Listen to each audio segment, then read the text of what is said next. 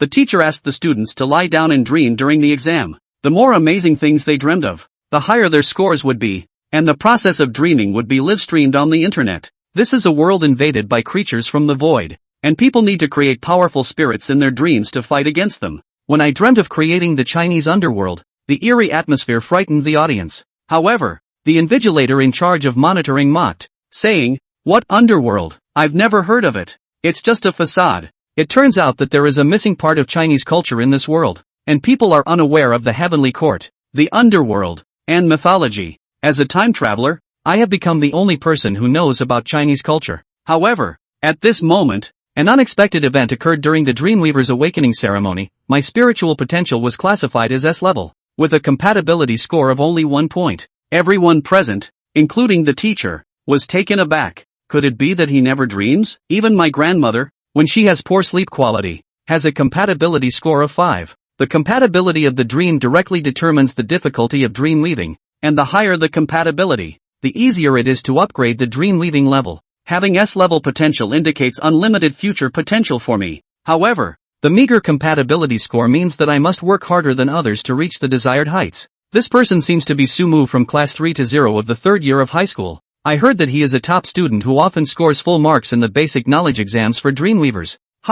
He only knows how to solve problems, but if he can't reach the level of dreamscapes, he will only end up being killed by the starry sky alien beasts. The whispers around me didn't catch my attention because suddenly, in my mind, a simple and ancient book appeared, Awakening Unique Talent, Ancient China. When others are amazed by the Chinese myths or scenes you create in dreams, you will gain a certain amount of original power. This power can be used to improve your own Dreamweaver level or create better dreamscapes. As I flipped through the book, I was amazed to find that it contained records of Chinese culture, including the myths of Pangu and Manhwa, as well as historical figures like the Yellow Emperor and Qi Yu. Okay, as long as I have this book in my hands, it doesn't matter if the compatibility is a bit low. When the time comes, I will create the contents recorded in the ancient history of China, whether it's Journey to the West of the Gods, 3 Realms of the Heavenly Court, or Pangu and Manhwa. Any of these can easily withstand the starry sky beasts. But before that, I have to deal with the Dreammaker joint examination in front of me, which is similar in nature to the college entrance examination in my previous life. The difference is that students connect to the dream world through the Dream Network and enter a space.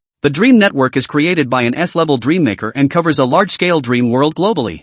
Inside, there are dozens of cities created by Dreammakers, serving as unique examination venues for students. Under the strict supervision of examiners, candidates undergo assessments as Dreammakers in this place. Candidate Sumu, with a mental potential of S. The compatibility with the Dreamweaver barely meets the baseline threshold for participating in the assessment. Are you sure you want to confirm your entry into the assessment? Once confirmed, you will enter the DreamNet for Professional Awakening and the Dreamweaver Joint Examination. Confirmed. My mind gradually became enveloped in a fog, and drowsiness pulled me into the realm of dreams. Those who didn't participate in the selection process watched my departing figure with regretful eyes, as candidates with 0 compatibility were seen as almost equivalent to failure in their eyes. After a brief silence, I was awakened by an old voice in my dream. I immediately realized that I was in a void. Is this the testing area of the Dream Network? What will this year's assessment topic be like? Examinee Sumu. Number 3484. Qualification certification successful. The Dream Network officially generated an exam number for me. At the same time, examinees from different regions also connected to the Dream Network one after another, entering the Dream Network space to undergo the assessment. The unified examination for Dream Architects is conducted through live broadcasting, allowing onlookers to observe the performance of each participant in real time. Everything created by examinees in the Dream Network can be seen by the outside world. I actually think this is better, as I will surely gain a lot of astonishment value through the things I create in the ancient land of China. The Dreamweaver exam starts on time.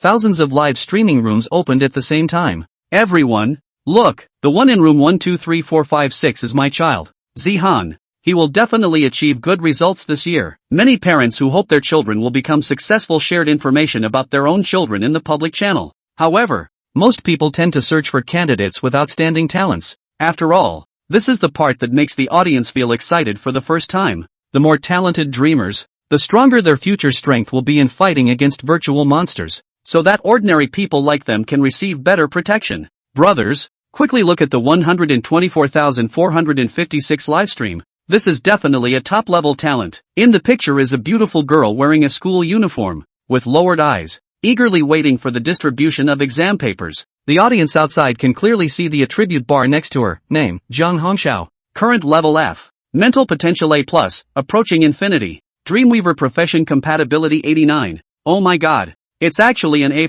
level talent. I've never seen such potential in all my life. The profession compatibility is as high as 89. The cultivation speed in the future will be incredible, instantly creating a huge gap compared to peers. Oh my. This is my senior sister. She's a big shot at our school. Just when everyone was still immersed in Zhang Hongxiao's livestream, a public barrage caught the attention of most people. Shocking. An S-level candidate appeared in this joint examination. Everyone can go to room 3438 to watch. Surprisingly, there are even S-class. Suddenly, a large crowd flooded into my livestream like a tidal wave. At that moment, I was sitting cross-legged on the ground, trying to awaken as a novice Dreamweaver. It was only now that I truly felt how troublesome it was when the compatibility was only 1. The progress of combining talent with the Dreamweaver profession was incredibly slow, but what people outside saw were various illusions flashing around me when I awakened. Some people see a majestic jade seal with the words granted by heaven, longevity and prosperity engraved on it. Others see a waterfall with a stone monument that says fruitful mountain paradise, water curtain cave heaven. My goodness, what is going on here? How is this candidate style so different from others? Wow. Is this the S-level candidate? The dream that just flashed by was so breathtaking. The scene seen by the audience outside the venue is the external manifestation of ancient China when I awakened. Due to the cultural gap in this world's dragon country, they naturally find these things very novel. These landscapes are really beautiful. But why is the giant in the picture always chasing after the sun? Can someone explain it to me in the comments? Yeah. I also saw a primitive man holding a bow and arrow aiming at 10 suns. I really don't understand what the examinee is trying to express. The crowd chattered in disgust for a long time until someone finally noticed the attribute panel next to me. Name, Sumu. Mental potential S. Occupational compatibility, 1. What is this? Countless viewers were stunned when they saw this bizarre attribute panel. After confirming that they were not mistaken, the live broadcast room suddenly became noisy. This is too outrageous. You mean he's just sitting here motionless? Could he still be in the awakening stage? There is indeed a possibility.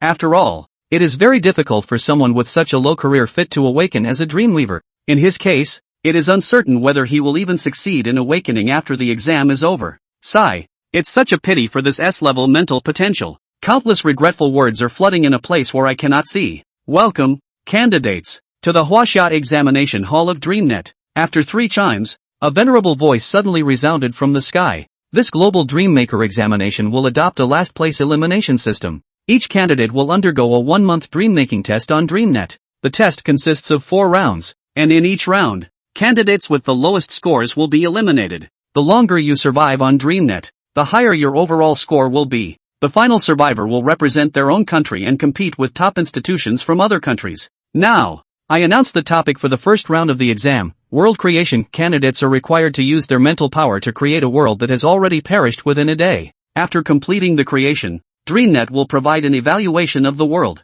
Please take this seriously, every candidate. After the announcement, there was an immediate uproar among the candidates in the various spaces. They were asked to start with a large-scale dream, and it was about a world that had already died. How could any of the candidates, who were all in their youth, possibly know what a world that had already died was like? For a moment, many students in the examination areas furrowed their brows. Of course, there were also some candidates with good imagination who had their own ideas. However, all of this seems unrelated to me. At this moment, I am still silently awakening to my role as a Dreamweaver, while immersing myself in the magnificent history of ancient China. Sitting like this for half a day, it's as if the exam deadline doesn't matter at all. Many candidates have already handed in their papers after half a day, and the rankings on the Dream Network are constantly refreshing with the names of candidates, causing the onlookers to exclaim in astonishment. Zhang Hongxiao, Dream Creator, Tomb of the Starry Sky, received a B-level rating from DreamNet. Wow, this dream actually has the potential to reach B-level.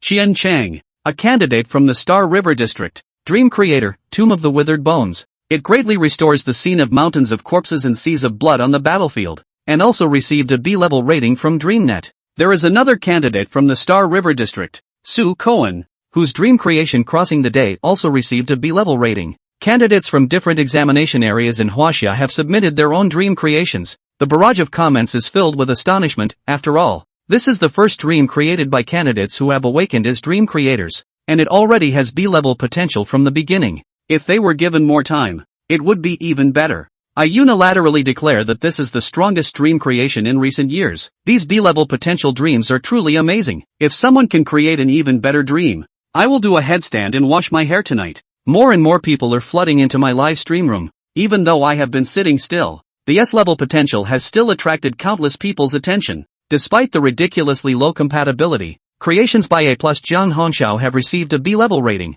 As an S-level, I can still bring them some expectations. Finally, the ancient Chinese book in my mind emitted a brilliant light, completely merging with my consciousness. I also successfully completed the awakening of the Dreamweaver. Finally, I can answer questions. After my consciousness returned from my mind, I took a long breath and rubbed my sore shoulders. After a short pause, I began to assess my attribute bar. Successfully awakened Dreamweaver current level, F Dreamweaver professional ability. Dreamweaving requires the consumption of mental energy to create any scene or creature in the mind. The power of the dream is not directly related to the current level. An F-level Dreamweaver can also create dreams of S-level, the difference being the lack of sufficient mental energy to sustain them. This year's topic is creating a dead world? I murmured softly, then glanced at the exam time, realizing that 3/4 of it had already passed. Damn, this awakening took me so long. However, fortunately, I didn't panic because of it. After merging with the ancient Chinese culture, I discovered that as long as there were recorded contents of Chinese culture, I could directly extract them from books without having to spend mental energy on drafting and reconstructing. In other words, this would greatly save my time and unnecessary mental energy consumption. Afterlife. The first thing that came to my mind was the most representative place in Chinese mythology, the underworld. It is a complete realm of death, with Ghost Gate, the Yellow Springs Road, and the Naiha Bridge. The 10 Yama Kings and the 18 levels of hell are all within it. This Chinese underworld is no less impressive than any other. With this thought, I began to visualize the scenes of the underworld. Of course, it is unrealistic for me to fully replicate it with my current mental power. With only 30 points of mental power, I can only replicate a part of the underworld scenes, but that should be enough. Moved. The person squatting in the live broadcast room was instantly filled with joy, while others shook their heads helplessly, indicating that there was only a quarter of the time left. Even if it was an S-level potential, it might not be able to create a good scene. Naturally, I couldn't see all of this. At this moment, the pages of ancient China turned, and soon a completely black building plaque engraved with the 18 evil spirits came into view, with the 3 big characters Gate of Ghosts written on it, sending chills down one's spine. Anyone who saw it would be filled with fear. I was ready to start creating my own death dream from this Gate of Ghosts. It's time for the world to experience the true essence of China. As my thoughts surged, the entire dreamlike space immediately trembled, and a deep and dark ancient path slowly emerged from beneath my feet, accompanied by swirling black mist. The ancient and mottled green stone path gradually revealed its contours from within the black mist. As the scene gradually became more real, a large number of viewers in my live stream suddenly felt a sense of fear in their hearts. How did this guy's screen become more and more like the underworld? They just had a momentary lapse, and the originally magnificent scene suddenly became filled with a chilling wind, causing people to feel a chill in their hearts. Strange red flowers bloomed along the stone path, and in an instant, an ancient and mysterious gate rose from the ground, with 3 unknown characters engraved on the rusty plaque. It looked like ancient text, a language they didn't recognize, but for some reason, an unknown realization arose in the hearts of the viewers, causing them to blurt out the name of this mountain gate, Ghost Gate Pass. For a moment, many viewers showed expressions of fear, as if a gust of wind was blowing through their souls. My goodness, the barrage in the live streaming room erupted like a geyser at this moment. I'm speechless. I'm in the desert here, but this dream makes me feel like I'm blowing cool breeze. Brothers, this is too amazing. Just now, when I saw that flower, I thought I was about to die. I can't wait to go to the Ghost Gate. I feel like the cabinet behind me is moving, so I'm gonna slip away. The audience flooded the live streaming room with comments. In my mind, a series of subtitles are constantly flashing. Lu Xian is shocked by your creation, the incomplete version of the underworld, with a power source of 0. 1. Donkey Xiaojiang is shocked, with a power source of 1. People are constantly being shocked by the underworld I created, and the numerical value of power source acquisition is also increasing at a visible speed. I just don't know why the value provided by each person is different. I don't have time to think about so much. I continue to immerse myself in the creation of the underworld. By the time the scenes of the Ghost Gate, the River of Oblivion, and the Naiha Bridge are fully manifested, I can feel beads of cold sweat forming on my forehead.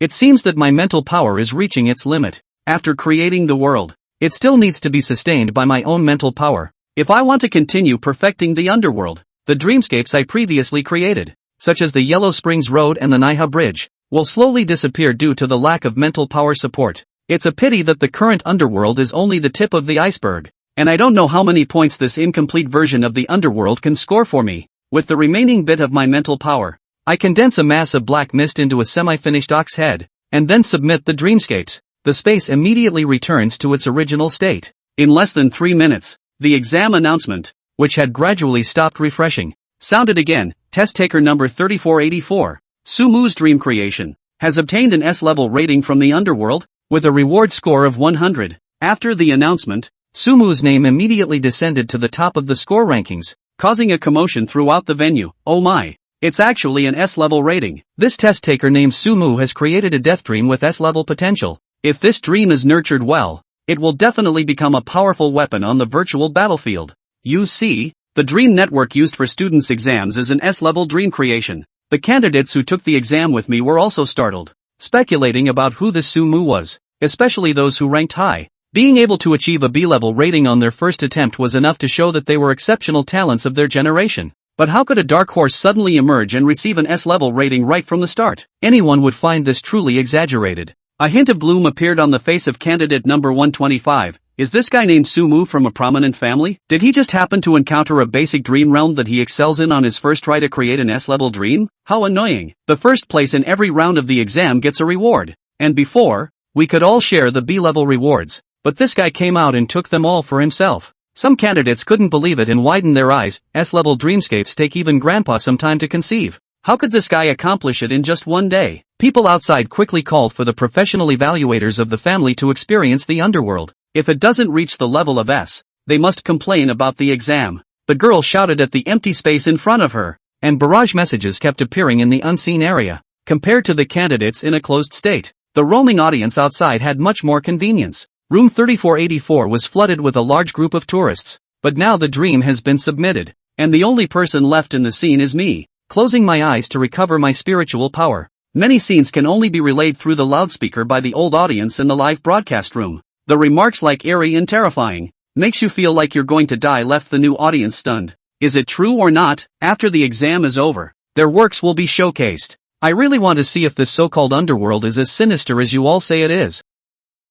I'm going to go with you. I've just recently awakened as a dream maker, but I'm qualified to directly enter the hell experience. Let's form a group and go down to the hell together. I still don't believe it. Sumu didn't realize that there were a whole lot of people who wanted to go down to hell to find out what was going on. At the moment, he sat down on the mirror-like floor to rest for a moment before he began to survey his brand new panel. Name, Sumu. Grade, F. Mental strength, 35 for a normal person. Profession, dream maker. Unique talent, ancient China. Source power, 200. In addition to the successful advancement of the dream maker, the acquisition of source power was currently Sumu's biggest gain. Sumu carefully surveyed the acquisition of source power and couldn't help but frown slightly. The acquisition of this source power seemed to be different from what he had imagined. Each person was inconsistent in benefiting from the source power brought about by the shock of his dream making. There are +0, 1. There are +1s. What are these source power additions based on? Is it based on the shock level of the viewer? Or the rank of the viewer? If the viewer was an ordinary person, the source power benefited thinly. If the viewer was an S-class dream maker, wouldn't he be able to increase his source power drastically? If that's the case, then this global dream maker unified examination is the best opportunity for me to collect source power. As long as I rank higher, the level of attention I receive from viewers and top dream makers all over the world will also increase. As long as the creation can shock them, this source power will keep coming in. Before that, looking at the source power on the panel that was about to rise to 200, Sumu tried to use the source power for his leveling up. Soon, the source power on the panel disappeared like a tidal wave. And there seemed to be a warm current surging within Sumu's mind, causing his originally exhausted spirit to instantly recover quite a bit. Above the panel, the rank has not changed, though. However, the original 30 points of mental strength was slowly shifting, finally settling at 32. This is progress that is visible to the naked eye. Sumu's source power was still rising. Such an upgrade was swift. On the other side, Sumu's data information and achievements had finally alarmed the examiner in charge of this area. What? S-rank potential dreamland? S-rank candidates? In our slice? In a separate elegant and cozy room inside the Dreamweb, the youth with the name, Chen Dehan, on his chest was filled with astonishment as he looked at the S-rank dreamscape rating of the hell. He was a D-grade dream maker and the examiner who supervised Sumu's piece of the exam. Thanks to the power of the Dreamweb, The general determination of grades and whether or not a candidate has cheated does not require the examiners to check for themselves. Only when even the automatic mechanism of Dreamweaver can't determine it will the examiner be bothered. But excluding some of the top CD test districts, it's not like one of these common test districts will necessarily have one of these things happen in decades. In this regard, there is no need for the examiner to be a very powerful dream maker. And if something does happen, the examiners in those districts can report it directly to the chief examiner. The examiner is a really powerful dream maker, at least B rank or above. This time, Tran Dokhan felt like he could handle it. After all, this exam room zoning is based on data. If this candidate truly had S-class potential, then he wouldn't be able to come to the examination area he supervised. S-class dreams should be a matter of misjudgment by the Dream Network, creating S-class dreams on first awakening, and not turning the world upside down when you grow up.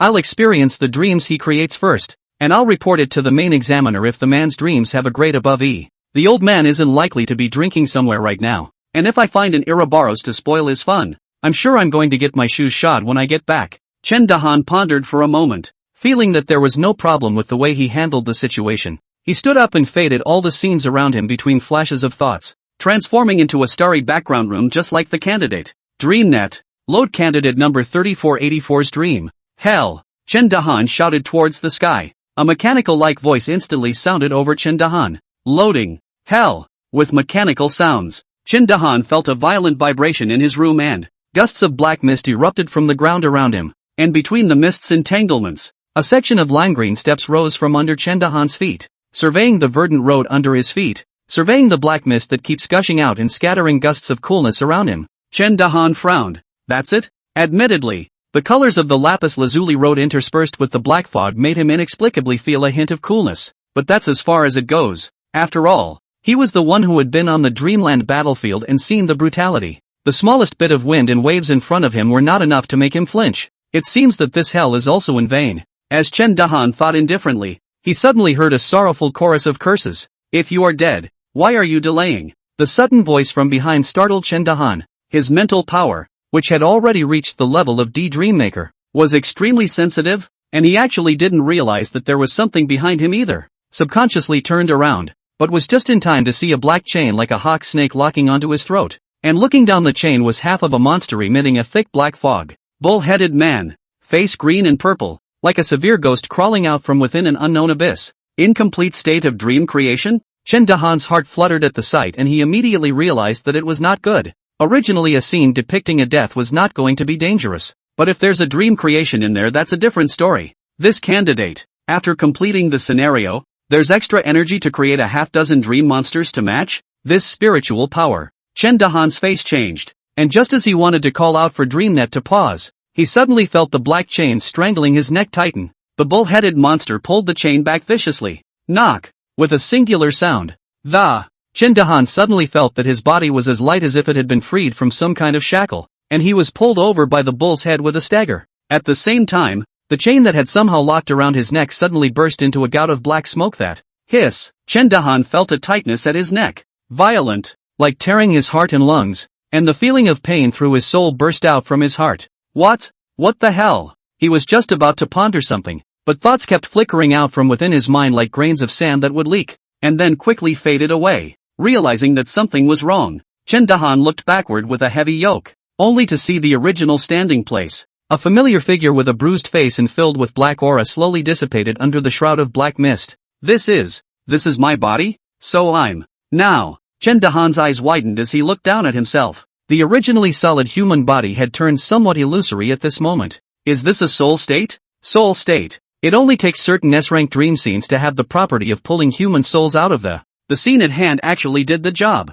Not good. It's too bad. Chen Dahan's face within the color of fear even more. He slow hoarse voice trying hard to shout, DreamNet, save. Before the word help was uttered, Chen Dahan's fearful expression suddenly calmed down. And the thoughts in his mind about asking for help and about fear quickly faded away like quicksand. Can't think about relevant things at all. Chen Dahan gradually became a bit confused, with only one thought remaining within his mind. I'm dead. The memories of his past life are like shackles in his mind, and he can't remember how to think of them. He just had a vague feeling that something wasn't right. But these thoughts all but disappeared at the urging of the bull's head. Get on your way. Bullhead scolded. I'm dead.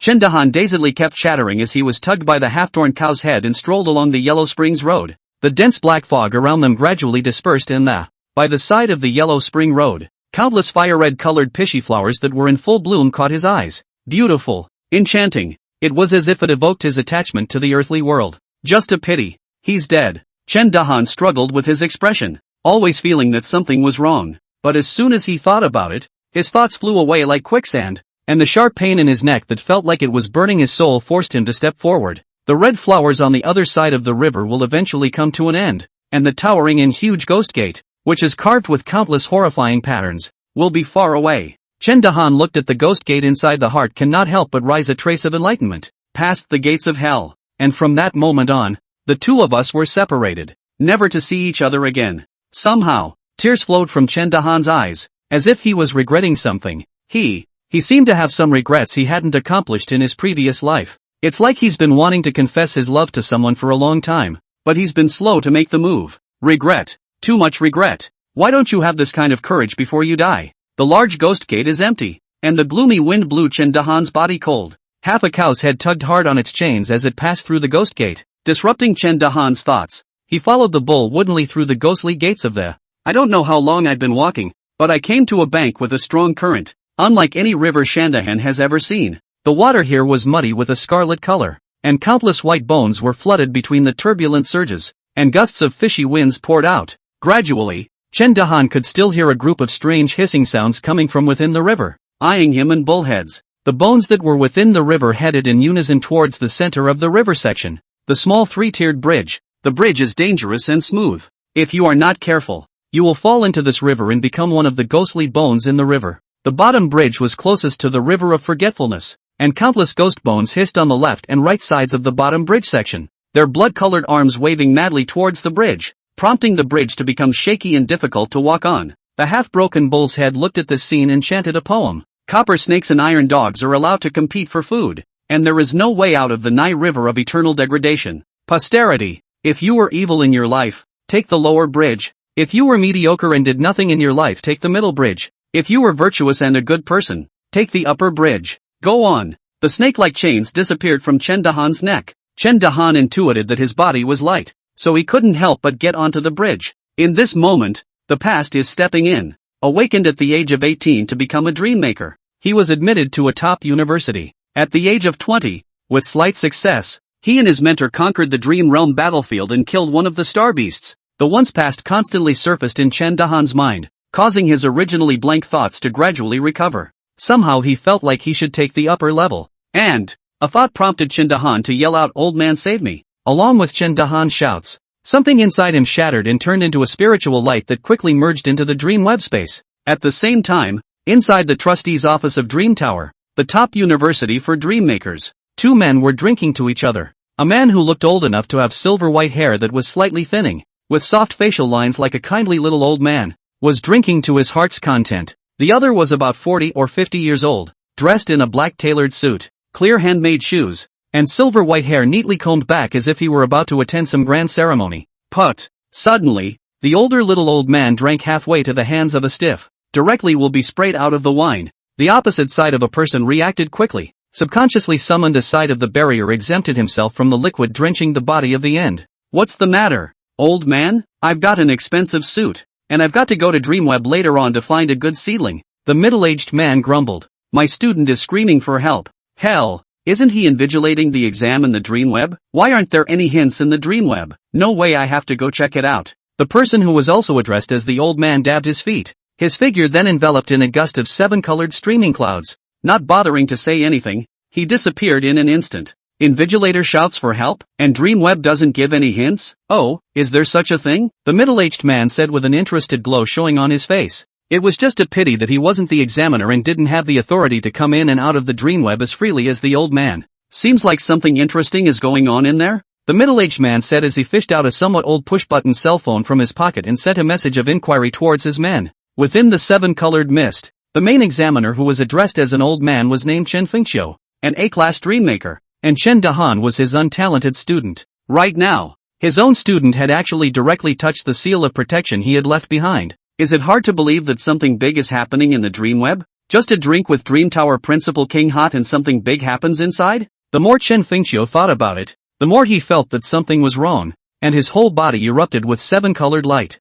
In no time at all, he was within the dream web. The first thing he did was to use his authority to mobilize the dream web itself to sweep the entire dream web. No traces of destruction such as that of the star beast were detected. The entire exam is still at the stage where the settlement is complete and running on its own. Doesn't seem to be a problem? Holding on to his doubts, Chen Fengqiu searched for Chen Dahan's location, and with a single shift, he arrived above the space shrouded in black mist. Into the eye, the Ghost Gate, the Yellow Springs Road and the Neho Bridge are all in view, and his own incompetent student was walking on the bridge wobbling, looking confused, his body illusory as if he were a soul. This is soul state? Chen Fengqiu's eyes glazed over as he watched the scene. Incomplete S-rank dream creation? He frowned and communicated with the dream web again, getting the information he wanted. Sumu, S rating, a student who had just awakened, and hadn't even been awakened for more than 10 minutes, had created a dream world with S-rank development potential in a short period of time. Also, the outsider sees the fun. The insider sees the fun. Chen Fengqiu carefully surveyed every detail of the hell. It's the more you look at it, the more you're shocked. Every stone slab on this hellish slate road has a clearly visible pattern, as if it has been stepped on countless times, naturally revealing the traces. The same was true of the iconic Ghost Gateway. The script on it he didn't recognize either, but just a quick glance at it gave him the name of its origin. This kind of detailing, just by my own imagination, that is heavily difficult. It would take a long time of meditative carving for him to even try to create a dream so real. This kind of detailed sculptural meditation is not at all speedy unless one is a dream maker who has been versed in this path for many years. Unless, indeed, there is such a land of the dead or a dream world in the world, and the child has been there in a real sense, and hell has affected the child in some way. Hell. Chen Fengqiu mumbled a few words without any impression. After a few moments of thinking about it, I can only stop. Seeing his student walking on the bridge with a look of fear, he let out a cold snort and waved his hand to conjure a 7-colored stream of light that ruthlessly shot towards Chen Dahan. In a flash, the surrounding black fog instantly faded, and Chen Dahan, who was walking on the Naiha bridge, felt his body lighten, and actually floated slowly, along with his body gradually moving upwards. His chaotic consciousness was finally beginning to clear at this moment. Invigilation. S-class dream making. The influx of large swaths of memories caused Chen Dahan's face to stiffen as he realized something. He, the examiner, was ensnared by a student's dream, like a clown who thinks he's dead and is fucking crying and ready to be reincarnated, and a walkthrough review of his entire life. Almost didn't walk out, almost rubbing his face. Chen Dahan's face instantly reddened, and a violent sense of shame surged to his heart when he heard the pale cold snort. Turn your head and look. It was his own mentor who had a scowl on his face.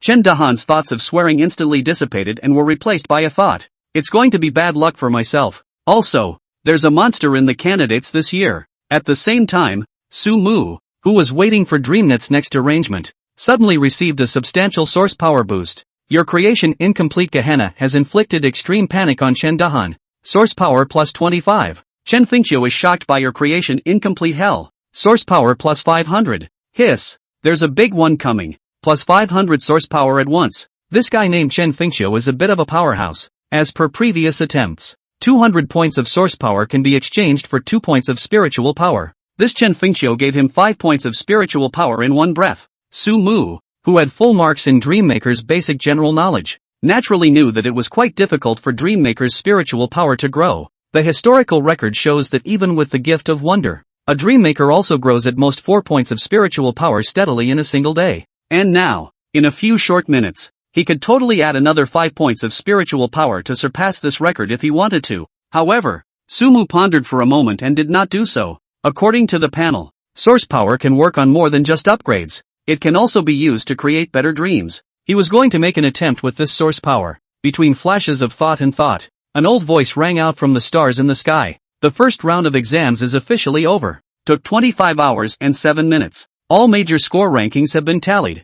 15% of the candidates will be eliminated in this round. All candidates with a total of 30 points or less are eliminated. The top 100 candidates will be rewarded. The examination process is completely fair and open. And there is no cheating. All after-death dreams created by the first 100 students will be open for a limited time for 3 days. And interested dream makers can spend a certain amount of money to visit and raise any objections. The top 100 crafted death dreams will be open to dream makers for a limited time? Sumu's spirit shook as he listened. Creating a hellish dream alone would have to completely dry up his mental energy. And now that this dream was supported by the Dream Network, he was able to reap the shock value without having to pay anything. Literally seconds. For what it's worth, someone coming in and being able to make a copy of what hell itself uses. Sumu expressed no concern at all. To a dream maker, every dream-making process is an extremely central secret. The historical background of the dream, the origin behind it, and so on will affect the production of the dream artifact. Even if a dream maker reproduces the hell scene one-to-one, it's just a picture of a cat, never real. It is for this reason that dream creations are open to others, and each dream creation is equivalent to having its own individual password, known only to the dream maker himself. This Dreamweb also merely maintains the copy of the hellish creation he submitted, and is unable to add or recopy a new copy on it. 3 days later, this section of hell created by his spiritual power would be returned to him. If Sumu had something stored, then it could still be used next. As thoughts flashed, another brand new special announcement was published. It has been decided by the examination team to impose a threshold restriction on the earthly dreamscape submitted by candidate No. 3484. Sumu. This dream has a certain damaging effect on a person's body and mind, and should not be consulted by those who are not strong in perseverance. For insurance purposes, only dream makers with more than 300 points of mental power and a rank of C or higher may watch. The whole room was in an uproar when this announcement was made. The fact that the examination process was completely fair and open meant that the first in line,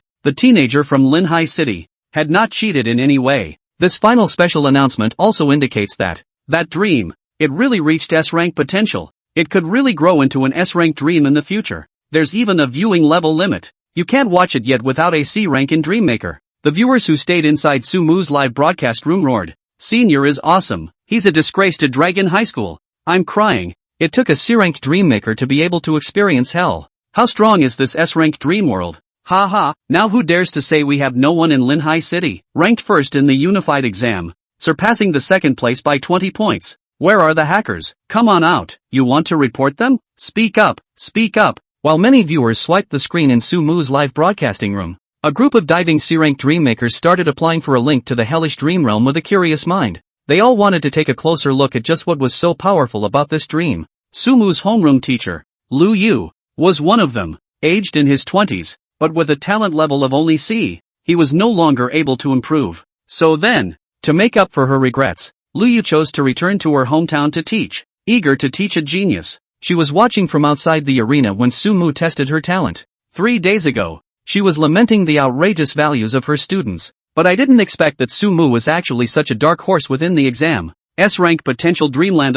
Willow Moon had never dreamed of it in her life. Her students helped her realize it. Sumu, hold on. This is the first round of exams. The subsequent 3 rounds, if there is still such a performance. The world's colleges and universities are at your disposal while there will be better conditions. Linhai City suffered the most severe blow during the time when the star beasts descended on Earth. And it's basically impossible to achieve an S rank with the support of the urban area's resources. Your cultivation speed is again 1,000 times slower than the others. If you don't get more rewards now, your advancement in the future will be difficult. Lu Yu booked the Hell Dream while cheering for Sumu in her heart. Of course, as far as Sumu was concerned, all the flurry of what was happening in the outside world had no effect on him. In accordance with the rules of the GUC, candidates will not be able to have any form of communication with the examiners or the outside world as long as there are no serious breaches of examination discipline such as cheating occurring within DreamNet. All he has to do now is continue to pass his exams and go all the way to the end. After sitting on the ground for a few moments waiting for an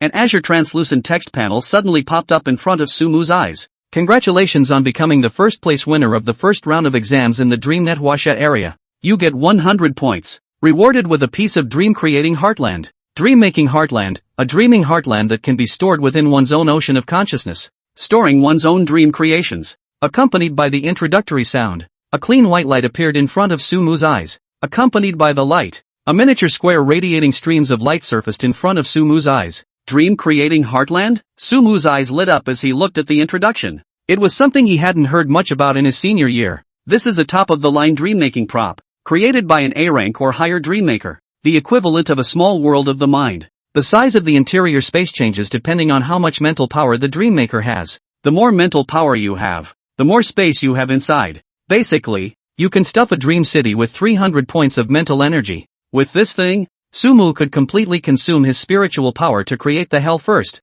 depositing it in the dream-creating heart field. and then letting the hell materialize into reality with a single movement of his mind when he met the enemy. A piece of dream-making heartland is completely on the market for a price. This time the UEC has really gone to great lengths to reward the students. Sumu's identity when he crossed over was that of an orphan without any background, and he relied on Linhai City's guaranteed sponsorship for food and clothing. He couldn't afford it even if there was a piece of dream-creating heartland in front of him. The reward at hand was definitely a relief. Sumu reached out his hand to the dream-creating heartfield, and followed the method taught in the textbook to incorporate it within his mind. With a cool touch, Sumu then felt that there was an extra piece of glowing thing inside his mind, and through this thing, he could vaguely see a small blank world inside, waiting for him to fill it. With this, it will be able to be a lot easier within the next exams. The rewards for the first round are so generous. So what's next? With the announcement of the leaderboard scores, the first round of exams, which lasted all day, came to a complete end. Some of them snickered. Some wailed and cried. The 15% elimination rate is brutal. This means that their group's high school scores will be set below 30, with 30 plus points to get into a good college. Unless the connections are tough enough, you'll have to think otherwise. The next year? But there won't be another year. Dreamweb is absolutely fair, and every student has only one chance to participate in the global exam. With the scores falling, the eliminated were all surrounded by a 7-colored mist and were transported out of the Dream Network, and the rest of the candidates waited with slight trepidation for the rest of the exam schedule, teleporting into Dreamweb for a month of one-time exams. To be reasonable, the exams in previous years have never been organized in such a way. Generally speaking, it is after an examination to let them go back to rest for 3 days, and after 3 days, they will take the next examination. Another month in the Dreamweb. It's never been done before. Where will they eat and live? You're not allowed to bring your revision materials or a change of clothes. While the candidates waited anxiously for an old voice rang out from the sky. Students, congratulations on passing the first round. The next round of exams will begin in 3 days. And within these 3 days, you will travel en masse to Dream City for 3 pleasant days. Note: 1. Only students with more than 30 points will be allowed to take the next round of exams after 3 days. 2. Inside the Dream City, you need to follow the discipline of the Dream City. Good luck to you all. Dream City? Only students with more than 30 points after 3 days will be able to take the next round of exams? What's that supposed to mean? Listening to the old voice in the sky, all the candidates within their own examination rooms clamored. What? Still have to go live in that Dream City? No way. I'm not used to living anywhere else. I'll lose sleep. I demand to move my bed from home. Geez, it's not like you won't be able to take a shower for 3 days. Is it? I'm a cleanliness freak. Protest. I'm going to go home and come back in 3 days to take the test. Inside each examination room, candidates' protests continued, but all that responded to them was a string of cold, mechanical tones. Do you choose to give up the exam? For a moment all protests disappeared. As Sumu listened to the words described by the pale voice, his brows furrowed slightly as he secretly pondered. Students with more than 30 points will be able to participate in the next round of exams. And now, students with less than 30 points have all been eliminated. The rule is somewhat self-contradictory. This also indicated that the candidates, would most likely consume the points they had gained in the Dream City. Also, you still need to follow the Dream City discipline in the Dream City. Does this mean that the Dream City is also considered a part of the exam? Specifically, it still depends on what exactly is going on in the Dream City. While Sumu muttered, the viewers in the live room also talked in tongues as they listened to the rules. 6. This year's Global Dreammakers Unified Examination definitely counts as the most exciting year ever. Hundreds of thousands of candidates being dropped together within a single city. That's interesting just to hear. I'm all set with melon seeds, peanuts and happy water. I'm waiting for all the candidates to come to Dream City. Wang Jitsong, you must do your best. Mom and Dad are looking forward to your high score on the exam. Brothers shifting 3484 at speed. I'd like to see if this genius can still remain number one when he reaches Dream City. With all the discussion that goes on in the various, all of the candidates who stayed in the examination room were surrounded by 7-colored white light and disappeared into their respective examination rooms. The same was true of Sumu. The white light in front of his eyes continued to have a slightly hallucinogenic psychedelic effect, causing him to drift in and out of consciousness. But just as he was about to drift off to sleep, an impatient voice exploded. It's all been slept on. Dream City has arrived. Get off the bus quickly. Old me is still in a hurry to pull off the next trip. I really don't know what's going on lately. So many people have suddenly come. Sumu sniffed and opened his eyes in a daze, surveying his surroundings. Inside the eye is the interior of a medium-sized bus. Next to them were all teenage girls with a confused look on their faces. The age touched about 17 or 18, and they were still wearing school uniforms of various colors. obviously like Sumu. They were also candidates. Everyone's first awakening faces warned the surrounding area while unavoidably showing a hint of fatigue. Obviously that one-day exam had consumed a lot of their mental and physical strength. The spirited Sumu was a bit of a different person in there, although he had also expended a great deal of mental energy. But he had recovered quite a bit by powering himself up through the source. And besides, he had only taken the test for 10 minutes or so, and had basically slept for the rest of the day of the test. What's the situation? What's the rush? Aren't these 3 days here to enjoy? Hey, this driver, what attitude? Temper so burst, careful, we complained about you. My family can be watching the live broadcast it. Hell, why is this piece of shit car still shaking? Is this test group out of good cars? Where are the luxury dream creations? Being physically and mentally exhausted, many of the candidates on the bus grumbled with a touch of temper. But no sooner had the crowd's words opened than a fiery chorus of curses came from the driver's seat. Who just said to report me? The crowd was shocked. Turning his head to look, he only saw a man of about 1 meter tall, wearing a black undershirt, with a scar engraved on his face and a bronze complexion stand up from the driver's seat. He swept his gaze fiercely over the entire car, eventually landing on a few candidates who had earlier screamed that he was a bad car and a bad person. You guys, 10 points for the fare this time, the rest of you fare 5 points. Pay to get off. Everyone's hearts jumped when the driver man's words came out. Points to pay the fare? You want 5 points for the beginning? This sudden event confused the entire busload of students. What in God's name, a 5-point fare? It was so hard for me to get 35 points to advance to the next level, and I have to pay a 5-point fare just after arriving in Dream City? Holy shit, can it be that nothing in Dream City is free? And we need to pay for everything with points? Some students only just reacted and couldn't help but suck in a breath of cool air. Brother Crouch, big brother, I'm wrong. I just said nonsense. Don't deduct me 10 points. I'm only 40 points. Deduct 10 points will only be 30 points. One of the students who had earlier complained about the driver stood up with a pleading look on his face, attempting to waive his extra heavy +sign 5-point fare by admitting his mistake. Who would have thought that the driver didn't even look at it, scanning the room and continuing to urge. 5 points won't take your lives. Hurry up and get out of the car. If you have this time to complain, why don't you enter Dream City earlier to earn points? I'm going to count to 5 seconds. Anyone who doesn't get up out of his seat again, I'm going to send his bare ass into Dreamville. You can fight back, too, but then, it won't be a bare ass trip into Dream City. If this goes to the next exam after a fracture, I'm afraid I won't be able to do well,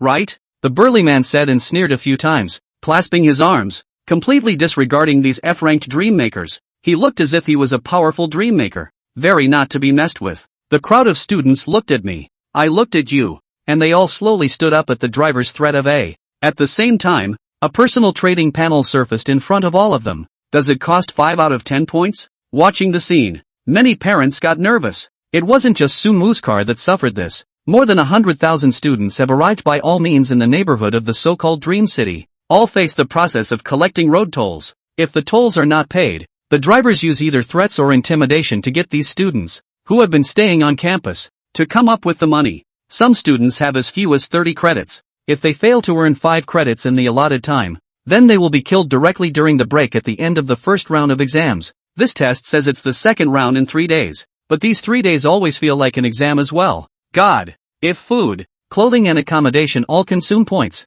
then my son's 40 points is not enough to spend. A fare is 5 points. Live a day shall not be 10 points? Mainly these drivers are so bad. Just now a student in a car tried to resist. The driver directly moved the Dream City rules, said that as long as you beat him not to pay the road tolls normally will be sentenced to be out of the game. Oh my. The first 3 days of the exam will also have to work within the Dream City. My family's never done rough work. After becoming a dream maker is also ready to come back as a teacher. As the parents were despondent, someone suddenly posted a crippling comment within the general chat channel. Brothers, go to 3484. Cheating. This is simply cheating. Why doesn't this Sumu pay the toll? What? Basically all the students paid their way at the first hurdle.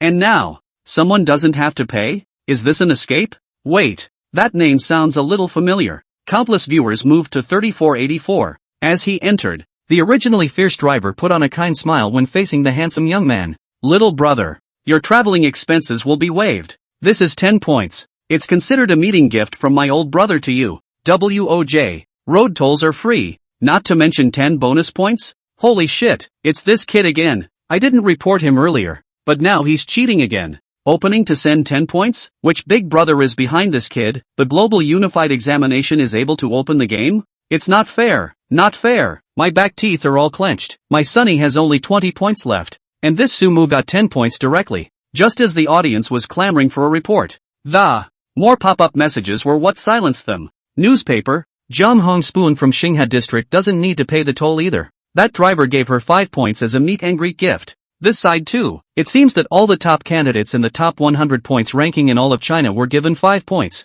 And only Sumu, who was ranked first, was granted 10 points. Upstairs, those who shouted unfairly to stop it. People, this is deserved reward. Capable. You also top 100 While the audience was arguing about this, the Sumu looked at the driver in front of him with a seemingly kind face and frowned slightly, always feeling that there was something wrong. The previous group of students were only able to pay and leave. It's a change for him. Is it because of the first place status? Instead of accepting it right away, he asked a direct, rhetorical question. Why? What do I have to pay to collect the points? Clever. It's just easy to talk to someone like you, little brother. The driver let out a sigh of admiration as he sniffed, and fished out a slip of paper from his arms. The specific events are all on it. Little brother, you can come or not. It's not mandatory. Of course, I'm sure you won't miss this opportunity to earn points. Earn points? Mission? Sumu contemplated for a while, took the note, did not immediately open to view, folded the note into his pocket, then accepted the strong man's 10 points,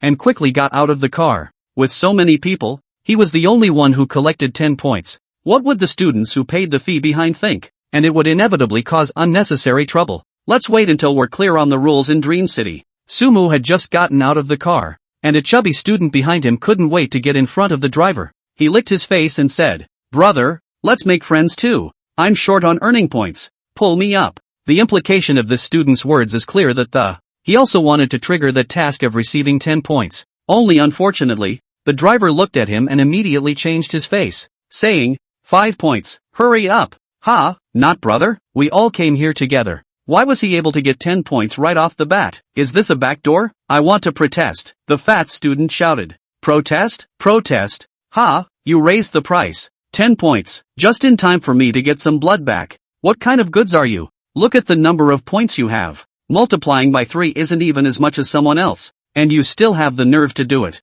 You don't even have more points times 3? At these words, the remaining students who hadn't paid the road toll were in an uproar. Students who can come here have at least 30 student points. 30 by 3. Crap. First, that guy who just left is the first? The big guy who made the S-rank potential dream? That guy has at least 90 points. And there's only one person in the entire Chinese standings who has 80 points. Holy shit, it's a thigh. I'm in a car with the number 1 in the unified exam? The same fat student who had reacted got excited and stretched his own neck trying to find Sumu through the glass. But at a glance, there was no trace of the other side. Outside, a neatly parked row of similar mid-sized buses. Countless candidates who had paid their money were gathering in a group, moving towards a towering wall that was vaguely visible in the east. The fat student tried to get a closer look, but was yanked right back by the driver. Pay up. Outside, hundreds of buses were parked in a row in an open field. Grim-faced schoolboys and girls kept getting off the bus. I had just finished consuming the mental power exam, and I had handed in 5 points before the points in my hand were even warmed up.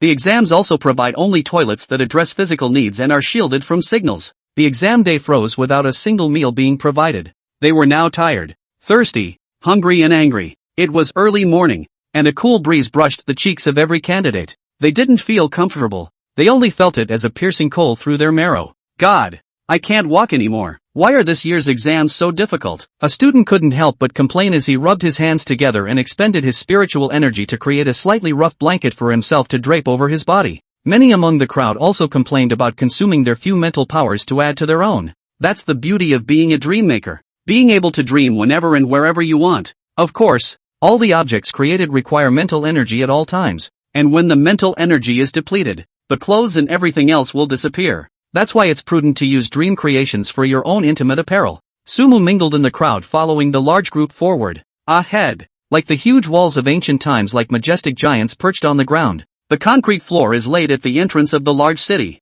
and the sidewalks and driveways are intertwined and staggered. A kind of modern and medieval era of painting tearing. Sumu, who had studied history, knew that this was the architectural style that touched about 200 or 300 years ago. At that time the dream makers had only just dragged the star beasts into the dream battlefield. These walls had been the defense made by the humans against the star beasts, and it was not possible to dismantle and transform them for a while, thus giving rise to this bizarre painting style. 3 days. They're going to be here for 3 days. From what was revealed in the driver's words earlier, it is possible to earn points inside Dream City. If you want to maintain your first place advantage to get good rewards in the second round of exams, then these 3 days must be utilized properly. He had to earn a large amount of points inside Dream City to do so. At the same time, it would be best to be able to charge source power using the Huaxia creation. When you understand the rules of Dream City, you must appropriately raise your profile. You can't earn points in source power by keeping a low profile. Sumu thought and opened his personal attribute panel. Source power, 546. Ever since the two of them, Chen Fengqiu and Chen Dahan, no one had provided him with more than 25 points of source power, and the rate of rise of source power had become much slower, with only a large amount of source power being contributed at a specific time period. This seems to come from the hell of being shown out. Sumu roughly scanned the source power provision table. There are basically no duplicate names on it. This might suggest that Shock has a CD as well. Maybe it's only possible to glean hard on the same person. If you want to glean again, I'm afraid you'll have to wait a while. While pondering this, and taking slow steps forward, getting closer and closer to the location of Dream City, suddenly someone in the student group shouted, "Everyone, look at the city wall. It's the rules of Dream City." Hearing the shouts, everyone tilted their heads in unison to look at the tall city wall. Only a few lines of textured and rustic words were inscribed on top of the city wall. Candidates, welcome to Dream City. Please be sure to follow the following rules before entering Dream City. 1. Behavior that violates the security order is not permitted in Dream City, and once violated will incur severe punishment from the law enforcement team. 2. Candidates shall not attack each other except on specific occasions. 3. Any exploit to gain points will be considered as cheating. 4. The night is curfew time. No free movement. Violation will be punished. 5. The above rules apply only during the daytime. Not allowed to violate the security order. Shall not attack each other. No exploits to earn points. No walking at night. The 4 rules above seem like they're pretty normal. What the hell is this last thing? The above rules only apply during the day? What does that mean? You can kill and set fire to anything at night? This rules. That's kind of funny. Sumu suddenly had a premonition that, for the next 3 days, the nights in this Dream City were definitely going to be unsettled. If you can kill and burn and steal points at night, the further back you go, the less points you have, the crazier it gets. Students with less than 30 points will be absolutely desperate to fall into a state of insanity. With 3 days of food, clothing, and transportation, there is sure to be a large percentage of people who won't last 30 points in their hands. Evening? That would be a good time. When we enter the Dream City we will rebuild the Dream Dungeon, and this time, it won't be the previous imperfect version. Other people come out to burn and loot in the middle of the night. It shouldn't be a problem for me to show up in the middle of the night to scare people and harvest source power, right? It wasn't just Suomu who thought of it. Many of the students who stopped to watch came up with the same idea. Many people in the crowd showed their fear. It's over. It's over. I only have 30 points left here. If I don't earn enough points working inside Dream City, do I have to become a bandit too? I don't want to. How can I beat those big brothers on the charts with this small body? Dream Maker pre-confrontation then is the spiritual power. My spiritual power are different people a cut. This big night is not just let people cut vegetables? Damn it. The 3 days of staying in Dream City shouldn't be the second round of examination, right? As the crowd murmured, suddenly, one person stood out and yelled, Jiangzhou District. Are there any teammates in the Jiangzhou District? The first middle school in Jiangzhou is the best. I have a spiritual potential of C, a fit of 63, and 60 points. Come to 4 teammates of the same level. Let's team up and work together. Together we will survive these 3 days. Upon hearing this, a number of people perked up. Yeah. Team up. The rules don't say you can't team up. I'm afraid it's going to be bad if you do it alone in these 3 days. But if the budding artists hold a group or find their acquaintances to hold a group, the probability of survival can be much higher. Even if something did come up at night, they'd have to weigh their numbers if they wanted to move them. Even more so, as long as there were enough people in the group, they could completely switch from a passive defense state to an active offense, sweeping around at night for lone wolves who've fallen off the wagon. Even teams firebombing each other and eating some of the weaker teams to increase their points. And right now, it seems like the perfect time to pick a team. Right now, there were several thousand candidates here alone, and when they entered the Dream City, people were scattered, and there were fewer chances to find reliable teammates. With this in mind, many of the students perked up and started probing and scanning around, as if trying to find some of their acquaintances. The brigade grew lively. and the pace of advance slowed considerably. Many chose to stay behind to find a teammate that. Only a few broke away from the main group and headed towards Dream City. Sumu has no intention of looking for his teammates. Just as he was also about to follow the large troop to leave, a sudden commotion came from the entrance of Dream City. Look closely. Many street food tricycles drove towards them. Beef kebabs, sesame ball cakes, pumpkin pie store. Enchanting odors from food wafted with the cool breeze, brushing past everyone in the brigade. Selling lamb kebabs, 5 kebabs for 1 credit. Fried noodles Our Dream City local specialty fried noodles. Students are hungry after a day of exams. Come and have some. Water for sale. 1 credit for on-site drinking. As much water as you want. In less than a few minutes of work, these stallholders who had come out of Dream City prepared early, then set up their food stalls in a line that went all the way inward along the entrance to the city of Dream City. The smell of food was wafting everywhere we went. The students who were just thinking of communicating as a group smelled and tried to hold back as their stomachs made an indisputable grumbling sound. I'll go. Goddamn exam team. This is trying to empty our pockets of points.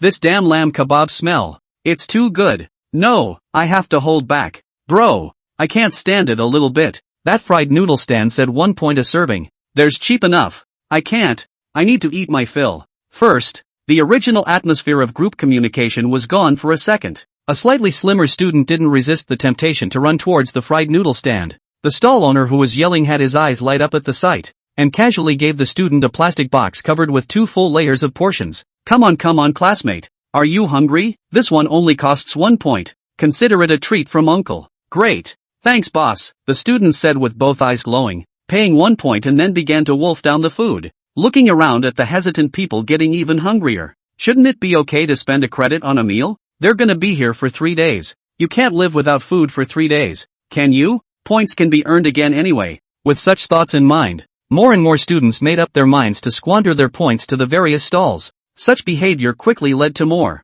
Students look at the food and a few lines come to mind. Finish eating. Of course, there were still a very small number of students who refused the temptation of the food and walked with tired steps towards the main entrance of Dream City. Sumu surveyed this scene, always feeling that the scene in front of him was like a bait specifically thrown out by the exam team. As for what exactly the catch is, he is still unknown for the time being. I'm not too hungry at the moment, so I'll just wander into Dream City first and make sure where I'm staying. With this thought in mind, Sumu also joined the few people entering Dream City. The door was as empty and grand as a giant's residence, and the surrounding walls were vaguely permeated with some dry and harsh black solids, faintly emitting a slight rusty odor. Every now and then a few small cars weave out on Center Road. There were no guards at the large entrance to the city. Just a dozen or so older women with red shoulder patches busily inserting signs on the sidewalk. Sumu followed the small group of people who resisted the temptation to cross the city gates and looked towards the group of people. The expression, however, suddenly froze a little. The sign inserted by the Amazons reads, "Public restrooms go to the right. 2 points at a time. 2 points will be deducted for littering." The second of these signs is portable and can be held up. Watching the scene, where did Sumu and the others not understand the ruse? Crap, that's a little too damaging, isn't it? No way. If someone casually throws something away after eating, won't they be caught and directly fined? I'm going to go. This exam group's setup is a little too deep, isn't it? No wonder I didn't see the trash can outside. It was waiting here. Inside the live broadcast room, the viewers who had followed Sumu's vision all the way to explore the room burst out laughing. Nice guy, I'm straight up good guys. This exam team is trying to teach the candidates a lesson. This test group is too dark. Other people charge for food and toilets, but he charges for both. And checks for random littering. City said deep. I want to go back to the countryside. This set of combinations of punches down. Candidates if all hit. 5 points and gone. It's still Sumu who's strong. Obviously now possessing 110 points, but still remains vigilant. It's me who would have been a big player at the food stand long ago. Brother, big brother While Sumu was watching, a monkey-looking little boy suddenly leaped out beside the road, and the other party directly crossed over the people around Sumu to precisely stand in front of him. Something's wrong? Sumu returned to his senses and frowned slightly as he looked at the little boy in front of him and said, "Brother, don't worry. I'm not here to screw you over." "Good thing. Absolutely good thing. Let's borrow a step to talk," the little boy said and pointed to a corner next to the road. This, another special event triggered by his high points? How else could he have gotten to him directly? Sumu pondered for a moment, nodded, and followed the young boy to the side of the street. Seeing that no one in all directions could hear them, the little boy immediately introduced himself to Sumu. "Brother, my name is Snake, the local pointing pundit. specializing in large households with 60 points or more. 5 points for asking me 3 daily trivia questions, like secrets about lodging, like where to work part-time to earn the most points. I will definitely answer what I know, and if I don't know, this question is considered a waste. I am telling the truth, but within the 3 questions, one of them is not entirely true and needs to be discerned on its own. Every student only enjoys this treatment in the opening. In the back, brother, you won't be treated so well even if you meet me again. How about getting my little brother's business off the ground? The boy named Snake asked as he scrunched and rubbed his hands together in anticipation. Pointing Pepsi. 5 points for 3 daily questions. Only the opening game is treated like this. Without too much hesitation, Sumu nodded and opened the panel to pay 5 points to Little Snake. If what Snake says is true, then he's in the clear. To be all wrong, he'll consider it 5 points less. Thank you, brother. Brother, start asking. I'll definitely answer what I know. Little Snake, who had received 5 points, looked unusually excited. Sumu pondered for a moment before speaking. Tell me about the lodging secret you mentioned earlier. Good grin. Brother really knows how to ask. Little Snake complimented and spoke after rationalizing his thoughts. In our dream city, there are very few outsiders, and there is only one hotel in the true sense of the word, which was transformed from the former prison that held the Star Beast. The secret about the accommodation is here. The prison remodeling environment is limited to accommodate only 3,000 candidates. The rest of the candidates can only borrow accommodation within the B&B. Believe me, at night, this is definitely not a good thing. When the problem is over, I can give my brother a map of Dream City with the location of the prison marked on it. There was only one hotel in the true sense of the word, which could accommodate only 3,000 candidates, and the rest were only able to borrow accommodation from other people's homes. Borrowing is not a good thing. There's something about this dream city. Sumu nodded his head and continued to ask without thinking. Where can I safely get the maximum gain of points? Safe? Brother, your reaction is so quick. You saw the problem with my earlier baiting right away. Little Snake snapped, then replied, there are only 2 ways to earn a lot of points. 1 is to go out at night, and 2 is what is called blackballing and participating in the Dreammaker Showdown. And believe me, there is no faster way to come up with points than that. The front one is life-threatening, the back one is at most half-crippled, and spending points is curable, also known as safety. Dreammaker Showdown? The first of these 2 avenues would not need to be mentioned. That second one is kind of interesting. This corresponds to rule number 2 of the Dream City rules. 2. Candidates shall not attack each other except on specific occasions. Apparently, this black boxing ring is what is known as a specific occasion. Earning points by setting up a ring is indeed the fastest means of doing so. As long as the more people who've played it, the faster they've played it, the more points you earn. Also, the ring is always watched, right? He might be able to harvest a sum of source power while earning a lot of points for playing the ring. Brother, what's the last question? Next to him, Little Snake interrupted Sumu's thoughts. Sumu sniffed and pondered slightly for a moment before asking, what will happen to those who mess up at night? What happens to people who mess up at night? What's the question? The audience in the live broadcast room was extremely puzzled as they listened to Sumu's words. What's that supposed to mean? Where do people who mess up at night end up? Didn't you read the rules before? The above rules only apply during the daytime.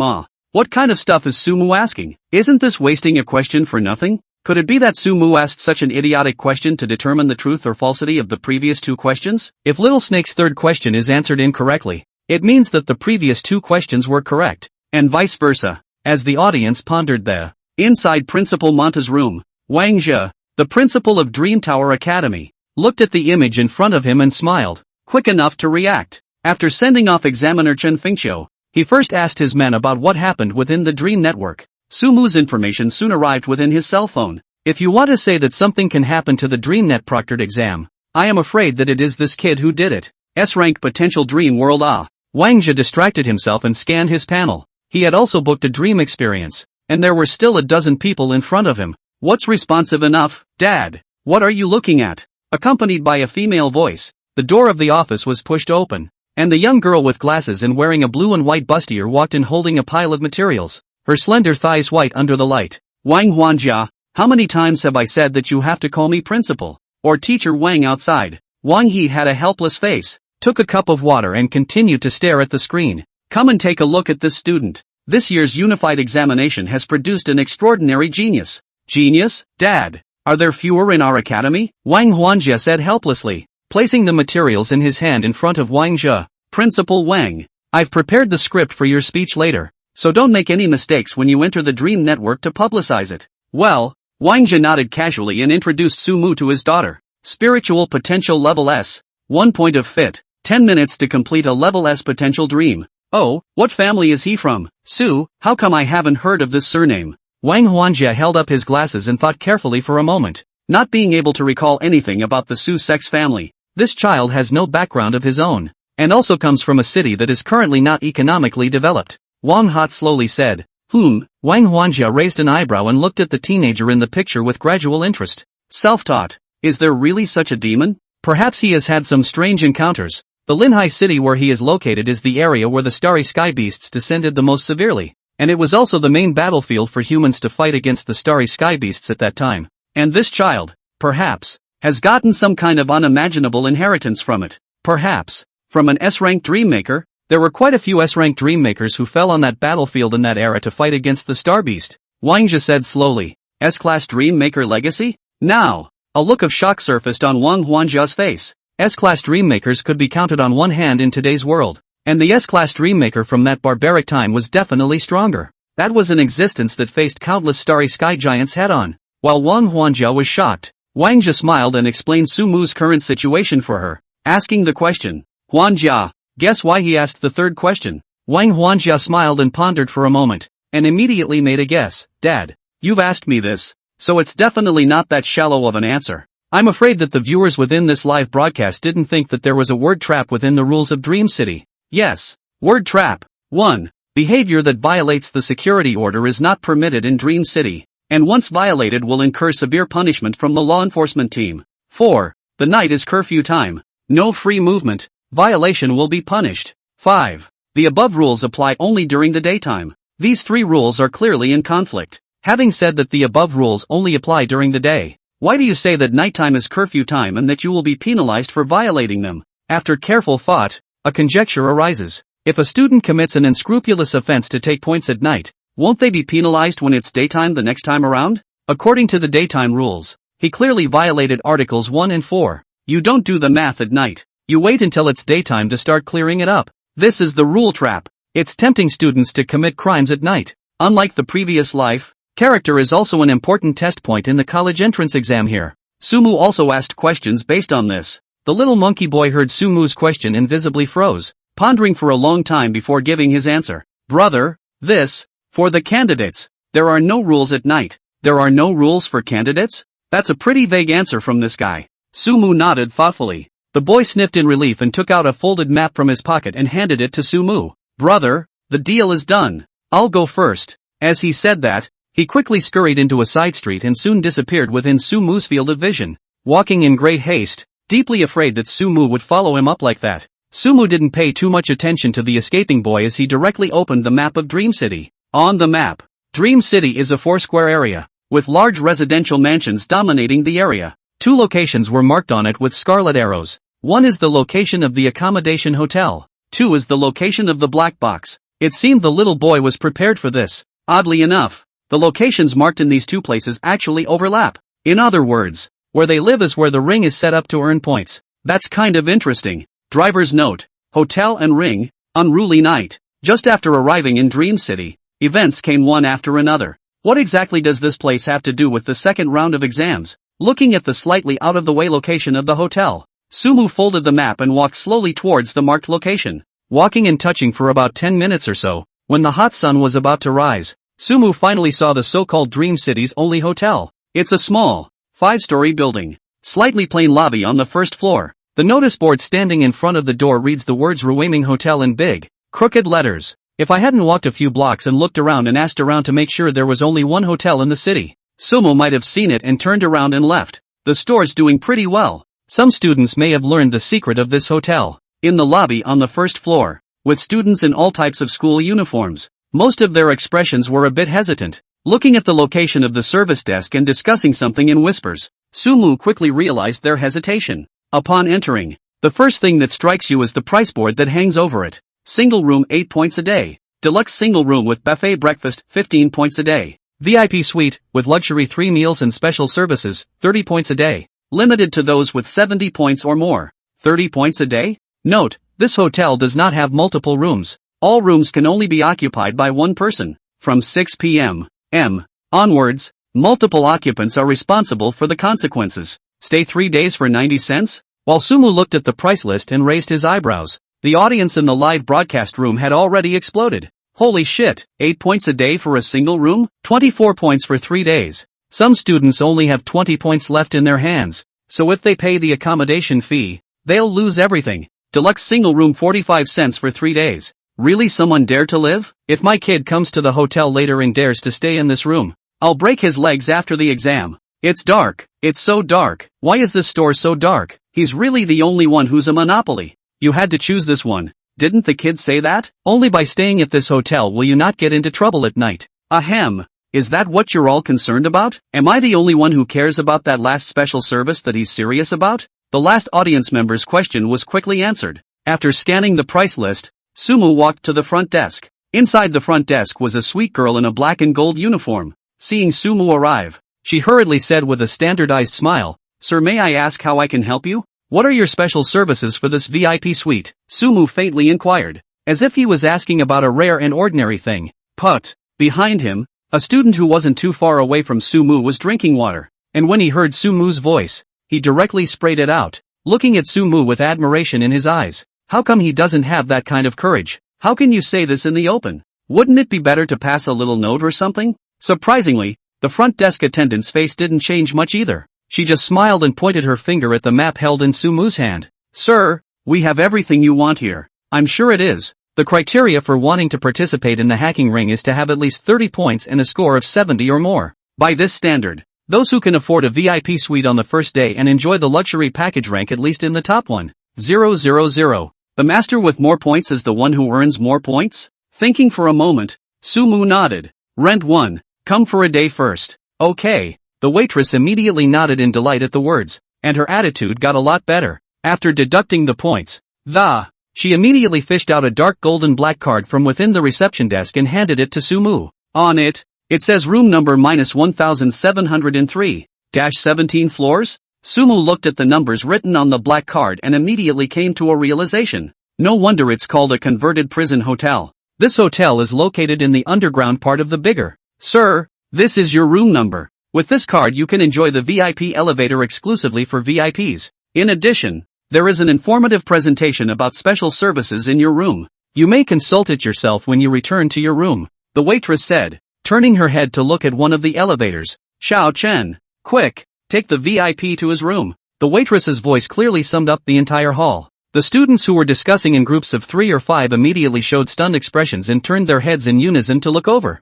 VIP? Crap, some big shot bought a VIP room? Crap, the big guy with 70 or more points. The super learner. Which school student is this? It's too extravagant, isn't it? It costs 90 points to stay for 3 days. Can you earn that many points? Is there something going on inside this special service? It can't really be he black, can it? It's a global broadcast now. Countless pairs of eyes gazed at Sumu. Sumu didn't say anything about this, and just stepped into the exclusive elevator under the guidance of the attendant named Xiao Chen. It was a tall, thin man with an icy face and a slightly stiff facial expression, like an incomplete dream creation. "Sir, the restaurant is on the -11th floor. It's a restaurant exclusively for VIPs. Only VIPs can enjoy it. You just need to go there with your black card to enjoy it for free." While introducing some basic location information for Sumu, the attendant Xiao Zhang closed the elevator door and pressed the -17th floor level. The elevator slowly descended. The numbers jumped between. Open the door is by the red carpet paved floor, placed around some expensive and elegant flower group. Looks than the usual hotel or upscale a lot. Sumu's hotel room was in the center corridor to the right. Looking around, there are 8 rooms on the entire 17th floor. The corridors are silent. I don't know if the room was too soundproof, or if he was currently the only one who came here and paid the big bucks for his choice of accommodations. After using the black card to open the door, Xiao Zhang expressionlessly said, "If there is something you can directly use the landline phone to call the front desk and then turn to leave." Seeing this, Sumu also nodded and closed the door of the room after seeing it leave. Inside the room, true to the custom of single rooms, there was a large, clean white bed, TV, lounge chair for resting, and even a bathtub in the bathroom. Of course none of this was what Sumu cared about. After scanning the room, he set his eyes on a piece of printer paper on the glass table. Walk in and open it up. The dark-colored invitation then fell from it. On it, the 6 big words Dreammaker Ring Battle were written. The show opens at 3 p.m. You're welcome to come.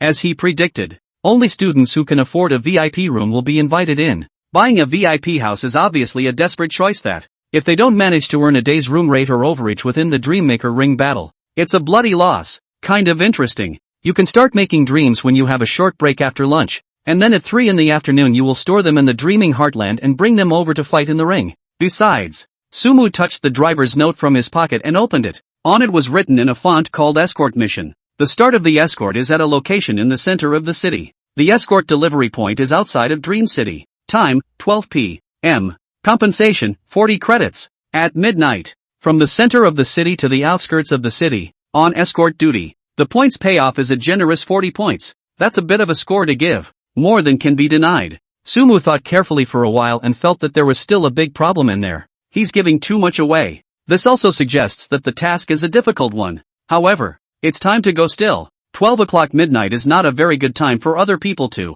but for Sumu, it was simply too good to be true. This suggests that after nightfall, he had plenty of time to create dreams and absorb source power. By 12 midnight, he was able to boost a portion of his strength to travel to participate in the mission at absolute full strength. Afternoon fight, and then at night. We'll continue with our escort duties afterward. It's good that everything is set for today, but where anyone else is concerned, it's simply impossible to maintain peak mental strength to accomplish these things without any supplementary props. This also shows that as long as I can do everything in one breath today, I will still remain number 1 on the points list. Sumu thought about sitting cross-legged on the bed, closing his eyes and completely sinking his consciousness within his mind. Soon, the cube representing the dreaming mind-body emerged from within his mind. In it, a blank small world surfaced in front of Sumu's eyes. Looking at the empty world, Sumu mobilized his source power to consume the slowly growing source power to 500 points, completely replenishing his spiritual power. Then, he flipped through the books in his heart that belonged uniquely to China and reflected the picture of hell from them.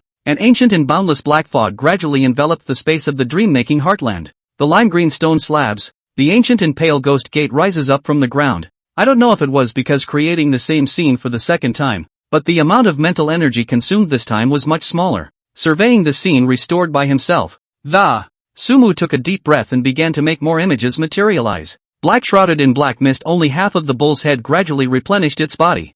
On his side, his good brother Horseface, a horse-headed man, also gradually emerged with a hooked rope. Next to the bridge of Naiha, an immortal light appears and transforms into a pavilion on which the maroon 3 live stone is quietly placed, from which one can look back to reality, the last glance of the ghosts who stay on Earth. At the end of the bridge of Naiha, there is a frightening-looking, pale-faced granny gradually coming out of the black mist, with eyes that seem to be looking into the distance. Beside her, a bowl of crystal-clear Mona soup quietly floated. The angle of view is farther away. The extremely distinctive Chinese-style palace is dominated by layers and layers, and the magnificent ghost city called Fengdu City quietly occupies another side of the world. Up to this point in the construction, Sumu vaguely felt that his spiritual power was depleted, and immediately stopped the construction. He moved his gaze to the 500 points of source power he had temporarily stored, took a deep breath, and injected all of it into the hell with a flash of thought. Just a buzz. Black mist swept around the hell, splashing gusts of wind. The conceptualized images in Sumu's mind about the connection with the hellmouth surged towards the dream-creating heartland in a state that did not consume mental energy. I'm so dead. I'm not dead. I'm not dead. How did I go to hell? Mom and dad children are unfilial. I'll repay you in my next life. On the originally empty Yellow Springs Road, there were many more ghosts with frightened faces. Ghosts cry out in front of the cramped, ghostly gates of 18 green-faced and fanged evil spirits were entrenched here, patrolling the surrounding area. In the Yama Temple in Fengdu City, a black-robed, solemn-looking judge with a hooked pen quietly emerged, with a simple book in his hand, called the Book of Life and Death, one of the 3 books of heaven and earth. Right now, however, the Book of Life and Death was vaguely illusory, obviously not fully materialized. Outside the main hall, the Undertaker held water and fire sticks to his left and right, waiting for the ghosts to enter the hall. Dreamland. The characters are animated, not at all like dream creations, and are not unlike the ordinary people encountered in the Dream City. So, these 500 points of source power are what gives the dream world the essence of a true S-rank dream creation. Sumu nodded with satisfaction as he surveyed the hell that had almost become a small world. Even now, hell has not been able to be completely perfected, but already has a strong defense and ability to frighten others. Once things came up, Sumu could directly pull out the hell in the dream-creating heartfield to descend to Earth,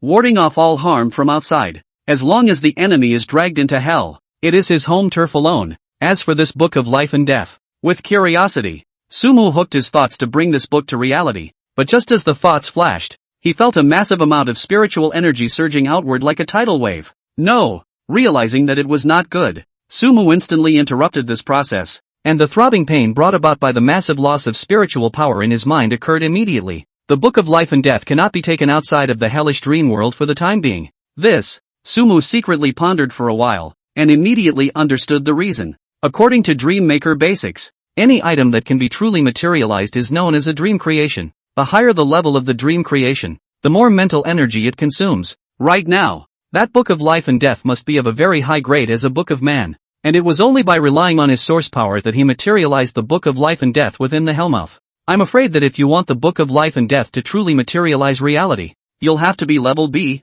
or level A. But if the mental power is enough, it's not impossible to materialize at lower levels. After all, after using the source power, this hellish dreamscape possesses certain essential characteristics of an S-ranked dream creation, and judging from what I've just attempted, I'm able to try to pull something out of it even with only an F rank. As long as I obtain enough source power, I should be able to manifest the book of life and death ahead of time. I just don't know what functions it contains. Of course, simply recreating a book of life and death is also possible, but that would not have the essence of an S-ranked creation, and taking it out would consume one's spiritual energy at all times, so there's no rush. Sumu contemplated, and after surveying the feverish order in the dreamland heartfield he closed his eyes and rested his mind, and as soon as the source power on the panel appeared, he consumed it and used it to restore his mental power. As the bell rang in the noon room, Sumu's mental power moved up. Spirit, 32. 51. He slowly opened his eyes and stretched, getting up with his black card and opening the door to his room.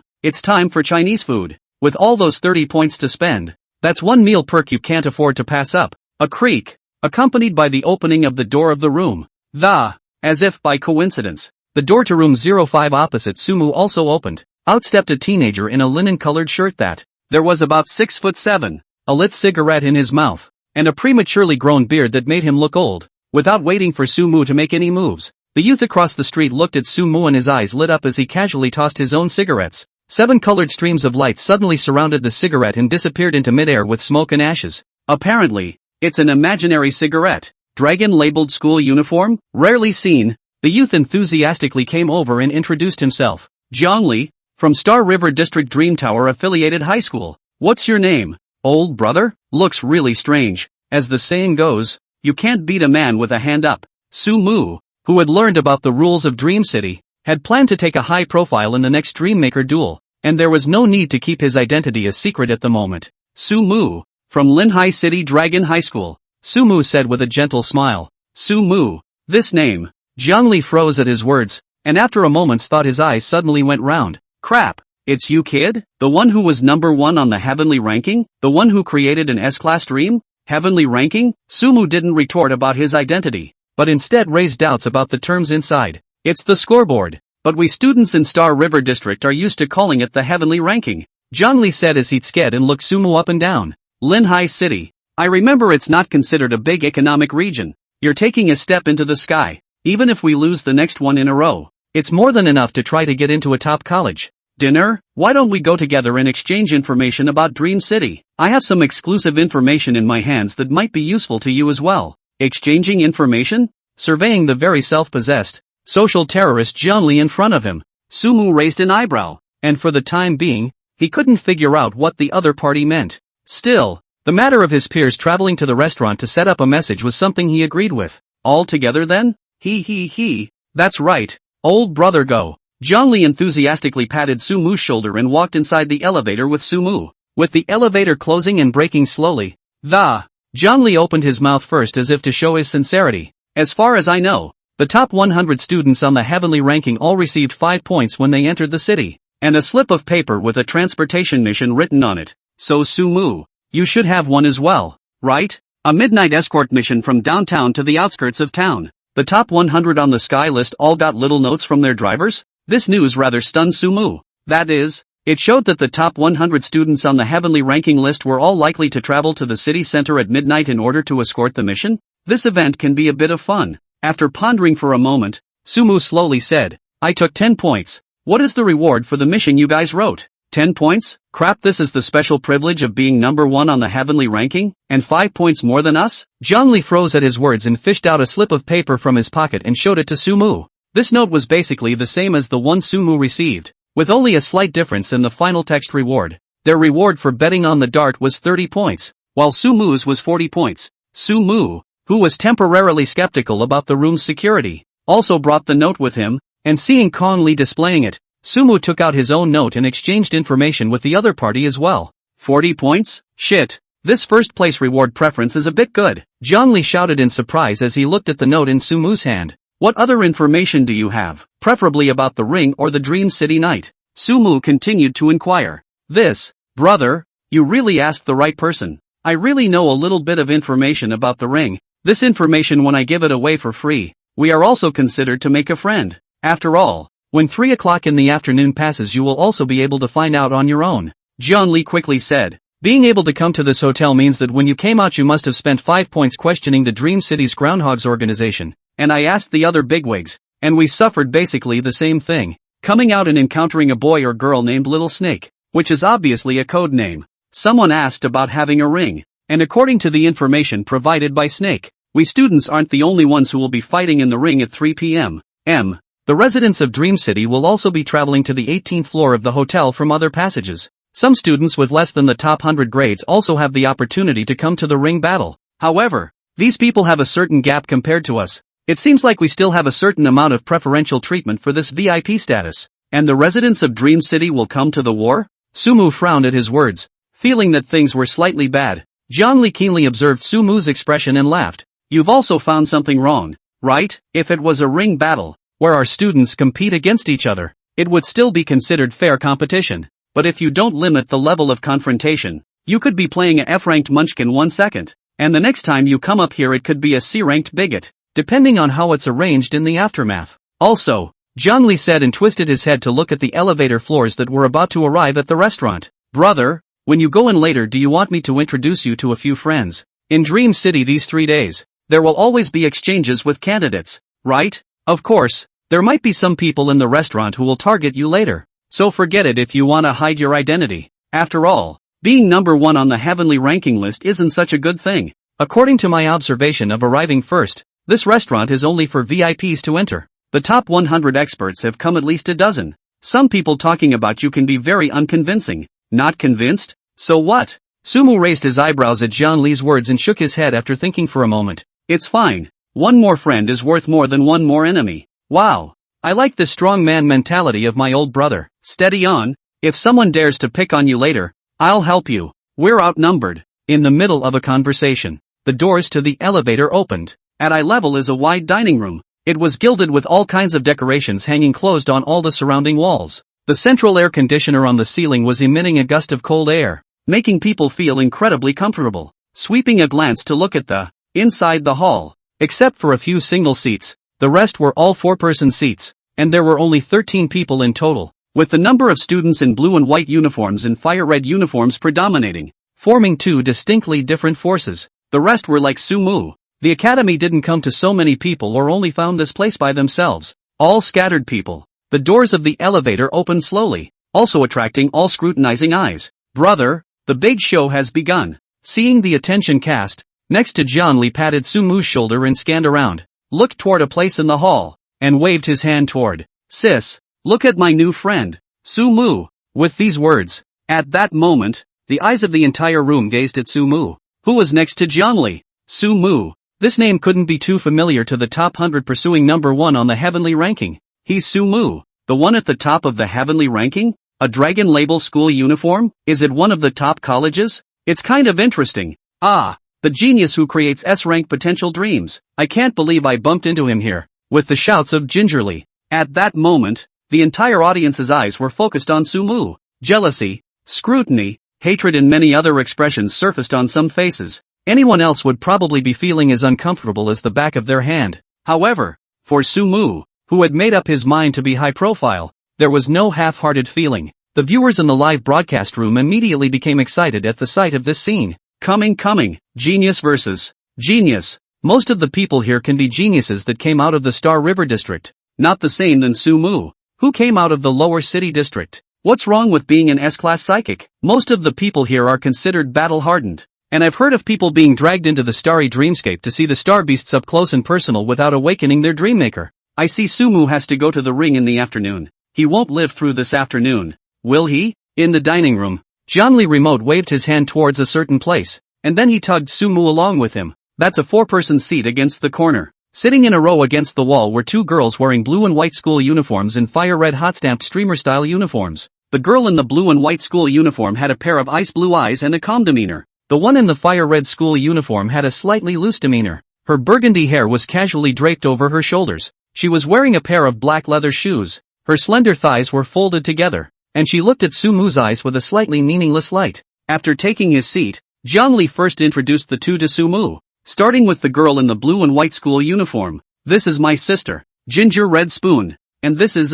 also my sister, Tang Lemon. Good day to you both. Aha. The girl with the ice blue eyes gave him a polite nod counting as a response. You're Sumu? The girl next to him, named Tang Lemon, smiled and asked. From which family? I don't think I've ever heard of the Su surname. Or is your grandfather from some big family? The family? Being a descendant of Yan Huang, with 1.4 billion compatriots at home counts. Ordinary student, not much of a background. Sumu smiled gently. Ordinary students? Tang Lemon sniffed and twisted her head to look at Jiangli next to her. Seeing the other party nod his head, his expression gradually becoming a bit stunned. You dreamed up an S rank on your own without the support of your elders. Before she could finish her words, she heard a male voice from behind. Sumu, long time no see. Turn your head and look. It was a young man in a blue silkmaid costume, with a smile on the other side as he walked slowly. I've heard that an unknown great god came out of this first round, and today, just from the looks, it still lives up to its name. Introduce yourself,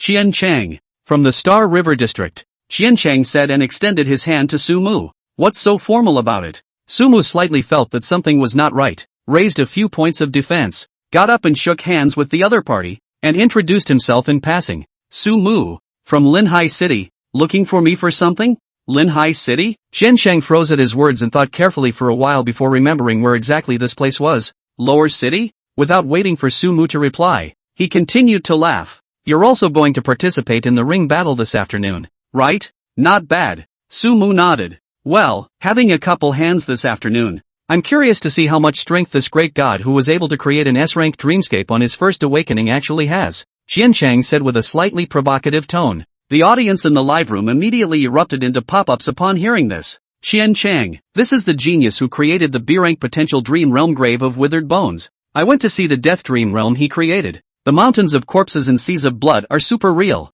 This guy should have been on the battlefield. Coming, here we go. I knew when these geniuses met, they'd collide with each other. Dream makers must be like this. No one can convince anyone at the same level. A couple of hands? Sumu looked at Qian Chang's words and raised his eyebrows. It's soft. Just in time to pinch a genius of the same level while using Wasia to create a dream. There should be a lot of viewers who love this kind of topicality, right? There's a lot of people in the audience. The more source power he had, Sumu just wanted to open his mouth and agreed with a smile. Just then I heard Qian Chang pause and add, how about I offer 30 points to fight with me? Win or lose, the 30 points are yours. How about making friends? Too? As he spoke, he slid his fingers and a message then popped up on Sumu's personal panel. Will you accept the transfer of 30 points from candidate Qian Chang? 30 points for the opening? Looking at the person in front of him, Sumu's eyes narrowed slightly, realizing that something was wrong. Cough. Next to him, Jiangli reminded Sumu to be careful with a cough. Sumu, on the other hand, looked at the panel and smiled, backhandedly modifying the data. How about this? I'll send you 40 points. Let's compete and make friends. I have more points. I'll send them. Words. Sumu really opened the 40 points trading panel. What? The audience was confused when they saw this? Are these two people stupid? They're trying to give away points at the beginning of a match? Wait a minute. Nope. Crap. There's a trap. Do you all remember one of the rules of Dream City? It's forbidden to gain points through any illegal means. Crap. By the way, according to the rules given upstairs, it's considered a violation for candidates to find reasons to transfer large amounts of points to each other. Right? No matter what reason is found. Worry. This kid is so shady. If anyone can't help but pick up the 30 points, they'll be eliminated for violating the rules. Just as the audience said, the person in front of him called Qian Chang was testing Sumu with the rules of Dream City. But alas, Sumu's understanding of these rules was no less impressive. When Qianchang saw this, his face didn't show any disappointment, as if this was a casual move to pit people against him. Don't be afraid to get in the ring this afternoon. Number 1. Enjoy your meal, Qianchang said and twisted his head to leave. That's a shady guy. What school? Not wearing a school uniform either. Zhongli probed and scrutinized for a while, not being able to recall the origin. Tang Lemon, who was arrogant and spicy in nature across the street, was a bit impressed, and after pondering for a while, she said, listening to the name, it should be the Qian family, right? The money family? Zhongli pondered for a while and had a slight impression. Oh, it's the family that the Qian surname S-ranked Dreammaker is sheltering, right? I have some impression. Speaking of which, the establishment of this dream network is still somewhat related to the other party. But this family declined quite a bit with the fall of the S-class Dreammaker. This kid's score is able to test so high. I think he must be the object of the Qian family's full cultivation. Brother, you are blessed. Tang Lemon listened to Zhang Li's words and added, reveal a piece of information. I've inquired about it. One person is only able to go up once in the afternoon's ring match, and is required to pay an entrance fee of 30 points for even a handful of no fights. Points earned are tied to the number of games played, with a guaranteed benefit of 30 points for a successful challenge. Once you are knocked out of the ring, 90% of the points previously earned go to the victor. And as VIPs, we have one chance to pick our opponents when we get on stage, and the chosen one can't refuse. At the same time, all those who enter the ring battle have masks to wear cloaks capable of wrapping around their entire body, and no one will be able to recognize them. This kid is probably afraid that he won't be able to spot you, so he came up with this. I hope that you'll be able to come forward on your own later in the afternoon during the ring battle. After all, after defeating you on the first day, then he has an absolute advantage in the standings and attracts the attention of the major colleges even more. After all, the current Qian family is not qualified to pick the top colleges at random. Pay 30 points entrance fee on entry. Each challenger had only one chance to get on stage, and could only come down if they conceded defeat. Once a loss is conceded, 90% of the match proceeds go to the winner. Also, all participants need to be masked. This last rule directly makes the test substantially more difficult. While the VIPs had the right to pick people, there was no guarantee that they wouldn't pick a local who was also a Dreammaker beyond F rank while masked. That's pure and simple disaster. Giving away points for nothing. It's kind of fun. Thanks a lot. You're welcome. After all, I'm not that kind. If I find out that you're about the same strength as that Qianchang, don't worry. The next challenger will be me. Tang Lemon smiled and spoke. Since you're 20 points higher than us, you have to bring out the level of 20 points higher. Otherwise, this young lady will definitely let you enter the second round of the competition lying down. Honestly, I don't know what the reward for first place is, but we're all pretty annoyed with you for stealing it. So this guy is here waiting for him. Sumu understood as he listened to Tang Lim's words. This young girl in front of me looks hot, but she's obviously not the brainless kind. Having become wary after the first unsuccessful round of reporting, but if Sumu hadn't been able to demonstrate a certain amount of dominant strength, this Missy could come on with a grudge and use him as a soft touch. That means I can play the pig and pretend to fight Chancellor first, then wait for you to get in the ring and earn one more point? Tang Lemon sniffed and rolled both eyes. You could have tried. And that's where a strange lunch began. After that there was no one who came looking for a fight. Sumu asked the waiter for a beef gaijin and sweet iced tea. 30 points or 30 points for a reason. This made craft is definitely the best meal Sumu has eaten in the 18 years since he traveled here. The beef was tender and juicy, and the rice ingredients seemed to have been selected from some kind of exotic dreamland rice, which came with its own flavorful texture. During this time, Zhongli, who had a social bull pass, was still scurrying all over the place, while Tang Lim cut the steak without saying a word, and at this time it was like a big family lady. On the side of the ginger red spoon, the girl who hadn't said a word from the beginning to the end had a very low presence, and it seemed that she didn't want to talk to her friend because of Sumu's presence. Half an hour later, Sumu left first and returned to his room on the -17th floor. 2.5 hours to go. The ring battle is about to begin. Sumu sat on the bed, surveying the dreamland heartland in his mind, pondering whether he should add something more to it. He thought, casually checking up on his source power panel, but froze into the eye. Within that source power panel, it actually skyrocketed again. Source power, 527. Look closely at the panel. The person named Wang Hot contributed 500 points at once. Also, for some reason, that +6 source power contribution is significantly faster. The +0, 1 and 1 messages refresh much less frequently. Is this because the dungeon dreaming is only open to C-rank and above dream makers? Sumu pondered for a while, temporarily putting this doubt aside in his mind, focusing all of his attention on the distribution of the 500 or so points of source power in question.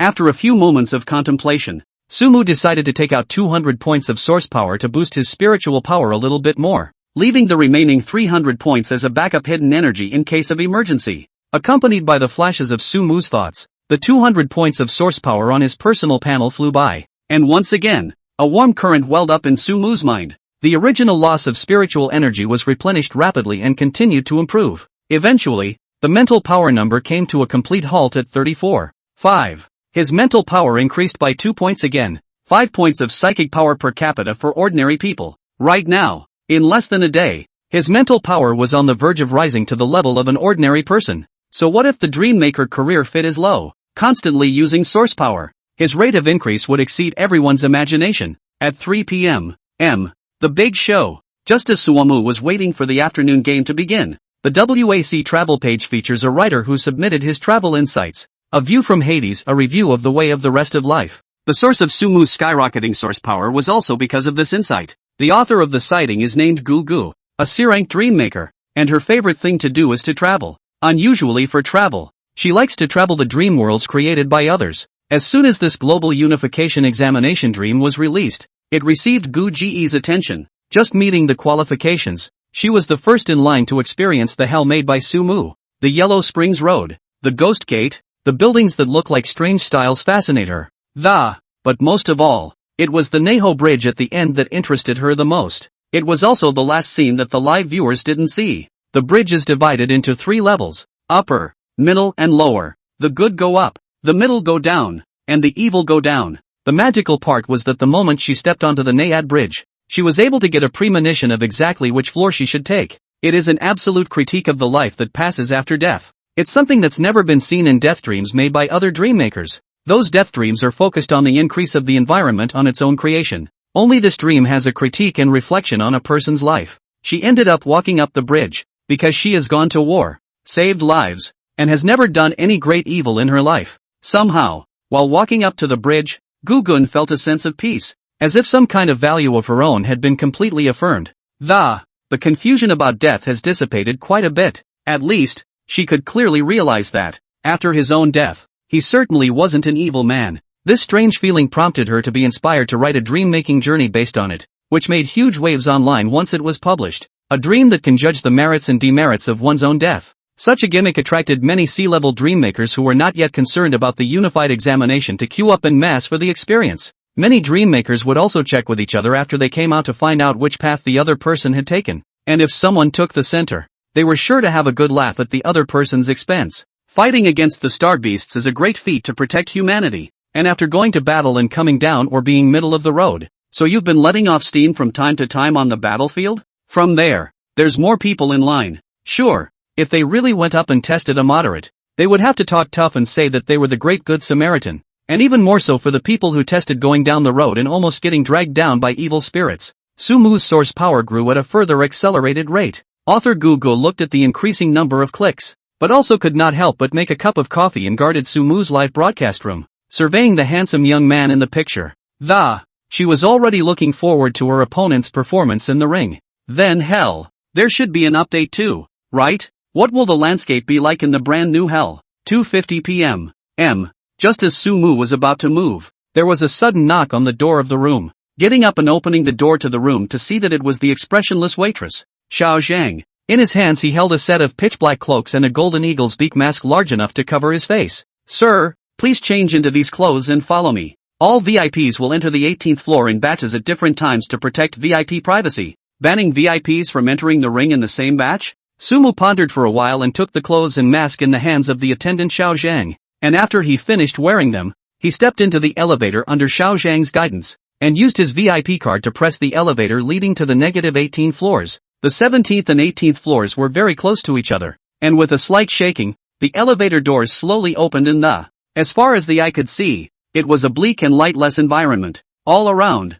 there stood a number of black-robed men wearing masks on their heads and black suits. Their towering and upright bodies were like replicas from a mold. Their body types and heights were exactly the same, and they were all indistinguishable from each other in terms of form. The attendant Xiao Zhang didn't step out of the elevator after sending Sumu to the negative 18th floor. Outside, Sumu was greeted by a black-clothed man near the side of the elevator. Honorable VIP, your VIP exclusive suite has been arranged. please follow me. The male voice was still as mechanical as an incomplete dream creation, but it was a lot more vivid than the waiter Xiao Zhang. Along with the black-clothed man's words falling, the people behind him quickly changed their orientation a bit, pointing out a path forward for Sumu. Sumu nodded and followed the man in black as he walked slowly inside the pitch-black, incomparably dark hall, until it stopped at the door of a room marked 18. Sir, this room number is your code name in this ring. The interior enjoys a comfortable air-conditioned bathroom as well as all kinds of snacks and fruits, and on the desktop are the specific rules of this ring challenge, so just read them carefully.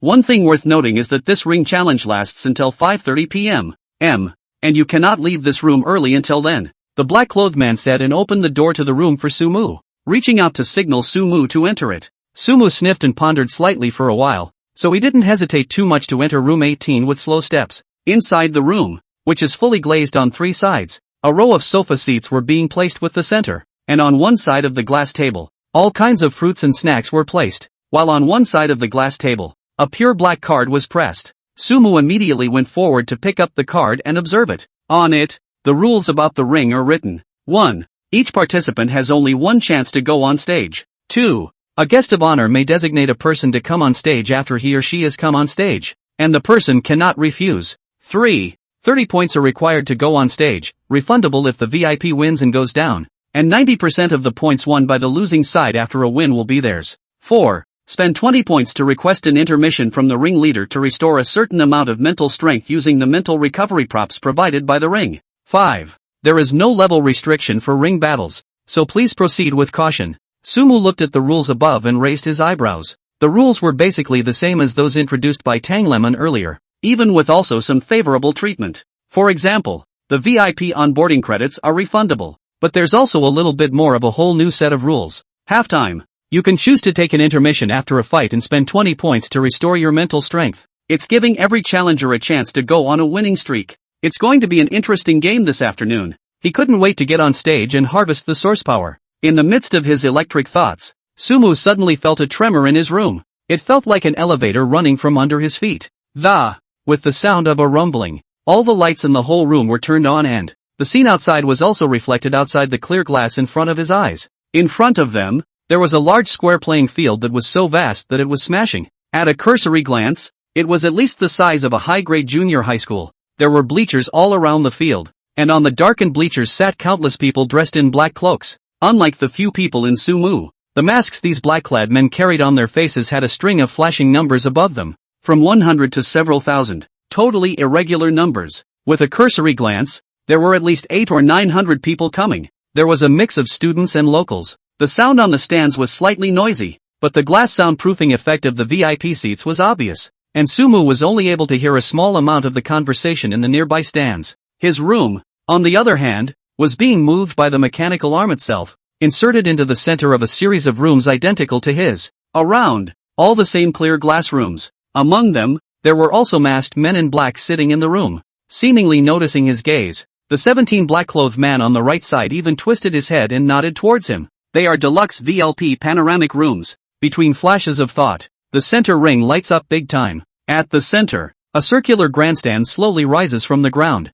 A middle-aged man in a black suit with silver-white hair wore a gentle smile as he slowly rose with the elevator. The eyes of the entire room were on him at the moment. Sumu didn't feel any abnormality, but he only heard a burst of exclamations coming out from the surrounding stands, including the VIP seat rooms. Crap! The principal of Dream Tower?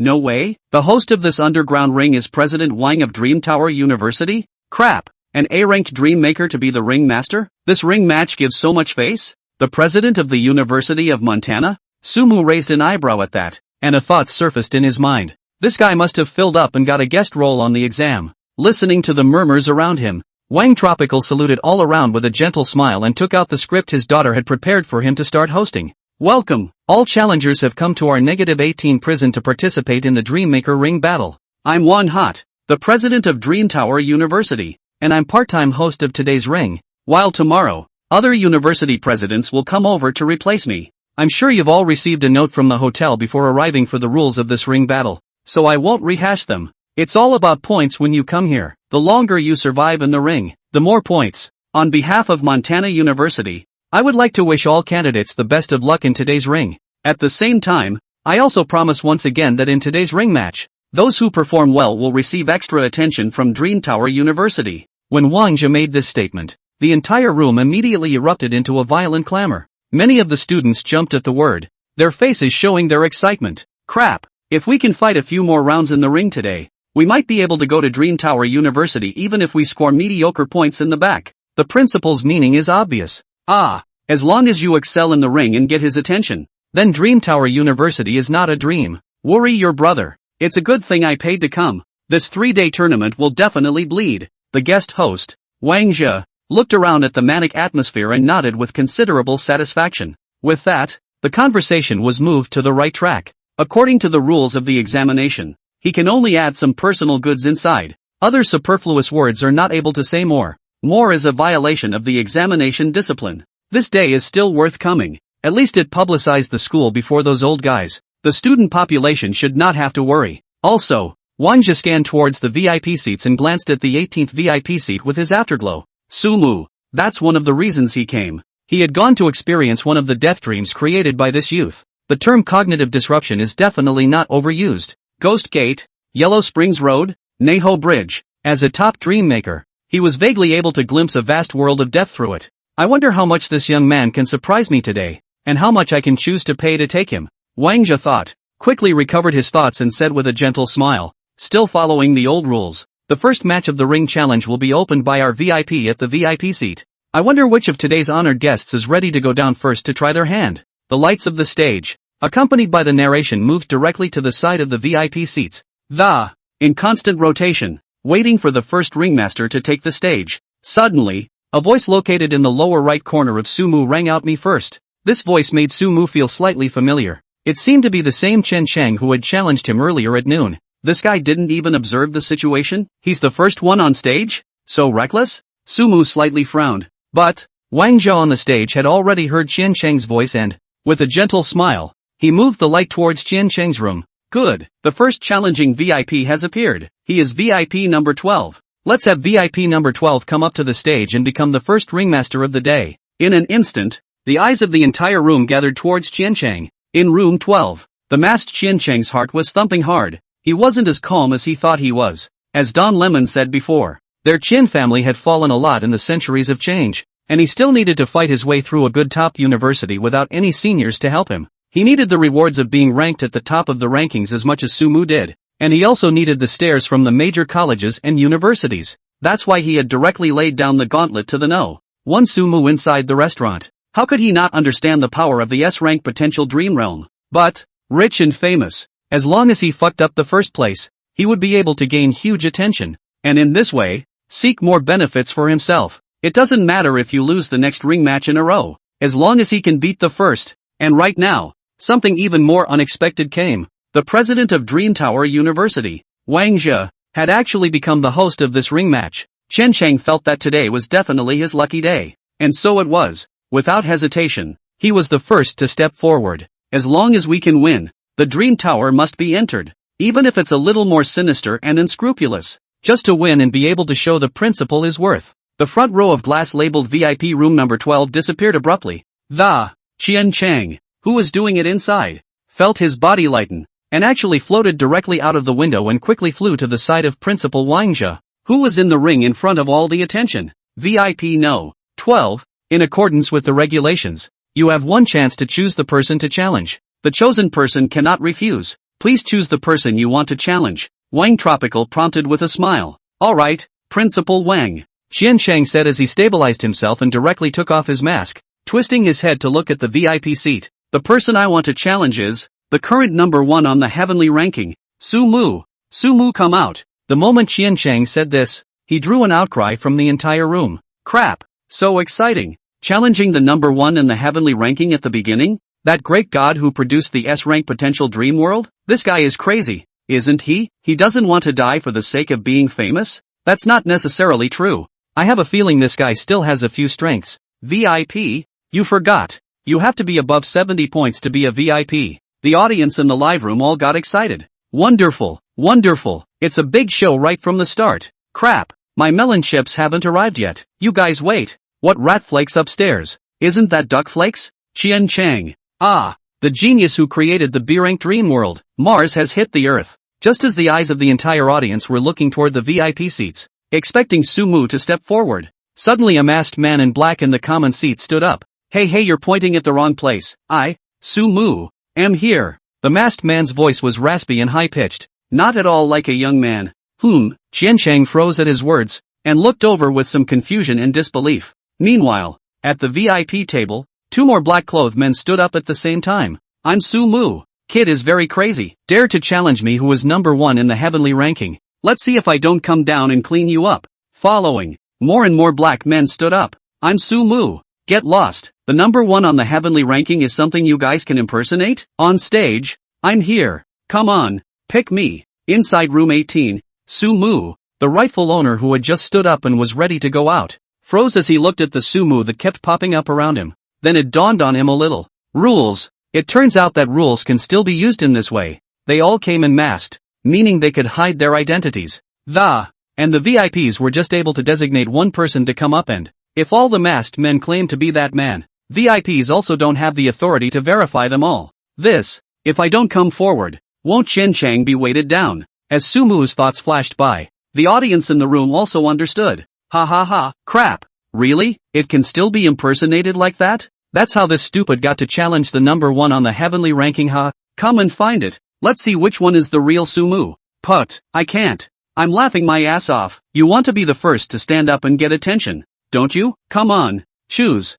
This guy specializes in taking off his mask and coming out to humiliate people. Looking around at the new Som that keeps popping up, standing on the stage, Qiancheng was confused. Cold sweat broke out on his forehead. It seems that, mask off, a little early? Listening to the voices of I am Sumu that kept coming from the stands all around, Qiancheng's brain tingled slightly and, for a moment, he was a bit overwhelmed and asked a stupid question to Wang Zhe. Principal Wang.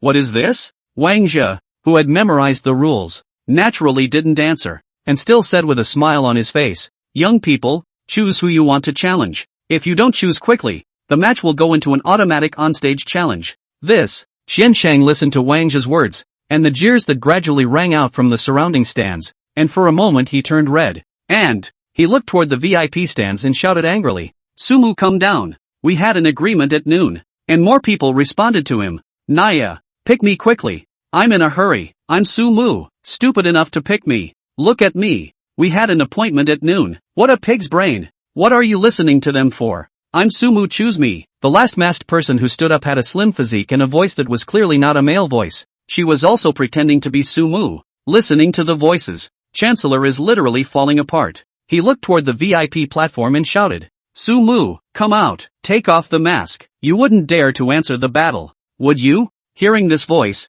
Sumu was actually ready to twist his head and sit back down. Take off your mask? This Qiancheng really dares to say it. The underground ring rules repeatedly emphasized protecting one's identity, and Sumu always felt that it was not only used to confuse his opponents, but perhaps there were other aspects as well. For example, this underground ring is not formal. Snake mentioned this as a place for black boxing. Being black means not being recognized by the Dream City law enforcement team. Perhaps it's a lightning rod to the point where there's some penalty for showing your face or even revealing your voice to be recognized. Of course, thought for thought, bad taste for bad taste. Naturally, Sumu would not respond to the battle and then shrink back into a turtle. It's fun to toy with someone, but boosting source power was the most important thing. He was going to be on stage until the end. Right now, with a student on stage, it's natural to pinch first. He looked around the room and it was noticed that the black-clothed people around them were standing up and using their voices to interfere with Qiancheng, and there were no unnecessary physical movements. Sumu pondered for a while, raising his hand up to make sure he could highlight himself to attract his opponent's attention. As for whether Chancellor can understand it or not, that's up to him. He was ready to go up after a round of Sumu anyway. Qiancheng, whose eyes were already glued to the VIP table, immediately noticed the distinctive Sumu. Although the other person didn't take off his mask, he felt that this person should be Sumu. It was too late to think about it, and in the urging of Wang Zhe beside him, Qiancheng reached out and pointed to Sumu in room 18. Him, that's him, the Sumu I'm going to challenge. A roar of laughter erupted from the floor. Sure, people don't take off their masks. Join me. This man is really taking off his mask to disgrace the whole field. The disgrace is going to the whole country. That's not true. If this guy doesn't show a bit of strength at the match later, it'll be a disaster. I have a feeling that Monumental Tower University is definitely not going to have anything to do with him. listening to the bleachers. Chen Cheng's face was a shade of green and white as he stared at the masked man in room 18 with wide eyes carefully. The masked man put his hand down again after he had settled on a candidate, and his inscrutable appearance made his heart drum. Maybe this guy just saw the right time to catch his eye on purpose. It's possible that this person isn't even but a high-level dream maker. Thinking this way, Chen Cheng's sweat became even more intense. In his heart, he had already cursed Sumu from top to bottom. It's already happened, so we can only bite the bullet and go on. Damn Sumu. Next to him, Wang Zhe, who had already heard Chen Cheng's selection, shot a glance at Sumu, smiled, and nodded his head. With a slight movement of his fingers, he pulled Sumu from within the 18th room to the square competition stage, opposite Chen Cheng. Chen Cheng looked at the black-clothed man in front of him and scrutinized him carefully. It looked as if he was the same height and build as the Sumu he had seen at noon, but people always have a hint of a mind that seeks to confirm when they are sure. Sumu, is it fun to play like this? Chen Cheng whispered through clenched teeth. Ha! Sumu scanned and didn't talk to Chen Cheng. He just stood there waiting for the match to start. Since both of you have arrived on the stage, please stand to the center of my light markings, and both sides will not be able to make a move until after I call for the match to begin. Wang Zhe said as all the light from the surrounding stands dimmed. Two beams of light from the sky hit the east and west sides of the square bleachers. Sumu, who had seen the Dream Maker duel from the textbook, still understood the flow of the match, and without the intention of pre-match trash-talking, he twisted his head and headed towards the point of light. Chen Cheng, on the other hand, glared viciously at Sumu and headed toward the other aperture on the west side of the room. Whether or not this person was Sumu, he had to win this match. As the parties took their places, the light from the sky then covered the entire stage. Standing in the center, Wang Zhe, also accompanied by the elevator, slowly fell down and, a moment later, a voice rang out from the sky. Game on! With the fall of the voice of, a howl went up around the stands. Kill him! Fuck the first! Sumu! Chen Cheng, who was standing on the west side, looked at Sumu and let out a cold snort, saying, whether you're Sumu or not, get down there. If you're not Sumu, when I finish you off, I'll ruthlessly mock the coward who didn't dare to come. The tomb of dry bones. Chen Cheng reached out and aimed his hand at the air in front of him, spreading his fingers slightly and slowly bringing his 5 fingers together. With his movements, below the surrounding grounds, bursts of cackling bone-rattling sounds kept coming. With the entire playing field as the center, the polished floor was enveloped in a morose bone-like texture, cackling as if giving life to the floor, making people think that the floor was a mass of writhing bones. And that's not all. In the second that Chen Cheng released his ability, a large area of pale white streams of light emerged from a part of the place behind him, and a morose and terrifying, mountainous pile layered with countless skeletons quietly emerged. At the skulls of the corpses that were so morose and terrifying that only their skeletons were left, a pair of throbbing soul flames kept flaring up, like countless pairs of eyes staring fiercely at Sumu. The white light in the sky was also enveloped in a burst of pale white plating. The world seems to be a little different. Sumu, you don't think you still need to conceptualize your dreams on the spot, do you? Seeing that his dream completely covered the entire playing field, Chen Cheng said triumphantly, looking at this large territory belonging to the skeleton. The audience in the live room was stunned. Crap, this one skeleton can't be a soldier, can it? It's too strong. This B-rank potential dreamscape managed to perfectly blend the environment and the creation together. The scenery, corpses and bones piled up next to it have the potential to become an offensive creation, worthy of being a B-rank potential dream realm. This hand alone is enough to dominate the top 100, right? Unfortunately, it's still almost intent. I guess this kid has only created a little bit of dream intent. The substance will have to wait for him to grow up. Sumu is in danger. I'm afraid. It's too despicable, isn't it? To actually use the storage function of the dream-creating heartfield. Inside a building in the Singa district, Guzhuan looked at the live broadcast that covered the entire field of the heart of the white bones of the Mori seized up. It doesn't take time to create an item or a normal dream, but creating large-scale death dreams with a dream-making heartfield than without one, that can be completely different. Those who have a dream-creating heartland can move their dreams directly out of the dream-creating heartland. The speed of polymerizing dreams was unknown how many times faster than ordinary dream makers. That's a lot of trouble. Using his identity as a writer, Guzhuan contacted an old friend in the press to collect a little personal information about Sumu. Knowing that Sumu's family is not well off, even to the point that can be called poor, going to school or relying on Linhai City funding to go to high school. Right now, is it possible for an average student to take out a dream-creating heartland? Not to mention the dream-creating heartfields. He couldn't even afford the low-grade item for storing dreams. Could he? Guzhuan wanted to report cheating, but the use of a series of items that stored dreams, such as the dream-creating heart field, was permitted by the unified examination. Because the person the dream maker will eventually have to face is the star beast, they will eventually have to head to the battlefield. And using similar props is basically common sense that must be learned, even as the sooner they learn it, the better. Therefore, the use of such props is not prohibited by the UCAT. The S-Class Death Dream Realm was certainly powerful, but it also needed time to construct it. In addition, how much of Sumu's spiritual power was left after the construction? Would it be enough to hold up against a match? Gugu's heart seized up. Unless someone lent him a dream-making prop, or rather, Sumu obtained a piece of dream-creating heartland in the first round of rewards. Seeing that he raised his hand so confidently to stand out of the body, I think, it must be prepared. Never show off. It wasn't just Gujuan. Many people had thought about this, especially after watching Sumu let Xiancheng expand his field to the full playing field. What a bully! A fiery female voice of anger was emitted from the office of the Linhai City Lord. Go inside and look around. It was a woman of about 30 years of age, wearing a white blouse and a clean ponytail, her delicate face turning redder with anger. Sumu's superb performance in the Global Unification Examination had naturally attracted the attention of Linhai City's senior personnel. Lu Yun, the A-ranked dreammaker who had assumed the position of City Lord at only 30 years old, had been keeping a constant eye on Sumu's movements throughout the day. Right now, watching the people in her urban area fall behind because of poverty, a fire was literally exploding in her heart. His already fiery nature was like a volcano about to erupt at this moment. Looking at Sumu's motionless, weak and helpless feeling on the screen, Lu Yun couldn't wait to wear in and give Sumu a good set of equipment.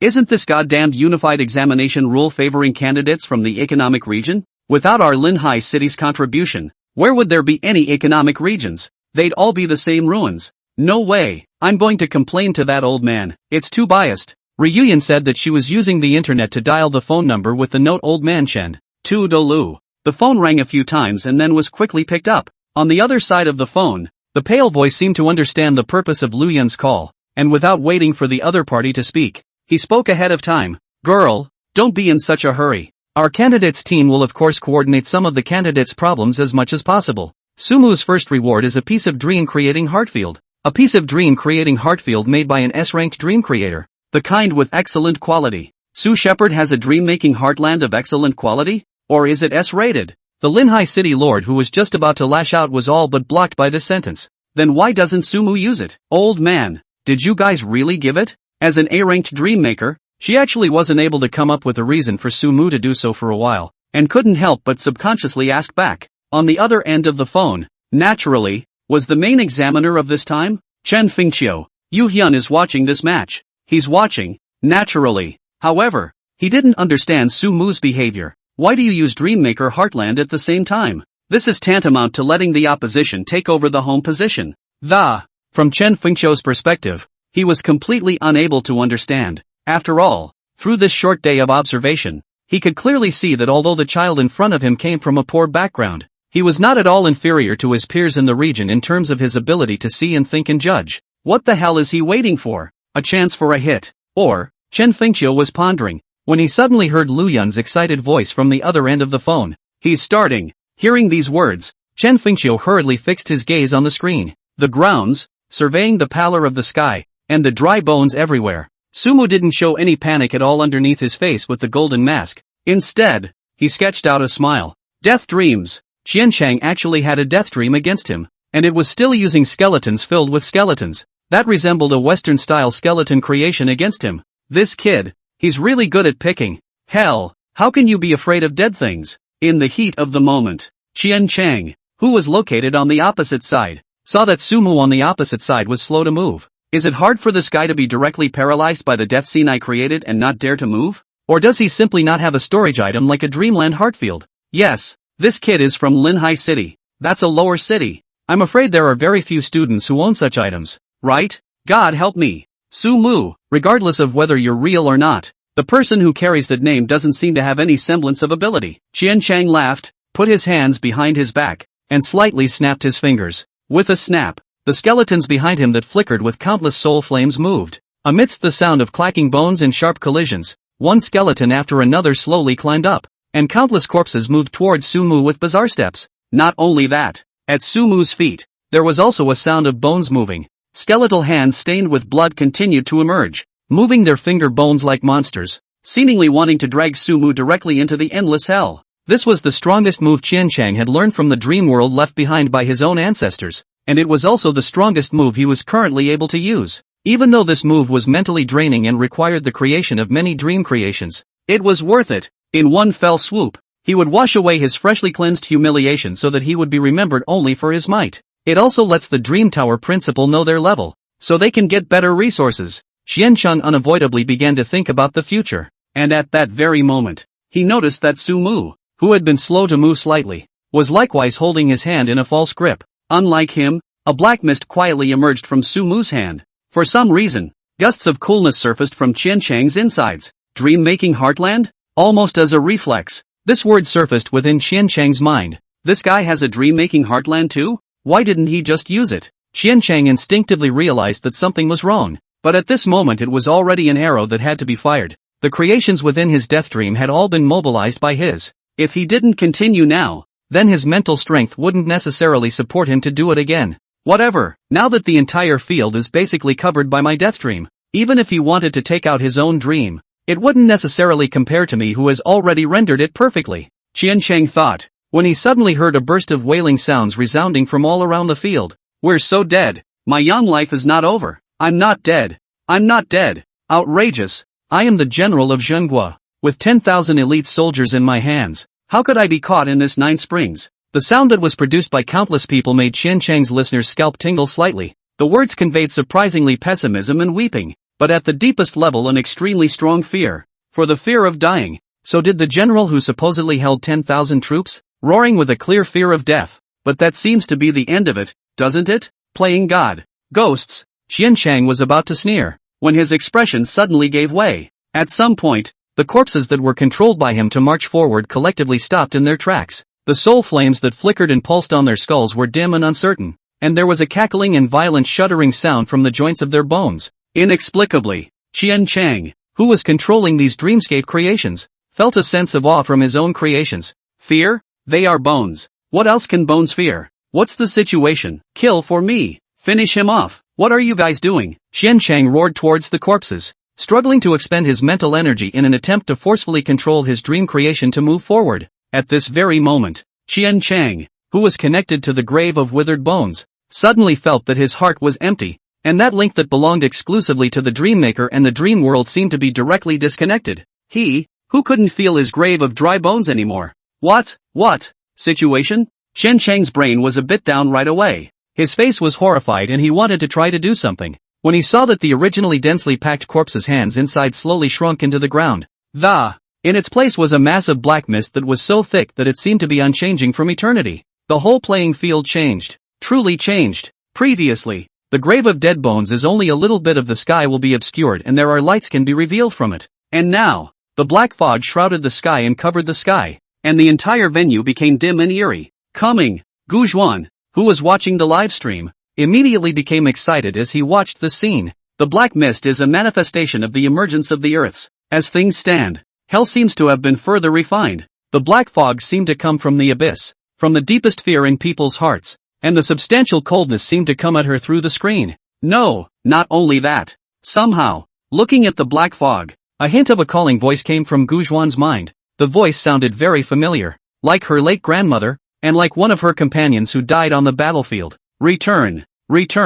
That voice seemed to carry some magic power, making Gu Zhuan's mind shake, as if he felt like he wanted to come out of this body. Audience. Then the students sitting next to them feeling the vibe were more than able to appreciate it. Obviously that black mist didn't envelop them, and yet they feel like death is so close to them. For the first time, they truly felt the distance of death, a distance visible to the naked eye and estimable. Take a few steps forward, walk over to that race table and what greeted them is real death. Many of the masked men couldn't help but scream out in shock. What's that? My God. I feel as if this body of mine can't bind my consciousness. I feel as if my legs are going to face inward on their own. Crap. Monster.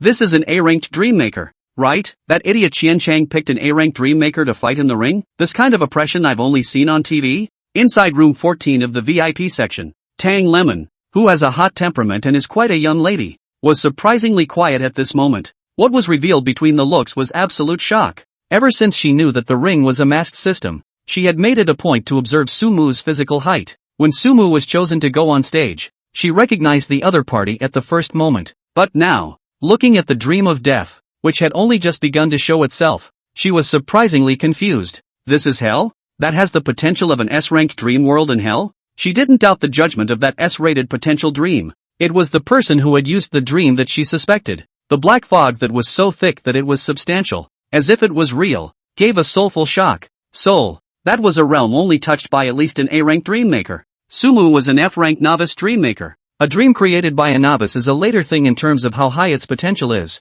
and is simply not likely to have the essence of at least an A-ranked dream. The person who greeted the powerful dream in front of him wasn't actually Sumu. Instead, it was a person whose height and build were basically the same as Sumu's. Is it a special dream net scam to get money to commit? Tang Lime wanted to deceive herself like this, but her past intuition told her that the person in front of her was Sumu, a top genius in the truest sense of the word. Willow Rhyme is shocked by your creation. Incomplete Gehenna. Source power plus 500. Tang Lemon is shocked by your creation. Source power plus 5. Chancellor is shocked by your creation. Source power plus 25. A series of boosts surfaced from Sumu's panel. At the end of the first round, Sumu's source power growth rate was ushered in at an even greater rate. Looking at Sumu, who was jumping rapidly on that panel, Sumu's expression under his mask was delighted, and with a flick of his wrist, he called out for the entire hell to descend. Click, click, click. The skeletons on the ground have completely disappeared. Instead, there is a lime green color mixed with the traces of age of the greenstone road. Countless red and fire-colored flower bones around them quickly sprang up and bloomed with a brilliant luster. Like a dream, as if they were the only light in this world. A river mingled with blood, as if from the side of time with no boundaries visible at all, passed along the center of the field, in which countless corpses resembling Chancellor's summons floated up and down in the river water. The brown Naiad bridge rises along the river, and a small pavilion stands beside the three-tiered bridge, in which rests a brown stone. Sight across the Naiad bridge. An old woman sat right next to the bridge, lines moving recklessly across her pale face, her face hateful and ugly, as if it were the greatest fear of man's heart. She was just holding a bowl of clear soup, gazing at the other side of the Naiad bridge, as if in anticipation, expecting someone to walk across the Naiad bridge to her side. And behind her, in the thick black fog, a magnificent city emerged. Standing license Fingdu, palace as you, magnificent atmosphere, which contains seems to be a myriad of stories. Looking at the grounds, the strong sense of history and epicness deeply stimulated everyone present.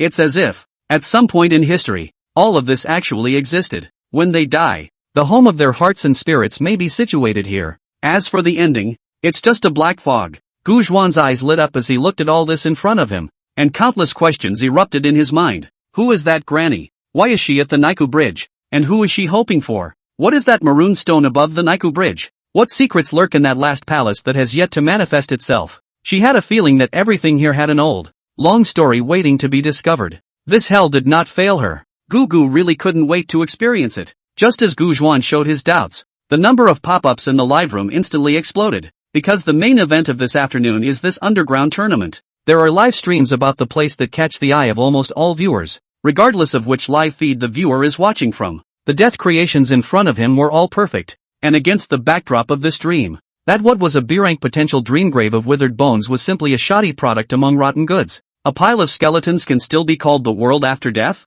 Worry your brother. Is this thing really something a new F-rank artificial dreamer can make? I'm on my knees. Great God, take me as your disciple. I can't create a dream like this even if I rise to A level. This completeness, this sense of epicness and grandeur. I'm on my knees. I don't feel like I've ever felt this much oppression when I faced a starry beast. If I didn't know that Sumu was the 18-masked man standing there, I would definitely suspect that it was the president of Dream Tower University. One hot. Who went up to warm up? What's that old lady doing? And what is that soup in her hand? Where's Qian Chang? Isn't this a sparring match? Where's his stuff? Listening to the last pop-up, the audience reacted. The camera view of the live feed then looked towards the other side of the sparring match. At this moment, Qian Chang was standing on the greenstone road with a dull gaze, and his dream creations, the corpses, clicked and shuddered, not daring to make any movement. He seemed dazed. Seeing this, Su Mu, who was preparing to completely materialize Fingdu City, stopped his hands. Since the other party couldn't carry it,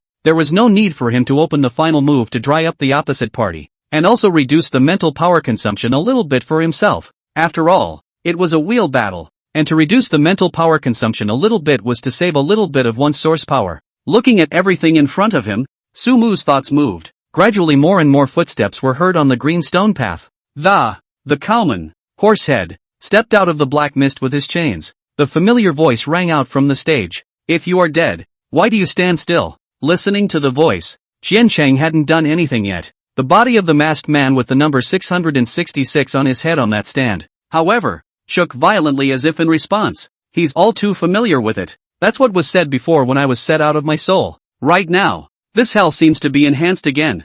Everything under that black mist shroud was stronger than before. Earlier when he walked the Niku bridge there was no granny next to him. Chen Dahan swallowed hard and his legs couldn't help but tremble. Because the first round was planted in the hands of Sumu. He was then punished by the old man for coming to Dream City to act as a dream creator. When necessary, they go up to the stage and knock candidates down to control their scores, preventing some candidates from scoring too high. If there's a cold spot on the stage and there's no fight on the stage, he's going to act as a sandbag and go up for a few rounds. But right now, it's a monster on stage. In case this monster gets a high score, let him pick on this monster. Chen Dahan always felt that his level as a D-grade dream maker was still a bit short. Facing Sumu was even more stressful than facing a starry sky beast. He could clearly see that. Sumu was still holding on to his strength. The city that looked like an epic myth hadn't really materialized on the tournament stage yet. It's definitely not because of a lack of mental strength. Purely because the kid across the street doesn't deserve it. He felt like he had to talk to the old man on the phone. Let's get someone else to cover the shift quickly. Before Sumu starts earning points. He can't be a proctor for a minute. It's not a big deal to lose face. The problem is that he's really going to have an accident in this dream world. Experiencing another death. Chen Dahan felt like he was going crazy. Just as he was about to quietly exit the stage to contact Chen Fengqiu, an incredulous voice came from the stage. This can't be right. What's impossible? Of course it was that his opponent could never be Sumu. This dreamscape is definitely not something an F rank can create. If this was a dream created by an F-ranked dream maker, I'd kneel down and eat this floor for you on the spot. It's my bad luck today. I've met a great power that is at least B ranked or above. I'll admit defeat. But, one day, I, Qian Cheng, will definitely defeat you. Feeling the gradually cold atmosphere around him, Qian Cheng's legs shivered. His two strands warred, and he still said with a stiff upper lip, I concede. Count me out of luck today. Damn it. I admit defeat. I admit defeat to a senior. Seniors? Eat the floor? Listening to Qian Cheng's tough-talking words, the audience in the live room burst out laughing. This little brat is here to cheat you out of food and drink, isn't he? Is he going to eat the floor in one piece? Or break it up and eat it piece by piece? I'm laughing my ass off. I'm cracking up laughing. If Sumu takes off his mask now, is this guy going to kneel down and cry out for his father? Laughing aside, Qian Cheng's words still had some credibility in the eyes of the Dream City students who didn't have God's perspective. Yes, this dream he is too strong. Strong enough to completely surpass the strength of an F-ranked dream maker. Already, some people were beginning to wonder if one of the chief examiners had come down to warm up to bully the little kids. In conclusion, it can't be Sumu, because the word hell is not mentioned at all in this death dream. This masked man also did not call out the name of his dream. As for these queries, Sumu would not clarify them even if he heard them. 3 days later, when the second round opens, the standings are announced and everything is naturally revealed. Still, Chancellor must be punished. Sumu slightly hooked his finger,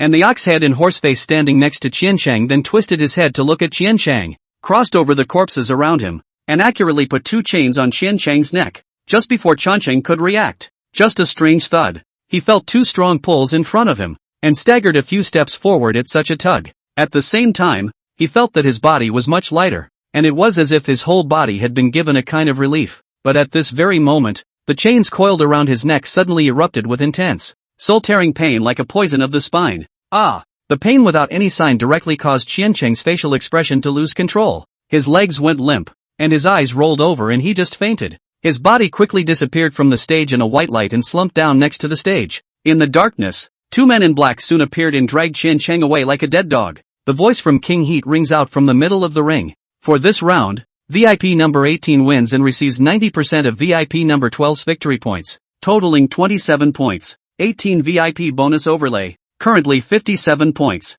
VIP number 18, will you continue? On the side of the stage, Wang Zhe observed Sumu's current performance and asked the question rather approvingly. It's strong. This was the strongest newcomer he had seen since he became the president of Dream Tower University. If he was able to not die in the Starry Sky battlefield, then he would definitely be a top genius who could touch the S-class realm in the future. Only, right now, he still needs a certain amount of enhanced learning. Wang Zhe got a close-up taste of hell in this one-sided fight.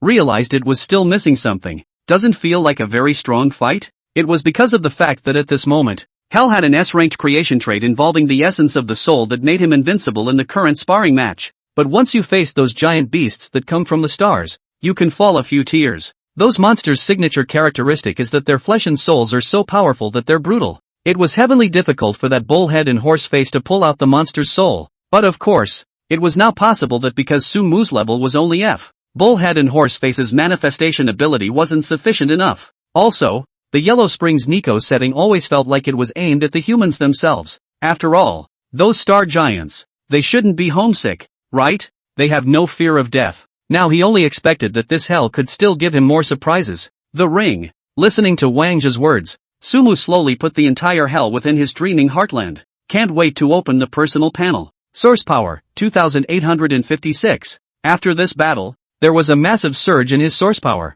2000 points of source power can roughly be exchanged for 20 points of spiritual power. His current spiritual power was 34.5, and if all of it was added, it could be more than 50 spiritual powers. It's only just been a day since the awakening. A student with a ranked spiritual potential would only have 25 points of spiritual power. At most, as long as Su Mu wanted to, he could immediately have spiritual power that surpassed the other party twice. The Xia creation. It's too strong. Su Mu pondered for a moment, consumed 200 points of spiritual power to recover some of the spirit he had just lost, and raised his spiritual power to 36.5. And then he sweeps around the ring raising his hand. It marked him as ready to move on to the next fight. Wang Zhe nodded slightly as he watched the scene, his voice spreading out from the ceiling. According to the rules, the VIP can pick a competitor. Please choose who you want to challenge. The challenge? Su Mu listened to Wang Zhe's words, casually looked at the VIP seats, and used his hand to point towards the number 11 VIP room.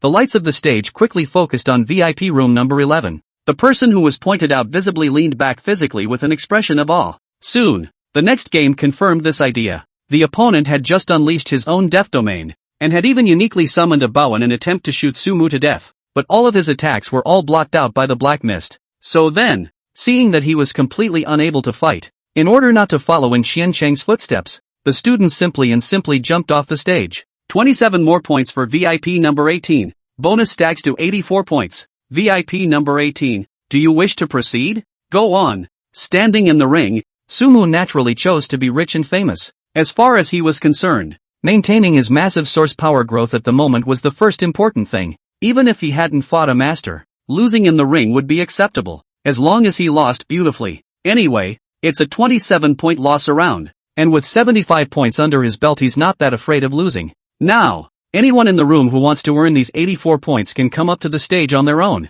The 18th VIP cannot refuse. With the sound of King Hot's voice, in an unexpected turn of events, there was actually a silence at the scene for a short period of time. Not a single person got in the ring. The top 100 trainees of Huaxiao looked at Qian Cheng's miserable appearance and chose to avoid the front line for the time being. At this moment the points are the most important thing. It's a big loss when you get carried away, let alone the low-grade ones. They asked themselves that the dream they created was not as good as Qian Cheng's, so they really couldn't perform at all up there, and they were completely overwhelmed, so they simply didn't say anything. The death-like silence staggered the viewers in the live broadcast room. Holy shit, this is definitely domination. I feel like Su Mu is completely ruling this exam. No one would dare to come up and challenge him now. That's not necessarily true. The first on the heavenly ranking is bullish, but the second on the heavenly ranking isn't? There must be experts in here, just not on the field. They don't think it's worth it. Yeah, you're obviously going to lose both of your matches against Su Mu. So how are you going to play next? Why don't you wait for Su Mu to get off the stage and then go back on the court to get points is the way to go.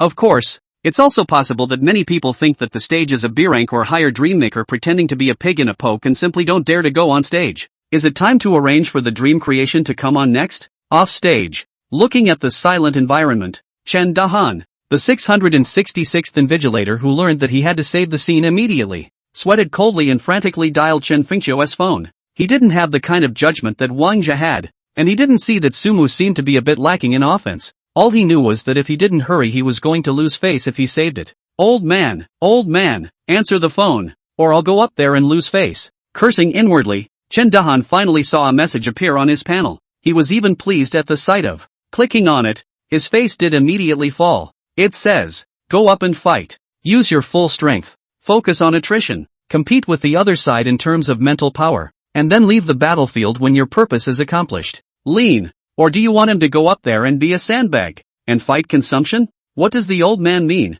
Wait. Consumption. Looking at the message the old man sent over on the panel, it dawned on Tran Dokkan that, that's it. He's a D-ranked dream maker. It was definitely stronger than Sumu in terms of spiritual power. These students were new to the field of dream makers, and their understanding of dueling between dream makers was still limited. Sumu, for example, has also been using his mastery of the death domain so far. This field is strong, but it's also very consuming. The old man meant for him to play gorilla, to fight consumption, to wear down Sumu's spiritual power. Wait, if so, then why did he back off? This kid obviously left a backhand. But in case if he drags his feet and thinks he's too big and doesn't use that city, and uses those two monsters in front of him to fight me as soon as he's charmed, then he's dead. As strong as Yellow Spring's Naiad is, there's not much he can do to me if I don't leave. Is there? Maybe there's still a chance of winning? One thought. Chendahan couldn't sit still any longer and looked at the stage and directly roared out. I'll do it. That's it. He had been mentally affected by that hell before, and had a state of cowardice before the battle. This scene, he must get back. A good lesson for newcomers. The spotlight soon shone on Chen Dahan's body. Okay. Spectator number 666 has chosen to challenge VIP number 18. Wang Hot said. Carefully scanned Chen Dahan. Seemed to have found something slightly raised eyebrows. Put him up. Chen Dahan took a deep breath and bellowed out as he entered the ring arena. Kid, you're up to it too. Gaslighting looks like a bit of a thing. When Sumu saw the other party's appearance, he also raised his vigilance a little. After all, from the sound of the one in front of him was obviously a native of Dream City, but as soon as the fight starts, he did sense something was wrong. Compared to the previous ones, this one was even more well prepared, and as the hell took shape, his whole body called out in ancient armor, and in his hand, he was holding a big sword in the shape of a curved moon. He accurately dodged Ox-headed Horseface iron rope, like he was very familiar with Ox-headed Horseface means of attack, and his posture was steady as he fought 1 against 2 for a while. And the bullhead and Horseface in Sumu's augmentation surrounded by a thick black fog stepped up the attack. This obviously feel the chi is a little out of support. The mouth does not listen to the curses, motherfucker, martyr so fierce, cannot carry it. Yet always using a less than aesthetically pleasing looking evasive maneuver to avoid the fatal blow at the critical moment when he was almost caught in a headlock. 1 minute, 2 minutes, 5 minutes. He had supported himself for 5 minutes in such a fierce battle. Sumu realized that it was not good. Such a protracted battle seemed a bit too much for him to consume. The man in front of me chose a different way to fight. Instead, using the fighting skills he had cultivated, he used the Dreamscape creation armor on his body to fight against Sumu's Death Dream, because the only catcher on the front path is Bullhead and Horseface. The later levels are essentially unusable, which equates to maintaining the later levels being a wasted effort. If he didn't have 35 points of mental strength, he would have gotten down by now. This man, is it possible that he did it on purpose? Deliberately, he makes himself look like he's about to fall but doesn't, as a way to entice him to increase his mental input and drain his mental energy. Not only Sumu, the viewers in the live broadcast room also thought of it. Crap, this seems to be a way to break the game without being able to go to the Ghost Gate and walk across the bridge of Naiha. Sumu's Death Dream doesn't seem to be able to maximize its effect. The main thing is that the beginning didn't hook that person's soul out. This hell, it seems to be able to produce great efficacy on human souls. This challenger should be a dream creation inside the Dream Network, right? His level is obviously more than F, and his spiritual power is just higher than Sumu's. If he continues to consume like this, it's obvious that Sumu won't be able to support him. Many of the students in the VIP seats also had their eyes light up as they watched the scene. It seems that this ringmaster isn't that unbeatable. Consumption, we definitely won't be able to fight him against Death Dream. But what if we don't use Death Dream? This Dream Realm creation only seems to be able to gain an increase in the Death Dream Realm, which means we only need to use a very small amount of mental energy to make sure we don't get snared by those two monsters, Oxhead and Horseface, and we'll have a chance to win. I've lost my eyes. It doesn't look like this person is necessarily some B-ranked expert. Maybe this is an option DreamNet used to confuse us. Kid, if you have the ability to come and fight with me for real, we don't need this dream world creation. After controlling his body to disguise a thrilling evasive maneuver once again, Chen Dahan was visibly pleased inside, but on the surface, he still pretended that he would not be able to hold on soon. He made a dark calculation. Ordinary students would have already lost their chi and their brains if they had supported the dream for so long, and he was just an S rank who had lasted a little longer. Perhaps, at this point, He was no longer able to summon that ghostly city behind him. As long as one continues to pretend, and continues to consume Sumu's spiritual energy, when Sumu couldn't maintain his dream world, that was the day he would strike back. How dare this kid scare the examiner? It's time to show your examiner's authority, Chen Dahan thought, dodging even more diligently, even slashing out every now and then to try to consume Sumu's spiritual energy for defense. As Tran Dukhan said, Sumu's spiritual power, however, was on the verge of being depleted,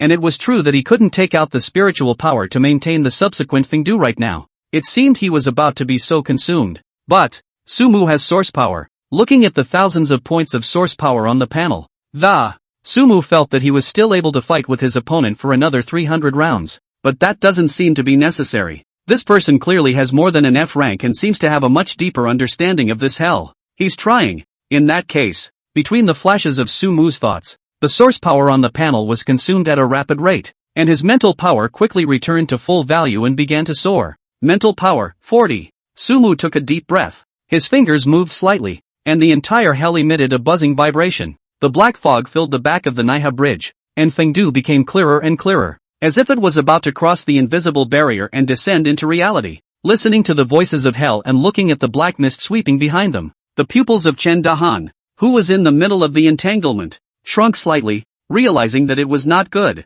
This man, how is he still breathing? S-class mental power is a little too perverse, isn't it? Seeing that the whole hell is about to become even more terrifying, Chen Dahan's mood of not feeling good in that heart became even stronger. Admit defeat. Gotta admit defeat. When it counts, face is still the most important thing. The old man let him get out of the battlefield, obviously having a backhand against Sumu. Just in time, down the slope itself. What a fucking monster. When Chen Dahan thought of this, he flung his spear and temporarily repelled Bullhead in Horseface and immediately shouted, "Admit defeat, I admit defeat." Without waiting for Sumu to react, he jumped off the stage with a few leaps. Sumu paused the process of constructing Fengdu as he watched the scene. Admit defeat? He could clearly see that his opponent still had some strength left, and it wasn't even time to fight for his life. There's something wrong with this 666 masked man. As his thoughts rolled around, King Hot's voice came next to his ear. The 18th VIP has accumulated 101 points. Shall we continue? 101 points. Listening to Wang's broadcasting voice, the audience in the live broadcast room sucked in a breath of cool air in unison. Holy shit, if Sumu were to call it quits now, wouldn't he have earned the equivalent of a full round of points in one breath? The main thing is, today is only the first day. Going forward, if he scores 100 points every day for the next 3 days, wouldn't he be declared the champion in advance? My sonny is still out there struggling to wash dishes. 6 points for 2,000 dishes. And this guy just scored 100 points? In just less than 2 hours. A demon. There's a demon in this exam. Is he going to continue? Just after the audience thought that Sumu was going to keep fighting until he lost, Sumu pondered for a while and finally chose to leave. He shook his head at Wang Zhe, making his position clear. Is that so? Wang Zhe looked at it with some regret. He had just received a message from the old man. If Sumu continues to fight, then the next challenger will be him, because the rules don't limit the hosts to not being able to go on stage and fight. Wanhot would go up to the stage without giving any chance and materialize Sumu directly off the stage. Then take 90% of his winning points, which is known as point control. Unfortunately, the other party seemed a little wary of not falling for it. This is a smart kid. He sighed softly, and with a wave of his hand he sent Sumu back inside the 18th VIP seat, turning his head to look around. Let's have the next ringmaster on stage. Phew. Returning to room 18, Sumu sat back on the sofa, sinking his entire body into the soft sofa with a slight sigh of relief. According to the rules of the competition, a person could only go on stage once, and as soon as he got off the stage, he could not be chosen to go back on stage to fight again. And that's all for this afternoon. As to why it didn't go on just now, that was because Sumu felt that what the third native he challenged did was like a hint to send a message and a warning. If you don't see the light in this round, you won't be so lucky in the next round. Sumu pondered for a while and decisively withdrew his hand, because he had a feeling that this exam team wouldn't keep arranging rookies for him to harvest points from. Definitely going to get on a big man at some point and keep his score under control. Of course,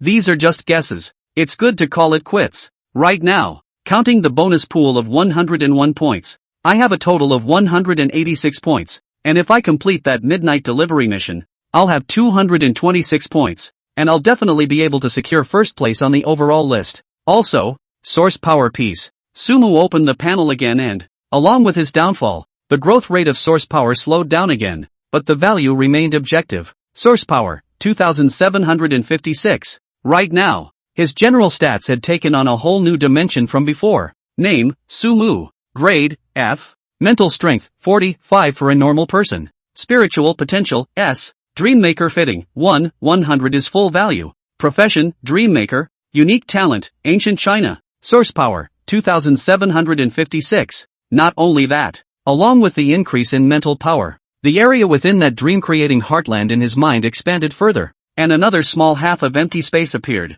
It seems to open up some brand new dream-making. After all, this hell has already manifested itself. If you use hell to scare people at night again, it is easy to be detected as a ghost. Right now, it was naturally most prudent to recreate something to harvest the source power. However, this dream-creating heartfield is still too small. It's a bit limiting to play. Sumu looked at the dream-making heartland within his mind and contemplated for a while, and an idea suddenly came to his mind. The dream-making heartland is itself a fixed dream creation that, and now that it houses his hell, could it not also be considered a type of Chinese dream or creation? If it counts, so is it possible for his source power to make improvements to this dream? For example, increase the area. Right now, not being able to leave the ring until it was finished just gave him the opportunity to experiment. Sumu thought with a thought, and the source power on the panel slipped 300 points in an instant, injecting all of it within the dream-creating heartfield. The dream-creating heartfield that emitted a shimmering light then let out a buzzing sound within Sumu's mind, and the light emanating from its circumference became more and more intense. Under Sumu's gaze, it swelled up at a speed visible to the naked eye. And the appearance is gradually fixed from the original square to a sphere. And inside, the original space was fully tripled in size, and where the hell was located seemed to occupy only a quarter of it. No, not only that. A land gradually emerged above where the hell was located, and the unchanging black mist quickly attached itself to it, completely shrouding the underside of the land. In Sumu's observation, the entire dream-making heartland was divided into two layers. Above it is the ground, and the sky is illuminated by countless white lights. Beneath the land is the hell, and a thick black fog hangs over the sky, as if it exists in complete isolation from the ground. This, even in his lack of understanding, Sumu could see the changes in the dream-creating heartfield. It seems to be forming a truly small world on one side, if one keeps upgrading one's level with the constant infusion of source power. Sooner or later, this world will take shape and have an order that is uniquely his own. For the sake of one of his great killers, if there is a hell underground, is there still a heaven up there? Wouldn't that blue-white cloud above have to be a little golden crow that goes 7 to 6? Looking at the still crippled little world, the more Sumu thought about it, the more he felt that his 2,000 or so points of source power were still not enough, and double the effort, he thought, fixing his gaze on the empty ground in the dream-making heartland. What Sumu was going to build now was something suitable for use at night, and something that could still give other people an absolute shock. It could be a scene. It's also a character. In his heart, the pages of a book that belongs uniquely to 1,000 ancient Chinese dynasties flipped slightly.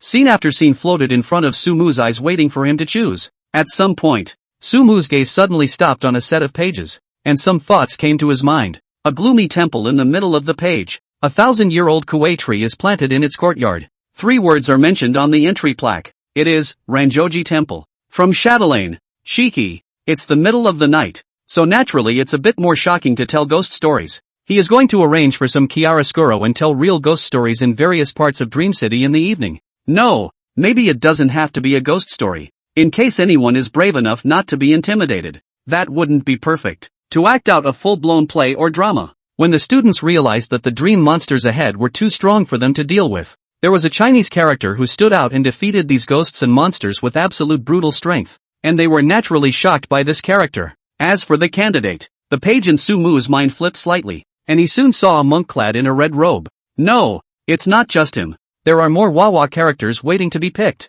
Also, the modern city is too much of a mismatch with the Shiki scene. He had to minimize the modern urban atmosphere. That is, to make your creation wordlessly the center of attention, the home of the story, even to the point of allowing the student to enter his dream world without realizing it. What kind of props can do all that? Drawing a fairy to cast a blindfold? That's a bit much source power to consume. Sumu was in deep thought. Suddenly, his eyes looked straight at the black mist over that hell, the mist that was so thick that not even light could pass through it. If a mist effect is applied to the entire city, once a person enters the mist he is entering his dream world. When the time comes, it will allow them to turn right into the Orchid Temple. Have a real clincher. There are quite a few fae that can swallow clouds. Summoning one to use some basic abilities should still be possible. Of course, we'll have to wait for some practice tonight to see if the rewards outweigh the effort. If the harvest is too low, then it's better to go with some of the more normal versions. For now, let's construct the Orchid Temple and the main character constructions first. Having made up his mind,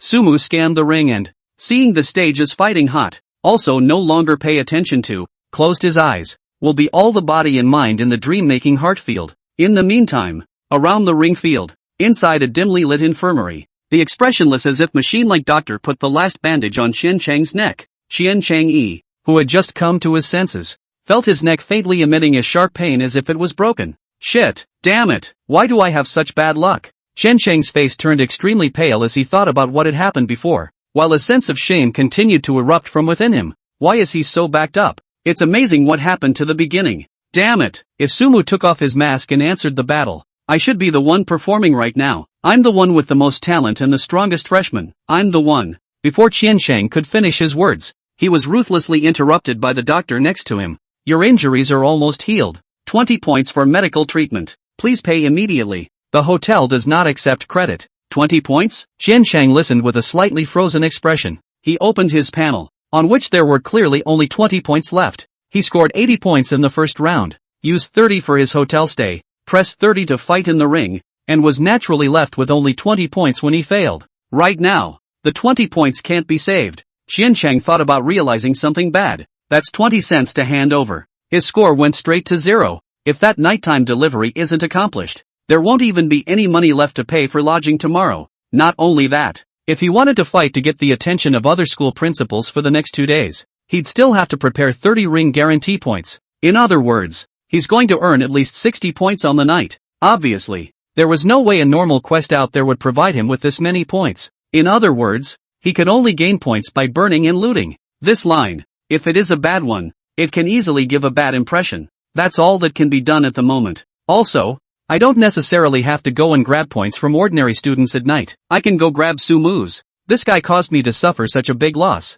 It would look like I'm too much of a wimp if I don't go get some revenge. Qian Chang thought, gritting his teeth as he paid the last of his points. And that doctor showed a satisfied expression on his face after receiving the points and said to Qian Chang, you can go back. Going back? The VIP room? Qian Chang's first reaction was here, and subconsciously he wanted to refuse. He definitely lost his face today, and now he is afraid that he will not go over there to be properly mocked by those people. But who would have guessed that the doctor said with a blank face, you can go back to your hotel room. A hotel room? Qian Chang was visibly stunned at the doctor's words and immediately asked back, according to the rules, shouldn't we wait until the end of the ring? That's for the winners and the spectators. The losers have the right to walk out. The doctor remained expressionless as he said, of course, as a reminder for the 20 points you paid, there are surprises to be had walking around the hotel neighborhood with your injuries at this time of night. Now there's a surprise walking out of the hotel with an injury? Qian Chang's eyes immediately shone brightly as he listened to these words. This is hidden quests that are uniquely for losers? It seems that his luck is not that bad? Is this a blessing in disguise? Qian Chang's heart burst with dark joy, and immediately walked out of the infirmary after thanking him, and went all the way to the elevator under the leadership of the black-clothed man who had already waited for a good time, and rode the elevator straight to the hall on the first floor. Without any reconnaissance, he walked out the front door of the hotel. Qian Chang tilted his head high according to the doctor's instructions, revealing his bandaged neck, fearing that others would not know that he was injured. In this way, Qian Chang looked around with excitement as multiple people watched, looking for the so-called hidden quest, until, as he passed a dark alleyway on the side of the hotel, a low baritone voice came from behind him. Classmate, how did you get this injury? Here we go. When Qian Chang heard this, his face immediately darkened with joy, turning his head while reaching. Losing in the ring made it like this. The entry point was a middle-aged male with an armband, slightly chubby with a square face that looked very decent. Qian Chang scrutinized the other party's armband and found the word law enforcement.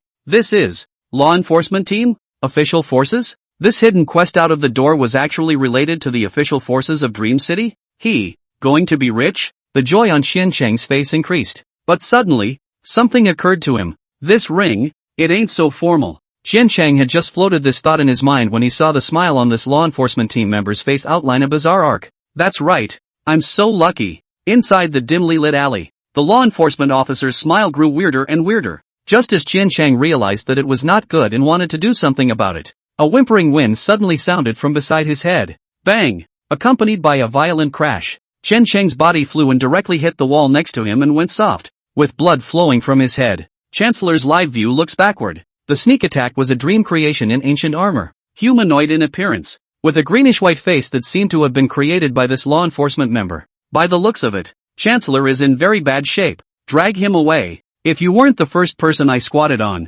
I would have beaten you to death for elimination by now. The smile on the enforcer's face ceased, and he spoke with a cold expression. The pop-ups in Qian Chang's live broadcast room immediately brushed up. It's over. It's over. This guy is really out of luck. He was beaten up for challenging the first place, and then he was beaten up by the official staff when he came out to take a mission. This can also be the top 100 students in China? He doesn't seem to have any sense of crisis at all, and he's still stupidly turning his head to look at the other dreamland creature when it's all pasted up against his face. I would call him the most miserable genius. There hasn't been anyone as miserable as him in this round, so the doctor's words can't be trusted. The doctor only said that he would go out and see the hidden mission, but he didn't say whether the hidden mission was good or bad. This Qian Chang was obviously a bit anxious after losing the points and lost his judgment, just as the viewers in the live stream were mocking the inside a high-class villa area in Star River District. There was also a chorus of anger and cussing. Qian Chang, that stupid bastard. Although our Qian family has fallen, the bottom line is still there, and Qian Chang has sort of disgraced our family. If you can't beat the first, you can't. At least stand upright and die. What's the deal with waking up as a villain behind your back? Now the villain is not going to make it, and he's being set up to get his ass kicked. Here, it was the members of the Qian clan who were always watching Qian Chang's movements. There are men and women, old and young. In order for Qian Chang to be able to excel and revitalize his new family this time, the already weakened to the point of no return, the Chen family gave Qian Chang the last piece of grade A dream creating Heartfield. Just hope that Qian Chang will be able to make a name for himself and reorganize the family. And now, this kid is as good as someone who has never seen the world. With his mouth and arrogant face, the whole thing is the same as the villainous 205 told in the book. The face of the whole family felt disgrace to him. Challenge number 1. You've challenged it, admitting defeat on the battlefield, and still talking tough that the person in front of him wasn't Sumu. It's too much of a fall. You might as well fight to the death and throw your last breath on the stage. So what if it's really an A-class dream maker up there? It's an honor to lose. That way, people will at least think highly of you. Shit, damn it. This is the hope for the rise of my Qian clan. I must make that brat look good. Even if our Qian family dies this time, then we'll still have to fight out our bones. What's the point of making underhanded moves? This fool has lost his backbone and his future. Papa Qian clenched his fists with a look of indignation. Uncle, it's not good. The schools that just talked about their intent to cooperate have backed out again, saying they want to reconsider. Guess I'm watching my little brother get frustrated. The niece screamed in horror, holding the phone. Papa Qian's face darkened even more as he listened. Uncle Qian, you have to make more connections. Qian Chang must get the resources to enter a good university. It's all Sumu's fault. If something happens to Qian Chang, what will our family do? The second nephew at the side said eagerly. Our Qian family must have left something behind, right? I've heard that S-ranked ancestor of our Qian family participated in the making of DreamNet. Is this here? Shut up, Father Qian scolded. Cheating on a test. Are you trying to put us all in jail? The light of the Qian family for a lifetime cannot be cut off in my hands, much less tainted in any way. Qian Chang has gotten the last of the Qian family's savings. If he can't get up, it's his life. For Sumu, we, the Qian family, admire. The flurry of disturbances in the outside world is unknown to Sumu for the moment. The first afternoon in Dream City ended in a constructed dream. At around 5:30, ring host King Heat saw fit to end the final ring battle. With that, they began arranging for the surrounding audience and VIPs to exit the stage. With a slight tremor in the VIP room, the three sides of the room's fully transparent glass immediately turned into a solid black landscape obscuring the view from the outside. His room was pulled back into place. A burst of door-opening sounds rang out rhythmically and sequentially from all around. And soon it was Sumu's turn. The one who opened the VIP seat was still the expressionless man in black. Sumu also entered the elevator under the other party's guidance and made his way back to the room.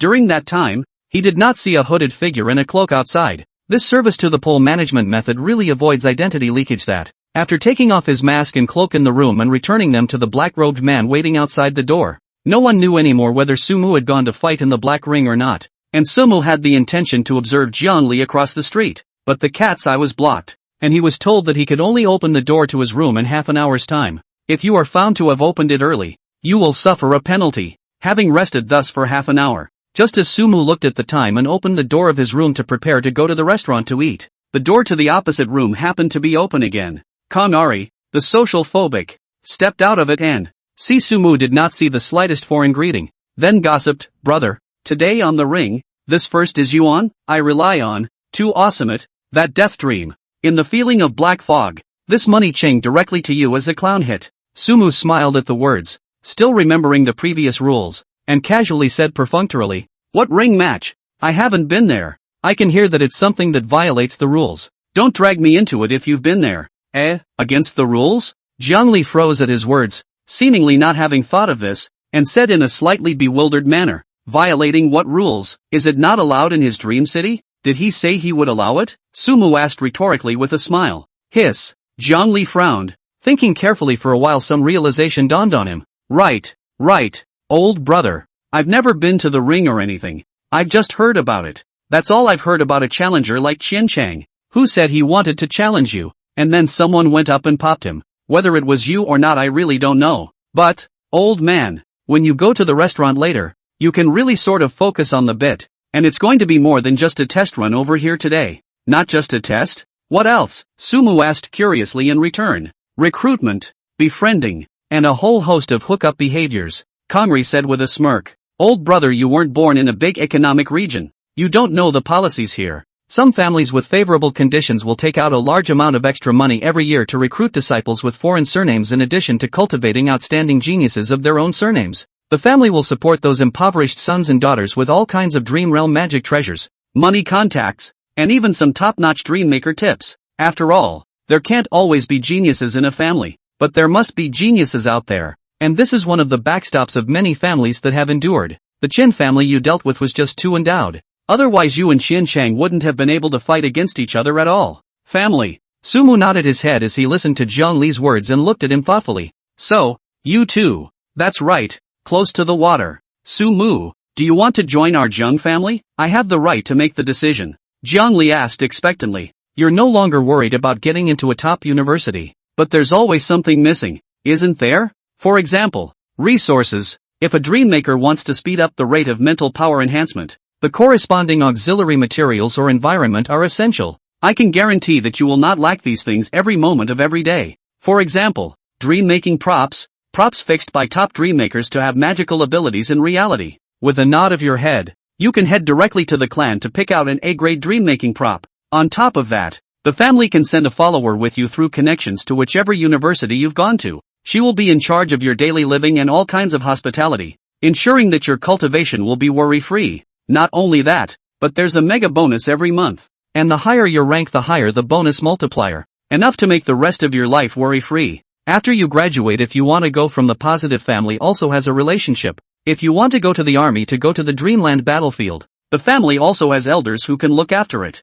As the family that currently has an A-ranked dream maker, these promises are instantly honored at your nod. Sumu, trust me, this is the most favorable offer from the Zhang family. Zhang Li's face became more and more solemn the more he spoke, very much looking forward to the reply given by Sumu. Super big bonuses, an inexhaustible supply of cultivation materials, as well as also arranging for a chaperone student. There are even connections to arrange wherever you want to work. These things are also able to be said in a live broadcast? Sumu was the first to think of this. After all, it was now a global live broadcast. We have an agreement with DreamNet that DreamNet's live streams will temporarily move out of sight when it comes to private matters. And these are considered private matters. Zhang Li replied with an early preparation. Good lord, even the Dream Network has been bought by these guys. Sumu inwardly lamented a sentence, and after a moment of contemplation, he inquired, what about the price? What is the price for me to join the family? No. 1. A lifetime of being branded as a ginger. And I mean that socially and in all kinds of situations.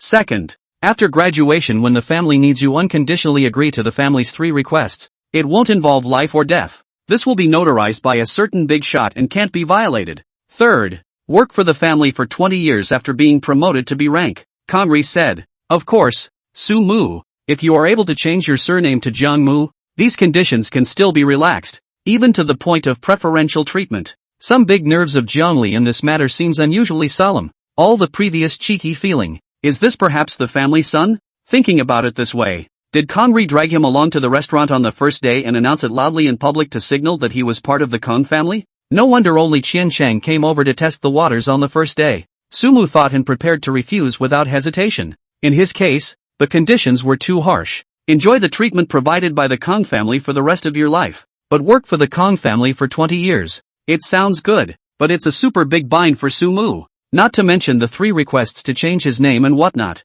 He's got the only talent of 1,000 Chinese in the world. Even without any cultivation resources, one could get promoted by leaps and bounds. I'm sorry, I can't agree to one of these requests. I'm usually used to being loose. Joining a family or something is too forward-facing for me. Sumu sighed and refused. Look at it this way. Make sure you don't consider it again. We also have other funding programs, but the treatment given isn't as good. Jiangli still wanted to try something, but when he saw that Sumu still had no intention of being moved, he stopped his mouth. At the end, only then did he sigh and pat Sumu's shoulder. Brothers have big ambitions. If that's the case, I won't try to persuade you too much, lest I hurt my friend's feelings. If a brother doesn't want to be bothered by the students recruited by the clan, I have a plan, but you won't be able to sit at the same table as us later. Oh, between words, Sumu and the 2 of them had already entered the elevator and arrived at the 11th floor restaurant, with the elevator doors slowly opening. As many gazes gazed over, Jiangli suddenly sighed and patted Sumu's shoulder and said, "Brother, think about it again. Our conditions are only a little more than the other clans." It was just a matter of walking in one direction with a bereft look on his face. This seemed to be a hint, immediately causing many of these students who were ready to go forward upon seeing Sumu to stop in their tracks. Whispers then rang out from the dining room. The Kong clan's solicitations were all rejected? Doesn't this guy know what he's rejecting? Shit. I was going to take my chances with the family's request, but now I think I'll pass. In terms of financial strength, the Jiang clan is definitely considered the first class. This is a tough one, so feel free to save yourselves from touching the nose. Jiang Li's words were like magic, stopping almost everyone who wanted to solicit. From this, it was clear that none of them had much confidence in daring to compete with the conditions of the Jiang family. It's a super clan. Unfortunately, there are just too many conditions. If it was an unconditional gift, Sumu might not have agreed. Sumu thought, and without any regret, he found a seat in a random restaurant and sat down, just when he thought he would be able to enjoy his dinner for a while in a quiet atmosphere.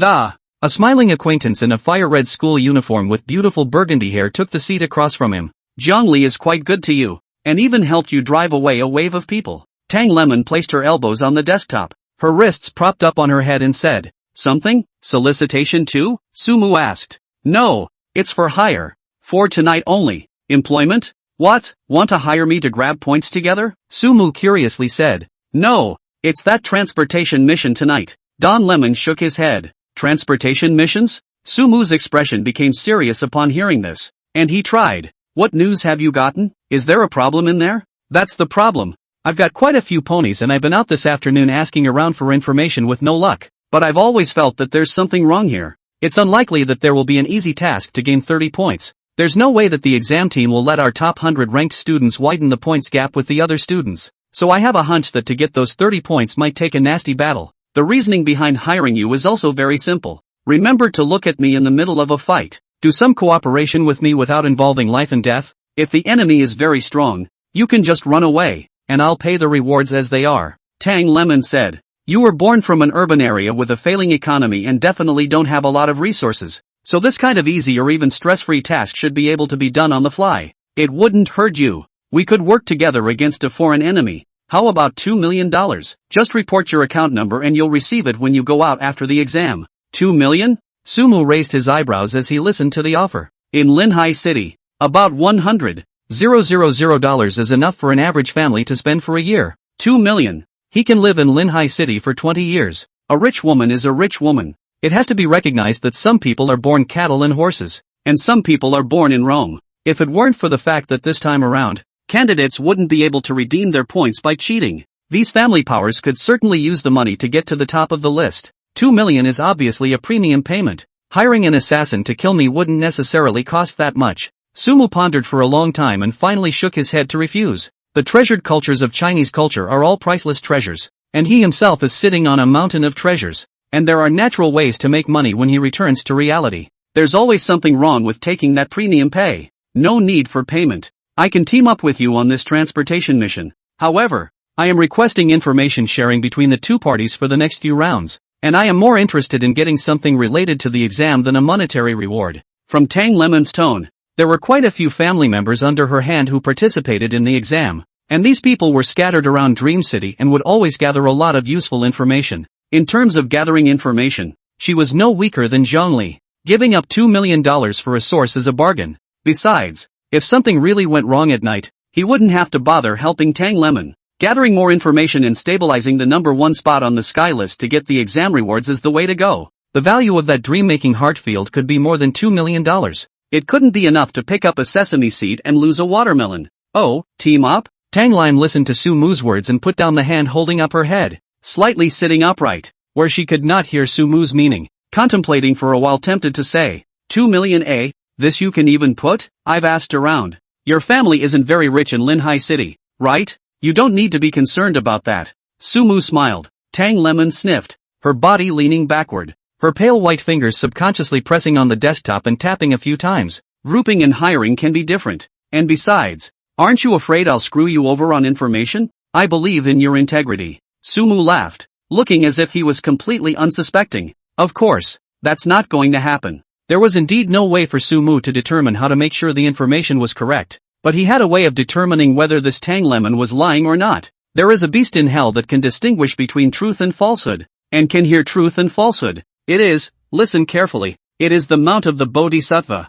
Earth Store King, and was featured in the True or False Monkey King scene in Journey to the West. When it's time to trade significant information, bring it along with special interrogative statements such as, are you lying to me? You're not telling the whole truth? And so on. It would be easy to recognize whether Tang Lemon was telling the truth or not. Trust my integrity? As Tang Lemon listened to Su Mu's words, a few stunned looks appeared on her delicate face, obviously not expecting such an answer at all. To change another occasion, the Su Mu in front of the eyes and then show infatuation a look to care for the flowers. She may believe it. Right now, in just a few hours of contact, she could see that the man in front of her had a clear goal, and was not at all like the kind of kid who couldn't walk away from the sight of a pretty girl. Obviously there was some defense, they just didn't tell her. Right now the transportation mission, they share a common interest and are not considered to be in conflict when it comes to information exchange. Tang Lemon wasn't the type of girl to hesitate, and after she figured it out, she snapped her fingers. I'll accept the cooperation, and there'll be a few more members of Tang's family to act as my bodyguards tonight. You don't have a problem with that, do you? Yes. Su Mu didn't hesitate. However, we'll have to meet at the transportation starting location. I still have some business in the evening. No problem. Good cooperation. Tang Lemon and Su Mu left the table after they had agreed on the contents of their cooperation. After she left, Su Mu summoned the waiter and enjoyed a sumptuous dinner. During that time, there were gazes sweeping towards him from time to time, but perhaps because Tang Lemon had been here, there wasn't a single person begging for cooperation. Su Mu was also happy to be quiet, and after finishing his meal, he greeted Zhongli and took the elevator to the first floor, which was the entrance to the hotel. He wanted to actually see what this dream city was really like at night. Hopefully, it's a dark night that meets my requirements, preferably one that will attract students to the streets in large numbers. With the slow opening of the luxury VIP private elevator, the first thing that caught Su Mu's eye was a large number of students. Obviously, many people also refuse to give up the idea of going out at night. They also want to earn credits at night. Sweeping around, most of the students were gathered in clusters according to small groups. At this moment, to no one noticed Su Mu's arrival. They all looked up and surveyed the outside of the hotel, letting out bursts of admiration. It's beautiful. What is this? Dreams overlapping? Suddenly I know why they say the outside world is more dangerous. Su Mu listened to the voice and walked out of the elevator, squeezing through the crowd near the entrance of the hotel to look out. Unable to help, his pupils dilated slightly. It was obviously only late in the evening, but the sky was already devoid of any light, leaving only the street lamps on the street and the glow from the interiors of the surrounding houses. And with the help of these weak light, Su Mu can vaguely see that there are repeatedly in the air like a dreamy 7-colored lines floating like life. On closer inspection, there were many bright red mushrooms growing out of the grass next to the hotel, and the mushrooms were breathing the air around them as if they were alive. The stone slabs on the street cracked, but the gusts of cracks resounded with the sound of water stirring, as if there was an invisible river flowing slowly with this. This is overlapping dreams? Su Mu murmured in a low voice. Being a learner of dream basics, the relevant contents of it quickly surfaced within his mind. The phenomenon of dream overlap usually occurs within the dream battlefield, sandwiched between reality and the dream world. A strange environment created because of the constant fight between the dream maker and the star beast. And there are dangers and no shortage of benefits. It has a more common name on the web. The secret world. The entire dream city was actually a secret place. Such a discovery made Sumu feel excited. It's not all about coveting the treasures within the secret realm. Any student with a little bit of knowledge knows that there will be a lot of treasures left behind by the previous dream makers within the secret area, and that will inevitably give rise to the idea of exploring. This also means that there will be a lot of students coming out, and the more source power I'll be able to harvest. It just so happens that the Orchid Temple and the ghosts and monsters appearing within such an environment will surely be treated as part of the secret realm as well, and won't arouse anyone's suspicion. Sumu thought, walking further ahead and surveying the hotel beyond. Immediately noticed something unusual about the hotel. Any seven-colored light that was about to approach the hotel was contained and dissipated. It also means that the hotel is not within the boundaries of the secret realm and will not be subjected to sudden attacks from all types of monsters. Not so with other dwellings. They were all shrouded within the secret realm, and it was not unlikely that they would suddenly find their entire body covered in mushrooms or be swallowed by the remnants of a high-ranking starry sky beast when they went to sleep one night. This situation is basically elimination. While his thoughts were rolling around, a student's exclamation of surprise came from behind Sumu. Crap, look to the left. Is that the dream-making heartland? The crowd listened with a start and looked toward the left side in unison. At some point, a light mist had risen there, and a square body emitting a shimmering light floated in the mist, as if wandering around randomly as if it were unowned, almost dabbing. The hearts of the students in the hotel lobby were on fire. It's the dream-making heartland, I've seen it before. Hiss, if I get a dream-creating heartfield, my grades will probably skyrocket? This is the most precious treasure. Take it out and sell it for money for at least 10 years without worrying about food and clothing. Where there is a dream-creating heartfield means that a dream creator has fallen. So maybe we'll be able to pick up the pieces. The more the students talk, the more excited they get. Soon a small detachment of 3 men near the front door of the hotel sat down and, with just a roar from the student at the head of the group, the 3 of them broke away from the hotel and rushed towards the floating dream-making heartland on the left. Shit, we can't let them get ahead of us. If we get the dream-creating heartland, we'll split the proceeds equally. Charge! Seeing that someone had taken the lead, many of the teams that had been planning to go out and take a look made a move in unison. The crowd crowded the doors and rushed out. The stream of light belonging to the Dreammaker then rang out from the entrance of the hotel. Darkness has no rules. This is even more true of Raiders of the Lost Ark. Naturally, seeing that the first group to run out was about to come into contact with the monolithic mist, a student in the back had a light emerge from his hands and a moving rope appeared out of thin air, flying forward as if it was conscious, tripping the 3 in front of him, making them fall over. The great battle then broke out. Dream-making glows of various colors interspersed with oddball items fought right at the hotel's front door. Damn it, piss off. I'm a B-rank spirit potential. Fighting me for strength? What's wrong with level B? There are 3 of us here. And with such a wild tone of voice, beware that the 3 of us will send you straight out of the examination center. Everyone, sell my Chen clan's face and give this dream-creating heartfield to my Chen clan. Chen family, my name is also Chen. Brother, hang in there. I'll help you fetch this dream-creating heartfield. Sumu looked at this scene and raised an eyebrow, also followed and walked out. He didn't approach the battlefield, but instead casually found an inconspicuous corner and began to quietly rub his dreams together. This was such a great opportunity that he definitely had to take advantage of it. Inside the dream-creating heartland, the Orchid Temple had already been completed, and all that remained was to make this mist a little bit bigger for the foreign beasts. Along with the beginning of the dream-making, the pages of the book in Sumu's heart that belonged uniquely to Huaxia slowly flipped, and finally stopped at the pattern of a peculiar dragon-shaped creature in one of the Journey to the West articles.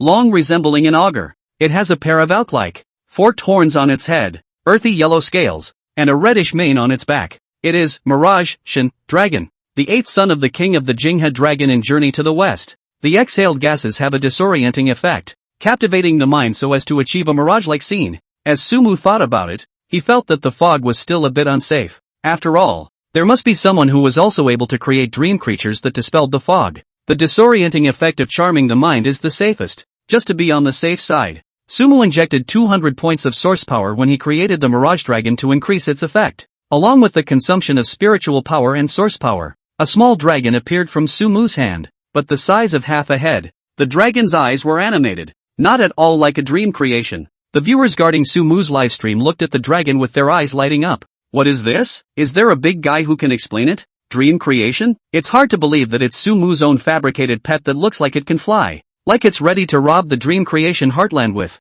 Hiss, is it just me that finds its eyes overly realistic? Crap. I feel like this thing has the essence of an S-rank dreamscape creation. The nature of S-class dream creations? Listening to the words of the last viewer in the live stream, most people were scoffing. This random fabrication has the essence of an S-class creation, blowing it out of proportion? How strong can this four-legged creature be? Can this thing fly? It doesn't even have a wing, and it looks a little too silly. Indeed, it's supposed to be built on the fly. Just the shape looks intimidating. Sure enough, this Sumu will be so a hand of death dream. Now here are many people afraid to be set fire so dare not use. With other things will be exposed. The audience was chatting when they saw Sumu completely mold the creation in his hands. Mirage Dragon. Go! Cover this large area of the field with mist. Sumu touched the Mirage Dragon to fling it out. The Mirage Dragon softly screamed, its mouth wide open, and a mass of invisible gas then entered the air, slowly drifting towards those dream makers who were fighting red-eyed. Misty? It's an alien beast that can spit mist? Listening to Sumu's words, the many viewers in Sumu's live broadcast room had their eyes wide open as they waited for this Mirage Dragon to perform. But after a few minutes of careful watching the Mirage Dragon drift into the pile of people, there was no fog around it. Is this thing here to be funny? I thought it would spew out a smoke bomb-like effect all at once, but now that I look at it, it doesn't seem to be half as useful. Is it possible that this is a failed dream creation? This is a bit embarrassing. The first place actually made a whole mess of it. Wait a minute, no shit, the brothers are fogged up. Go to the other booth. What? Fogged up and only within the perspective of other students? As soon as I heard the words swirling around the airwaves, the many spectators, somewhat confused, tried to find the students who were also competing for the dream-making heartland. As soon as they entered the other students' live room, the viewers immediately realized that something was wrong. In the other live streaming perspectives, a white mist gradually rose up around the street and spread around at a speed visible to the naked eye. What's the situation? Countless viewers were confused and switching between all kinds of viewpoints. To his dismay, he realized that the mists, which were completely absent within Sumu's viewpoint, had manifested themselves within the other live broadcasts. That is to say, this dream monster really works. And it's also very special. What is the situation? What's going on? I've never seen the mist play like this before. This mist is only effective on the enemy, while Sumu is completely invisible, or can be directly ignored. No, I've seen this kind of mist-creating creature before, but how come I've never seen one used like this? Generally speaking, the person who creates the mist is also inside the mist. God, what's the situation? Is this still the F-level Dreammaker exam? I'm an E-ranked Dreammaker and I can't understand it. While many of the audience members were heatedly discussing the inside a room inside the dream web, the invigilator, Chen Dahan, was also a bit confused looking at the white mist, and couldn't help but turn his head to look at Chen Fengqiu, who was sipping a small drink on the side. Ever since the emergence of Sumu as a variable within the Dream Network, Chen Fengqiu, who was the chief examiner, didn't dare to continue to get away with it outside. He also returned to the DreamNet, keeping an eye on the various types of situations occurring within the Huaxia Unified Examination, and maintaining communication with the other examiners. What is it, old man? A special mist? Chen Dahan inquired. I told you to read more, and you didn't notice such a simple trick? Chen Fengqiu pointed out without any good humor. If he says it's a mist, does it have to be a mist? After being a student of the old man for so long, one would still be confused by superficial phenomena. The fog isn't necessarily a mist. Not being able to be fooled by appearances? Chen Dahan froze when he listened to the words of the old man, and looked at the white mist in the live room and pondered for a long time before coming to a realization. I know, it's not a fog at all. Good boy. Actually using such a trick. The invisible gas spat out by this dragon is a contraption that can mesmerize the mind. It is also capable of directionally controlling what kind of hallucinations will appear inside the opponent's mind. The creature made everyone think there was a fog, and so the fog appeared to all. It would be completely ineffective to create dream creatures that repel the fog, because it's an influence exerted on the mind and heart, Chen Dahan said as his pupils shrunk violently. Surveying the small dragon that was spewing gas, the whole thing went numb. Such a foreign beast creating a dream. He had only seen it in some special dream worlds that were A-ranked or above. Does this indicate that this Fey dream-making potential is at least A-rated? It's the kind he can't manufacture. After this guy created a Hellmouth, he casually created another Fey creation that was at least A-ranked. Cheating, right? Chen Dahan shouted. Cheating? Ha! Old man let you recultivate and take the general examination again, can't possibly have this child's current results. Really heavenly genius. Just a pity. Not my disciple. Chen Fengqiu sipped his wine with some regret. Near the DreamNet Hotel, along with the Mirage Dragon's actions, the spiritual power on Sumu's panel began to drop rapidly at a rate of 1 point per half minute. At this rate, if he didn't replenish his spiritual energy through source power, he estimated that he would consume all his spirit in half an hour. This is just getting started. Orchid Temple and the many Shikigami he hasn't even started building yet. Once these sights appeared, it would be more than his 40 points of spirit could hold up. Fortunately, after releasing the Mirage Dragon, the growth of source power points accelerated, gradually returning to 2,600 points after consuming 200 points. 2,600 points of source power was what was going to sustain him for a big whole game. Let's just play this one. If the source power we give is not enough to cover the consumption, forget it, let's play one hand. Sumu thought, sinking his thoughts into the dream-creating heart field in his mind, and looked towards the ancient temple labeled Lanrua Temple and the female figure hovering within it. Try your hand at this scene first. Between flashes of thoughts, Sumu injected 300 points of source power into the Lanrua Temple, looked around, and slightly opened his 5 fingers to let it descend into reality. In the meantime, it was finally time for the eager-eyed students to realize that something was wrong. A thick white fog had filled in around them at some point, obscuring the hotel's doors, as well as the dream-making heartland floating in front of them. The lights on the street corners seemed to have dimmed even at this moment, and the thick white fog seemed to swallow the world completely. By the subtle light, they were surprisingly unable to see anything around them at all. Stop! Everyone stop fighting for a moment. Calm down. There seems to be something wrong around us. The students who came later and had not yet been involved in entering the battlefield hastily shouted to stop it, and the fighting gradually stopped within the grounds. The students surveyed their surroundings, a sense of uneasiness gradually rising within them. What's going on here? Why is it suddenly so foggy? Damn it! Who put in the misty world? The purpose is to fish in troubled waters? A student in a blue school uniform said, rubbing his hand together to produce a peculiar species similar to a blower, holding it in his hand and aiming it at the mist at his side. Woo-woo! The strange species shrieked, violent winds erupting from its mouth as if to completely blow away the mist in front of it. But the wind direction in the air did change, but the mist that spread out was not affected in the slightest, as if it did not exist. What the hell? My wind demon actually doesn't work? The face of the student who rubbed his hand over the wind demon was a bit ugly. It seems like something is wrong. Xiao Zhang, Xiao Lu, let's withdraw to the hotel first. The captain of a later squad member made an immediate decision, pulling 2 of his own team members before twisting around and running towards the back,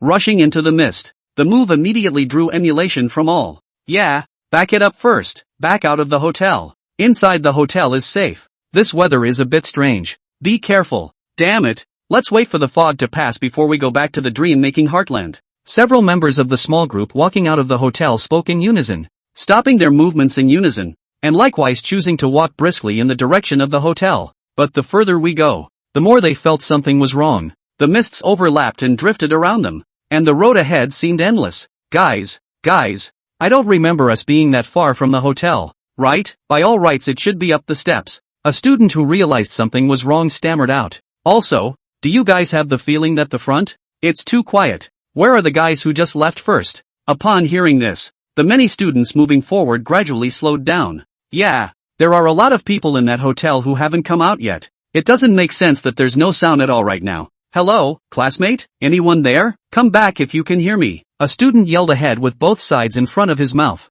A white mist swept through the silent night as his voice continued to echo, but no feedback could be heard. Gradually the students' faces changed. Are we going in the wrong direction? Why don't we go back first? A student suggested. Yeah, the place where we fought at that time is definitely not far from the hotel. Walking towards the front may get further and further away. Why don't we try walking towards the back? Walk towards the back, the students said, turning their heads backward and gradually disappearing into the mist. Ah, Joe, I feel bad here. The white fog here always gives me an ominous air. Breath, is Finn having a good time? Idiot, just know how to eat. Be careful around. Oh, in the misty group of students, 2 brothers, a tall and a thin one wearing white sweatshirts, were vigilantly surveying the surroundings. The shorter one, named Fun, was the older brother, and looked quite animated as he looked around moving like a monkey. The taller one is called Zhou. His body is very thick-boned, and his 1-meter-8 frame looks very intimidating, but his eyes are a bit demented. Both brothers had awakened their C-rank spiritual potential in the unified examination and were lucky enough to get together. This evening, the older brother, who thought he had seen the world, took his younger brother with him with the intention of muddling through, but who would have thought that a heavy fog would leave them stranded with the main group? What a pain in the ass. Feng tugged at his slightly demented brother and followed the large group as they made their way forward. He kept glancing around, expecting to find the lights of that hotel, or some glittering treasure. At some point, his vision suddenly stopped, and he saw several flashing points of light to the west of the large group. So like treasure, waiting for them to collect. It's a treasure hidden in a secret realm? Exam rewards? Fun muttered as his eyes lit up, glancing from side to side as the students ahead of him didn't seem to notice the glow. My lucky day is here? He thought, pulling Cho to slow his pace until he fell to the end of the large group. Seeing that the students in front of him were about to disappear into the mist, Fun found the right moment to pull Cho away from the group. Fun, they're going to be gone. The taller Cho hadn't yet figured out the situation. Wouldn't it be bad to let them? Cho, look to the left, Fun said excitedly. Left? The taller Cho touched his head and twisted his head to look, only to see a thick mist, but after blinking again, flashes of light like fireflies emerged from the front. This is treasure. Wow. What are you standing there for? Why don't you hurry up and go? Someone else will grab your stuff later. Fun said and ignored Zhou, immediately running towards the light. Fun, wait for me. Aren't you afraid that there are demons there? I've heard that there are a lot of demons in this foggy weather. Demon? Let you watch less cartoons. Where did any demons come from? This is the Dreammaker Unified exam. Fun twisted his head and said, suddenly realizing that there was a burst of light in front of him. Craning his head to look. The misty white fog stagnated from behind him. The ground beneath your feet then turns into a lime green flagstone path. Ahead is an ancient temple. Looking closely at the plaque, the name is Lanrua Temple. Tall red walls surround the perimeter, and at the front plaque are several ancient statues holding things that resemble horse lanterns, dressed in a bizarre costume and bald. The thing that looked like a golden light earlier was the flame that was dancing in that horse lamp. Where is this? Fun surveyed the surrounding area, only to see the white fog and not see anything. The familiar skyscrapers and jungles in the landscape here is no trace. No, there are still trees. Fun tilted his head to look at the temple above, an ancient mottled kuei tree erected in the middle of the temple, on which there are few leaves, and the branches are so numerous that it looks like a net to cover the sky and the sun. Gazing at the trees always gave him a bad feeling. Whoa, Fun, are we intruding on someone's dream? I've dreamed of this landscape before, and it might have a female ghost in it. A dream realm? Idiot, we're in an S-rank dream realm right now. How can there be another layer of dream realm set here? Arfin said as he rubbed his chin and thought carefully for a while before suddenly having an idea. Can't it be that this is actually a test for a secret realm? There must be something that can add up points in such a temple that suddenly appeared in the middle of the night. Cho, come on, let's go inside. Going in? Idiot, hurry up. You still don't trust me, brother? Finn yanked Cho and headed for the door. Just then, a sudden, innocent voice came from inside the gate. Sisters, it seems like Grandma is back. Come over to greet her. The young girl's voice was as melodious as that of a lark. Just before Reizu could react, the door of the temple had opened a crack and half of his body poked out of it. It was a young girl dressed in white, her innocent appearance revealing an indescribable sense of bewitchment. Her green silk was draped down, and she wore a floor-length, complicated, ancient dress, the white garment falling from her shoulders, revealing some white skin below her neck. It invites infinite reverie. A female ghost. The younger brother, Cho, said dully. What female ghost? Nerd. This can still be called a female ghost. Finn looked at the somewhat panicked young girl in the temple, feeling like his entire heart was going to jump out of his chest. Growing up, born from a small place, he had never seen such a beautiful girl.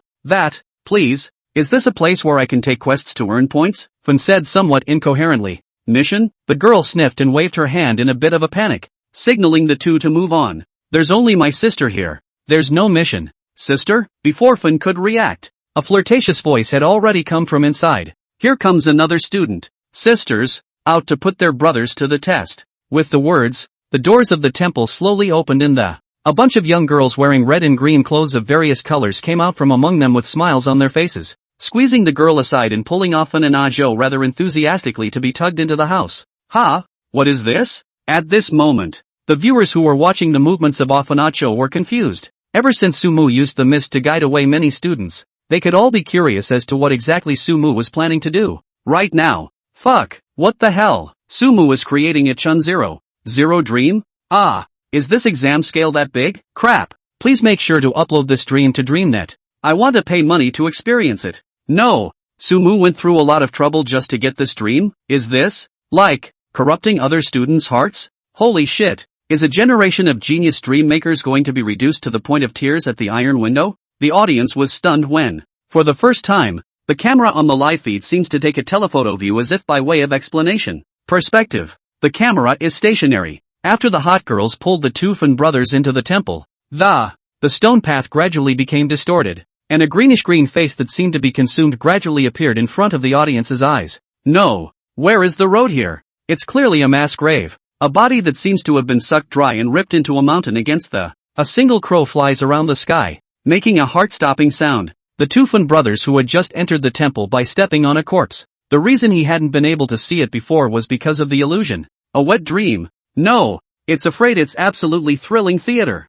Looking at the corpses on the ground that were hollow to the point of horror. The audience's collective scalp went numb. Crap. What the hell is Sumu doing? Arranging such a show? He wouldn't want to tell ghost stories in the middle of the night, would he? When those students would experience them one by one? Wait, did you guys feel that the big kuei tree just seemed to move a few times? This thing can't be alive, right? What exactly is Sumu planning to do? Want to snatch away all the points from the students who entered the temple? As soon as the last spectator's words came out, many spectators immediately sucked in a breath of cool air. No way. If Sumu really did it, then how high should his score be? Robbing a dozen or so students of their points in one night. Wouldn't this guy be going against the grain on the spot? I feel that he is very good at targeting people. You guys see? This dream. A few of the youngsters can carry it? Shameless. Actually doing something like this for points. Pink turned black. Haha, this kid is going to fall. Inside the Dreamweaver invigilation room, Chen Dahan, who was still guarding the panel to watch what Sumu did, slapped his legs and laughed when he saw this. Old man,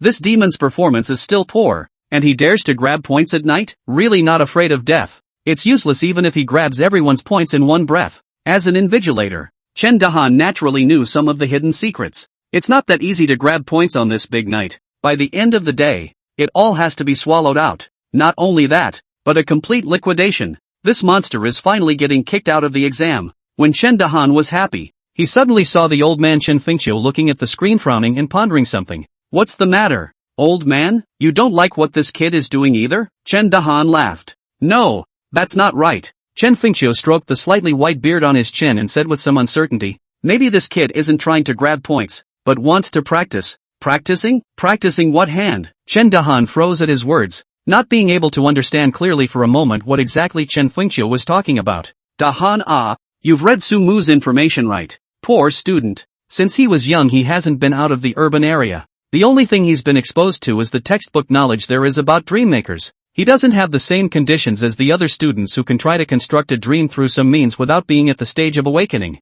Chen Dahan froze at his words. What you mean by that, old man? Not bad. This kid has only just awakened the dream maker profession and has never had any practical experience before. That's why he chose to come out at night and practice with these students. Chen Fengqiu stroked his beard and leisurely said, if he really wants to grab points, wouldn't it be better and faster to use his hellish dream realm? He's honing himself. Grind yourself? The old man's words startled Chen Dahan. Yes, this guy wasn't even trying to grab any students' points. He was using his students as whetstones to experiment with his dreams and hone his abilities. Sumu was born in the lower city and possessed resources that were completely incapable of being compared to students from other large economic regions. If you want to come out on top in the Dream Makers Unified exam, it's not enough to rely on your talent for dream making. It's going to take a long time of dream making practice. Other students were able to try dreaming in advance through various types of dream making props long before they awakened, and Sumu didn't have this condition at all. So, he chose to use his students as targets in his exams to practically hone his dream making skills.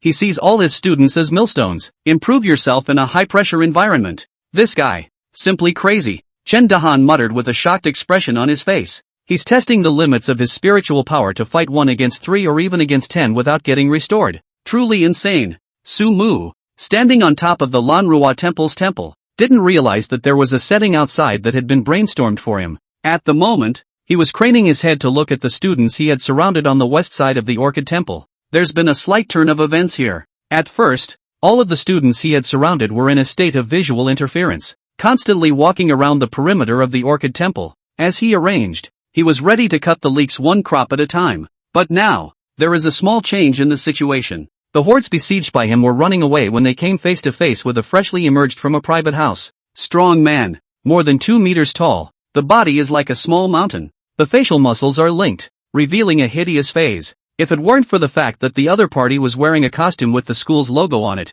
it could easily be mistaken for some kind of dream creation. The man was a little smarter, and after encountering the Mirage Dragon's mist, found a solution using some sort of purification after some attempts. That's a bit of a pain in the ass. Right now, the female ghosts had only just welcomed the two brothers, Fan and Zhou, into the temple when the white mist in the eyes of the students outside began to gradually dissipate. This was still the result of the Mirage Dragon being enchanted with source power. Of course, if Sumu increased his source power input, then the white mist would definitely be able to defeat the power of purification. That would be a bit of a loss. I was trying to come in and cut the leaks one by one, and here comes a slugger. It's only possible to try and get them all in one fell swoop. Ah, Sumu thought, urging the candle flame at the entrance of Lanrua Temple to become brighter and brighter, so that the light shone through the layers of white mist and shone straight onto the faces of the students. Seeing that their eyes were drawn to the candle flame, Sumu immediately sank his consciousness into his heart. The pages of a book that belongs uniquely to 1,000 Chinese dynasties turned slowly. A tall young man with a serious face revealing a Buddhist aura between his eyebrows slowly emerged. A red monk's robe and a string of orange-colored Buddha beads in his hand. With folded hands, he calls himself the presiding officer of the Golden Mountain Monastery. The name is Fahai. Since all of them created the Orchid Temple, it makes sense for the presiding officer of the Golden Mountain Temple to appear here, doesn't it? Sumu controlled the Mirage Dragon in the sky that was still spewing out invisible fog to slightly increase its spiritual output a little, slightly slowing down the degree of dissipation of the fog. At the same time, with a light tap of his finger, the Fahai in his mind became rich with souls and descended into reality as a red shadow. The show is on. When the Sea of Dharma is manifested. Inside Ranjoji Temple, a cheerful sight. The Tufan brothers were surrounded by many pretty girls in the center of the temple and were a bit overwhelmed. Class, this is our test for you. An ancient-looking red-clothed beauty leaned on Fun's shoulder, her mouth spitting out aroma, mesmerizing the overwhelmed Fun. Next to him, his taller brother,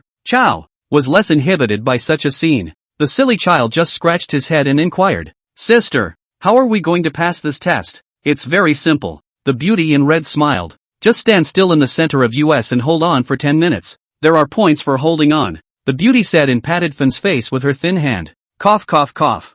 Cho, pay attention to your image. We're being live-streamed right now, so be careful of losing your face outside." Fun attempted to divert attention and coughed to teach his brother a lesson. "I still don't care about that trick," he said, glancing at the girl in white standing beyond the many beauties. The other party's expression was a little frightened, and when she saw Fun looking her eyes over, her small hand waved slightly, making a gesture to run quickly. "What's that supposed to mean? Get them out of here fast?" Fun's expression froze, and before he thought much about it, that look was noticed by the red-clothed beauty beside him. "Oh, so you like Nia Xiaoqian like this, ah?" Xiaoqian quickly tested the student. The red-clothed beauty said and waved her hand towards Nia Xiaoqian.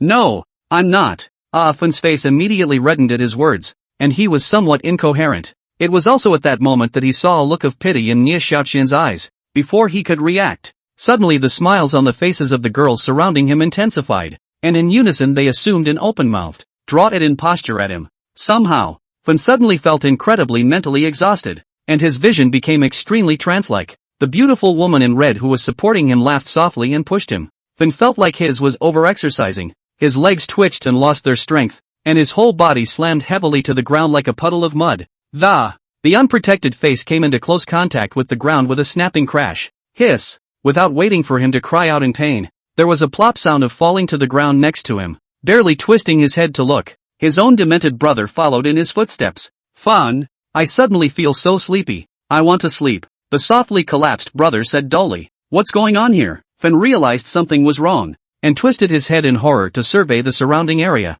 noticing that all the girls were extremely flushed and the red-clad beauty at the head of the group even stood next to him with her hand outstretched to lick her paw. Pause. Fun watched his pupils shrink slightly. At some point, the other party's palms had sprouted fine red-brown hairs, and the animal-like hairs continued to spread along the skin and all over the body. That pretty face looked even more enchanting. A fox-like nose and a distinctly non-human beard grew out of the enchantment. Seeing that, Fun looked his eyes over. A smile showed on the fox's face. "Lie still and be good, and when grandma comes back, she'll suck you all dry for paving." "Help!" The loud cries for help coming from inside the temple attracted the crowd of students walking to the verdant pavement. "What's the situation? Is something happening in there? Is it hard to believe that there's an ambush here?" "Sure, what do we do next?" All the students said that they all stopped their steps and turned their heads to look at the side of the group, which was like a small mountain of youth. He was the student who had previously seen through the effects of the Mirage Dragon Mist, Zhu Shi, from a senior high school in the Three Gorges district,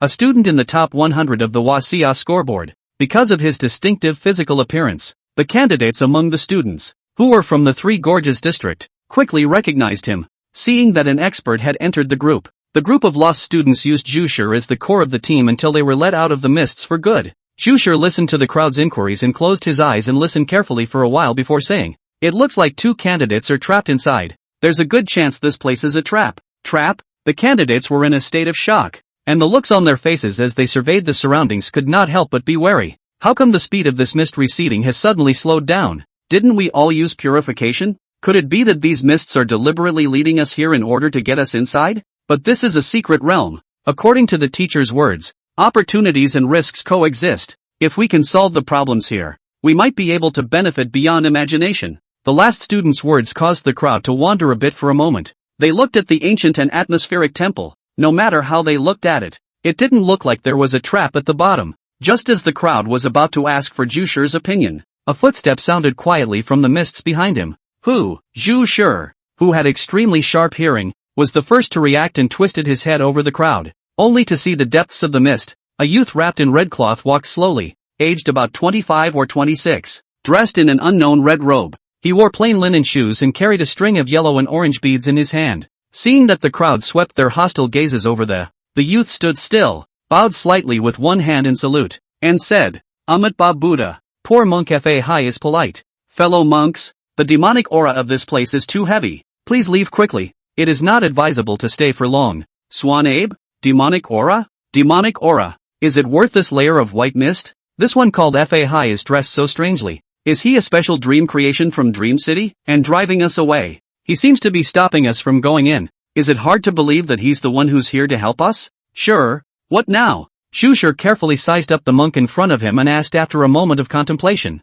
Demonic chi? Is it very dangerous in here? We seem to have companions trapped inside. Oh, someone has already gone in? Fai's brows furrowed at the words. That's not good. There's a 1,000-year-old tree transformed into a great demon entrenched within that temple. Those who go in are afraid that they'll be sucked into dryness just like this current path. Road? Zhu sniffed and froze. Looking down at his feet, the green stone floor tiles remained the same, and there didn't seem to be anything unusual. Several monks, please leave, Fai said, moving to the front of the queue. He clasped his hands together and a strange sound came out of his mouth. Amit Ba. With the sound of a sudden flash of light in the eyes of the crowd, the brilliant, towering temple made of red bricks and the old green stone road under his feet still changed into something different. In the blink of an eye, gusts of crows cawed from the sky and there's more of a bony quality to the path that your feet are treading. Looking down, a shriveled human skin that looked like it had been air-dried for a long time layered on top of each other, and nameless dead bones piled up into mountains on both sides of that road.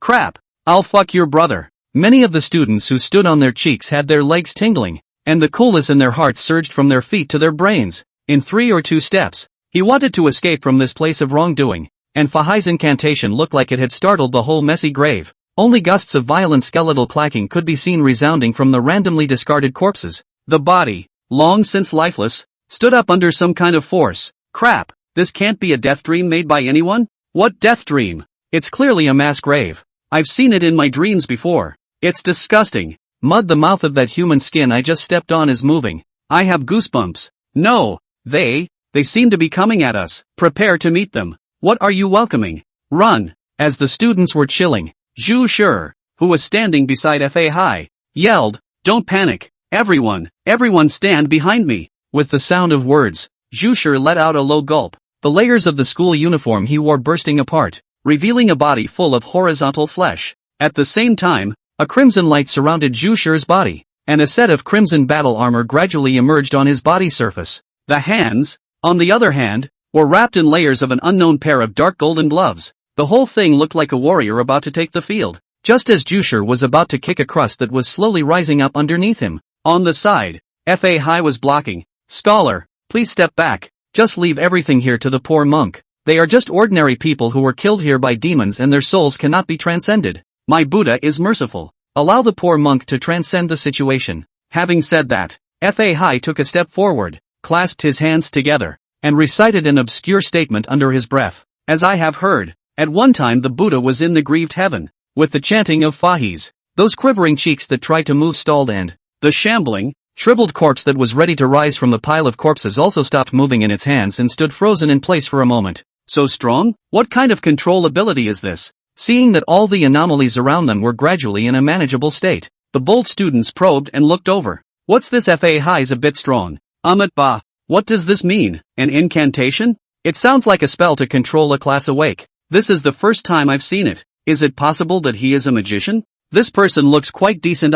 It's not like he's a character who came over to victimize us. Can it be that this is actually a section of the copy that tests us? A student's aura suddenly thought of such a thing. Are we going to follow Fa High into the temple and rescue the 2 hostages so that we'll be able to gain a certain amount of points? This idea was immediately supported by many people. Immediately afterward, the crowd fist-pumped and tried to come over to teach these creatures, who had become immobile, a lesson. But Fa Hai's chanting reached its conclusion at this moment, only to see him sigh, hands together, gently worship. All of a sudden, all the corpses on top of the road in front of him dissipated in an instant, revealing the overgrown stone pathways beneath it. Surveying the scene, the students' pupils widened as they collectively sucked in a breath of cold air. Crap! No, not a control spell? Biggie recited a spell to directly take care of all the corpses? What's this? Mercy? Even the ashes are raised without it. Holy shit, this person seems to be a bit strong. Why does he look like a very crucial character in Dream City? Can it be that there's really a large quest triggering scene here?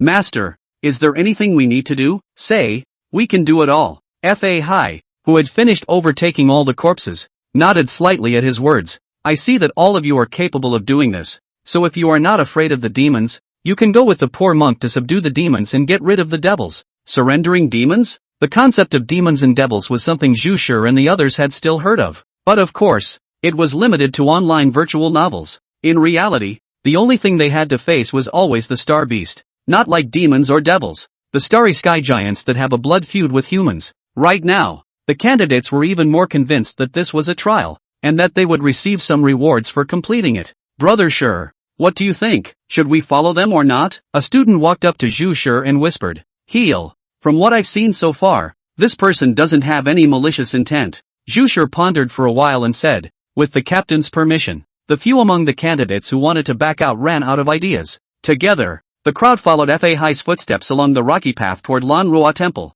In the middle of the road, Zhu Shi Jing looked at Fa Hai, who was slightly shorter than him, and inquired thoughtfully, Master, what exactly is the meaning of Amitabha Buddha and my Buddha's compassion that you chanted earlier? Oh, Fa Hai's eyebrows jumped slightly at his words. The scholar is trying to ask what the Buddha really is? My Buddha came from the western paradise of ultimate bliss and resided in the Spirit Mountain, where there was a Buddha named Rulai, who, after a number of robberies, transcended the mundane to obtain the supreme scriptures, and under whom there were 10 great disciples named, the Golden Cicada, the Shariputra, I, the Buddha, take it as my duty to be compassionate and to ferry and save the living. So do all of us Buddhist monks. On the short stretch of road to the Ranzhou Monastery, Fa Hai constructs a new and fresh system and worldview for Zhu Shi in simple and clear language. The western paradise of ultimate bliss. Spirit Mountain. Ka. Zhu Shi's heart shook even more as he listened. The student next to me might just listen to it as a story that, and he was keenly aware of the true meaning contained in it. This seemed to be a Tao lineage, or inheritance, with a complete system. In the case of dream makers, this is the cornerstone of dreaming S-level potential dreams. If one is able to dig deeper into the story therein and obtain a knowledge system with extremely clear logic and no loopholes, such a gain is no less than obtaining the inheritance of an S-ranked dream maker. Zhu Shi was already able to imagine how powerful it would be if the so-called Rudraksh, the ancestor of the Buddha's way, was created. It wasn't just Zhu Shi, but many of the powerful people who were observing the proceedings here also associated themselves with it. Linhai City. Inside the residence of the city lord, the fiery Luyan stood up with an agitated expression as she listened to what that Fa Hai said. From those few words, it was obvious that she could directly glimpse a side of the world, a complete system, a key that can make us dream making. Just listen to that Fa Hai continue to explain. This is just priceless. First the hell, and then the so-called Buddha's way. Just how many other things is Sumu hiding? Can it be that this kid has really received the legacy of a certain S-class dream maker somewhere in Linhai City?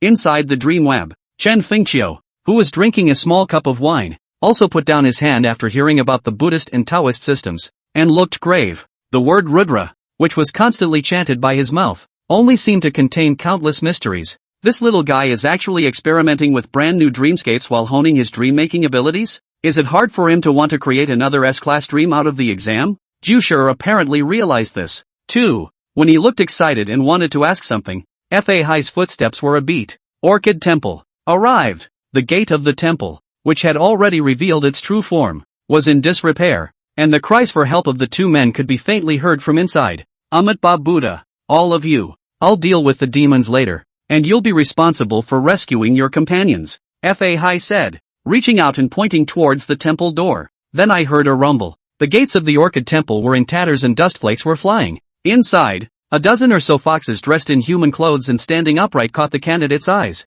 In the center of the foxes were the Tufan brothers, who were so depressed that they were on the verge of not even being able to scream. Shit, there really are students trapped inside. What is this? It's outrageous. Demon, is this going to be our shot? The students looked at the scene and leapt to their feet. They could all think that the eye is a copy of the Dreamweaver arrangement. The final gain from playing a copy is naturally divided according to how much effort was put in. Right now, it's a good time for them to perform. Master Fa Hai, wait by the side for a moment. It's up to us. Zhu let out a low roar. His facial muscles condensed, and his body was like a fierce tiger pouncing towards the fox within the pile. His palms cutting out bursts of sonic booms in the air, as if he wanted to slap the fox to death with one palm. But who would have expected that in the face of Zhu Shi's attack? The foxes did not have the slightest intention of evading. Instead, they were smiling and collectively let out a sucking sound. All of a sudden, he who was in the air and swooped across suddenly felt that his body was spinning around, and the originally sufficient spiritual power within his mind was instantly dissipated at this moment, as if he was experiencing some kind of big dream.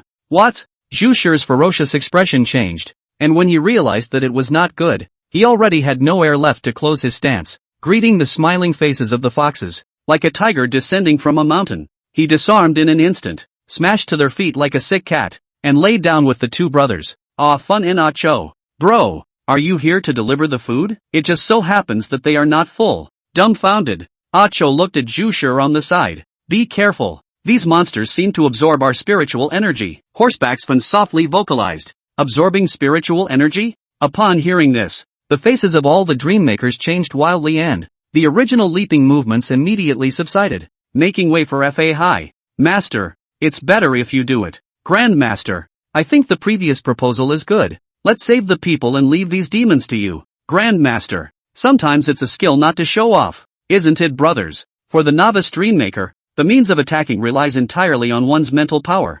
And right now, the foxes were clearly restraining them to death. Haven't you seen the top 100 big shots in China jumping over there and all going straight to the street? If they go over there, a fox can suck soft one, right? Cluck cluck cluck cluck. There's another bald ass here. Looks like your spirit power is more vigorous than all of them. What a great meal. The foxes noticed Fa Hai and left drooling mouths. Sisters, come together, leave them all here. Once their spiritual energy is drained, they will be handed over to grandmother to be used as fertilizer for the kuei tree. The foxes laughed and tore off their obstructive clothing, flashing to the crowd's perimeter with great speed and using their previous tricks once again. All of a sudden, everyone felt their spirits shrivel up. Just as the crowd was about to soften to the ground, Fa Hai sighed and clasped his hands together. Amit Ba Buddha. His voice seemed to spread around like some kind of power. That sense of impending death disappeared from the crowd. How dare a carver dare to show off his skills? Great mighty heavenly dragon, the great Luo spell. Fa Hai closed the palm of the one-handed pinch.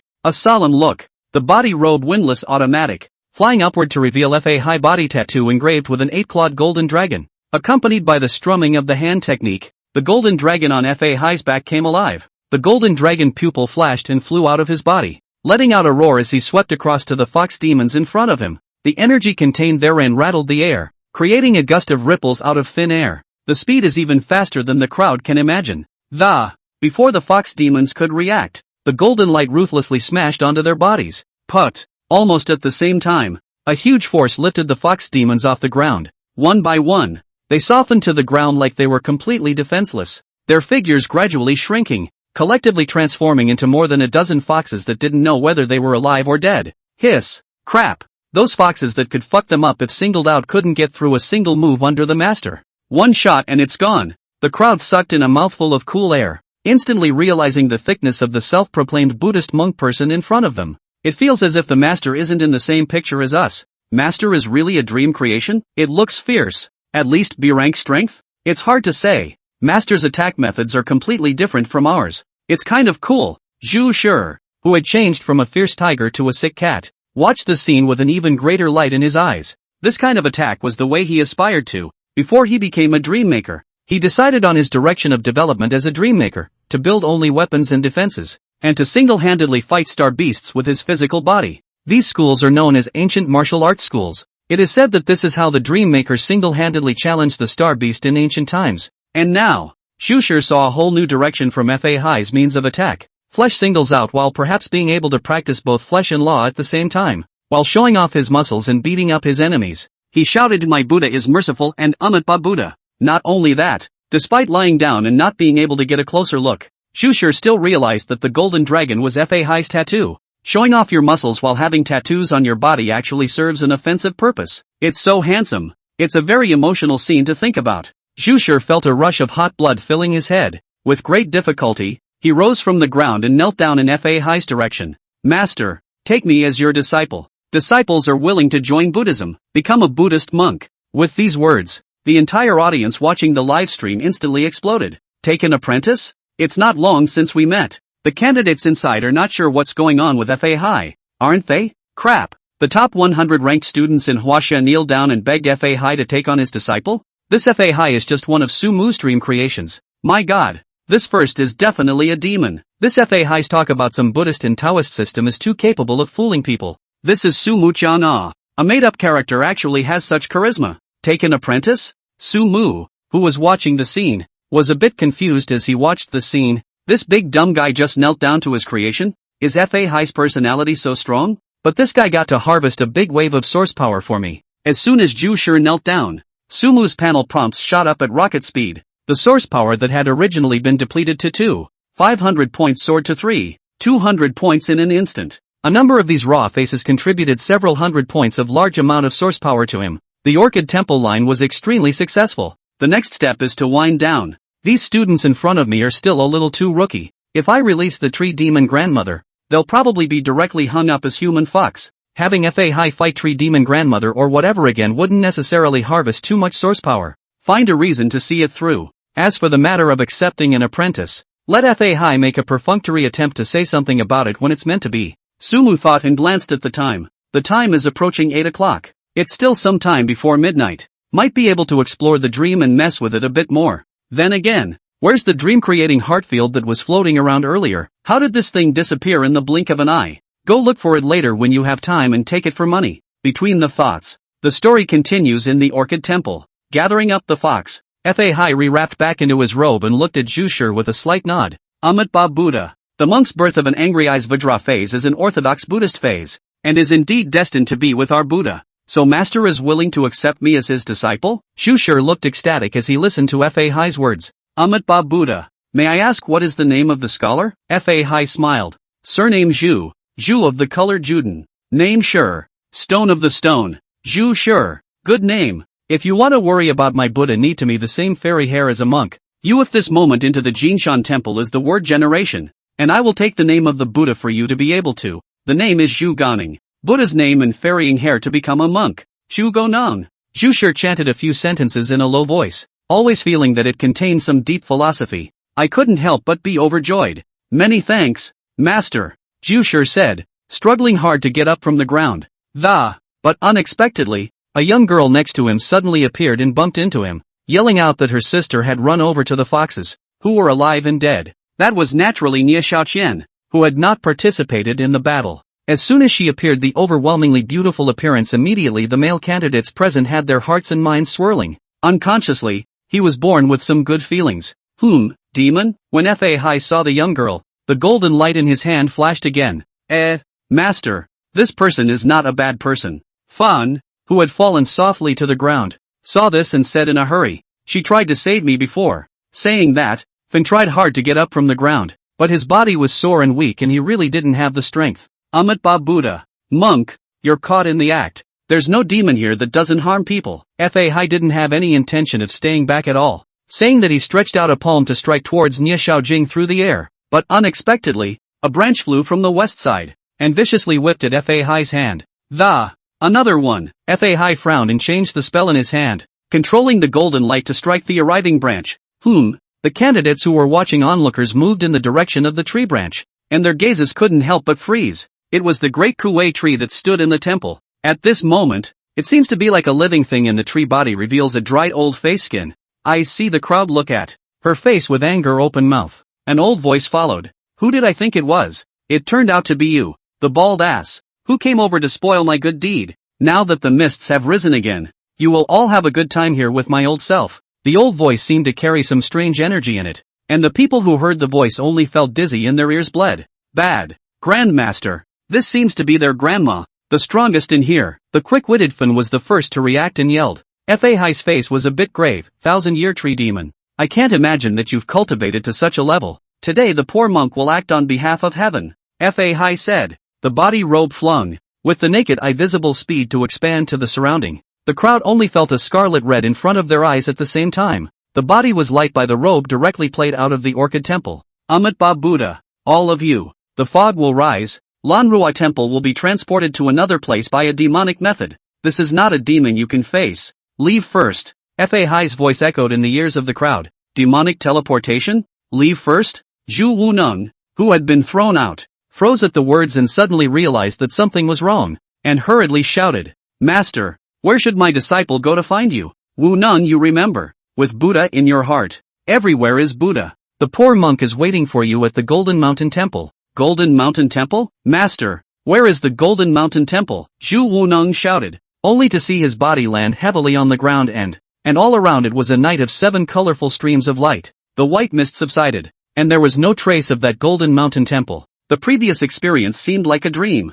Jinshan Temple. Jinshan Temple. Zhu Wuneng chanted a few times to numb out. Just worship the master and the man is no more? He hasn't learned anything. Wait, it's not like nothing was learned. For example, shaving your hair, such as wearing that robe that represents the Buddhist path. Zhu Guning stroked his hair and fell into deep thought. On the other side, in the alley, looking at the Orchid Temple, which had once again been reclaimed from his dream-making heartland, Sumu took a long breath. Turning his head, he then walked towards a nearby street. The mission at Lanyark Zoo is complete for now. We'll have to keep screwing up next. He placed his eyes on the underground structure that was uniquely hell within the dream-creating heartland. The loophole of insufficient attack power shown earlier by the Hellmouth must be added to. The Een soldiers within the ghost city taken alone to fill the scene are still somewhat insufficient. If you want to turn the neighborhood into a ghost town and tell ghost stories, it is natural that there can be no shortage of Een soldiers. The matter of the black and white and permanent demands for life and the Een soldiers borrowing can be arranged. Anyway,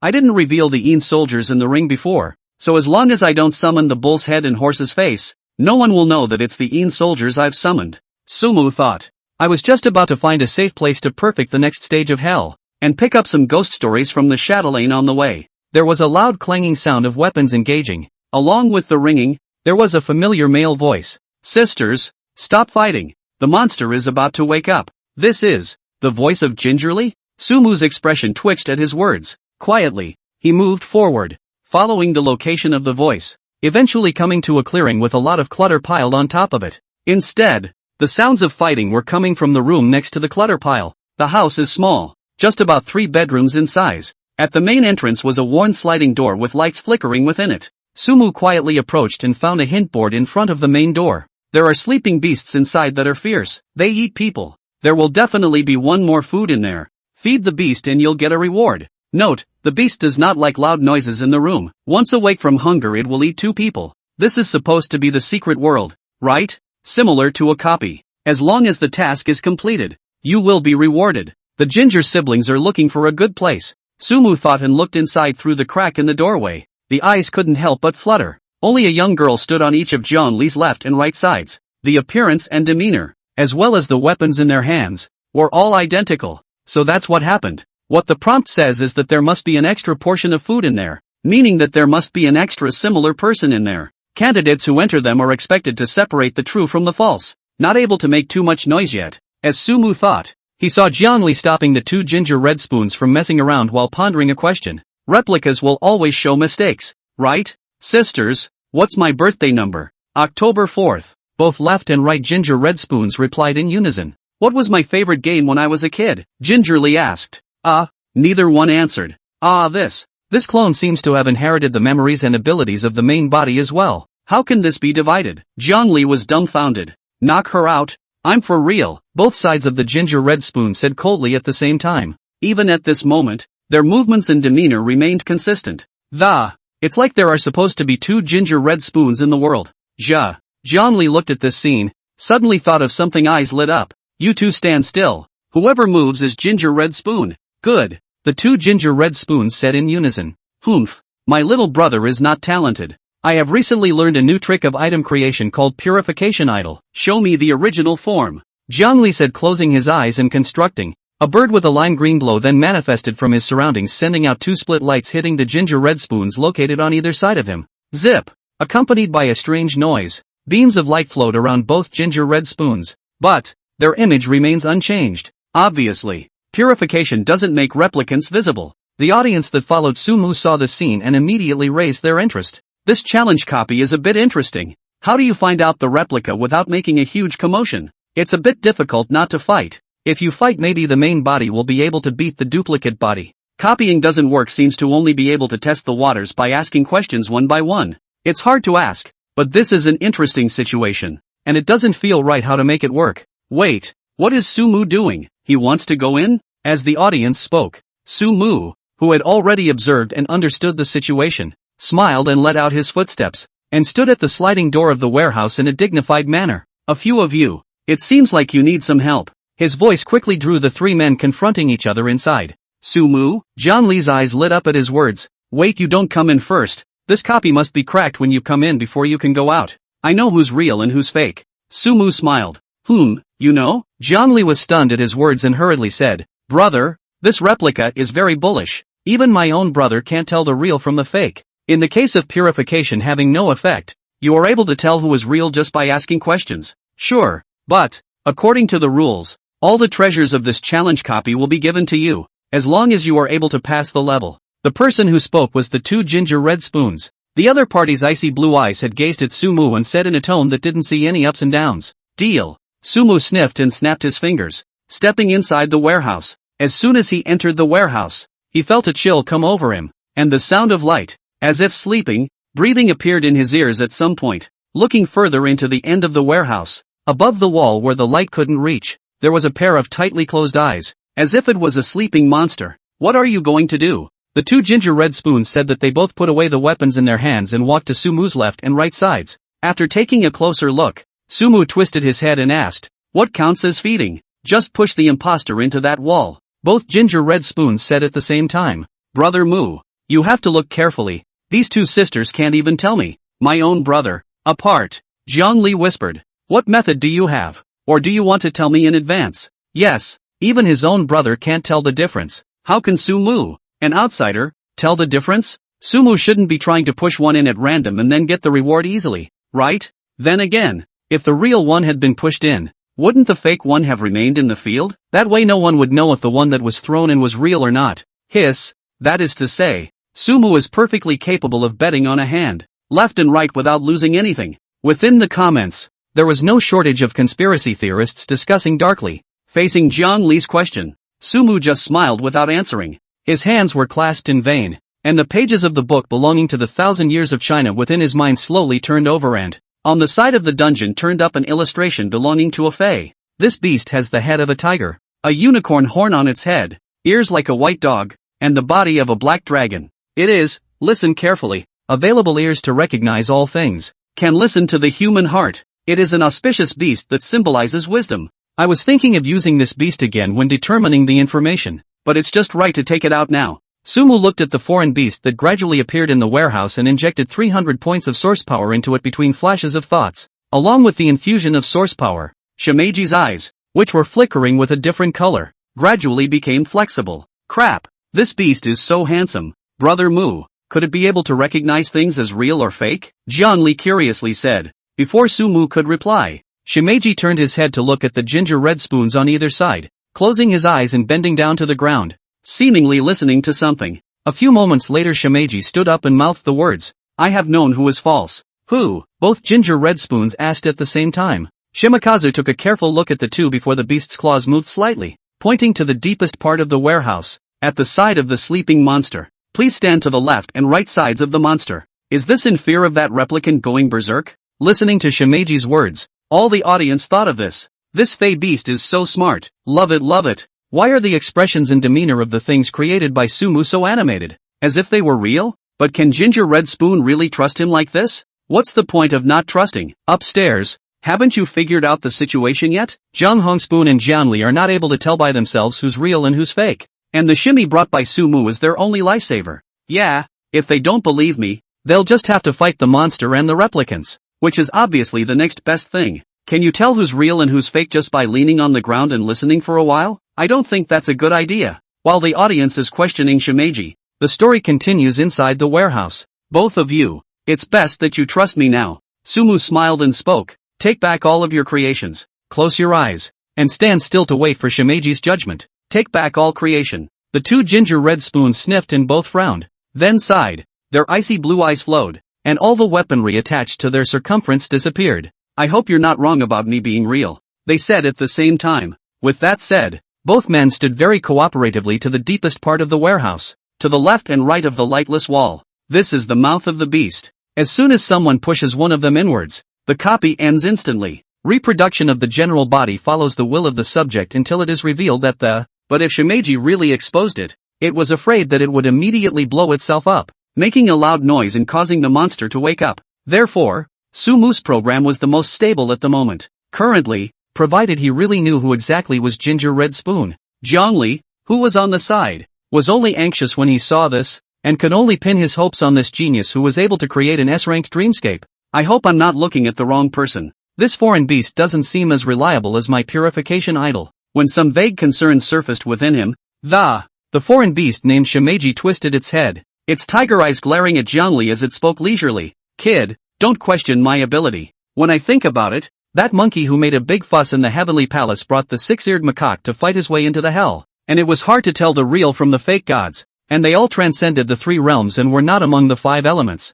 Only I and the Western heavenly Buddha rule. I know who is true and who is false, and you should apologize for your ignorance. The pandemonium monkey and the six-eared macaque? The Buddha of the Western paradise. Zhongli listened in a daze, not being able to understand what it meant, but viewers can have a guess. Rudraksh, isn't that the ancestor of the Buddha's way? As Master Fa Hai said before, this Shimeji is still able to connect with the Buddha ancestor Rulai? Wait, didn't you hear Shimeji claim to be from hell? Hell is an S-ranked dream world of death. It's actually connected to the Buddha's path. It's not just that. The point is to make a fuss about the Heavenly Palace. Heavenly Palace. This name sounds like it corresponds to hell. Can't it be that it's another S-ranked dream? As soon as the words of the last spectator, everyone sucked in a breath of cold air. Yeah, this Heavenly Palace and hell. If you say they are not connected, who would believe it? This dream creation and dream fae are actually going to be strung together. They seem to be able to see a large and colorful world in the mere words of these characters and beasts. It was an experience like no other.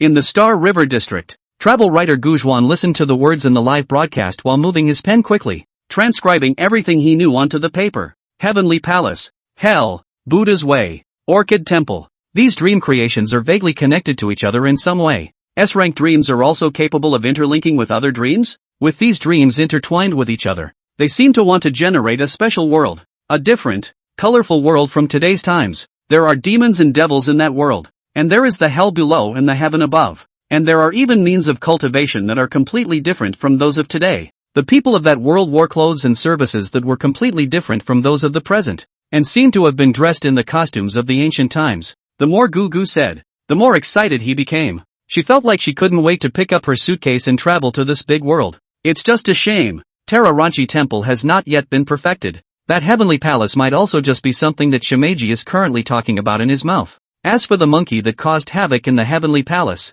Guzhuan was somewhat unable to imagine just how powerful a creature that could cause havoc in an S-ranked dream realm would be. What legends are attached to it? I hope that Sumu will be able to raise his level fast enough to make this world in its entirety. And then I'll definitely find a chance to travel. Guzhuan secretly swore in his heart. And, just as Guzhuan and the others were shocked by this, many A-ranked dream makers frowned. Linking to an S-ranked dream? Does this guy only know what he's doing? A little carelessness and all this dream world could come to nothing. He's only F-ranked. Too imprudent. Inside the dream web, Chen Fengqiu, who had watched the live broadcast, said with a frown, "There's something about dreams being connected. They have experimented with it before and got very poor results. The 5 S-ranked dream makers joining forces hadn't been able to thread a few S-ranked dreams together any further. There's a lot to consider here. The amount of energy and mental power needed is even more astronomical. The 5 S-ranked dream makers had not been able to create a party of the so-called dream world that surpassed the S-ranked dream world even when they put their best foot forward back then. The product of the fusion of that multiple S-ranked dream worlds ended up being a large S-ranked dream world.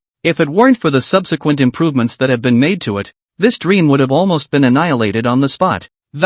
Even so, This dream realm has suffered great damage. It can't be used to fight against the starry sky beasts, and can only be used for internal exams. Yes, this world of failure is the Dreamweb. This giant dream that can span the world. What an S-class dream maker hadn't accomplished. How could Sumu do it? Chen Fengqiu believes Sumu is a genius, but the current Sumu was also just a genius who had yet to grow up. There can be a chasm spanning the middle between F rank and S rank. It wasn't something that could be remedied by simply boosting mental strength. There are still years and years of accumulation involved. Even dozens of generations of a family's efforts. He mustn't be able to take a crooked path. But unfortunately, according to the rules of the unified examination, I can't have any kind of substantial intervention. Chen Fengqiu looked at Sumu with worry in his gaze. In about a month's time, the boy shouldn't be going down the wrong path so quickly. It's just a matter of destroying a few S-ranked dreams left and right. As long as nothing happens to the people. Just as the outside world was connecting all sorts of things for Shimakazu's remarks. Zhongli had bowed his head with a joyful face and apologized. I'm sorry, I was wrong. I shouldn't have questioned you. His words just now were not spoken. Just think about it in your mind. I didn't expect this foreign beast to actually reply directly as if it was able to eavesdrop on his heart. This seems to be a top-notch observation technique. Naturally, Zhongli didn't believe that there was something that could eavesdrop on people's minds. More than eavesdropping on his heart. He believed that this foreign beast could hear what regular people heard. For example, the flow of blood to the brain, the number of beats of blood supplied by the heart, and so on. The other party was probably listening to his inner thoughts through his series of reactions thus. This also showed that the Fae could determine that there was a completely non-human voice inside the Ginger Red Spoon's duplicate. Listening to Kongri's apology. Satisfied, Shimakazu twisted his head back and surveyed the two Ginger Red Spoons standing to his right and left. After a few moments, it slowly settled on a direction that, firmly, he walked towards Ginger Red Spoon, who was standing on his left side. Standing with the left side of the Ginger Red Spoon closed his eyes and listened to the sound gently frowned. Why is this beast heading her way? She's the real Ginger Red Spoon. The thought had just surfaced in Zhang Hong Spoon's mind when he heard Shimeji leisurely say, your heart is wondering. You're questioning go. You're thinking that you're supposed to be real, aren't you? Realize that the replica must think in its mind that it is also the true body. And, of course, please don't be in a hurry, I am merely walking over to take a closer look, Shimeji said, but wandered back and forth around the Ginger Red Spoon on his left, never meaning to leave. This, is the one on the left a fake? What's Shimeji doing? The one on the left is a fake. Why don't you just push it in? Is it hesitating? As if to know exactly which one is true and which one is false. Ginger Red Spoon live room camera actually cut the far angle. We cannot see who is true and who is false within the live room. Did Shimeji say that to appease this fake Ginger Red Spoon? It's just looking for an opportunity now that it's wandering? Before the discussion died down in the live room, Shimeji's eyes suddenly stared, and the tiger's mouth opened, letting out a violent roar. It's now, accompanied by a roar. Its body stood tall and upright, as if it had 1,000 mighty powers as it fiercely slammed into the Ginger Red Spoon on the left side, like he was going to knock the Ginger Red Spoon straight into the mouth of the monster with a thunderous blow. The left side of the Ginger Red Spoon reacted quickly. The body violently acrouch on the body will be flickering gusts of flowing light. A layer of armor inscribed with the infinite starry sky quietly attached to her body. Shimakazu's attacks are still slow. Not only that, if it attacked. Why did it yell so loud? Shimeji is screwing up, shouting so loud and ending up with such a slow attack speed? No, it doesn't matter who's real and who's fake now. The monster will definitely wake up. And if it does, it'll eat two people. Shit. After all this alien beast's IQ is not very high. This is going to be a good show. When the monster wakes up, it's going to be another bad battle. I hope Sumu gets eaten. It's too much of a pit for his teammates. Just when the audience thought that the course of events would lead irreversibly to the worst possible end, on the right side of the warehouse, however, came the terrified screams of Ginger Red Spoon. No! The camera on the live feed quickly cut over along with the sound of the, only to see that the figure of the bull-headed monster had been added in front of Ginger Red Spoon at some point. The bull's head from hell had materialized at some point. It took advantage of the fact that everyone was attracted by the sound on the left side, appeared silently and gave Ginger Red Spoon a hard hit, directly slammed the completely unresponsive Ginger Red Spoon on the right side into the wall, almost in a flash. The completely black wall at the top of that warehouse inhaled half of the Ginger Red Spoon on the right side, and its body shifted at a rate visible to the naked eye. It eventually transformed into a headless white monster. The creature struggled and howled, trying hard to pull its head out from within the walls of the warehouse, but to no avail at all. The wall slowly swallowed its entire body completely as if it had suction power. On the other side, with a leap of his hind hooves, Shimakazu, who had assumed the air, closed the distance between him and Ginger Red Spoon. Apparently, it hadn't thought about sparring with Ginger Red Spoon at all. All that was done was used to attract attention and make that replica on the right side let down its guard, thus giving Sumu a chance. Yes, Shimmy, as Sumu's dream creation, it knew who was true or false. Then Sumu knew who was true or false. In order to safely deliver the replica into the monster's mouth, he and Shimeji sang a duet. The current scene was not hard to understand, and the viewers in the live broadcast room were suddenly numb as they watched it. What the fuck? It's a sound bite, right? Cow. Big brother, I'm on my knees. I shouldn't have doubted you just now. This Shimeji is so smart. I'm on my knees. 2. The clown is actually me. This ploy is simple, but Sumu used it well. We really all the attention is attracted to Shimeji. After all, Shimeji is the beast that can recognize who is real and who is fake. Good boy. This is taking advantage of Ginger Red Spoon's distrust of him. Linhai City Lord Lu Yun watched the live broadcast with a happy slap on the table. First of all, Sumu took advantage of the fact that Jung Hong Spoon definitely didn't fully trust him, and had Shimeji falsely attack the real Jung Hong Spoon. The real Jung Hong Spoon will definitely resist when he realizes that something is wrong, while the fake Jung Hong Spoon on the right side will be sure in his mind that this Shimeji is a useless thing, thus letting his guard down. Also stuck in such a delicate circumstance, Sumo summoned the rest of his creation, and with a single impact sent the fake replica into the mouth of the monster. The geniuses that come out of my Linhai City are extraordinary. Crap Mako is awesome. Inside the warehouse, watching the false Ginger Red Spoon being swallowed up within the dark walls, the worried Jiang Li were not aware of what was happening. With an excited shout he rushed forward. Big brother, I was wrong. From today onwards, you are my big brother. Fierce, this Shimeji divine beast is also strong, he said and bowed towards Shimeji again and apologized. Great God, I was wrong about you. Humph, human, just understand my power. Shimeji sniffed the tiger's head and then turned into a stream of light and disappeared at the same time as the bull's head. Thanks a lot. If you encounter any problems during the exam you can come to me. I owe you a favor this time. Jung Hong Spoon's icy blue eyes flowed, and her tone was no longer so cold. This one was a huge test for her. If it wasn't for Sumu's arrival, she and Jiang Li really wouldn't have been able to walk out of this warehouse. All the rewards this time go to you. We're not involved. Speaking. The wall that had appropriated a portion of the food gave a violent shudder and a beam of light, black in color, erupted from it. Upon closer inspection, it was a string of bracelets, black in color. The entire chain consists of more than a dozen diamond-shaped black metal. This is, before Sumu could carefully identify it, Jiang Li, who was on the side, called out, a bracelet strung with dream-gathering stones? Good stuff. Dream-gathering stone? Sumu sniffed and searched the relevant knowledge within his mind, and immediately came to a realization.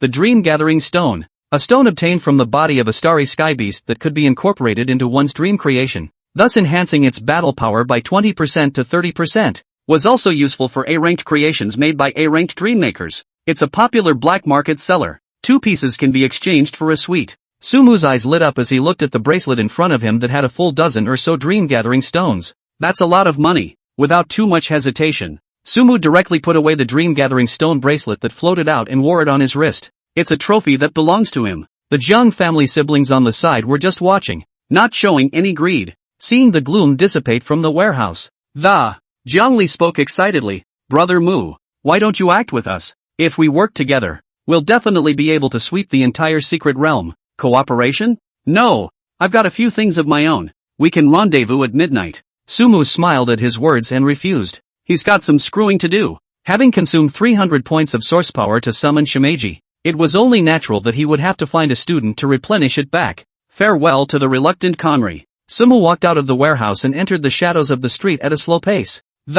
Finding a random corner that looked safe he hid. After determining that there was no situation around for the time being, Sumu slightly hooked his finger to open his panel. Mental strength, 46. 5. Source power, 3,215 points. Previously, in order to maintain the dreamscape creation, he had continuously injected source power to restore his spiritual power while consuming his own, which had caused the original spiritual power to increase continuously, reaching around 46. 5. As for source power, Sumu used 300 points when he created the divine beast Shimeji, and gained quite a few more after Shimeji appeared to stabilize 3,200 points from falling. If all of these 3,200 points of source power were to be replaced with spiritual power, Sumu's spiritual power would be raised to around 80 points. It wasn't even close to the limit of F-rank Dreammaker mental power. Of course, in terms of Dreammaker upgrades, there is no fixed value for exactly how much mental energy is needed to go from F to E level. It varies depending on the career fit. A Dreammaker with a high career fit may be able to advance to the next level with only 70 points of mental energy. Those with a low career fit can require far more mental energy to advance to the next level. As for how much mental energy a Dreammaker with a fit of 1 would need to advance to the next stage, no one knows. With a fit of 1, it's just like this Dreammaker profession that doesn't match up at all, and it's a wonder of the ages to be able to awaken. The spiritual energy required for advancement was definitely an unimaginably astronomical amount. If it wasn't for the existence of source power, Sumu was afraid that he would be stuck in this stage for the rest of his life. There's still work to be done. Right now, the mental power is still enough, so you can put more source power into making dreams, and just keep some of it as a supplement to your mental power. As Sumu pondered, he sat down on the ground and closed his eyes to observe his dream-creating heart field. The orchid temple still existed within the small world, and the dozen or so defeated foxes slowly recovered again. Inside the hell, the divine beast Shimeji was lying on his back sleeping inside the ghost city, and the sound of ghosts walking was constant. Right now, only the orchid temple was roughly finished within his dream-making heartland.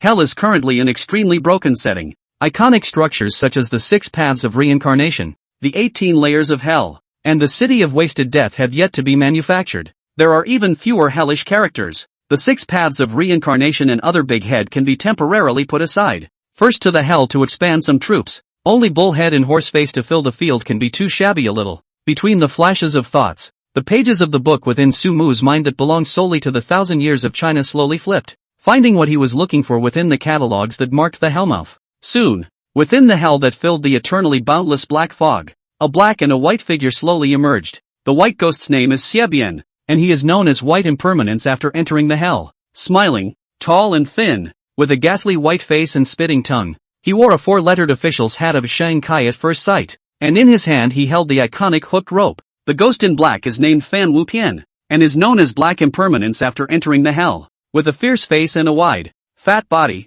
he wore a 4-character official hat of peace in the world, along with the appearance of the black and white irregulars. A large number of grey-robed soldiers emerged behind them, with solemn faces and extremely bluffing black mist around them, creating here. Sumu slightly breathed a sigh of relief, and after using source power to replenish his spiritual power, he temporarily arranged the black and white irregulars and soldiers in Fengdu City. When the time is right they can be made to appear and hook the lucky ones back to hell to experience a one-stop death service. After all this, he once again looked up to the clearing above the hellmouth, around the Orchid Temple. This activity of absorbing source power, the soldier is just one part of it. He was going to literally start a feast of 100 ghosts at night in a part of Dream City. Shiki Liuji. Countless ghosts throughout the ages can be manifested. Give the candidates a little bit of Jiqi Jingi spectral ghosts from China. Sure, with the principle that you can't just tell ghost stories. Sumu planned to build another temple next to Lanrua Temple. The name is Xingwang Temple. Shelter the candidates while accepting the ghosts captured by the Undertaker and teach them a good lesson. Since ancient times, the first gate into the hell is the city god temple. When the person's about to die, the black and white impermanent shall bring to the city god temple to report. The process is over and then go to the Yellow Spring Road. In this way, the city gods can again interconnect with the earth. Layers upon layers chained together. This dream-creating heartland will eventually become a small world. After slightly making some plans for the small world, Sumu immediately consumed 300 points of source power and poured his spiritual power into the pages of the book with the name of City God. With the infusion of source power, the entire dream-creating heartland emitted a slight tremor. The golden red hall with red walls and mud tiles rises up from the ground, and the plaque with the name of City God hangs in the center of the gate. There is also a couplet to the left and right for, "It's up to you to do good or evil in the world, who has been spared by the underworld throughout the ages." So, there's just one more thing left to do between City Hall and Sumu murmured in a low voice before he could finish, and suddenly felt a chill surging around him. It was too late to think about it, and the thought was instantly withdrawn from within the city temple. The overpowering alert from the spiritual power made Sumu immediately realize the potential threat from behind him. He left his original position with a roll with his hands braced against the ground. Before Sumu could catch his breath, he saw a blue, catfish beard-like tentacle stretching out from the dark corner where he was originally located and fiercely smacked the empty space where he was previously sitting. This is... Sumu frowned and stared. At some point, a pair of cold, completely emotionless scarlet eyes actually protruded from within the dark corner of that hiding place. In the shimmering light, It was demonic and gave an overwhelming sense of awe. The catfish whisker-like blue tentacles then came from the scarlet eyes in the darkness. Am I sitting on a brush? Sumu cursed and just wanted to get up and leave. Suddenly feeling a gust of thrill coming from all sides, he turned his head to look around the dimly lit corners within. The pairs of strange eyes that shone without any emotion were all over the place, along with Sumu's gaze. Those eyes blinked. Scarlet eyes flashed. Gazing at Sumu in unison. Inside countless shadowy corners, blue as catfish-like tentacles erupted. It was simply going to form a dense and large net, completely enveloping Sumu. The viewers of the live broadcast room sucked in a breath of cold air in the face of the situation that had suddenly arisen. Crap, I think I've seen this thing before. It's a star beast. Hissing, I've been to the Starry Sky battlefield and met this Starry Sky beast, which we used to call the red-eyed catfish. This is one of the toughest Starry Sky beasts on the Starry Sky battlefield. Sumu was going to have bad luck. Red-eyed catfish? Crap. Sumu was so backward. Drilling into someone's lair? This should be the remnants of a red-eyed catfish's death dream, right? It's hard enough for Sumu. Red-eyed catfish. One of the worst nightmares dreammakers within the dreamscape battlefield would ever want to face. Compared to other giant beasts, the red-eyed catfish's abilities were more tricky and bizarre. It is able to replicate its eyes over and over again in the shadows, with each pair of those scarlet eyes copied. The red-eyed catfish's strength was 1 point stronger. If you are not able to find the true eye of the red-eyed catfish in the shadows and destroy the beast within a certain period of time,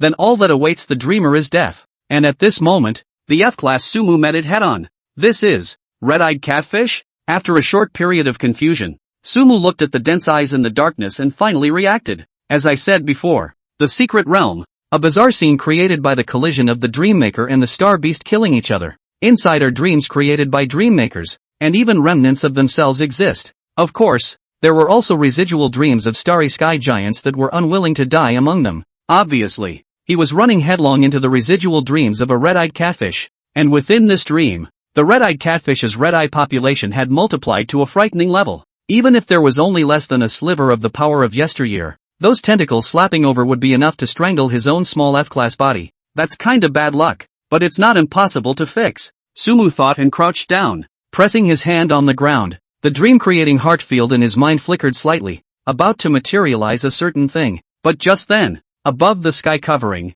besieging catfish tentacles, there suddenly came a booming blasting sound. A dark hole was quickly blasted within the dense tentacles. 5 middle-aged men and women in their 30s and 40s rushed in. They were standing very carefully, like a well-trained squad. At the head of the group was a middle-aged man with a square country face, wearing a suit of armor that emanated blazing flames, and holding a large sword that burned with flames. He swept around with his greatsword in hand and immediately waved his hand to greet his teammates after seeing Sumu. Quick, protect the baby. Xiao Wang. Spell fireballs non-stop. Burn this monster. The 4 members behind the middle-aged man quickly walked to Sumu's surroundings after receiving the order and pulled up a defense line around him. The male dreammaker known as Little King sketched dreams and summoned wizards with staffs, chanting spells that kept shooting at the tentacles of the red-eyed catfish. Boom boom boom. After a series of flame bombardments, the roiling tentacles dropped countless charred corpses. The tentacles that felt the high temperature collectively contracted slightly backward, suspending their attack on the 6 people at hand. Flame seemed to be an attack that the red-eyed catfish feared quite a bit, but these cured the symptoms, and in a short time, more and more scarlet eyes appeared from the surrounding area. That scarlet catfish was still splitting and multiplying. At this rate, they are bound to lose. Team Zhou. No way. We're all going to die here this way. We must find the scarlet catfish's true body. The Dreammaker called Little King shouted while controlling his creation to throw fireballs. Son, did you see the general orientation of the scarlet catfish at the very beginning? The country-faced middle-aged man known as Team Zhou asked seriously. This is. Sumu looked at the figures of several people and immediately became somewhat dazed. It's the remnants of Dreammakers who have died. In the remnants of their thoughts, they had not died and were still within the Dream City, acting as the vanguard of the Dream City, fending off the starry sky giants that kept descending. And right now, they see themselves as a teenager in need of protection. It wasn't just Sumu. The audience in the live broadcast room also reacted immediately as they watched the sudden appearance of a group of people. They're the ones who realized that the red-eyed catfish was breeding and immediately ran this way to try to get rid of it. It couldn't be helped that the red-eyed catfish in the battlefield at that time would soon become a ruined city if they took root in a city and were not contained in the early stages. Yes, there was no dream battlefield at that time. Once the red-eyed catfish was found to be breeding, it was necessary to gather all the manpower all rushed there. Even if it was to pile up the red-eyed catfish with their lives, it was necessary to kill the red-eyed catfish. These are heroes. Even if they only exist in Dream City and are fictionalized characters, that's still worthy of respect. But sighing is sighing. What should Sumu do now? Having 5 more helpers doesn't mean he'll be able to run away without any problems. The words of the last spectator woke up the crowd. Yeah, right now, the red-eyed catfish was reproducing faster. And even though it was just the remains that only possessed a trace of strength, it would be enough to deal with these people, right? After all, these people are also fictional and much less powerful in their own right, and they probably don't even realize they're dead. If I were Sumu, I'd let this squad member hold the fort, open a gap and then try to escape on my own. Although that's a bit shameless. For now, it seems like this is the best option. After all, the current Sumu is not a match for the red-eyed catfish at all, and abandoning them to leave alone is the most correct choice. Hey, this may also be a test of how Sumu should choose. Surveying the few stoic-looking warriors who came into view, listening to the sound of their words, Sumu shook his head slightly. When I came here, they had already reproduced and molded, and it was impossible to discern their true bodies. This way. Damn. Team Joe heard Sumu's words and immediately turned his head to look at his teammates who were casting spells. Quickly, increase the frequency of attacks and fight a way out for this kid to get out first. We can't all stay here. Someone must go out and report to the rest of Dream City. Yes, the 4 members of the team that arrived listened to the order without any hesitation at all. All 4 of them consumed their spiritual energy in unison and were about to launch an attack on a place where the red-eyed catfish was weak. Child, when you get out, immediately report to the Dream City hierarchy. The 5 of us will be here to slow down the reproduction of the red-eyed catfish waiting for your arrival. Head in the direction of our attack. Team Joe looked resolute, perhaps knowing full well that staying here might lead to a direct wipeout, but not hesitating in the slightest. As far as he was concerned, if he was able to delay the reproduction rate of the red-eyed catfish, Dream City would have one more hope. It's a spirit of sacrifice. Maybe it's a deliberate story by the examining team. I want the candidates who have mistakenly entered this place to feel and understand the fearless spirit of the dream makers of those hundreds of years ago. But, Sumu looked at the 5 people of Team Joe and revealed a slight smile. Captain Joe, perhaps there's no need to leave. This red-eyed catfish isn't an invincible existence. What? The country-faced Team Joe froze at his words but just before he could react, Sumu slightly crouched his body and pressed one hand on the land. Shingo, out! With the sound of his words, the entire ground shook slightly. Almost instantly, several carved red stone pillars were pulled up from all around, ruthlessly slamming into the catfish tentacles that were shooting from all directions. Almost instantly, intense white light came from the place where the tentacle and the stone pillar made contact. In a moment, a light like daytime erupted from the sky. Roar! The red eyes in the surroundings were rapidly annihilated at this moment as if they had been hit hard. Those thousands of pairs of eyes actually kept fading away like bubbles. A slightly pained hissing sound surprisingly came from the depths of the darkness. Listening carefully, it seemed to be the wailing of the red-eyed catfish proper. In the meantime, inside the main examining room of DreamNet, watching Sumu casually wipe out most of the red-eyed catfish within the live broadcast, drinking a small wine, Chen Fingqiu eyes wide open, wine cups are not holding steady on the occasion. A sharp sound was heard from the sky. Alarm! A Dreamland creation is linking the energy of the entire Dream City. Some of the privileges of Dream City are in the process of being transferred. This dream creation is from candidate number 3484. Sumu. Ha! Inside the examiner's room, Chen Feiqiu's entire body went numb as he listened to the beeps from the Dream Network. Sumo is taking over the entire Dream City? A candidate gained access to a portion of Dream City? Is this a case of his ears hallucinating after living too long?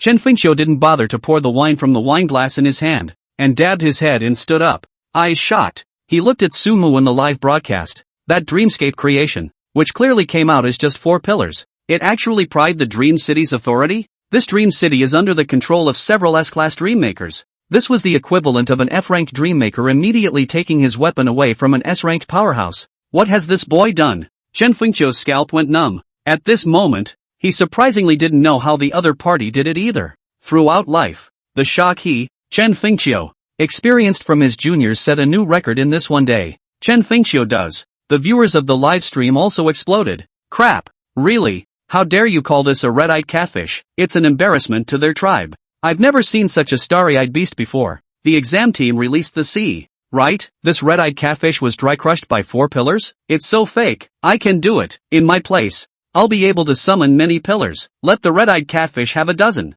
This is my understanding of the problem or the problem of the world. This feels really problematic. Red-eyed catfish, even if there is only a remnant of the dream world. That is also absolutely extremely difficult. Starry sky beasts. Not be able to be a budding new directly out of the real body. Yeah, Yeah, if that were true, then red-eyed catfish wouldn't be a battlefield nightmare. Wang Zhe, who had left DreamNet to go home to rest and watch the live broadcast, had a deep frown on his face at this time. For the first time, his opinion was in line with those viewers on the air. Coming into DreamNet, he knew the young man had potential. When Sumu met the red-eyed catfish, he also believed that Sumu could handle the current situation. But he didn't expect Sumu to handle it so easily. Hell didn't show up. Fa Hai didn't show up, either. That foreign beast Shimeji that could see through the real and the fake didn't appear either. He had always thought that Sumu would use Shimi to try to distinguish the red-eyed catfish's authenticity. But now, Sumu then summoned 4 pillars to collide with the red-eyed catfish's tentacles, and the red-eyed catfish couldn't. This moment, even Wang Zhe couldn't help but wonder if there was something wrong with this dream web. Could this be some sort of special setting within the dream city? What the hell is it? As the thoughts flashed rapidly, daughter Wang Huanjia ran over with a face full of confusion. Dad, did you watch the live broadcast? How did that Sumu do it? Since being recommended by King Hot for Sumu's live streaming, Wang Huanjia then kept an eye on Sumu's movements. Seeing that the teenager had come up with another whole operation that she couldn't understand at all, the daughter naturally wanted to ask her A-ranked dreammaker father at the first opportunity. But as soon as you come over, Wang Huanjia, however, also saw confusion on Wang Zhe's face. This teenager a few years younger than her was really going against the grain. When the outside world was confused about Sumu's summoned object being able to easily repel the red-eyed catfish, the party in question, Sumu, was at a loss. I only wanted to summon the city temple to use as a shield in the beginning.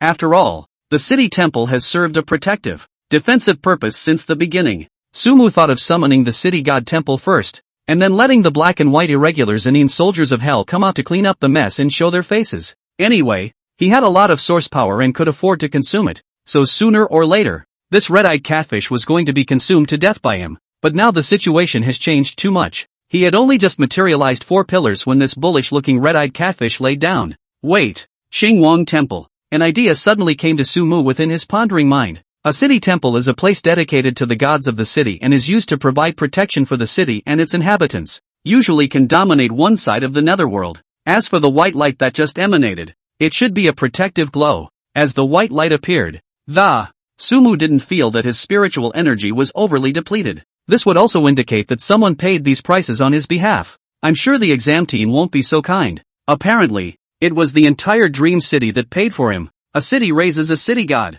Under the effect of his own source power, this city temple must have taken on an S-rank essence as well. Once it appeared, it naturally became the only city god temple in Dream City. In other words, he took over the netherworld forces of Dream City in an indirect sense, and could manage the netherworld dead souls of Dream City, which was equivalent to gaining part of Dream City's authority. At the moment, he was also considered a half-owner of Dream City. The unique power belonging to Dream City can be mobilized. This developed, as Sumu thought. He quickly reacted, pressing his hands on the ground as his spiritual energy surged in large quantities. With a violent roar, the red brick and blue tile temples with the characteristics of the ancient Chinese civilization instantly come down to reality. In a flash, there was then a stream of consciousness interlinked with Sumu. At this moment, Sumu felt that the arithmetic of his mind had gotten a transcendent soar. His pupils reflected the entire Dream City shrouded by a four-sided wall, mirroring what is happening in various parts of Dream City. From the image, he saw the figures of Zhongli and Zhang Hongspoon,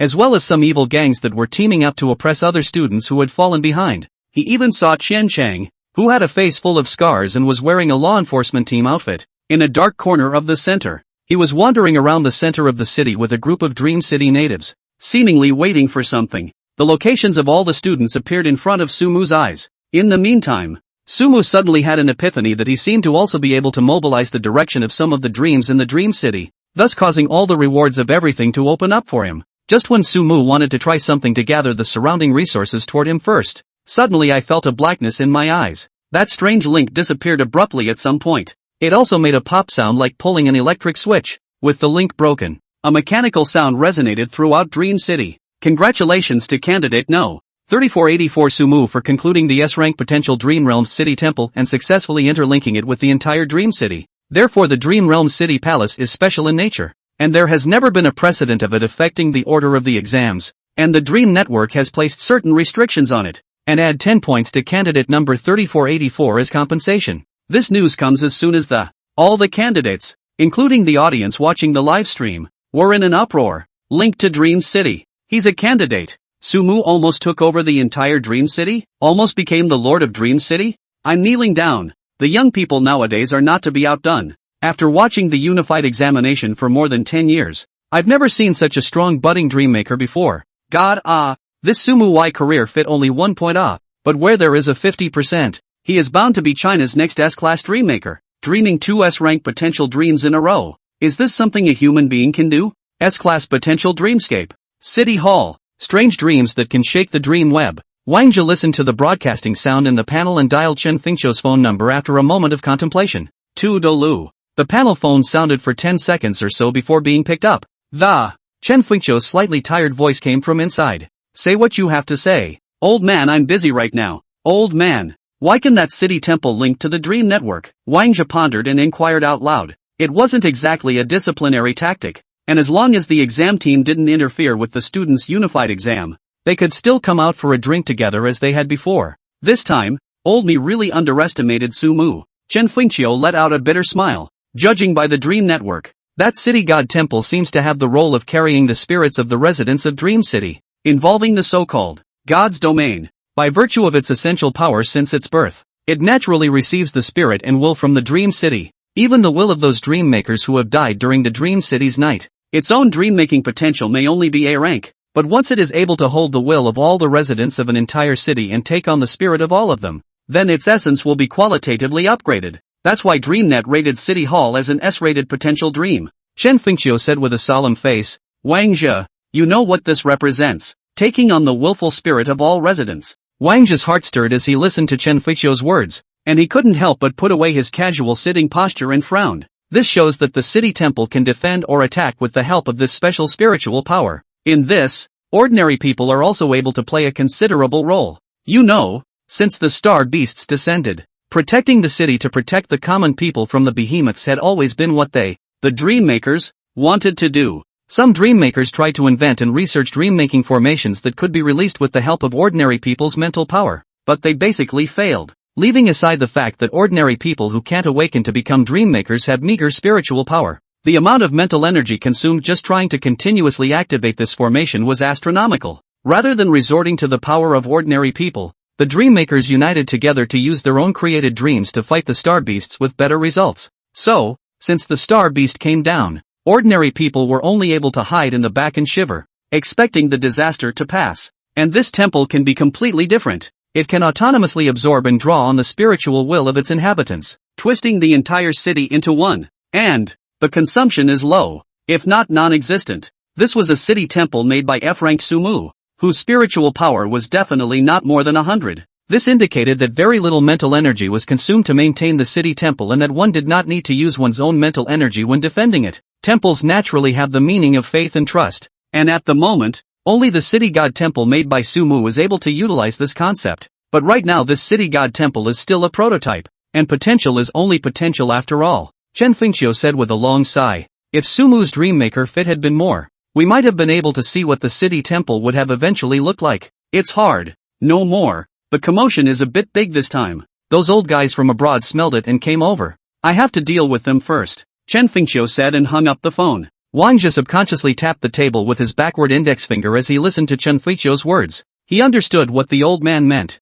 With only 1 point of fit, making Sumu's advancement a difficult task. How many resources should be used to enable this young man to step into the realm of the A grade? How long would it take for them to see this teenager grow up completely? See the complete formation of the City Hall dream? This high expense can produce many excellent students. Let's hope the kid can go a little further. While everyone was shocked by the City Hall, inside the red-bricked, blue-tiled City God's Temple, the country-faced Captain Joe was the first to come back to his senses. His eyes snapped and he quickly surveyed the outside, shouting, "Hurry, don't waste the opportunity. This red-eyed catfish's main body is coming out." In the west, Captain Joe's words caused Sumu, who had disconnected the link, to return to his senses. This red-eyed catfish really can't be allowed to go on and on. There aren't many good things that come out of nowhere like this to seriously injure your opponent. In the middle of his thoughts, he slightly opened his 5 fingers, and 2 masses of black mist filled the open space outside the City God Temple, and the black and white invincibles holding soul-locking chains came out of them. The red-eyed catfish in the dream world was meant to be a bit of mental residue that, naturally, it counts in the realm of the soul, and is restrained by the Undertaker. between spitting out a long-tongued pale white erratic figure a flicker, then came to the mass of red-eyed catfish real body near. The. Feeling threatened, the red-eyed catfish proper hissed and shot out a blue catfish tentacle that, above the tentacles, azure energy flowed as if it carried a thunderous momentum. White Impermanence coldly grunted without flickering and threw the soul chain in his hand towards the black shadow's eyes. The soul lock chain collided with the catfish tentacles in mid-air, and the tentacles, which were made up of souls, melted away in a gust under the impact of the celestial foe, and in an instant, they were reduced to a nothingness. The soul chain that had ablated the tentacles did not lose its momentum, and soon scurried into the shadows. Within the mass of scarlet eyes, accompanied by a hiss of pain, White Impermanence pulled hard with both hands, and a strange creature with a pair of scarlet eyes like a fish creature appeared in front of everyone's eyes, slightly more than 2 meters in length. His body glows with an illusory light. Seriously injured. It's completely defenseless. Under the effect of the soul-locking chain, the scarlet eyes gradually dimmed, and the red-eyed catfish seemed to have lost its original tyranny and vitality, although it was only a remnant, and its own strength was less than a millionth of that of the main body. But this was also considered a starry sky beast that Sumu had hunted. Bravo! Watching this scene, a smile appeared on the faces of all 5 of Captain Joe, who stood in the city god's temple. That's a red-eyed catfish. In their perceptions, this was a giant beast that would require the consumption of hundreds of human lives before it could be solved. And now they were well on their way to taking down the hard thing without shedding a single man. Good boy, let's go. Follow us back to the headquarters and I'll make sure those guys give you a good commendation. I can't imagine that. Headquarters? Sumu froze slightly as he listened to Captain Joe's words, and then reacted with a long sigh. Between flashes of thought, the black and white irregulars who had recovered the soul of the red-eyed catfish returned to the city god's temple and saluted towards the 5 people who were having a good time. Faced with the astonished gazes of the 5 members of the squad, the wide-bodied and fat Black Impermanence said solemnly, "Since ancient times there has been an order of yin and yang. Please enter the hell and rest in peace." What? The audience in the live broadcast room froze as they listened to Black Impermanence's words. What do you mean? Sumu is still planning to take Captain Joe and the others back to hell? No, right? What's the point of doing this? Is it hard to believe that this soul can still be a feeder for the hellish dream world? This is too much, isn't it? Rest in peace in hell? Captain Joe's 5 listened with a blank stare, and then they heard the White Impermanence at the side say, 5. You have already died. Many years ago. White Impermanence's sentence seemed to have a magical power that made Captain Joe's 5 faces stiffen in place. Countless otherwise forgotten memories came flooding back to mind. That was back in a battle defending Dream City. They encountered a real red-eyed catfish. The 5-member squad fought to the last man with the determination of certain death, killing the red-eyed catfish while exhausting their own blood. They, all of them, are dead. Captain Joe's expression suddenly became complicated. Because, he was the last one to die. He went down with the red-eyed catfish. So, now Captain Joe somewhat dryly looked down and surveyed his own body. The originally substantial body appeared illusory at this moment. It's a soul that refuses to leave the young world due to guarding obsession. Black Impermanence still said in a solemn tone, "Since ancient times, yin and yang have been in order. The yang is where the living stay, and the netherworld is where ghosts such as us belong. Reincarnate and return to the sun in the next life. A few good men do not need to worry too much. A few guarding the people of the town since the merits and virtues. To the hell to see the underworld king the least is to be reincarnated in a rich and noble family. Cast a good birth." White Impermanence's face was pale and abhorrent, but his tone was quite gentle. Opposite the Black Impermanence, one sings black and the other white. Of course, it's only for the good guys. The underworld monarch of hell. Reincarnated and reincarnated. Captain Joe muttered a few times and turned his head to look at Sumu. "Child, this hell, is this death dream you made? You want to take us back into the dream? A big dream? Tucked away in a dream. A big dream?" Sumu shook his head as he sniffed. If it was simply a matter of taking in the dream, then he could have gone to a lot less trouble. What he wanted to do was to insist on order in hell. He had a grand goal in mind. Having source power meant having infinite possibilities. Now dumping a few hundred points of source power into the earth has been so that what kind of style would it be if thousands of points, tens of thousands of points of source power were poured into it? If the source power's penetration reaches an extreme point, Sumu guessed that this dream about hell would eventually come down to reality. He probably shouldn't have been called a dream maker. Then, instead, it's the Adventist, or idealist. The kingdom of his dream-making will surely come down to reality. The great dream of the ancient Chinese will finally become a reality. If hell comes to reality, then order is extremely important. The dead will inevitably enter the yin and yang reincarnation in hell, and no one can escape. Captain Joe, my hell will be more than just a dreamland in the future. and it will also allow all dead souls to find peace. Yin and Yang are in order. This is the way of heaven. Everyone follow impermanence into the hell, and leave the matters on earth to us. Sumu repeated the words spoken by white impermanence with a resolute expression. Let all the dead souls find peace. You can just leave the affairs of the world to him? Looking at the teenager in front of them with a firm tone, Captain Joe and his teammates looked at each other for a few moments, and couldn't help but think of the previous scene where they had destroyed the red-eyed catfish in a single strike. They finally nodded slowly. Son, that's what you said. If Dream City was full of young dream makers like you, it would be a feast, and we would have no regrets. It seems to be a good place to go when the soul returns to hell and the soul is at peace. It also fits the order of Yin and Yang you speak of. Captain Joe and the others were sprightly. The white impermanence on the side saw this and said with a pale face, several people, please follow us to the hell. When you walk onto the bridge of Naiha, a few of you can still use the lookout stone to look back to the young world and see your former loved ones again, even if they are separated by the years. Oh, still able to meet a former relative? The faces of the 5 members of the squad immediately showed joy. He couldn't help but urge Sumu in unison. Quickly, bring out hell. We're going to hell. I need to see my baby. I wonder what happened to that kid after that. In the face of the crowd's urging, Sumu took a deep breath, aimed at the city god temple, and slowly injected 100 points of source power. As the city temple trembled slightly, the decorations in the hall gradually changed and a green jade table appeared above, and an old man wearing a red robe with a black official hat appeared with a smile on his face. City god. It was indeed a bit chilly to be the only one in the empty hall. It is reasonably speaking still needed. The civil and military magistrates, the god of the day and the god of the night, and many other officials.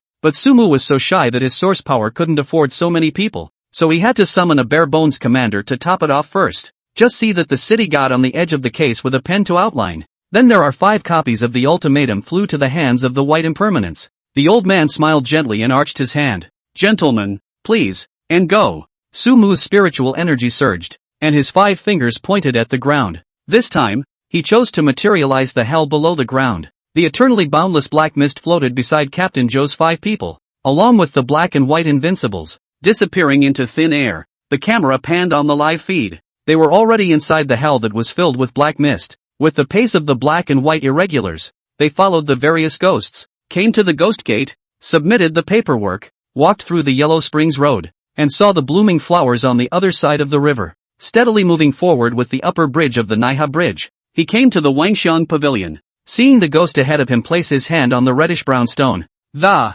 5 looked at each other and followed suit. In an instant, a picture emerged from the eyes of the crowd. Captain Joe saw his child, who was still in his infancy, and saw him grow up along the way, starting a family in Dream City, joining the law enforcement team, and becoming a captain like him. Chang saw a post-war Dream City, thriving, where children dared to look up at the sky when the clouds were dark and no longer had to hide in dark cellars and shiver. More and more dream makers filled their shoes, and Dream City had become a different place. The obsession in the hearts of the 5 was greatly dissolved, and they crossed the bridge of Naiha with a big smile on their faces. He received the clear bowl of Mona's soup in the hands of the Mona, and drank it all in one gulp and then drifted away in the black mist, watching the scene, while the audience was blown away by the hell of a deep understanding of what it means to have peace in your soul. Wangxiang Pavilion, Mengbo soup, that previously unexplored item did not fail them. This hell is really quite different from those death dreams. Wow, crying with envy. Will I be able to go to hell after I die? I'll have no regrets.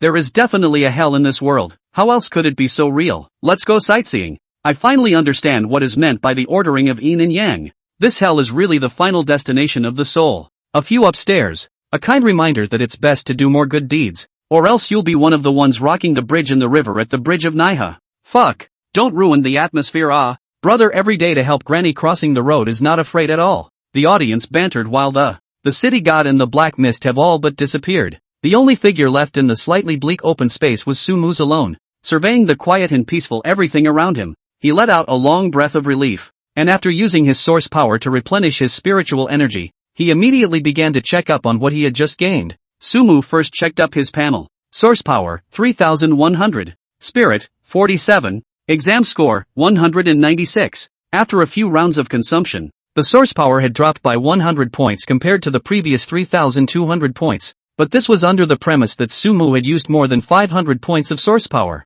He received another 400 or so source powers in the process of using it, and the use and expenditure were basically balanced. Mental strength, on the other hand, slowly increased a little. As things stand, using source power to restore mental energy is essential if you want to maintain such a large dream world. I don't have to purposely add spiritual power. It grows naturally during the usual use of source power. As for test scores, with this 10 points, no one should be higher than me now. Other than those, it's the remnants of the soul of that so-called red-eyed catfish. Sumu surveyed the hell in the dream-creating heartfield. The red-eyed catfish's illusory remnants have been brought in by the black and white irregulars. It was drifting within that eternally boundless black fog. Ever since it was pulled in, the thing has become owned by hell and is considered part of the dream world. It had no consciousness and was completely under Sumu's control. This can be taken out and sold for money. It should make a profit. Or it is used to take on certain Huaxia Fei as a carrier for Huaxia Fei, taking the remnants of a star beast to dream up a Chinese Fei. This method has never been experimented with before. Sumu pondered for a while, placing this idea in his heart for the time being, and then experimenting with it when he had the time. Right now, he had a lot more to do. The things you saw on the previous link to Dreamweb could be useful. For example, Qian Chang, who was wearing the clothes of the law enforcement team with a face full of scars. I said, why haven't I seen that kid Qian Chang? It looks like he's had a new strange encounter. Becoming a law enforcement team and guarding the center of the city. It's hard to mess with a midnight transport mission. May have to probe this guy. Before that, Sumu looked to the right side of the clearing. According to his earlier observation, there was a forest not far from this side, in which copies existed. The reward for the duplicate is a gem that looks like a star. This thing is a meteorite, named Starstone, that fell from the universe with the star giants. A dream item constructed on this basis is capable of reducing mental energy consumption by 2 to 3%. It's a scarce artifact making tool. A number of students have already gotten there and no one has gotten an award yet. This thing should be the most valuable treasure around. Move to the city center immediately after taking this, and you should be able to probe Chancellor's affairs before the midnight transport mission. Having made up my mind, Sumu immediately moved. To prevent another unlucky walk into one of the star beast's brush spots, he was extremely careful to avoid all the floating beams of seven-colored light along the way. After about a kilometer or so of walking, Sumu saw a forest that was planted by man. Within it, bursts of animal roars and the wailing of the students were heard. Crap, can anyone really restrain this thing? Why don't we all go together? This monster can still beat all of us? Together on the wall. The more people this thing has, the stronger it gets. You're late to the party. You didn't see the misery of those people earlier. Listening to the wailing of the students, Sumu quickly stepped forward and padded in. There was only a meadow within the woods, and around the meadow stood more than 10 students wearing various types of school uniforms. Many of them helped each other injured as if they had experienced a great battle. Some of these students Sumu also looked a little familiar, and seemed to have been to Lanruwa Temple.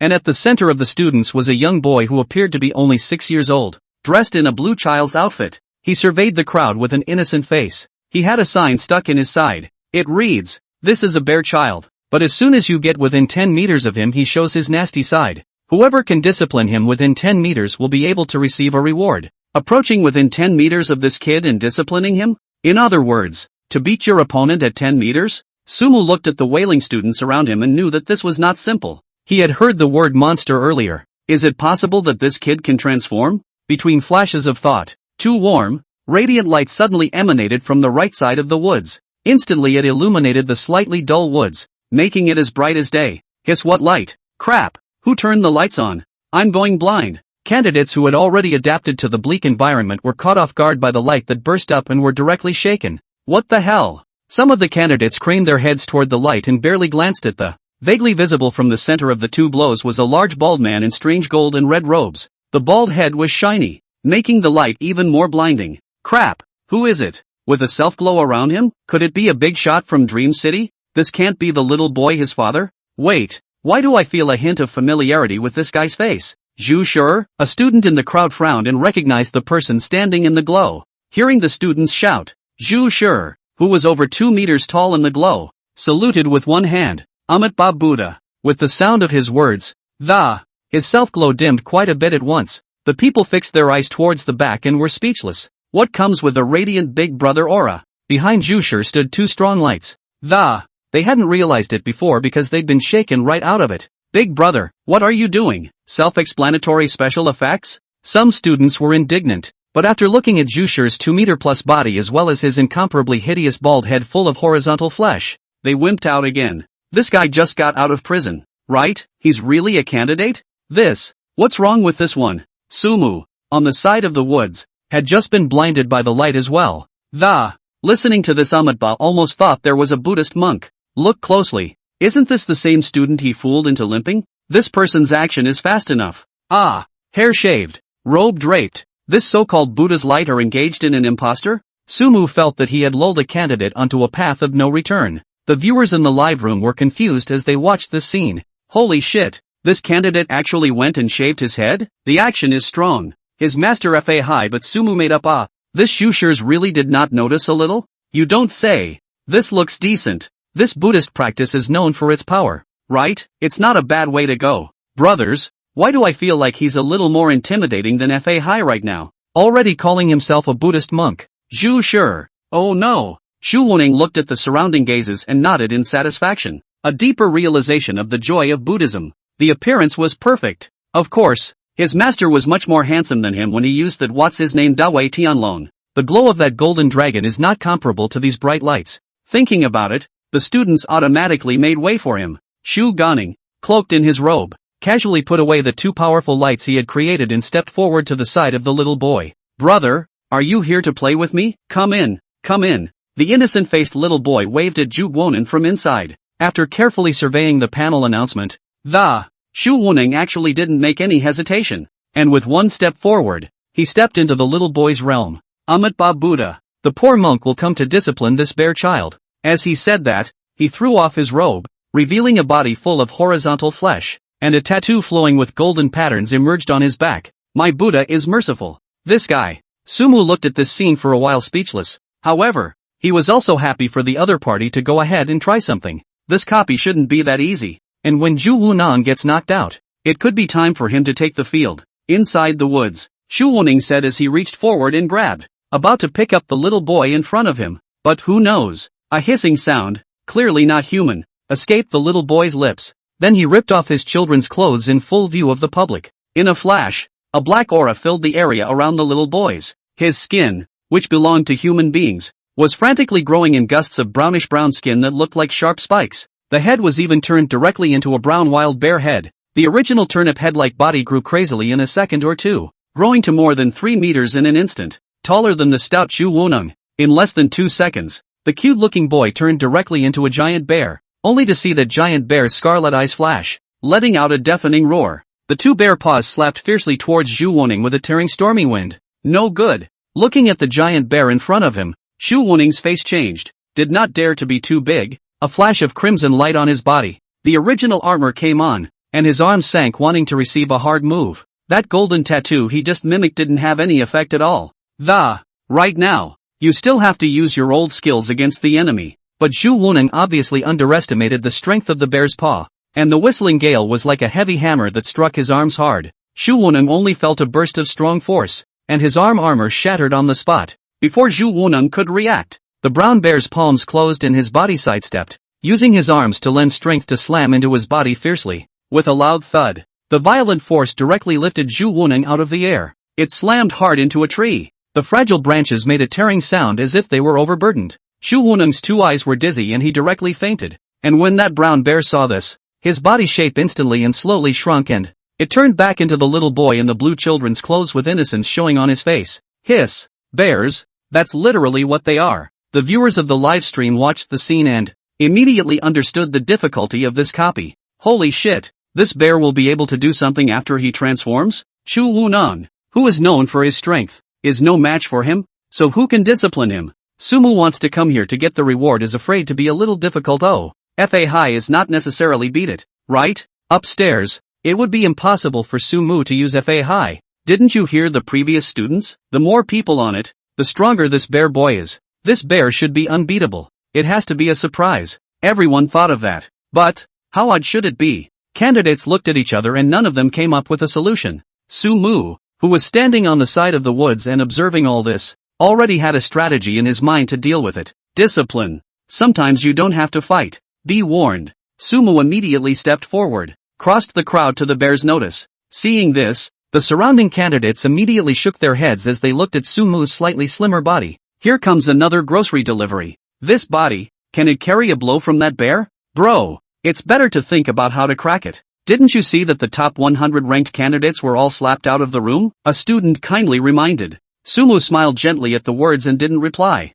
instead squatting in front of the notice board and looking at the bears inside. Are you going to come in and play with me? Brother, come on in. The bear child waved towards Sumu. I can come in and play, but you have to wear this. As Sumu said that, the pages of the book in his mind that belonged uniquely to the 1,000 ancient Chinese slowly flipped, eventually coming to an item. It's like a headband. It has a circle of gold thread with 2 crescent-like circles in front of it. It's the tightening of the hoop. It's the perfect time to use it. What's this? The bear child curiously surveyed the thing in Sumu's hand. The students on one side of the room craned their necks to see this. Seeing that in Sumu's hand was a contraption that looked like it would explode in a pinch, he immediately shook his head and went back. The brother looks a little stupid. Thinking he'll be able to please a bear with a toy? We've tried this trick of his before, and we've tried to restrain it with all kinds of props, but it's no use. As soon as we get in, people transform and tear everything apart for you. Stop it. The man's head is iron and won't listen. We'll have a good laugh at him when he's beaten back. The viewers in the live broadcast room were also a bit confused as they looked at the items in Sumu's hands. Isn't this thing a hairband for teasing kids? This thing that Brown Bear crumbled with a squeeze, right? What is Sumu doing? Is it possible that this thing still has a great origin? While the crowd was talking, they heard Sumu smile. In the old days, there was a monkey with great monkey power who was even naughtier than you. And at that time the master hurt his head trying to control it, until an immortal named Guanyin Bodhisattva gave this tight banded spell. Since then, monkeys, no matter how naughty they are, will be well disciplined by their masters. Monkey, goddess of mercy. The candidates were confused listening to Sumu's story, but the audience immediately had a guess. Monkey? Is it possible that it's the monkey that caused havoc in the heavenly palace? Didn't Shimeji describe that monkey as being very powerful? Can it also be disciplined and have a master? Hiss, somehow. I suddenly feel like this thing might actually be able to discipline a bear child. It's hard to believe that when the brown bear puts this on, Sumu will summon that monkey out? Oh, how did it look when it was on? Bear asked curiously. You put it on first. You put on this tight hoop. You put it on and I'll come in and tell you the backstory properly. Sumu smiled and finished. Then threw the tight hoop in. Really? Don't you dare lie. The little boy's eyes lit up at the words and he immediately picked it up, wearing it on his head without hesitation. Those earlier students had used power grids and all kinds of props, all of which were ineffective against him. As soon as someone gets within 10 meters of this, it naturally breaks free of all restraints. So is this tight hoop, right? Brother, I'm wearing it. It's so pretty. Come in and tell me a story, the bear child said with a seemingly innocent look on his face as he held the tight band on top. Good. Sumu smiled and stepped into it. Watching the scene, many candidates could not bear to look away. I'm betting this guy will be kicked out with a broken bone in 10 seconds. If this guy resists, I'll bet 5 seconds he kicks out. It's fine if you don't fight when you go in, but once you do, this bear can go berserk, and it'll end up like that Jew sure. Listening to the voices of the people around him, the expression on Sumu's face did not change, and after stepping into the little boy's 10-meter range he crouched down and laughed. Guess what happened to that monkey? Maybe you'll be able to feel it too. Oh, yes, brother, I want to feel it too. Seeing that Sumu really stepped inside his domain, the innocence on the little boy's face ceased, and his face grew grim as he playfully tore up his child's clothing, followed by a deafening and violent roar. It's gotten bigger as it's gotten bigger. The burly monster body instantly stood upright in front of Sumu like a huge mountain. Sumu doesn't have the size of Monk Gonin. At this moment of a comparison, the crowd has already imagined the bus crushing the cans in their minds, but just then, one of the candidates suddenly let out a soft eep and pointed at the brown bear's head. That thing that looks like a hairband doesn't seem to be rotting. This statement by the candidate was made. All of them looked up with puzzled eyes at the head of the brown bear, and the toy-like hairband didn't automatically rise and break as the little boy grew in size. Instead, it grew larger with it and was firmly placed on top of the brown bear's head. Roar! The brown bear, whose body size was more than 3 meters and whose eyes were glowing with scarlet light, seemed to have heard the crowd's words, and his paw reached out to his head and pressed on the tight hoop, erupting with a tearing force, wanting to break the small hoop in half. But this thing is stronger than it thinks it is. No matter what kind of energy the brown bear used, the golden hoop remained unchanged. What's the matter? Don't you love this thing? Why do you want to take it off now? Sumu asked with a smile. Roar! His voice immediately brought a reaction from the brown bear, struggling to deal with the tight band around his head. That the opponent's scarlet eyes lit up, and somewhat grumpily waved his bare paw, smashing hard at Sumu with madness. It's a little pissed off. If this was smashed squarely, Sumu was afraid that he would end up a bit more miserable than Zhu Wuneng. In response, Sumu, who had prepared for this, did not panic. His body dodged a flexible backward flash to avoid the bear's paw slap at the same time, and sat down on the grass. The pages of the book in his mind, which belonged uniquely to the 1,000 years of China, slowly flipped, and a string of scriptural incantations came to the surface, only to see Sumu clasp his palms together and let out a burst of unexplained whispers from his mouth. As I hear it, the tight band on the head of the monstrous brown bear then shone with a golden glow that, the brown bear who was preparing to slap Sumu away only felt a tearing pain coming from his head at his head, carrying through his mind as if it was going to wear out his remaining consciousness. Roar! This time the brown bear's hiss was clearly laced with pain. Its body was skewed, not caring about attacking Sumu, both palms pressed on the tight hoop on its own head, making every effort to take it down. But it still has no effect on the tightening of the hoop. Instead, under the force, the hoop seemed to be shrinking tighter and tighter, making its head swell even more. Crap! The audience in the live broadcast room looked at this scene and realized the follow-up of Sumu's story. This tiny golden circle was actually able to make a 3-meter-tall monster helpless. No wonder it is said that the monkey who made a fuss about the heavenly palace with high skills would be disciplined by the master. This tightly bound punishment, I feel a headache just from the sound of it. This thing is specially designed to deal with naughty people. This monster is blessed. Ooh-hoo. Why does this budding dream maker have so many strange dream-making items? Not only that each item actually has a story. It's outrageous. Indeed. This item is interconnected with that heavenly palace dream realm and the hellish dream realm again. It's so awesome. Just thinking about the story would make me think twice. As the audience was shocked by the tightening effect of the hoop, unwillingly, the brown bear, seeing that the tight band around his head could not be taken down, turned his head to look at Sumu again, his scarlet eyes shining as he spat out human words. Don't read it! It roared and tried to swing its arms into Sumu to interrupt the spellcasting. But who would have guessed that the tightening of the hoop around his head would be even tighter? The feeling of bondage seemed to come directly from one's soul, like it was trying to shrink one's soul into a piece of meatloaf. No! The brown bear's pupils laxed and wailed as it fell in front of Sumu with a thud, rolling from side to side with its hands covering its head. Unconsciously, its scarlet eyes gradually dissipated, and were replaced by ordinary pitch-black, brown beast eyes. With that, a pleading teenage voice came out of the bear's mouth. Brother, I know I'm wrong. Stop reading. I was wrong. What? And that's knowing what's wrong? Surveying this scene, all the onlooker candidates present were stunned. Holy shit, what is this thing that's so outrageous? No way. Such a big monster was really subdued by this tiny hairband? Really fake? We used the power grid and all kinds of props didn't do a bit of damage to him. This guy is really a bit strong. I didn't expect that this disciplining bear child would actually end up like this. Damn. It's a waste of our time. Listening to the brown bear's words, Sumu, who was sitting on the grass and chanting, smiled and stopped his incantation. That's a good story, isn't it? Good to hear. Good to hear. Brother, I was wrong. Accompanied by Sumu's voice, the brown bear only felt the burden on his head clear, and said in a rather fearful manner, what about the reward? Sumu stood up and patted the grass on his body and said, here you go. The brown bear also stood up from the ground, and his hands touched out a stone as brilliant as starlight from some part of Sumu's bare body. 3 bottle caps or so in size, unusually beautiful in the moonlight. The brown bear lowered its head and respectfully handed the stone in its hand to Sumu's eyes. This scene was not hidden from the rest of the candidates around them, and many of them let out exclamations of surprise as they saw the rewards appear. Crap starstone. A starstone that only has a probability of appearing in the Dream Realm battlefield, or such a large piece. This can be taken out to be able to buy a nice 3-bedroom,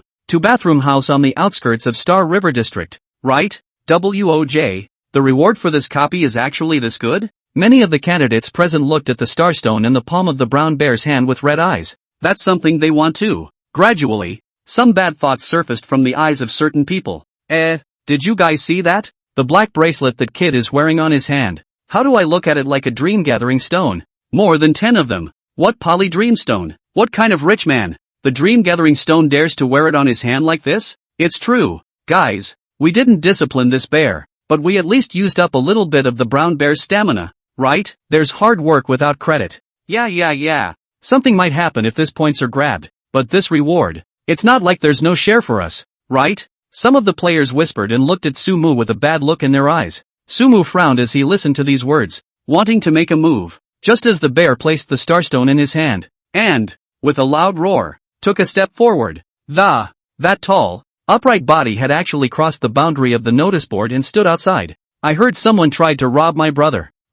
Looking at the brown bear coming out of the notice board, the talking of the candidates around them came to a screeching halt all of a sudden. This thing can still walk out of here? For all the talk about draining the monster's strength, they're just saying that. Anyone could see from the previous trial that this thing wouldn't get tired at all. If they really came out, they wouldn't be able to beat them together. As the emotions of horror and shock rose, I don't know who whispered run. The candidates were scattered like fireworks. Humph, how dare you guys hit on my brother. The bear child looked at this scene with both hands crossed in triumph. Did not go after the intention to kill, twisted and ran to Sumu's heel. The bare face squeezed out a smile and said, "Brother, I'm doing okay, isn't this tight band?" "Oh, the tight band ah." Sumu pondered and sized up the brown bear. "You don't have restrictions to walk around anymore?" Right. The bear boy nodded desperately. "Tell you what, give me a ride on the road, and when we get to the place I'll help you take off the tight hoop, and you can go." Sumu laughed. "Oh," the bear child's eyes lit up as he listened,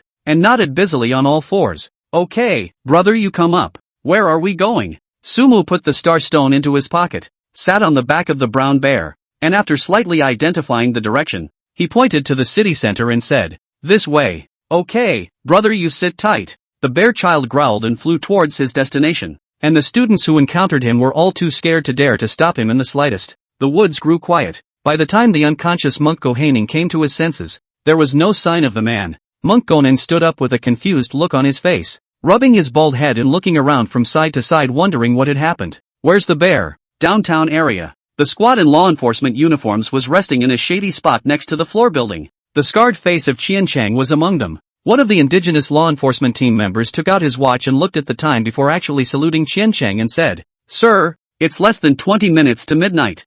Got it." Qian Chang replied with a gloomy face. "There's still 20 minutes left. When the midnight transportation mission opens, I'll make sure to make damn Sumu look good. He's had a bloody bad day. After going out and being knocked out with a stick, he woke up and was hung and tortured for another day. That hit was a real hit." Just as Qian Chang was about to lose his grip, the man behind the curtain finally came out. He struck a deal with the other party and gained a lot of hidden secrets while also getting the leverage to avenge the revival of the pastor. A team of E-class Dreammaker enforcement led by him. On this mission, either he would die or Sumu would die. According to that man's promise, I can split half of Sumu's points after I finish him off and won't suffer any punishment during the day. Now that I have the support of the enforcement team, let's see how he can still hide this time. It's not every time that an A-rank Dreammaker comes out to help him out, Qian Chang said with a more somber look. Apparently, he still thought that the person who swayed the situation in the ring earlier wasn't Sumu at all. Between flashes of thought, a beastly roar came abruptly from the distance. "What's the commotion?" Qian Chang frowned and looked. "Sir, it seems to be a dream monster? These things are everywhere at night." A member of the law enforcement team on the side scanned the area and said indifferently, "So, all get ready. The good show is about to begin." Qian Chang whispered. "Yes." The members of the law enforcement team responded in unison. Other side. Hey, it's too loud." "Oh hey, I'm sorry, I'll slip away since I'm fine." "Brother." The sound of the beast roaring before was naturally the bear who had brought Sumu to run to the city center. After Sumu fulfilled his promise to set the bears free, the bear then hissed in delight and ran off on his ass. Sumu hid in place and waited for a while. Seeing that Qian Chang and the others had withdrawn their gaze, he then breathed a sigh of relief and began to think about how he should go about prying out some information. The other side is just a few hundred meters away from where the transportation mission opens. Saying that Qian Chang and the others had nothing to do with this mission, Sumu didn't even quite believe it. So, what's the best way to go about getting some intel? The easiest way to do this is to put a ghost over there and have it ambush these people in the dark and listen to them talk. Or grab a fallen member and just cross-dress or stoop him so as to blend in and probe for information. But none of this is too safe, in case there are some powerful dream makers in there. As Sumu was thinking about it, suddenly, he heard a childish voice actually come from within the alley to the side. "Brother, are you wondering what the hell they're doing?" The sudden voice in the dark shadows made the completely unaware Sumu's spirit tighten. And just as he wanted to turn his head to summon the black impermanence, he saw the appearance of the visitor. A 6'4", monkey-looking little boy. Following the faint moonlight, Sumu could barely see the other party's face before he had a sense of familiarity. "Snake?" he whispered with a frown. The person who noiselessly appeared in the alley was actually the one who pointed out the Pepsi in the daytime. According to Jiang Li's intelligence, the other party belonged to a groundbreaking organization in Dream City. Snake is nothing more than a code name. Right now, as midnight was approaching, he actually met the other person here. "How long have they been following them? Looking for me for something?" Sumu calmly inquired while pondering. "Our leader wants to see you.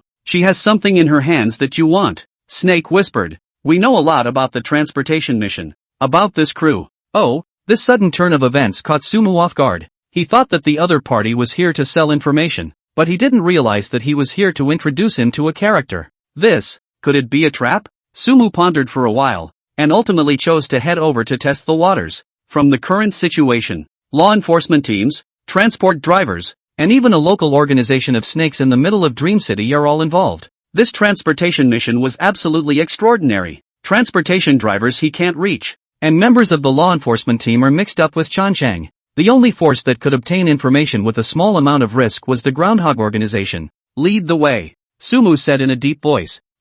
Brother, according to the rules, you have to pay me 5 points. It's an essential payment, and what we do must conform to the rules of Dream City. Snake scratched his head a little awkwardly. It's fine. Sumu raised his eyebrows and immediately agreed to the payment request. All right, brother, come with me. After Little Snake received the points, joy immediately appeared on his face, and with a wave of his hand, he brought Sumu inside that gloomy alley. The environment of the alleys in the center of the city was more complicated than what Sumu wanted to think. Perhaps it was the current planning to avoid the star beasts. This place was well connected, with dark paths everywhere. Just when Sumu was about to lose track of where he came from, Snake led him to a stop in a blocked alley and whispered toward a shadow. Chief, I've brought him. Listening to the voice, in the shadows, a man slowly stepped out, not very old, in his 20s. The other party's appearance could not be seen in the shadows, but he was wearing a law enforcement team uniform. Is it in league with Chanchang? Just as Sumu frowned, the woman standing in the shadows spoke,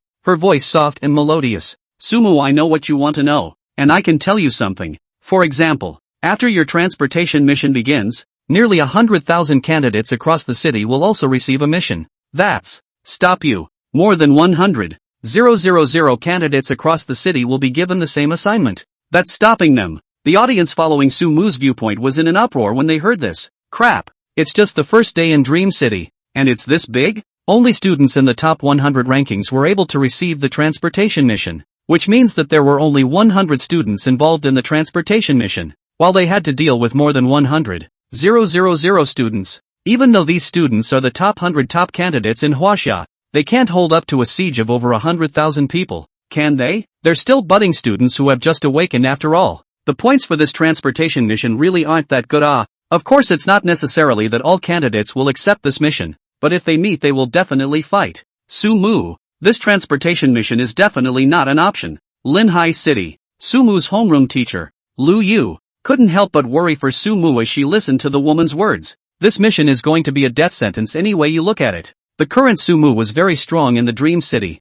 but there would be thousands or even tens of thousands of candidates blocking the road ahead of this mission. Even the strongest F-ranked Dreammaker would be worn down by consuming a lot of mental energy, right? Sumu is now a 191. It's obvious that he can sit firmly in a fishing boat. Even if he doesn't participate in this competition, the first place in the unified examination is not any problem. He didn't have to risk his points. Steady rankings are best, and the longer you stay steady, the better colleges you'll get into and the more resources you'll have. But be careful how you do it. As far as Yanuki was concerned, her own student had reached heights she'd never imagined. Naturally, she wants her students to play it safe. I'm afraid that this kind of mission where the limit has to be fought to the death, only students with minds and their families would dare to fight, right? Inside the dimly lit alley, Sumu also froze as he listened to the words of the leader of the Groundhog organization. Instead of feeling intimidated at first, he pondered a question. Is there a publisher for this stop quest? You don't seem daunted? That's more than 100,000 people chasing after you. The leader of the Groundhogs was curious. Since this transportation mission exists, it naturally has a solution. It's impossible for a mission with certain death to occur. Sumu laughed. The leader of the Groundhog slowly said after a few moments of contemplation. The force that commissioned you to transport the stuff is the law enforcement team. And the force that wants to sabotage this mission is also the law enforcement team. As you can see, I'm part of the team that issued the transportation mission. And the enforcement team is not a team of one mind. There are still factions in the Dream City law enforcement team? Sumu sniffed and thought. Perhaps that's why the rules of day and night are different in Dream City? Without waiting for him to continue his inquiry, the Groundhog leader explained himself. In Dream City, the law enforcement team has the most power, with the ability to oversee everything. There are two factions in the law enforcement team, a defense faction and a development faction. The defense faction believes that the star beasts will come again sooner or later, and advocates that we continue to live as we did before, remaining vigilant for star beast attacks every day. The development faction believes that the era of the star beasts attack has passed, and that Dream City should look forward. advocating the removal of the city walls and the expansion and development of the land to create a brand new dream city. At first, the defense faction dominated, and they took the initiative to unleash the so-called secret realm, making the night in Dream City what it is now, to sharpen the Dreammaker's combat abilities, sharpening the combat abilities of Dreammakers, so turning Midnight's Dream City into a secret realm, one that will likely hurt people. Sumu frowned as he listened to the words of the leader of the Groundhogs, but on second thought, it made sense. After all, the defense faction believed that the star behemoth was bound to come down again. Some sacrifice is also necessary. So the hotels for black boxing were also set up by them? Sumu inquired after a moment of contemplation. No. The leader of the Groundhogs shook his head. That was set by the development faction, which is the faction I belong to. We believe that the Dreammakers, as a group with powers beyond those of ordinary people, will inevitably increase their internal conflicts as their external goals disappear. So, the ring was set up as a place for Dreammakers to vent their power and resolve conflicts. This move has been slammed by the defense faction because they believe that Dreammakers should be united and not be able to turn the tables on their own people. So, the defense faction puts out the secret realm at night, but advocates for Dreammakers to unite as one? And the developmentalists set up black boxing rings during the day to encourage Dreammakers to brawl and resolve conflicts? This Dream City enforcement team. It's kind of interesting. Please continue. Gradually understanding. Sumu nodded her head to signal the Groundhog leader to continue her story. With the passage of time, the fear that the starry sky beasts brought to people subsided quite a bit. The number of development factions grew, and gradually, even the secret realm of the Night Dream City wasn't able to make people feel intimidated anymore. In the trend of a gradual decline in the forces to which it belongs, some in the defense faction have developed extreme ideas. Since the dream remnants of the Star Beast no longer scare people, what about the real Star Beast? They got the Star Beast's cubs from who knows where, hoping to raise them and bring Dream City back to its former fears.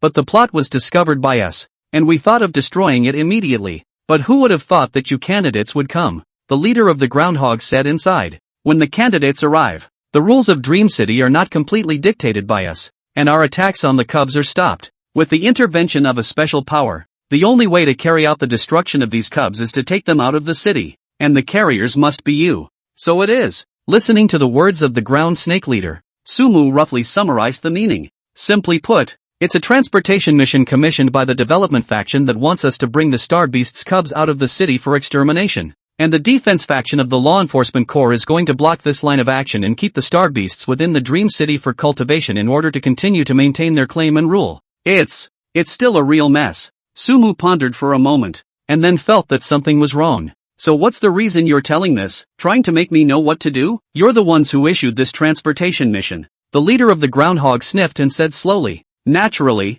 I want you to continue this mission. Found you also trying to delegate a more difficult task. There's actually a dragon of desire inside the starry sky beasts tamed by the defense faction. The royalty among the starry sky beasts. Humanity's most powerful nemesis. We would like you to personally transport this dragon out of the city. The dragon of desire? When Sumu hadn't yet reacted, the top Dreammaker in the live broadcast rooms had exploded with a buzzing sound. This was the topmost of the starry sky giants. A race that was called a nightmare for humans. Even the nightmares of all the Dreammakers on the dream battlefield. This exam, there were actually its cubs involved? Crazy, simply insane. Dragon of desire. Are those who made the questions brain-eaten by a starry sky beast? The office of the Lord of Linhai City. Ryuyan stood up in a mischievous manner as she listened to the words of the leader of the Groundhogs. Ah, the Dragon of Desire. It was the natural enemy of their Dreammakers and even of all mankind. Scarlet catfish if rated B hazardous. This Dragon of Desire is SSSS rated high risk. A lethal species that cannot be approached or engaged.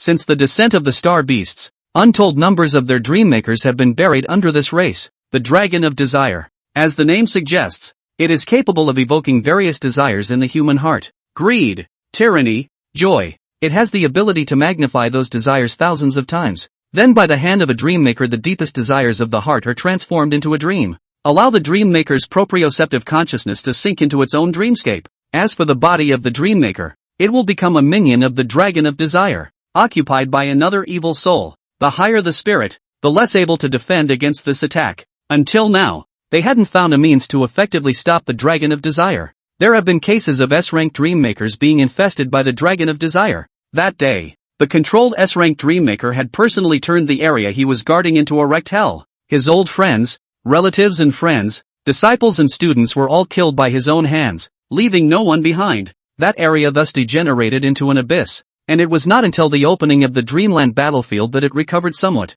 Why does Ryuyan know this story so well? Because that area was the Linhai city under her jurisdiction. That S-rank Dreammaker who had once guarded Linhai city hadn't even been able to fend off the Dragon of Desire. Right now, how could Sumu, the F-class Dreammaker who had just come out of Linhai city, resist? Even a young Dragon of Desire. Crazy, they're absolutely crazy. Our Linhai city's talented seedlings can't be buried here. Anyone who touches the Dragon of Desire is a potential madman. Lu Yun slid her finger across the screen and immediately dialed the examiner Chen Fengqiu's phone number. Her heart was incomparably anxious. Toot toot. The phone rang several times before it was picked up. Before the other end could reply, Lu Yun roared grumpily, "Old man, you're really out of your mind, aren't you, to actually arrange such an exam?" Ryuyan, don't be so grumpy, calm down. A female voice came from the other end of the phone that was unexpected from Yuhyun. The other party didn't speak Chinese very well and didn't look like a Chinese. Something sounded familiar to Yuhyun, and only after the panel call in front of her turned into a factual picture did she realize that. Inside the invigilator's room at DreamNet sat a circle of examiners of varying skin color. There are men and women, old and young. The speaker was a blonde woman, no more than 30 years old, wearing a white clerical dress, holy and elegant. Ryuyan froze as he watched the scene and instantly recognized the visitor. The examiner of the country on the western side of China. She had once met on the battlefield. Anna, what brings you here? There are other examiners here from the other exam areas? Ryuyan said with some consternation. Ryuyan, this joining of the Desire Dragon Cubs is the result of discussions between all the major executives of our Link Global, and the Chinese side also voted in favor of it earlier, Anna said in a lilting voice. What? Ryuyan froze at his words, clearly not realizing this matter. The opposite side of the screen then turned, revealing Chen Fengqiu's aged face.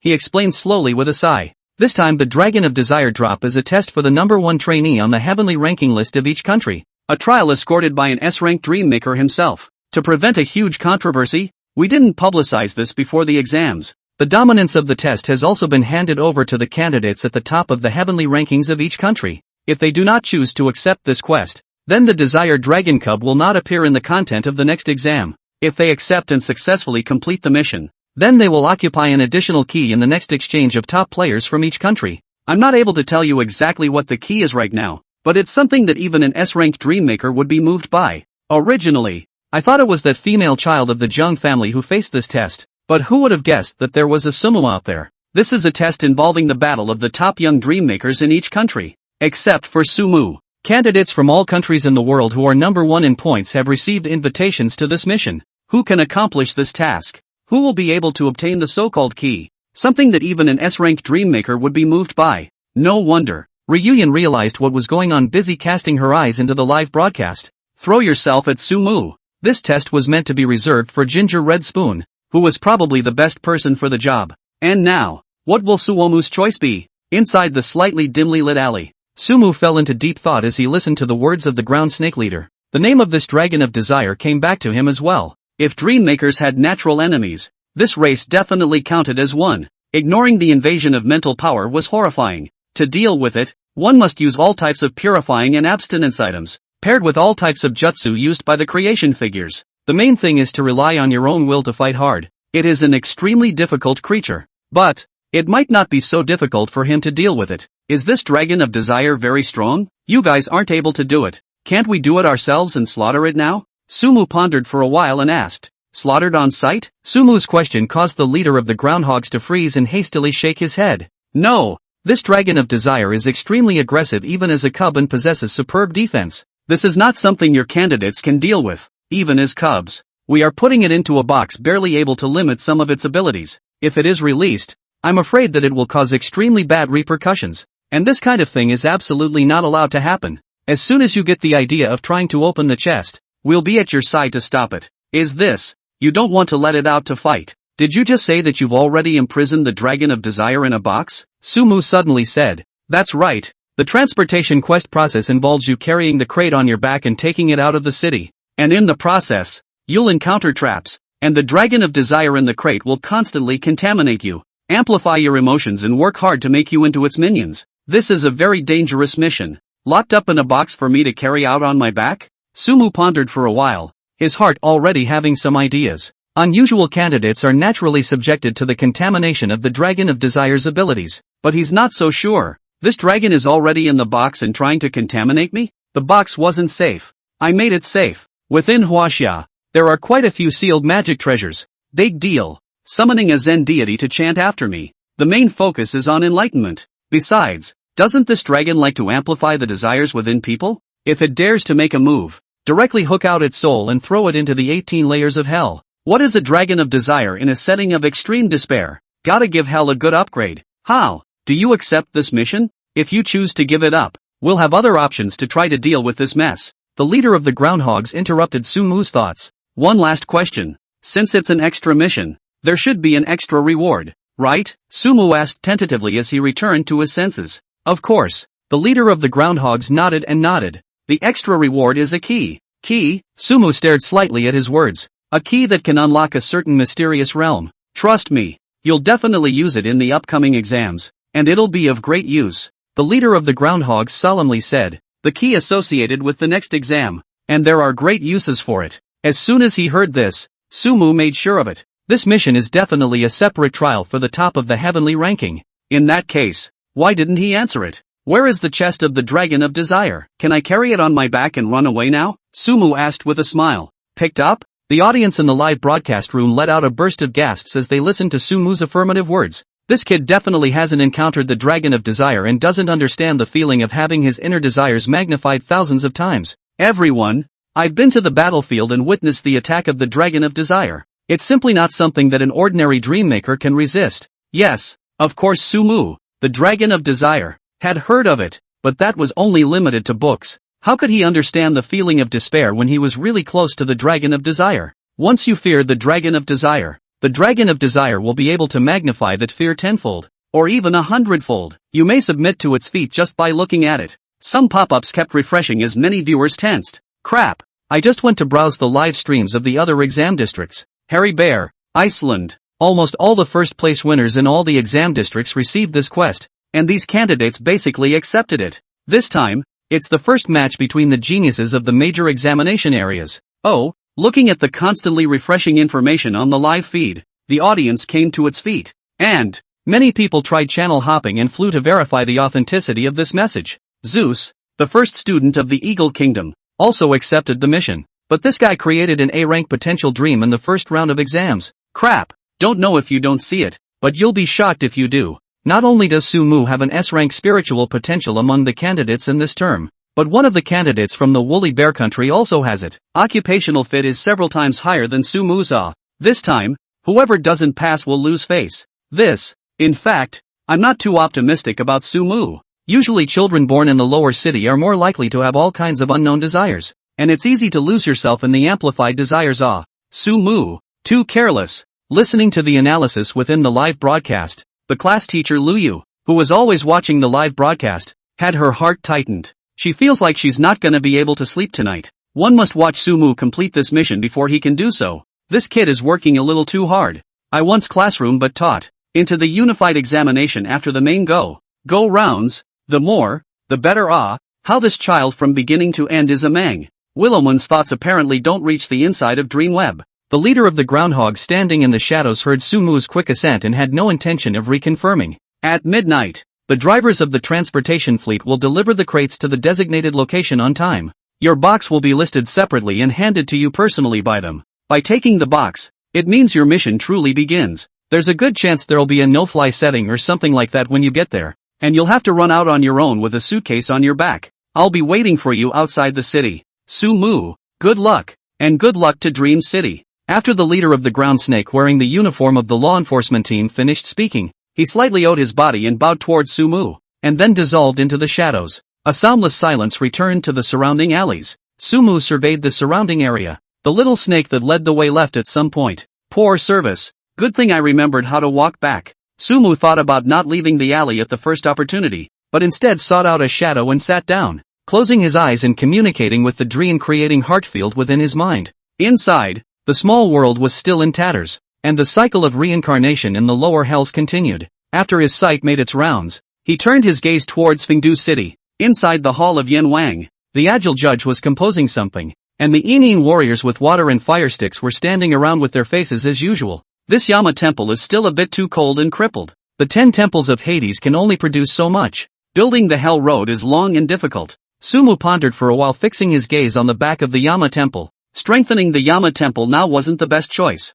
Perfecting the 18 layers of hell out in advance was the big thing. According to Chinese mythology, souls have to decide whether or not to enter the 18 layers of hell to be tortured after they have been judged by Yama's temple. These 18 layers of hell were naturally established right next to the Yama Temple. This was his trump card to deal with the Dragon of Desire. Surveyed the source power panel. Source power has been slowly growing to 3,600 points. Let's begin. Let's hope this hell really can deal with the Dragon of Desire. Sumu took a deep breath, and the pages of the book in his mind that belonged to the 1,000 years of China slowly flipped, eventually coming to a picture. It is shrouded by an eternally infinite black fog. Between the black fog tossing and turning, 18 hellish scrolls as if they were real emerged from before Sumu's eyes. 18 layers of hell. Then I'll use 800 points of source power to mold it. I hope to have some surprises. In the flash of a thought, the source power within the panel faded away as crazily as a stream of water. This moment, all the ghosts walking on the Yellow Springs Road within the ancient and unknowing hell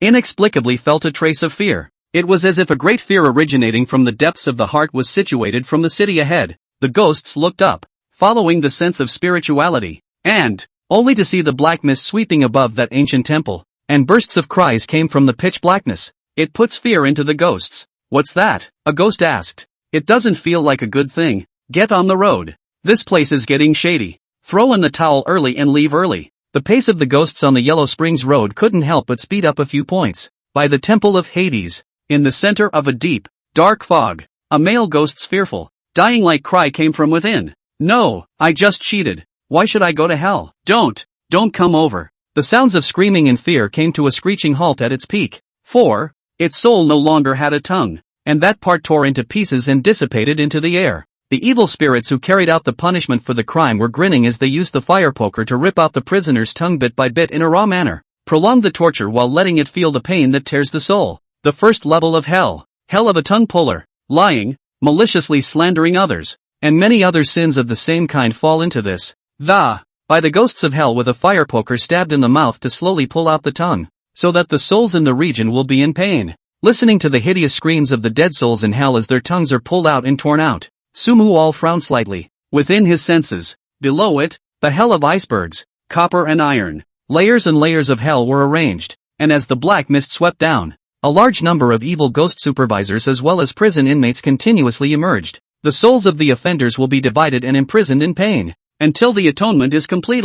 The fishy wind blew upwards along with the 18 layers of hell, and it was daunting. The Dragon of Desire fell into this, so it can also be made to experience what extreme despair means. Give it the VLP treatment and experience the 18 layers of hell one by one. Sumu's expression was suddenly stunned as he thought. As the 18 layers of hell were being constructed, something more seemed to appear within his mind. A brand new page was added at the end of the hell page between the pages of the unique 1,000 years of China. It reads, with the perfection of the 18 layers of hell, the depth of your spiritual power is bound to the earth, and you receive blessings from the earth. New ability, Scapegoat. As the master of the 18 layers of hell, when faced with an attack from the soul or spirit, a scapegoat will automatically crawl out of the 18 layers of hell to counteract the attack. Requires 100 points of source power to be consumed. The scapegoat's mental power is aligned with yours. The stronger you are, the stronger the scapegoat is, and the more attacks it can take the place of. At the current level, one can be summoned per day. Remarks, ghosts are more willing to come out and fend off an attack to enjoy a moment of peace than the endless torment of being in the 18 layers of hell.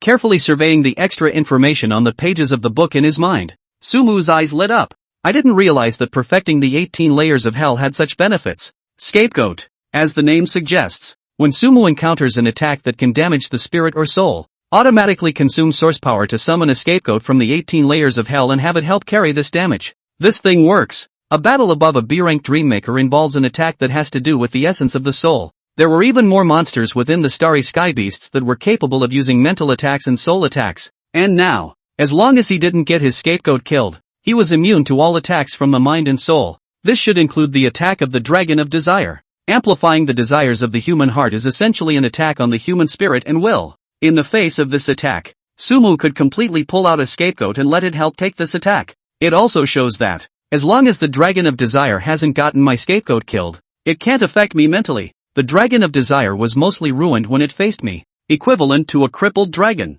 Sumu muttered and clenched his fists. Not bad for hell. It's just that this scapegoat is a bit expensive. 100 points of source power apiece. The spirit power of the ghosts pulled out is still in line with your own. This meant that if he wanted the scapegoat to be harder, he would have to spend source power to actively boost his spiritual power. Sumu swept a glance at the source power panel and was suddenly impoverished. After consuming 1800 points of source power, he was left with 1800 points of source power. It would only be able to raise about 18 points of spiritual power, and the summoned scapegoat would have a maximum of 65 points of spiritual power, which was still at the F-class level. It's a layer of security. And if the Dragon of Desire gets my scapegoat killed during transportation, I'll have time to react and drag it into hell. It depends on exactly how strong this Desire Dragon Cub is. It's time to get the mission. After pondering for a moment, Sumu stood up and followed the previous direction out of the alley, bypassing the ambush of Qian Chang and the others. He arrived at the transportation site in the bright moonlight. This is a small square paved with slate tiles.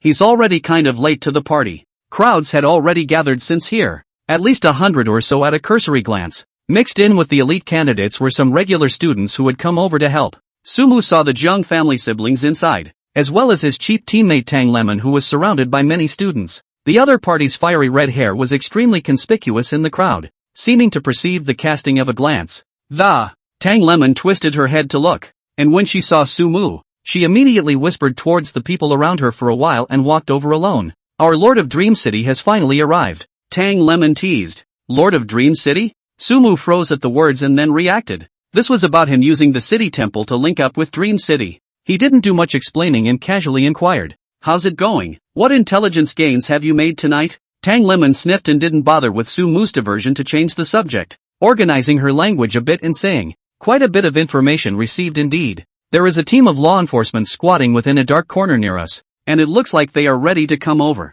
Definitely here to stop our transportation mission. It seems that the law enforcement team doesn't want what we're transporting to leave the city. Also, my ponies have seen a number of masked men running outside of Dream City in the middle of the night, and it's safe to assume they're not students." A lot of masked men running outside of Dream City in the middle of the night? Sumu secretly noted down the news as he listened to it, and based on the principle of reciprocity, revealed some things about the transportation mission to Tang Lime. What? All the candidates will come to block this transportation mission? We're going to run away with a star beast cub on our backs? Tang Lemon's face hardened after hearing Sumu's words. Reliable news? Waiting for the transportation fleet to arrive will naturally enable verification. Sumu shrugged and said, "No, with news like that, are you prepared to get something ready? I'm too big a target in this outfit." Tang Lemon looked at her fiery red school uniform as well as her hair color that was extremely visible even in the darkness of the night, and instantly her entire body went bad. "Do you have a nightshirt? Let me borrow it. I'm a big target and you don't want me to stand out so much when we're teamed up,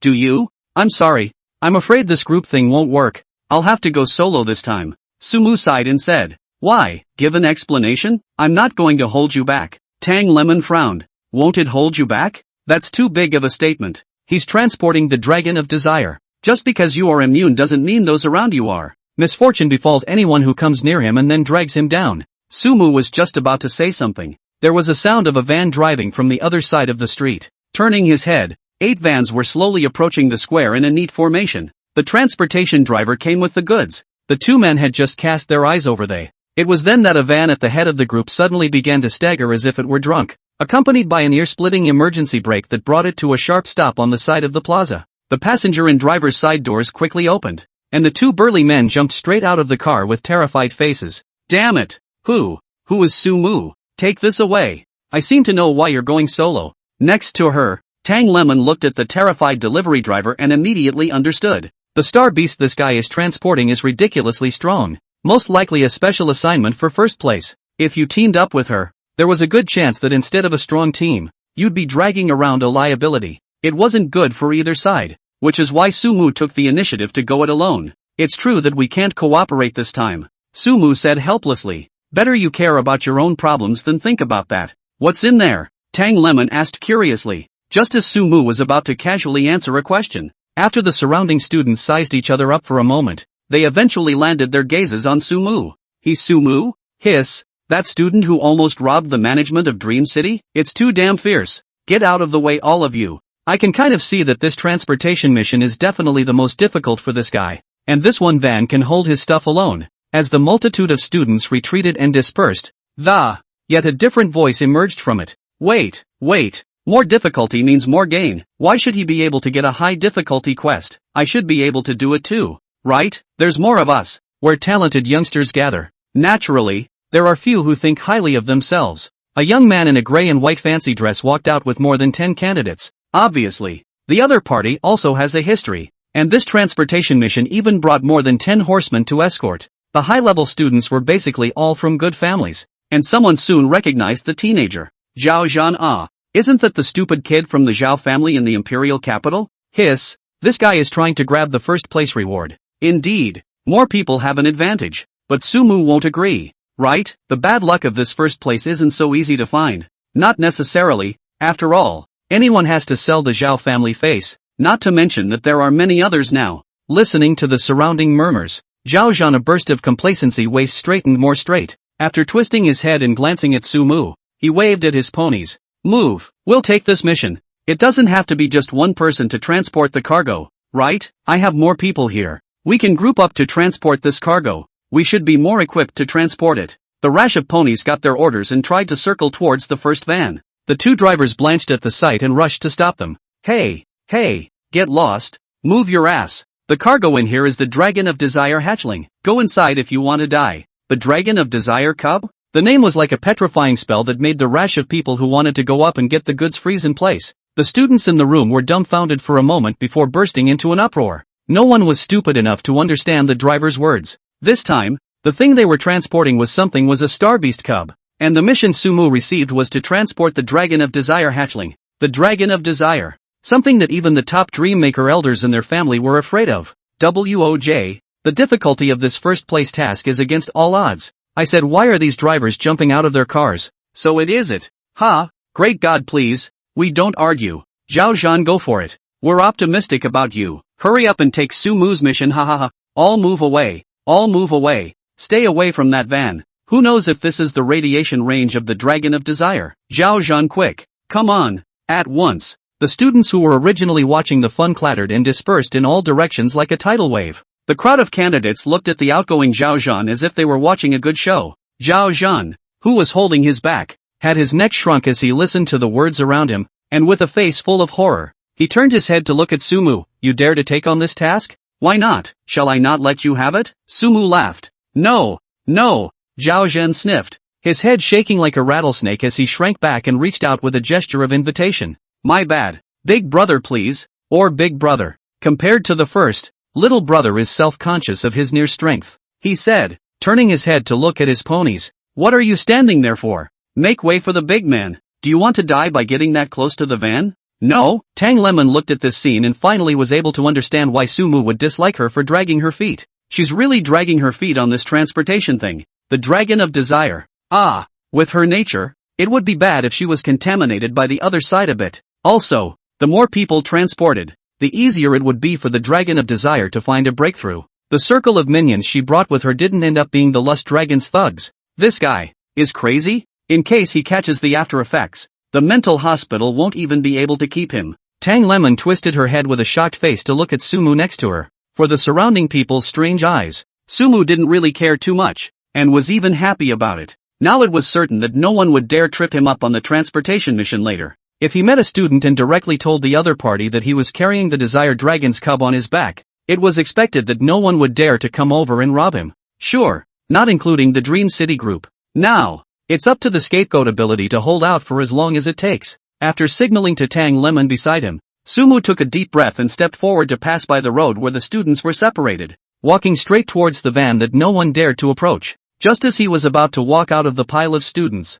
a cool voice came. Need a favor? I can switch with you. We'll exchange the quest payoff. Twisting his head to look, it was Ginger Red Spoon in her blue and white school uniform. The other party's ice blue eyes were calm, and his words did not have much fear for the Desire Dragon Cub. It was also true that only the clear-minded were able to fight the erosion of the Dragon of Desire by the power of their will. But, no exchange. I don't want to miss out on this kind of mission that gives away points. Sumu smiled and rebuffed the other party's request. Giveaway points for mission? The candidates who heard the words were full of questions. Transporting the Dragon of Desire hatchling and you dare to call it a giveaway? It'll be funny when it becomes psychotic. There were naturally students among the top 100 candidates in Huaxia who thought they could challenge one or two of them, but they were all a little weak inside. After all, There was a dark side in anyone's heart. It's better to be able to stabilize than to stabilize. Are you sure? Ginger Red Spoon asked a rare rhetorical question. Okay. Well, good luck, she said dryly and retreated back into the crowd.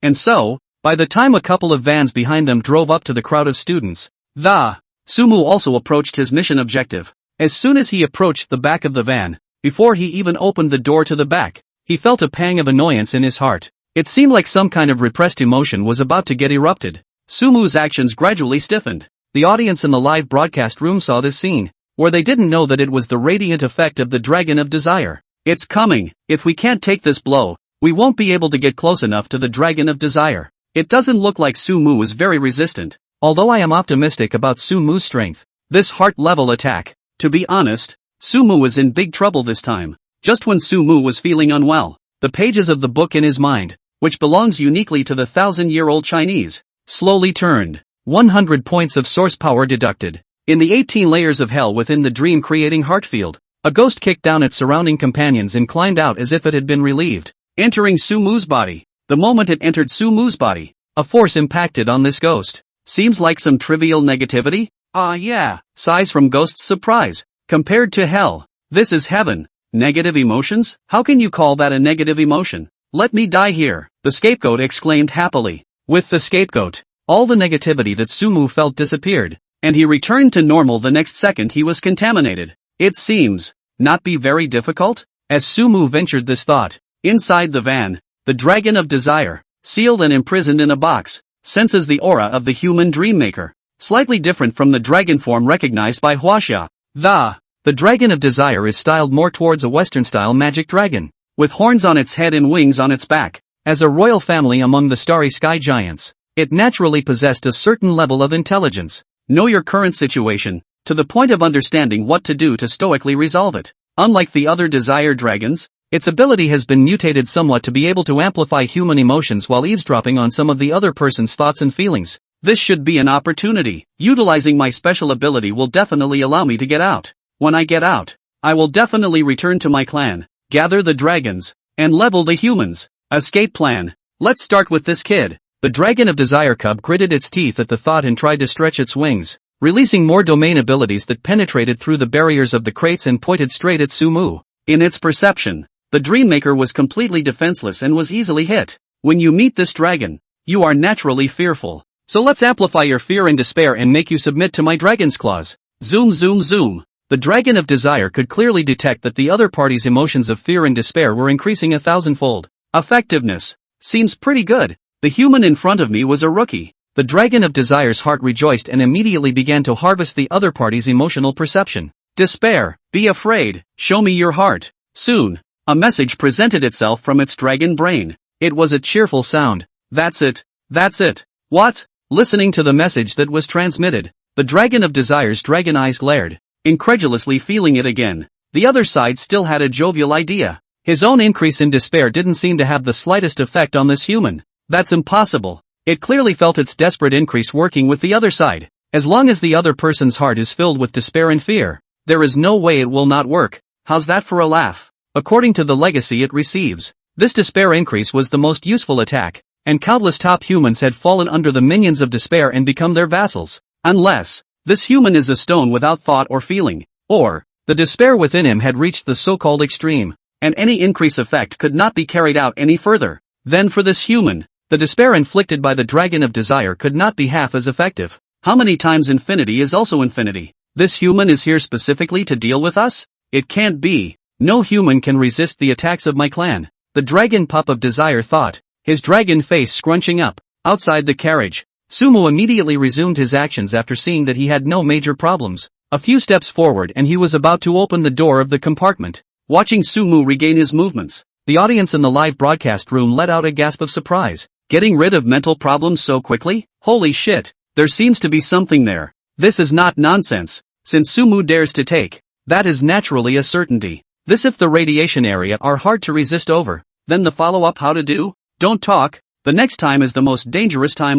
While the audience was talking, inside the office of the city's lord, Ryuyan couldn't help but clench his fists even as he watched the scene. Naturally, with her knowledge, she was able to see that What Sumu encountered in his first hit was only the negative mental effects brought about by the unconscious radiation of the Dragon of Desire. And next, he was going to face the Dragon of Desire head-on. The Dragon of Desire that has been violated will naturally explode to its full strength, amplifying all kinds of desires in Sumu's heart to the strongest. And as long as Sumu reveals a break, then all hell can break loose next. Damn it, if we still have S-class dream makers in China, Sumu will definitely not have any problems. But now, the ones who are helping Sumu are S-class dream makers from other countries, so it's hard to guarantee that there will be times when they will not be well taken care of. Sumu must hold on. What Yuhyun doesn't realize is that Sumu has held up his end. It even made the Dragon of Desire inside the box suspicious of the Dragonborn, with the doors of the compartments slowly opening. What met Sumu's eyes was a square case that was the size of a guitar case.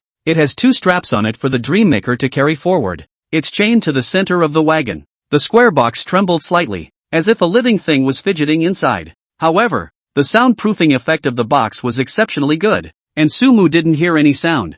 This is the so-called seal, isn't it? Then again, wouldn't the box be able to be carried by a dream-making character? Sumu contemplated for a while, consuming his spiritual power to call out a ghostly messenger to try and lift the box. But who would have guessed that as soon as the Ghostbuster's hand touched the box, it was covered in flames, and the other party immediately let go of his hand in pain. It's a means of sealing specifically against creation. Non-real people can't get close. However, Sumu could still break through this layer of defense if he forcibly expended his mental ability. Right now, it's better to carry your own. No wonder it says you have to carry it yourself. This exam team really doesn't let anyone get a little lazy. Sumu muttered and poked around, finding the key to the locking chain on the right wall of the compartment. Removing the key unlocked the binding chains. With this move, the Dragon of Desire inside seemed to sense something, and the box trembled even more. Damn it, humans! Years of being trapped with the box has made it quite sensitive to what's going on around it. Sensing something bad, the Dragon of Desire's wings struggled to stretch inside the narrow box,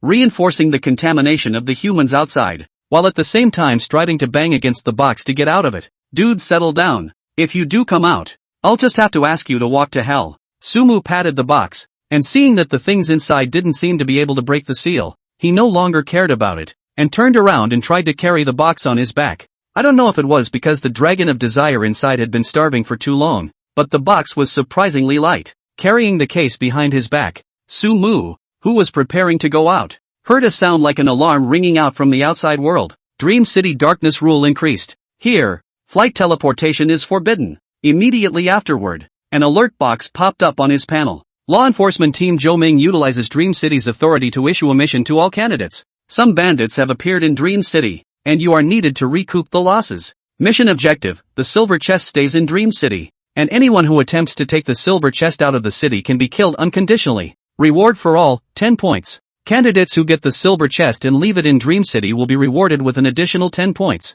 Note, all silver boxes will automatically emit a bright light to indicate their location every 3 minutes. So please prepare yourselves. The mission will begin in 10 minutes. So please get ready. Here we go. The difficult and counterintuitive transportation task has officially begun. This mission was actually sent to me? Inside the wagon compartment, Sumu looked at the panel in front of him and felt bad all of a sudden. 10 points for killing a transporter. You also get 10 points for leaving the box in place. If any of their top 100 candidates chose to defect, the scene would be chaotic. After all, no matter how you look at it, it's all about blocking the mission. Well done. This transportation mission is so difficult and risky that it's like going to die. However, chaos is also theirs. There shouldn't be anyone who wants to come and stop me, right? When the time comes, all I have to do is fling this desired dragon cub's case, and everyone will have to back up 300 meters. That's a good weapon. We can't delay. We have to bolt immediately. Sumu thought, carrying the still fidgeting desired dragon cub on his back and opening the carriage door. He stepped out of the car. Outside, the top 100 candidates had apparently just learned about the difficulty of this mission from the transportation drivers. Still, a number of people chose to take one of the silver boxes and give it a try. After all, if they were really stopped halfway and couldn't get through anyhow, then they could have stayed in Dream City holding the silver chest and earned 10 points. The silver boxes on the other vans were not like Sumu's. There are big and small among the Star Beast cubs. Someone took a Rubik's Cube-sized silver case from the van, put it in their pocket and ran for it. There were also people who chose to carry an eye-catching box at least twice the size of Sumu's to try to take it away, and it was unknown what extra benefits they had taken. That seems to be a bald head, looking like Zhu Ganing. As for Zhao Zhan and Tang Lime, who brought their ponies, they don't need to move by themselves. The ponies under their hands will do it for them. Don Lemon seems to want one more box to earn more points. Sumu came out with a suitcase on his back. Someone in the pile of students shouted. The students carrying the silver-colored boxes glanced towards Sumu's side in unison. With that, along with the driver, everyone subconsciously moved away from Sumu a little. This guy really came out carrying the desired dragon cub on his back. Bull, this guy looks pretty normal. Not like he has a problem. You don't understand this, brother, do you? Crazy people infected by the dragon of desire look like this when they haven't even started. I've seen it. A student swore in science. So what? Little brother, you can go first. You should be familiar with the rules. Remember, never go near the crowd. The driver uncle shouted at Sumu from a long distance away. I'll see you outside the city. Never meet inside the city. Good. Sumu carried the dragon of desire on his back and smiled helplessly. Without the idea of taking a few steps forward to prank them and scare them, he twisted around and prepared to seek an unoccupied alley to run away. But who knows? At the edge of the square, a tearing roar of anger mixed with indignation came. Sumu, just come? Hearing the familiar voice, Sumu sighed and twisted his head to look. Across the square was clearly Qian Chang, who had changed into a law enforcement uniform. Behind him were a dozen or so Dream City natives wearing the uniforms of the law enforcement team. With the sound of Chang's words, those ear-ranked dream makers behind them muttered something on their lips. Hundreds of huge vines then appeared from around them.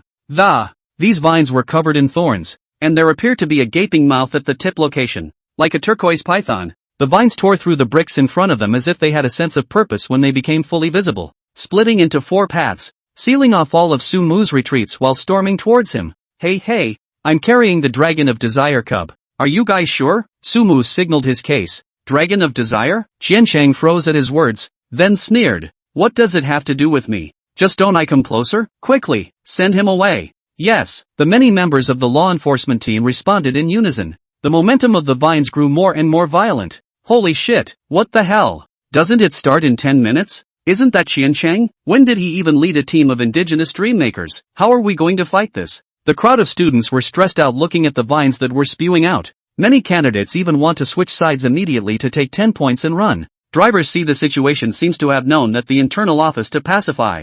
Everyone doesn't need to be afraid. This is an attack that only targets Sumu alone. And according to the rules, only candidates can deal with candidates. Sumu's situation is special. An attack that only targets Sumu alone? The students were stunned at the words, and then immediately understood. How difficult is the mission this guy took on? Silly boy Zhao Zhan's scalp tingled as he looked at the spiky vines that appeared in spurts. If he'd really just taken on this Dragon of Desire quest, and can't walk out of this square, this kind of large-scale attack is obviously not something that a munchkin can resist.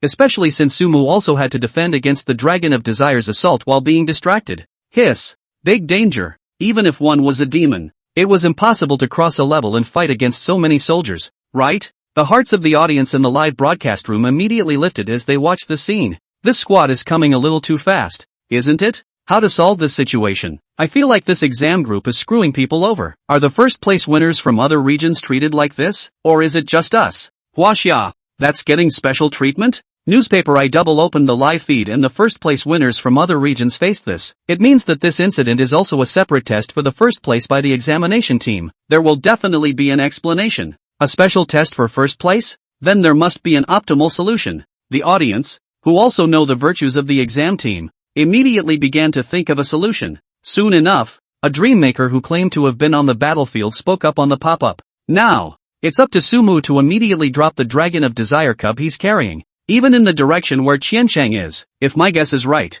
only the student carrying the Dragon of Desire on his back will be attacked. Once the Dragon of Desire cub that Sumu dropped, then only Qianchang would be able to attack him, and Sumu can use the amplification of the Dragon of Desire for desire to interfere with this Dream Creator squad to a certain extent. In this way, we can fish in troubled waters and gain a chance of survival. This may not be the optimal solution, but it's not bad. Throw the Dragon of Desire into this Dream Maker squad and use it to muddy the waters. Viewers looked at the analytical pop-up, thought for a while, and were struck by how feasible it was. True, but that would be a long delay and might even cause more trouble. There doesn't seem to be any way to cause trouble. Sumu must now take a gamble just to bet that this pair of dream makers won't fall so quickly. I feel Sumu should be able to think of this method. At that time is he and Qianchang one-on-one. This is not ruthless explosion kill directly send Qianchang out of the examination room. as the audience looks forward to they. Sumu looked at the raging vines and pondered for a while, but he didn't throw away the silver-colored box behind him at the first opportunity.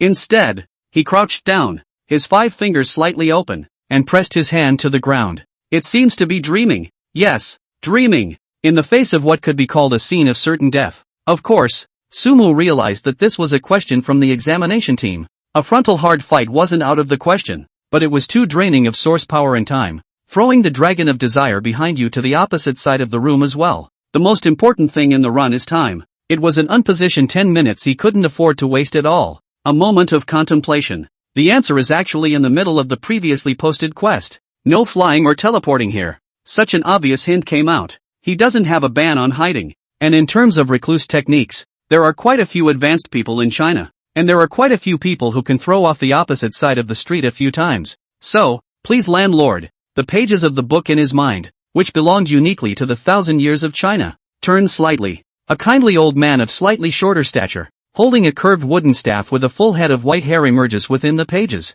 Seeing this, Sumu did not hesitate to inject 100 points of source power into it. The old man in that mind immediately became alive and descended to earth. A burst of green smoke rose from the place of Sumu's palm, and the land eunuch within his mind had descended into reality. Surveying the vines raging around him, the white-haired land eunuch laughed, and instead of taking Sumu away at the first opportunity, he gently tapped the ground with the curved wooden staff in his hand. The vines and snakes that broke through the ground all around them seemed to have burrowed into a place that was extremely hard and didn't look like ground at all. Caught off guard, their bodies collided hard with the land, tearing it apart quite a bit, and a few of the vine snakes that ran at the front actually let out a hiss of pain. Most of his body was cut open, and the speed of all the vines attacking immediately dropped quite a bit, and at this point, the desired dragon cub keenly sensed that Sumu's spiritual power was beginning to decline. Its eyes lit up. How dare you use mental power while fighting against this dragon? You're very mad. Human. Since you're using mental energy, it gives you a desire to keep consuming mental energy to accomplish something. When you run out of mental energy, it's my minions. The Dragon of Desire thought and tried to stretch its wings, switching its contamination for Sumu. As before, it invaded and contaminated the other side with ease. Also got a quick feedback message. Right, that's it. I'm going to drain my mental energy. Quickly, kill me. The Dragon of Desire's dragon face froze. Was this human taunting it? Or did you come prepared? That's a defense? What the hell is this human? The Dragon of Desire crumbled a bit. The movement of the Dragon of Desire was naturally known to Sumu, and seeing that the other party had yet to break through his defense, he temporarily ignored it. Looking at the temporarily confined group of vines, he hurriedly said to the land eunuch, "Please also send me west, as far as I can go." This exam team obviously won't let him keep disappearing just like that out of the city, and they will probably fill this loophole later on. Now it's natural to run as far as you can. May. The eunuch of the land nodded with a kind smile, and with a wave of the curved wooden staff in his hand, a puff of white mist wrapped around the two men and burrowed into the ground. Transportation. The live broadcast audience watched this scene and immediately came to a realization. That's it. It feels as if Sumu was swimming with ease, fighting against the contamination of the Dragon of Desire at the same time, while still being able to use his spiritual power to hide from the earth. I also thought of it earlier. Just feel that in such a short period of time want to immediately dream up a strong recluse is particularly difficult to say. After all, this temporary dream is not very reliable. Newspaper. I've watched some of the other regional candidates do this, and it's basically pretty much the same thing. No candidate has thrown the box out. But that brother before lost a lot of people. This session of the budding new brain can be all good at. It seems that the first place in our examination area is not comparable. Inside the Wachovia examiner's room, dozens of live streaming videos of the first place candidates from various countries are being shown. The examiners from other countries have not yet left, seeing that the students in their respective regions had chosen the optimal solution. Many examiners showed expressions of relief on their faces. Chen Fingqiu did the same, even with a sigh of relief. It's true that this is the optimal solution for their exam team. Of course there is a limit to how far you can vanish. After reclining up to 1/3 of the distance, they would step in to disable the recluse, which was for the safety of the candidates. After all, using too much mental power could easily lead to a drop in willpower, thus allowing the desired dragon cub to take advantage of the situation. Oh my friend, it looks like all the students in our country are excellent. The Asian examiner sitting next to Chen Fingqiu with a white cap on his head said in broken Chinese. However, our white elephant country's first is even better. That burrowing gopher is an A-class dream world creation. It must be our country that comes first. If there is a linkage in this examination, which country's candidates are the first to vanish to the limit distance, and all countries are not able to use the vanish, then you guys will be in deep trouble, and we will definitely be far ahead. Oh, Chen Fengqiu listened to the words of the chief examiner on his side and resisted the urge to use his authority to kick him out. That's a nice guy. That White Elephant Nation candidate's A-grade dream creation was clearly not made on the spot, and it was clearly just a matter of knowing something about it. Good enough to compare it to advanced preparation? What's the use of being fast? Wei Hua Xia. When Chen Fengqiu leisurely opened his mouth and prepared to blow Sumu, an alarm suddenly sounded in the main exam room. Candidate No. 3484 Sumu has used the transported land to reach the limit area. Dream City has automatically taken to restricting permissions. At the sound of the alarm, the invigilators in the room stared in disbelief. I have to send? It's only been a few seconds? He's already reached the limit area? The White Elephant Kingdom examiner's eyes bulged as he stood up incredulously. Our country's S-ranked players have only just vanished from the square. What's the situation with this Chinese candidate? The speed of the recluse generally depends on the amount of spiritual power as well as the strength of the created dreamscape creation. Is it hard for this candidate to have created another S-ranked potential in a short period of time? He didn't even use the dream-gathering stone in his hand. The many examiners looked over with unbelievable expressions. The reason for their arrival was because Sumu had created a creation that could shake Dream City. After coming over and realizing that this candidate's mental power and creativity was simply off the charts, he didn't look like a budding dream maker at all. But after determining that the other guy was really a budgie, the examiners were nonplussed and had to stay and see how the man did again. Now, under their watch, this candidate has produced another miracle. This candidate shouldn't have any auxiliary abilities that are still unknown to us, right? Listening to the examiner's tryst, Chen Fengqiu came back to his senses from the shock, pretended to be calm and stroked his beard and laughed. You guys don't understand, this is a mysterious power from China. A mysterious power from China? The examiners were at a loss. But soon an examiner thought of something and laughed out loud. Chen, it looks like the difficult problem has arrived in your country this time. Conundrum? Chen Fengqiu sniffed and snapped to attention. Because there is a gap between dream makers in various countries in several aspects such as strength. In order to take care of the weaker countries, the first 3 countries to run a third of the distance by a wide margin are the ones that add to the puzzle. The conundrum called the 10 days of the end. 10 suns will rise over the city of dreams. At the Plaza del Monte, looking at the ground that has dissipated into nothing, Qian Shang's eyes bulged. How could he not understand what was happening? The transported man? Damn! There's this loophole? He twisted his head to look at the group of dream makers behind him and roared, quickly, vanish, take me with you and continue the chase, west. Yes, the indigenous dream makers are apparently led by Chancheng. Upon receiving the order, those raging vine snakes immediately returned to their surroundings, and while letting out a hissing roar, they took Qianchang and the others into the ground and disappeared towards the west. But only a few seconds later, a voice rang out from the sky. In this place, vanish and high-speed movement are prohibited. Along with the ringing sound in the sky, Qianchang and the others, who hadn't been drilling into the ground for long, suddenly felt a strong force coming from all around them. Before they could react, they felt their vision swirling in the sky, and when they looked back again, they had already been thrown out of the ground and fell inside a dimly lit alley. Shit, what the hell? That voice in the sky Qianchang was naturally familiar with.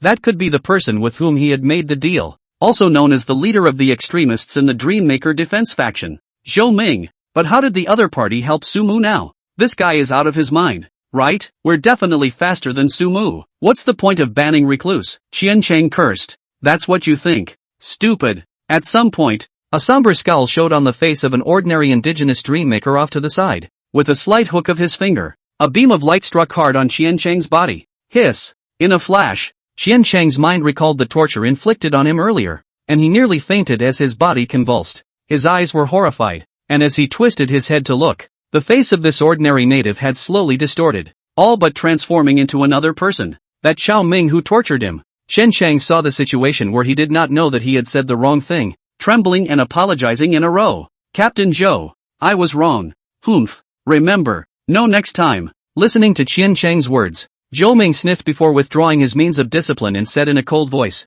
Sumu just ran out at least 1/3 of the distance in a few seconds with the help of the dream creation character. If I didn't ban transportation and high-speed movement, by the time you guys get there, this guy would already be out of town. What? Qianchang sat up in shock despite his injuries. It's impossible. He's just an F-rank dream maker. Trying to run so fast mental energy consumption would be very high. How can this guy use so much mental energy against the infestation of the Dragon of Desire? But he just did it.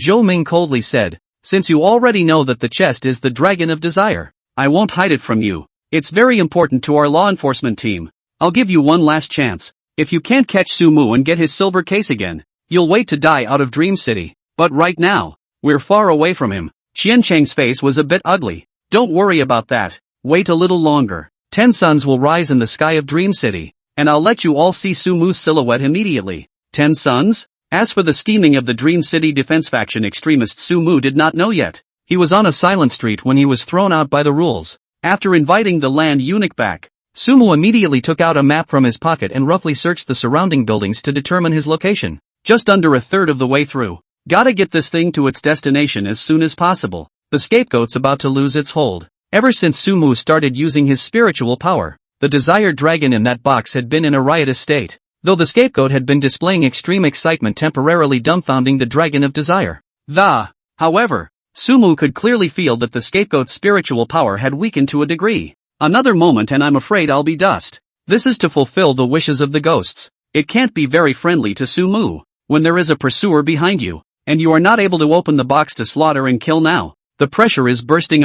The 18 layers of hell that was also used as a last resort. Sumu retrieved the map and glanced at the source power value on the panel. After summoning the land, his source power was already under 1,700 points, but in the process it got a big surge back up to as much as 2,000 points. At the very least, it would support him in creating another building such as the 18th floor of hell. Just as Sumu was pondering what he should do to get away from the pursuit to break the deadlock, the high points of spiritual power made him vaguely feel that something was wrong. His back was chilled while subconsciously crouching down violently. Jabla! A slight cracking sound cut through the top of his head.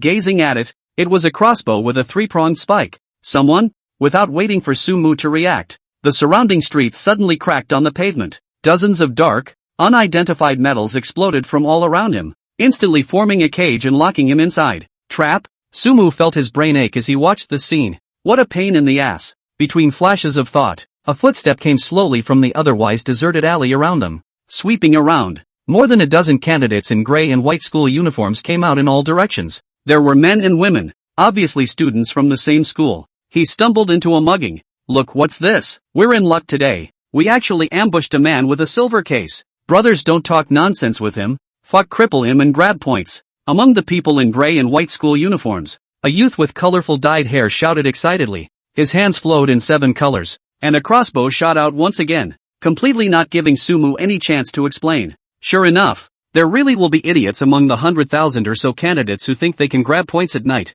Forget it, just think of it as harvesting a little more source power on the way. Looking at the arrows that shot from all around, Sumu muttered and opened his 5 fingers slightly, and the surrounding road surface then clicked. A 1,000-year-old kuei tree instantly rose up from the ground, and the crossbow arrows that shot out were actually intercepted one by one by its randomly waving branches. What? Before these students could understand what was happening, they heard a sigh of relief from behind them. Amitabha Buddha, Fa Hai descended from illusion into reality, taking on an angry appearance. Poor monk has come to reason with all the monks. Damn it, this guy actually has a dream-creating heart field. Wait, how is this guy's creation so strong? Somebody, there's silver boxes here. Somebody. Within the streets, there were cries of horror. This last sentence happened to be heard by 2 men passing by. One tall and one thin. It was clearly the 2 brothers, Ah Fen and Ah Zhou. Earlier, after coming out of the Orchid Temple, they had been looking around for ways to earn points, but had come up empty-handed. I was thinking of going back to bed to earn points at my part-time job during the day,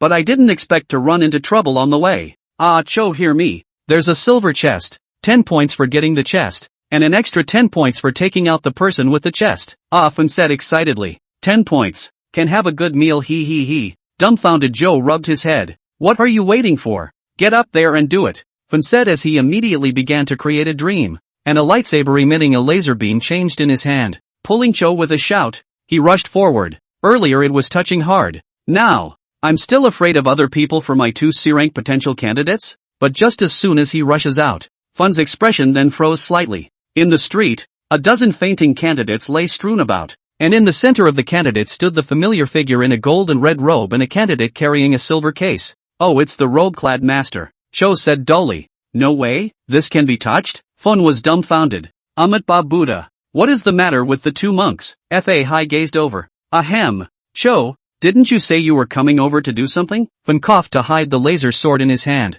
Doing what? Eating? There's a dessert place there. Stupid. Make it up like it is. It's midnight. Fan scolded. No. It's daytime. The sun is up. Look behind the master. The sun? At first Sumo thought it was a silly boy's excuse. But when he saw the glint in Fin and Chao's eyes, he realized something was wrong. Twisting to look, I saw a dazzling beam of light piercing the blackness of the night in the east from which I had come. Like the white daytime yellow halo of early morning immediately ran along the side of the street, crossing Sumu's feet. What's the situation? Well, it's at midnight. Third shift isn't even here yet. Is the sun out? Sumu realized something bad. The audience in Sumu's live broadcast room watched the scene. The original sleepyhead was gone. Shit. The sun is suddenly out. This is definitely the exam team's way of doing the whole thing. The sun comes out at night. It feels like it should be a dirty trick of the defense faction. Maybe it's just to make the surroundings become bad for hiding. Its heart is greatly bad. Where are the people from the development faction to save? The defense faction has done so many things. The development faction did not have a person to take the lead? Honestly, I feel a little off. The sun is rising a little too fast, isn't it? The square. The crowd of candidates who were just about to run away with their boxes on their backs looked at this scene and were in an uproar. Many of the candidates turned their heads to look at the truckers and said, Hey, what's going on? Why is the sky still light? You guys didn't say there was this. Hell, I just changed into my night clothes. Wouldn't I be exposing my target by wearing this in broad daylight? No, this is already a citywide manhunt. And you're turning night into day? If that's going to happen, I'll put down the box to earn those 10 points. The truckers craned their heads to gaze at the rising sun. Not far away. Looking at each other, their faces turned a bit ugly. That guy from the defense faction actually brought this out. Hell, it's a weapon used against the city's star beasts. But that's good. One of the transportation drivers muttered a lightening of his eyes and hastily turned his head to appease the crowd. Don't worry everyone. In a little while the day will turn back to night. In addition, your transportation difficulties will be drastically reduced.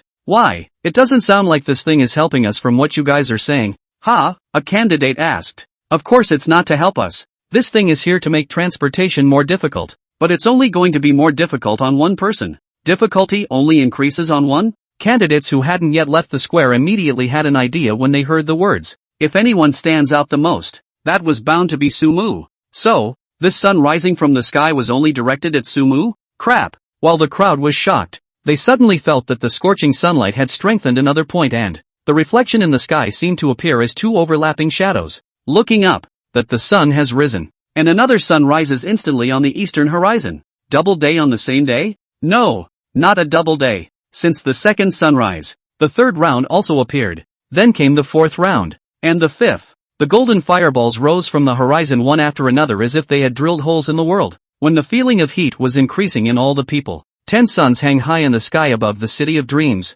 It even converged into a circle and began to fly around in a rotating pattern, gazing up at the giant golden orbs rising in the sky. This magnificent landscape made the dream makers actually lose their ability to express themselves verbally for a while. Make a dream. Make a dream. There was never a trace of the sun within their insignificant dream. Surveying the scene, the number of pop-ups in the livestream went wild. An attack that only targets one person? Holy shit. An attack that only targets Sumu? Newspaper. I overheard it from inside the Qian Chang live broadcast. It's the defense faction. 10 suns are targeting Sumu. No way my brother. This is the sun. Although I don't know exactly how it will target only Sumu. I lost my words just looking at this scene. My brother. Letting an F-ranked dream maker single-handedly take on 10 suns? Are we crazy or is the world crazy? Sumu. Why don't we throw the backpack away? We don't want the 40 points and the key. This exam team is too bullying. Sis. What's going on here? Zhongli, who had already left the square with the silver case, looked at the anomaly in the sky and showed the same shocked look. This is going to roast us, isn't it? Seeing this, Zhang Hongspoon frowned slightly and said softly,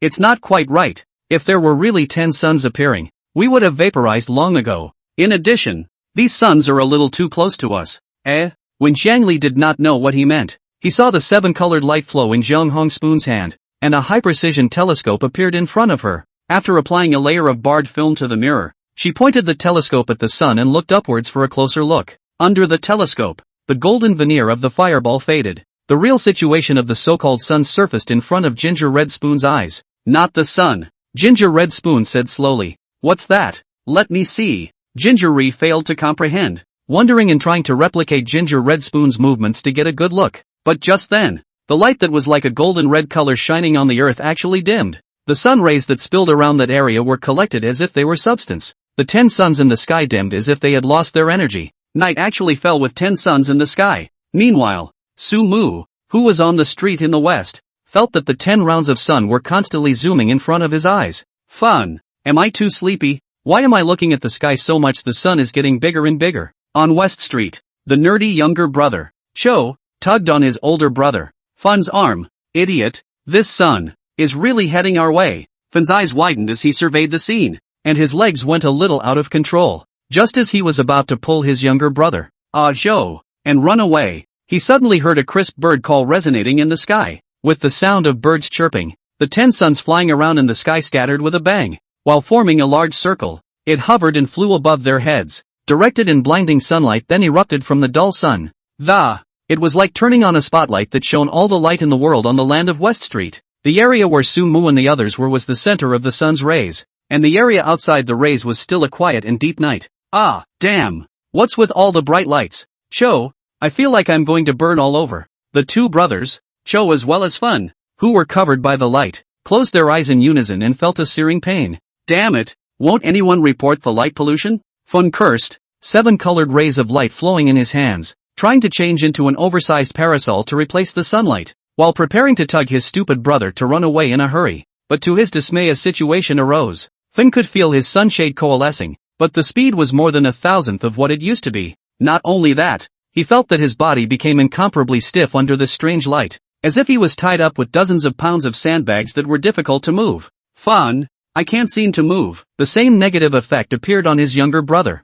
Joe. No way, we brothers just want to earn some points. There's no need to use the sun to sanction us, right? Fun surveyed the scene with a bit of a meltdown. The audience in the live broadcast room also practically understood the negative effects of this sunbeam from the conversation between the two. Slows down the Dreammaker's dream-making speed and limits the Dreammaker's mobility? This sun directly cuts the Dreammaker's ability by half. Voting. I'm joining the defense faction. Look at the defense. If we don't join the defense, we can't play this version? Brothers, you must realize that these 10 suns have only just begun to shine. That's not the only negative effect it's going to bring. Then again, what kind of creations are these 10 suns? Since they are man-made, they must have a specific image, right? It can't just be 10 balls of light. The audience was puzzled when Kangri also saw the sun's proper face through a high-precision telescope. It's the behemoth. 10 starry sky giants inscribed with strange patterns. Although the color could not be seen within the binoculars, Zhongli could still observe that they were 10 golden monsters inscribed with strange dream inscriptions. Bird-like, but very different from the usual birds. They have 4 wings on their bodies and their feathers shine like sharp blades. His natural ability is to shine like a small sun on the earth. My goodness. I remember that this is a star beast called Sun's Feather, isn't it? This DreamNet actually tamed this thing at some point? These starry sky beasts are known for their brutality and arrogance. Gingerly, smacked his lips. It looks like it's a young beast that no longer has a mind. It should be an experiment from a previous attempt to use beasts to make beasts. Ginger Red Spoon observed and said, Beast against beast? Jiang Li muttered with some clarity. Once the Dream Realm battlefield was opened up, humans had a surplus of fighting power to hunt down some juvenile star beasts. As the number of giants hunted increased, some people then suggested ways to tame star giants to deal with them. Unfortunately, it was a disaster. It had been proven that no matter how many years humans had cultivated a starry sky beast, at the time of its coming of age, the various types of information that originated within its bloodline would naturally surface within the beast's mind. The behemoth receives the inheritance along with tyranny, and the command to overthrow humanity. Since then, humans have been their natural enemies. The young of some powerful races within the star beasts, such as the dragons of desire, inherit this knowledge untamable the moment they are born. Right now, it was just a matter of using the corpses of the star beasts to try and pry some of their abilities to count as supplements. Looking at the direction where the 10 suns' feathers were shining, Zhongli took stock of the situation and frowned. This should be an attack targeting Su-mu. The difficulty of this transportation. It's even more anticlimactic than the heavens. DreamNet examiner's room. Chen Fengqiu looked at Su-mu's few people who were being ruthlessly suppressed by the 10 suns, and was a bit worried.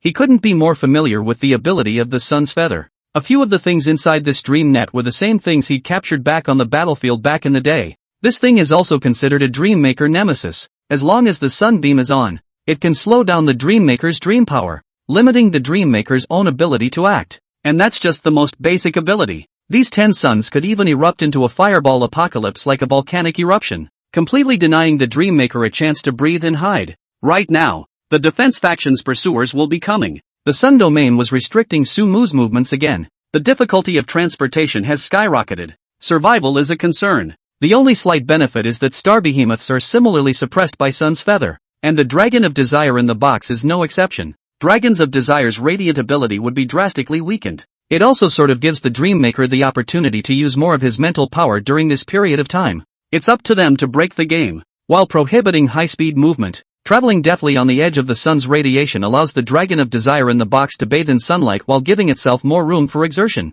Even though this delays the action tremendously, it's the optimal solution for newbies. As Chen Fengqiu thought, he heard that White Elephant Kingdom's chief examiner next to him exclaim happily, "Oh, Chen, look at our country's candidates. We've also suffered the 10-day finale. However, our country's candidate is a bit smarter. He's nimble and runs fast." Listening to the White Elephant Kingdom examiner's words, Chen Fengqiu looked to the side. Only a darker-skinned cadet used a disorienting stealthy diversion technique the first moment he saw the sun's feather coming this way. While interfering with the sun's feather, his body twisted into a snake shape, as if he had practiced some kind of secret art office to walk in a strange way. By the time the sun's rays fell and got rid of all the shadow doppelgangers, the other party happened to be stuck at the edge running forward, completing the optimal solution that Chen Fengqiu had spoken of. And on the flip side, Sumu, he seems. Chen Fengqiu thought and twisted his head to look, his brows furrowed. Why isn't this kid moving? Why are you still standing around? Is it sealed by the sun's rays? What's he doing?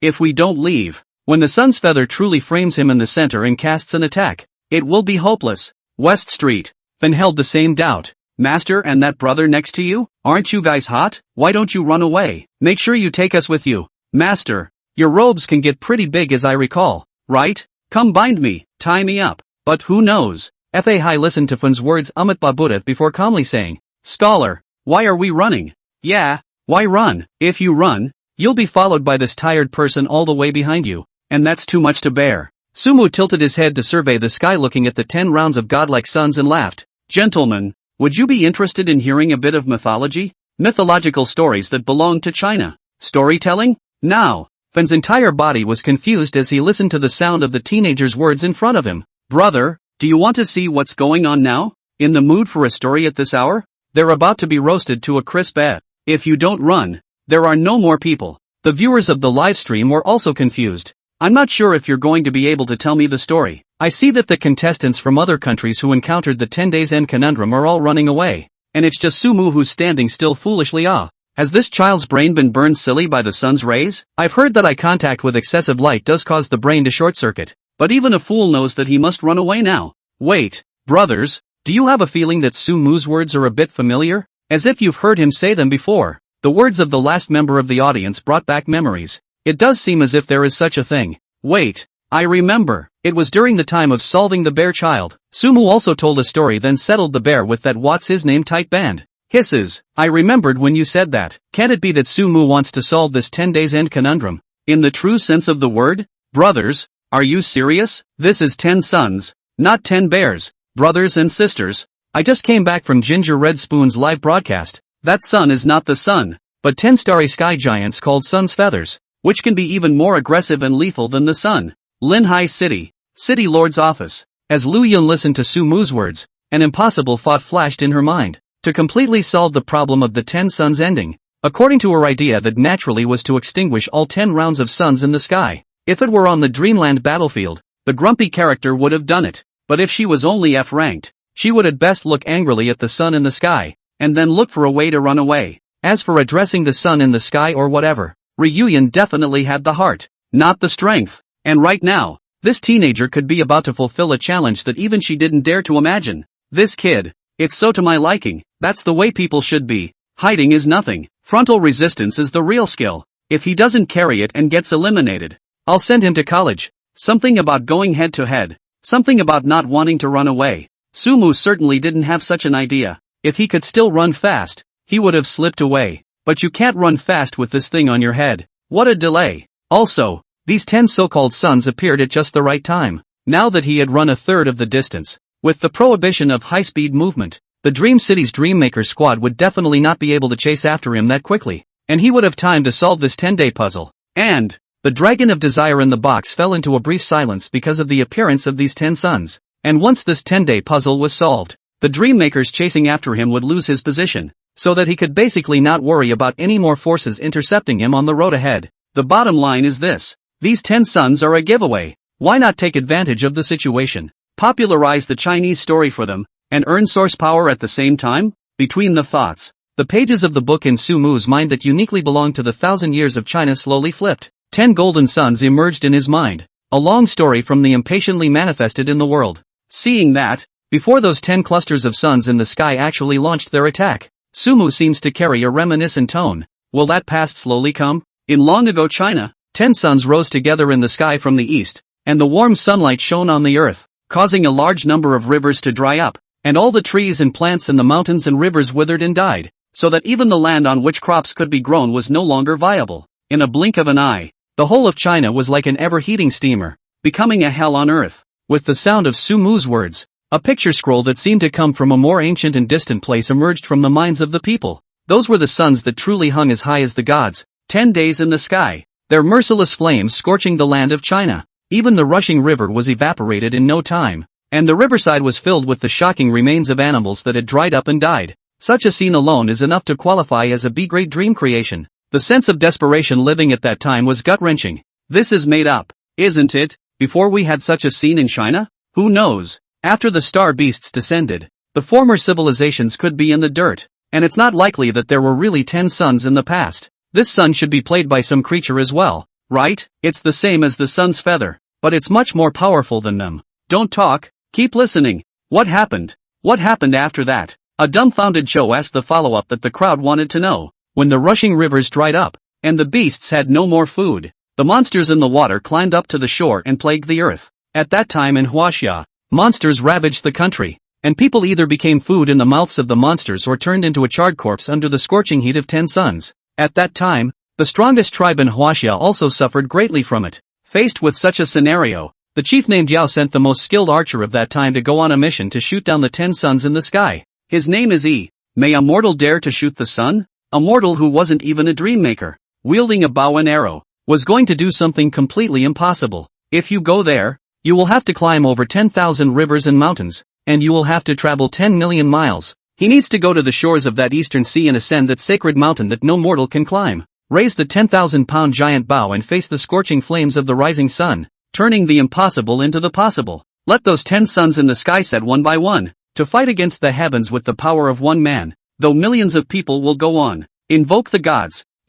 Along with Su Mu's words, 7 colored streams of light skyrocketed in front of the construction out of a wearing simple coarse linen clothes, powerful young man. The youth's dark skin was covered in scars from the tears of various types of beasts, and his slightly longer left hand held a huge bow that was tall enough for a man to see, its silver-white string seemingly capable of emitting the sun's light. At this moment, even if Su Mu didn't tell the backstory, everyone knew what he was about to do. Countless people's scalps went numb. No way, for real, he's only F rank. Even if the creation had more potential, it wouldn't be able to single-handedly take on 10 star beasts right now, would it? Even if they are corpses. Is this the impossible solution to the 10 days end? Is this kid really going to shoot the sun? DreamNet examiner's room. Chen Fengqiu stood up with a mischievous look at this scene. The same was true of the crowd of foreign examiners around them. In extreme shock, people subconsciously stand up and take a few steps forward to get a better look at the. Let's see if that's a delusion of our own or not. Even by karma, he's only just awakened. Grade F, a foreign examiner exclaimed. He still hasn't moved. The 10 suns have already reached his head. If he can't shoot down these 10 rounds of suns, this unification examination will be over. No way, there wouldn't be anyone who could solve this problem at F rank. Even a D-ranked dreammaker would have to be well prepared if they wanted to completely solve this 10-day puzzle. Just now this child fabricated the story. I can hear clearly. The background of the story is crippled for the most part. The characters are also pitifully few. It's this created environment that is still a good look. Trying to completely solve the 10 days end dilemma with a single character and a piece of legend made up off the top of my head? How is this possible? Unless this is an A-class dream-making character. But that's impossible. Yeah, a broken story can certainly create a whole new dream-making character. But how can such characters with no background or story or even logic be useful? Think he's a god? Without being able to be there in person to determine the level of the dream-making character, The eyes of the group of examiners were not so convinced. But there was still a hint of madness in their hearts. In case, what if it does work? If he really succeeds? I truly believe that in ancient China, there really was such a godly man who held a huge bow and shot down the sun in the sky. Even if a subsequent candidate from the country also reaches this impossible solution, it won't shock me anymore because absolutely no one has ever really used a bow and arrow to shoot down the sun's feather like Sumu did. God. Star River District. Guzhuan's home. Looking at E, who stepped out of the 7-colored streaming clouds. Looking at his primitive archer-like attire. Gugu felt inspired to write. This is definitely a legendary story that belongs uniquely to the ancient times of China. It's a past we don't know about. It was definitely a mythical era when China prospered and heroes came out in droves. If he is like this, then what kind of person would Zhao be who sent him to shoot the sun? A legendary king cannot be an ordinary person.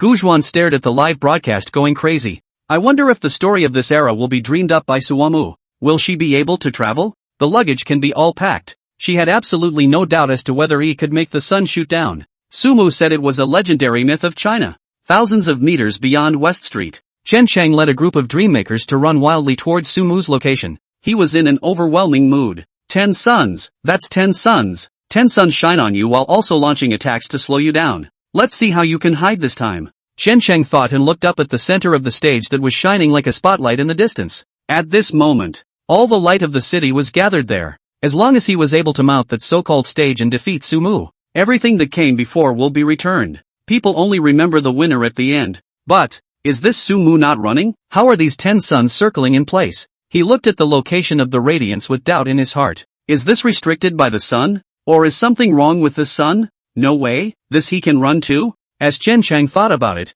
the face of a dreammaker next to him suddenly twisted and transformed into Zhou Ming's appearance. He looked at the place where the light converged and waved his hand. All move faster. The situation seems to be a bit off. What? Even 10 rounds of suns didn't restrict Sumu? Seeing that the uneasiness in his heart was about to become a reality, Chen Chang shouted incredulously. It's still restricted. Even I've locked him in the center of the 10 days. Zhou Ming said with a frown on his face. But this Sumu didn't put up any resistance. Just stood still and let me lock him in. No resistance? Hidden split? Chen Chang subconsciously asked out. No, I can confirm that he is the real one. Zhou Ming said a little confused. I can tell that he wants to solve this 10-day tracking, but not quite able to understand what he's doing. This Sumu summoned an archer and it looks like he wants to shoot down those 10 suns in the sky. What? Chen Chang was immediately confused when he heard this. Shoot down those 10 suns in the sky. Might as well make him believe that the B-rank dreammaker he fought in the ring earlier was Sumu. Chen Chang thought as he twisted his head to look at the 10 balls of light in front of him that were releasing light like gods. And in his mind, he couldn't imagine at all how an F-rank dreammaker should be on the other side of it. That bow and arrow shoots the sun? The firefly dares to compete with the sun? Not one yet. That's 10 whole suns. Just as Chen Chang was about to question Zhou Ming, Zhou Ming frowned and said urgently, you guys hurry up. That guy's creation is starting to make a move. I always have a bad feeling about this. West Street, the centermost area of too much sunlight. Sumu looked at the mythological figure that he had spent 800 points of source power to cast for a moment of flesh pain. In order to make the most of this grand performance.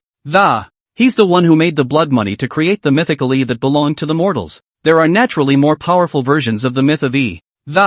For example, if he was half human, half god in his lifetime, or if he was an immortal sent down to earth by the god Emperor Jun. After his death, he even became the king of all ghosts of the god Zumbu. These are awesome. If it was summoned, even if the real sun came, there was no chance it would shoot it down. But, Sumu is poor, can't afford to provide for that kind of great god. Even if he did manage to summon it to shoot an arrow, he'd still be eating dirt. Don't use a sledgehammer to kill a chicken? The E of this moment is enough to cope with everything now. In the midst of his thoughts, he had already picked up his giant bow slightly. The slightly longer left hand produced an arrow stained with foul blood from the pouch of arrows behind him. The sharpness of the arrow pointed directly at the 10 seemingly invincible suns in the sky. In ancient times, there were 10 days to shoot 9 and leave 1. Now, then 1 is not left. Here we go. The moment, looking at the youth with the bow, with the 10 suns in the sky that seemed invincible, everyone held their breath. The myth that Sumu spoke of had truly happened before their eyes as if it had descended.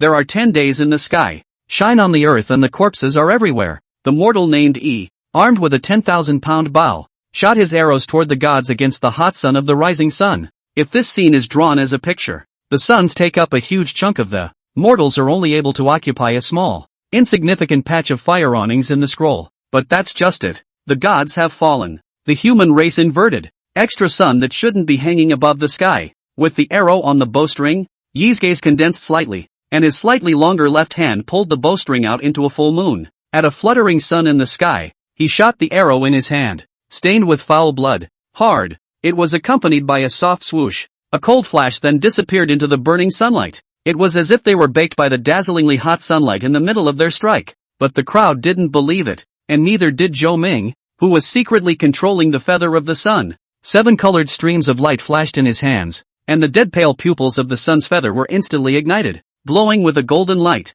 In a flash, the minuscule arrow surfaced in front of Zhou Ming's eyes once again. Although the arrow was small, the harsh cold aura actually seemed to be able to pierce through the sun feather's eyes and sting Zhou Ming, who was controlling it remotely. Definitely don't let the arrows hit. Surveying the scene, Zhou Ming's heart sank as 7 colored streams of light appeared in his hands, invoking the ability of the sun's feather to the best of his ability in his restricted state. Jin, high above, where the arrows point, the sun feather whose pupils emitted a golden glow let out a crisp chirp. All of a sudden it shines brighter. The sizzling color kept changing, and it was even gradually tinted with a touch of purple. Burning the air, it actually emanated an aura of annihilation. As everyone watched, more and more purple intent converged in front of the sun feather's body, surprisingly constructing a shield that emitted purple light. Purple flames surrounded the shield, burning the air with a vague sense of distortion. This was a true fire that was even more powerful than ordinary flames. This was clearly not something that the sun feather itself could do. As the construction of the violet flame shield was completed,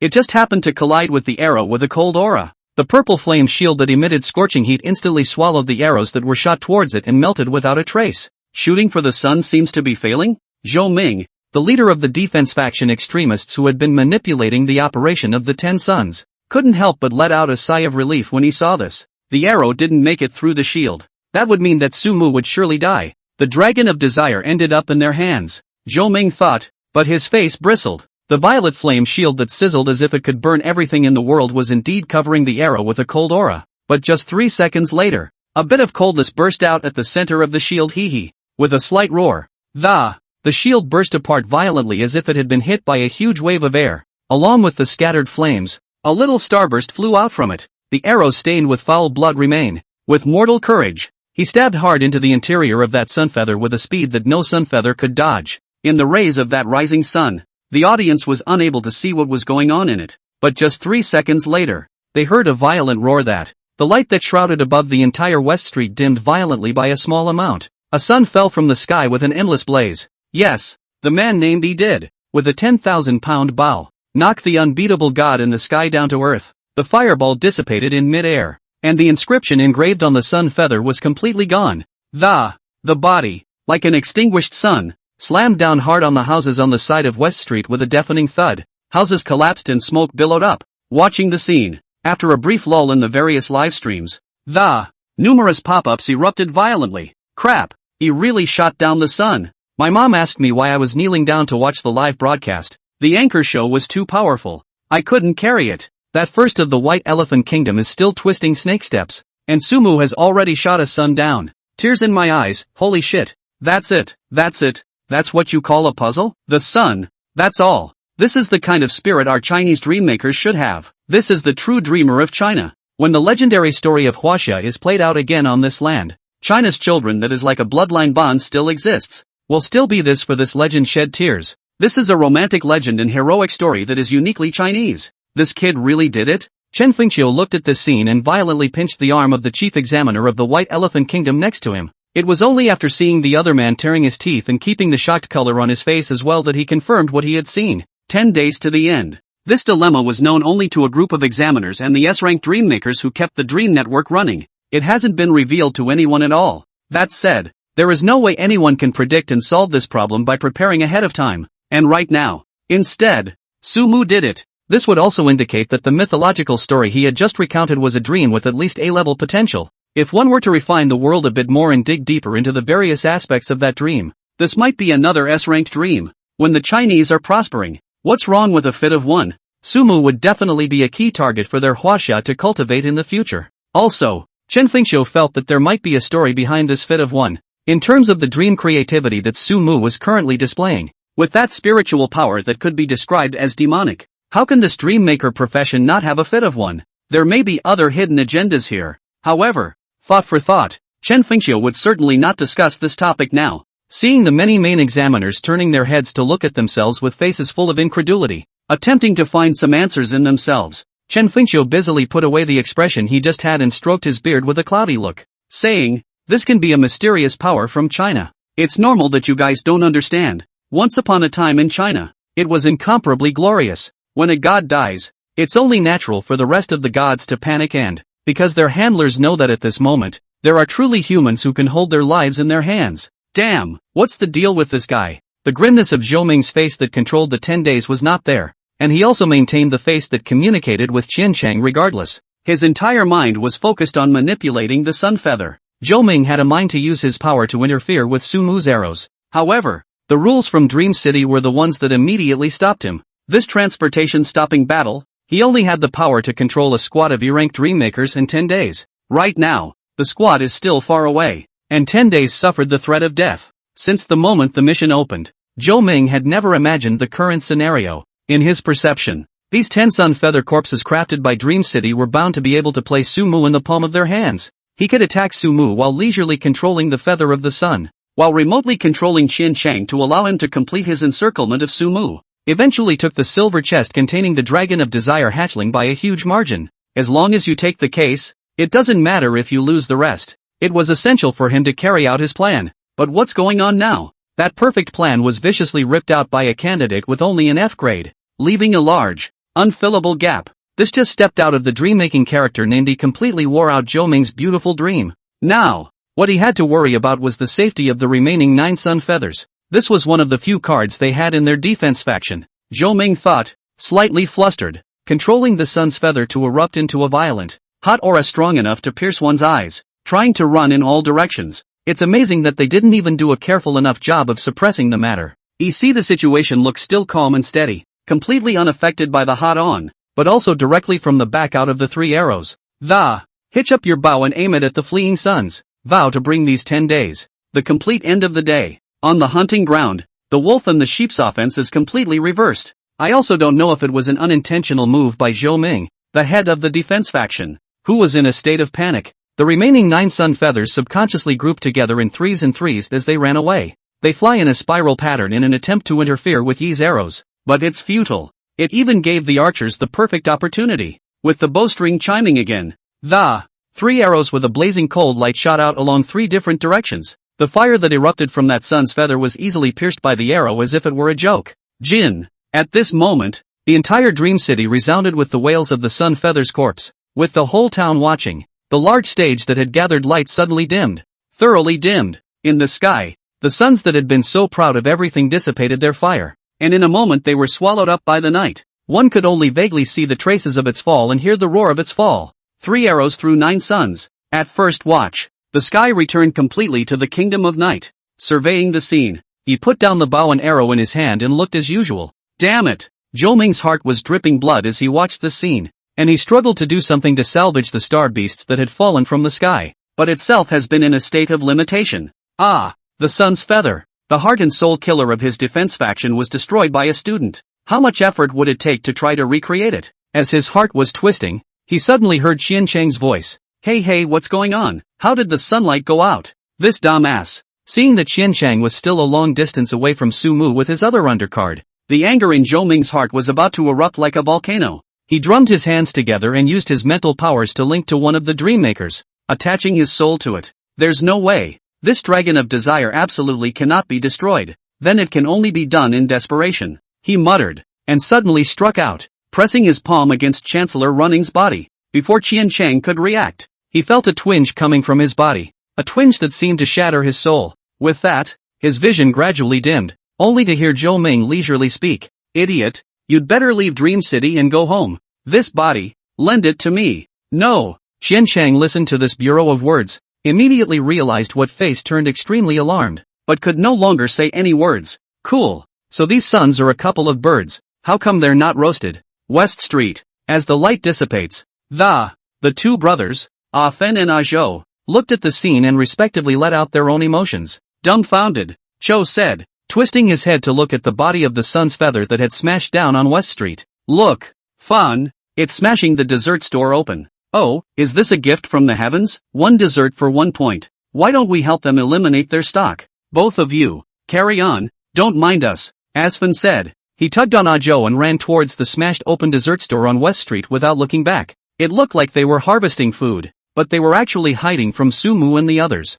but not his younger brother, Chao, who simply wanted to get some food. Hey, fun, we're rich, I'm afraid we won't have to worry about our meals for 3 days. Dessert, get more dessert. Looking away from the two men, Sumu smiled helplessly, not wanting to go and stop him. After retrieving both Tong Fa Hai back to the dream-creating Heartfield, he immediately carried the box on his back and quickly ran towards the city gates on the west side of Dream City. This precious time that has been so hard to gain can't be wasted. West Street was currently in the center of the battlefield, and there were certainly many students who were afraid to venture over without understanding what was going on over here. This would make the road in front of Sumu a lot smoother. On the run, he took the time to scan his source power panel. Source power, 3751. This time, he'd really put his blood on the line to take out the sun feather. Summoning E out of 800 points of source power. E used 30 source power for 1 arrow, and used 120 source power points to shoot 4 in a row. Luckily, E is 100%, even 1 through 3. Otherwise he'd have a ridiculously large overhead for arrows alone. Overall, it's still more gains than expenses. During the process of shooting the sun, Sumu's source power also returned to 3,000 points, reaching as many as 3,700 points. Among them, several people who were not native Chinese names contributed 500 points of source power each, taking up the bulk of his source power harvest. This next part of the trip is a lot easier, isn't it? Could be time to pick up the pace. Sumu muttered and felt the scapegoat in his body. The opponent's spiritual power was already a candle in the wind, about to be annihilated. Having lost the bonds of the sun's feather, the dragon of desire was stirring again, and this time, it seemed to have found a way. Inside the silver case, the dragon of desire used its dragon brain to carefully recall the said words of the human it had infected during the time that the sun's feather had shone upon it. Something always felt wrong. The human spiritual energy had obviously become untenable, unable to resist its erosion at all. It should have been turned into its servant long ago, even if he had a little bit of whatever weird resistance he had before. But now, the other party's spiritual energy was about to dry up, so how could there be any resistance left? This human spiritual power is extremely fragile. It doesn't look at all like the kind of human that can barely support itself within the radiant range of this dragon. What is the reason why it keeps begging for death? The dragon of desire moved his head and tried to vibrate his wings, giving the man outside a desire to fight back for his life. He was encouraged to put down the box, to defy his fate, to seek life and not to want to die, magnifying that sentiment 1,000-fold. The dragon of desire tries to eavesdrop on the other's emotions, getting results. I'm already dead. Seeking what life? Fighting back? Is it to make me be tortured even more? Come on, kill me. Already dead? The dragon of desire immediately realized something was wrong after getting this news. He could sense it. The dream maker who entered his radiation range was definitely still alive. Not some dead body or dream maker character. In other words, this consciousness he had been eroding was not the other's essence at all.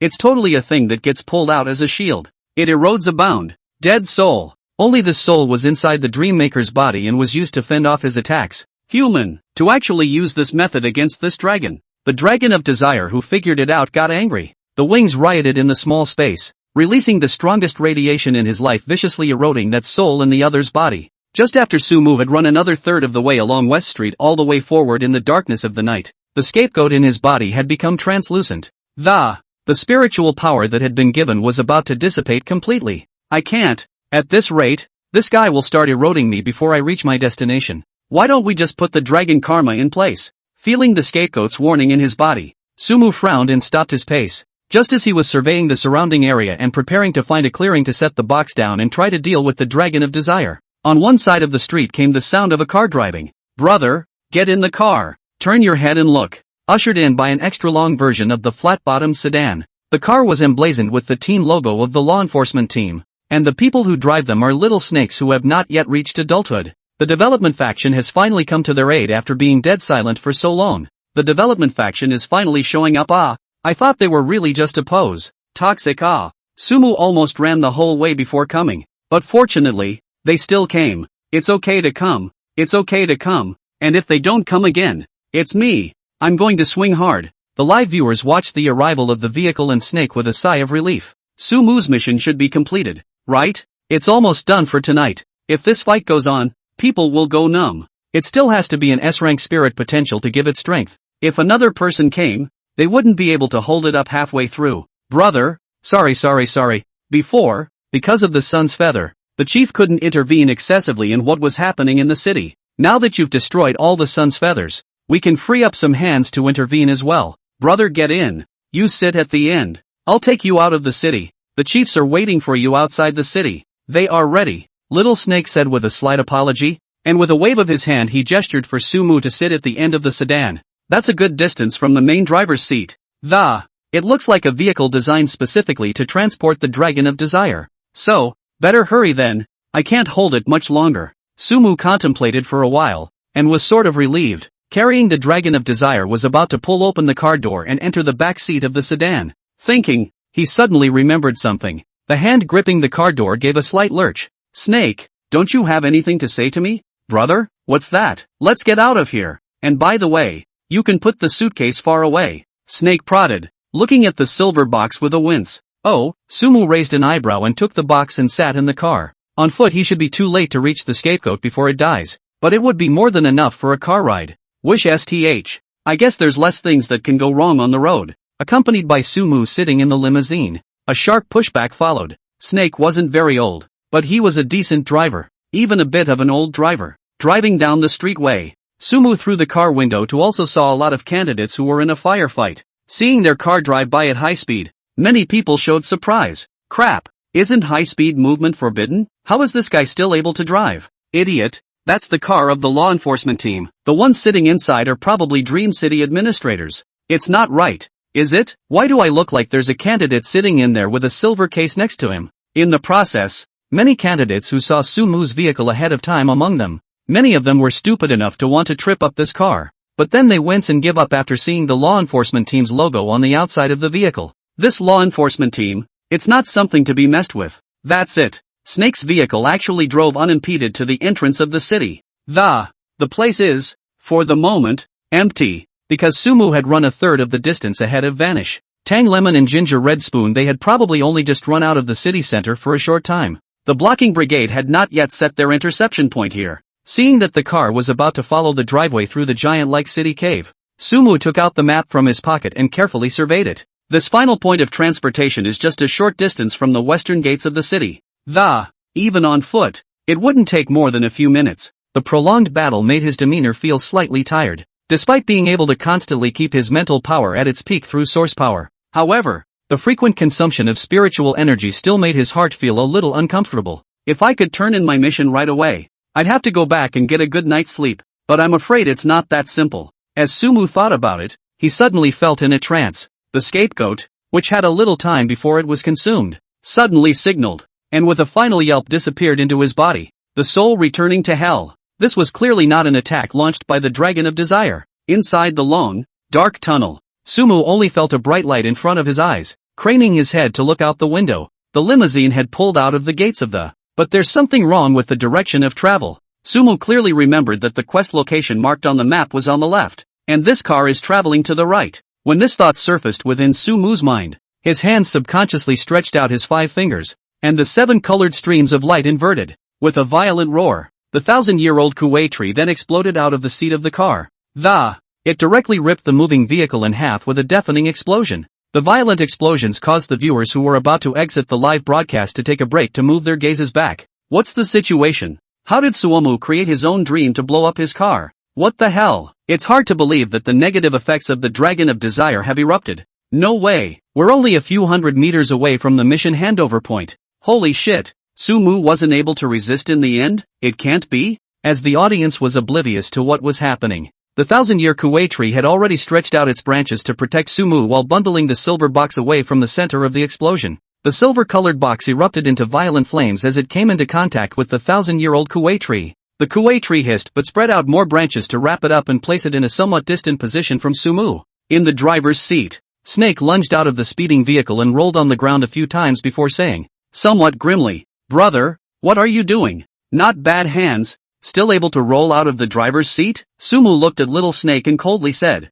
"Brother, I could have almost died in there." Little Snake looked horrified, acting quite like, "But unfortunately leak a little problem you forgot to ask me for 5 points. That's the rule." How could a kid who doesn't even forget to ask for points ahead of time for leading the way? Sumu's gaze was cold, and the 1,000-year kuwei tree then stretched out its branches and viciously lashed towards the small snake. Just as the branch was about to strike the little snake, an illusory glow flashed from ahead. Bump! The branch hit the air and the panic on the little snake's face turned into gloom. His face seemed to have a film slowly falling off, and the bones in his body crackled. Under Sumu's watchful eye, the little snake's body grew taller and taller, and as its face transformed, a familiar visage then came to him. Qian Chang? Looking at the enemy, who had completely changed his appearance, Sumu's brows furrowed. If Chancellor can drive, then he would have been caught up long ago. Obviously, the visitor is definitely not Qian Chang. It was a member of the law enforcement team who could sway the rules of Dream City by borrowing Qian Chang's looks,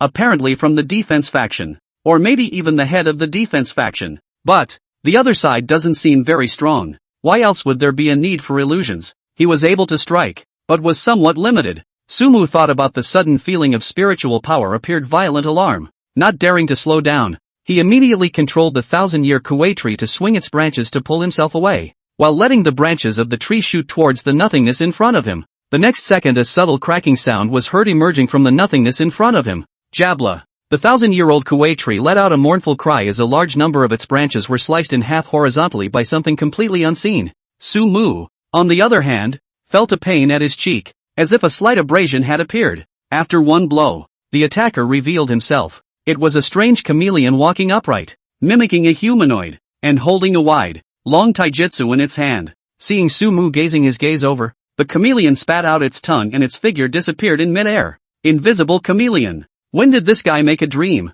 Sumu was sure that he had been staring at Qian Chang, and the other party had not made any dream-making moves. And now, as if the vapid assassin had been following as if he had been there long ago, it almost cut his head directly in half. Sumu's mental power warning was still barely faster than the other party's knife. The opponent's Dreammaker rank was too high, and his veteran experience and fighting ability was not at all comparable to a small rookie like Qian Chang. As the thought flickered, that spiritual warning struck again. This time, Sumu directly let the 1,000-year kuwei tree throw him toward the left side in a vicious manner. As soon as the body was light and had just flown out, a white light followed close behind. Roar! The 1,000-year-old kuwei tree let out a mournful cry, and its body was actually directly chopped off, cutting out a huge opening. The branches of the kuwei tree on the other side finally couldn't wrap around the chest containing the dragon of desire. With violent flames, a large number of branches were burnt to charcoal. Only a snap was heard, and the silver-colored box fell onto the ground between Sumu and Zhou Ming.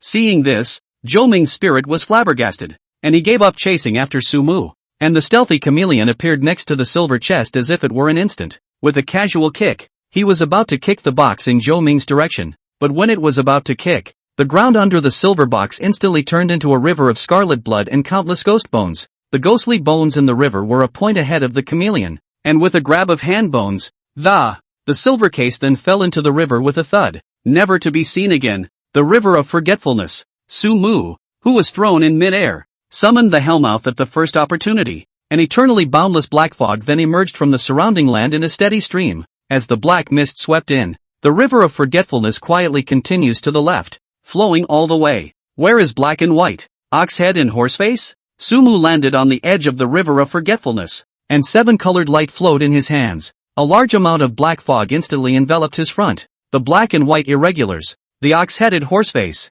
appeared with the soul hooking rope and a large number of ghostbusters. Sumu's spiritual energy then began to consume crazily. After vaguely sustaining some of he slid the source power panel and consumed 2,000 points of source power to give his mental power a huge increase. The original mental power grew to 48 points as the source power was consumed. Now, 2,000 points of source power grew it directly to 68 points. Accompanied by the drastic surge in spiritual power, Sumu was not able to experience the extreme sense of elevation that opened up his vision. Instead, he felt a vague pain in his brain, which seemed to be the aftereffects brought about by the drastic elevation, but now he couldn't care less. Maintaining a state of frantic mental power consumption, his hands created dreams without stopping, letting a little golden aura fade into the more ancient and infinite black mist within let the sleeping Shimeji within the dream-making heartland resurface in degrees. In this way, Most of the Hell Camp characters were mostly materialized by him. Zhou Ming, who was wearing Qian Cheng's skin, looked at this scene and did not panic in the slightest.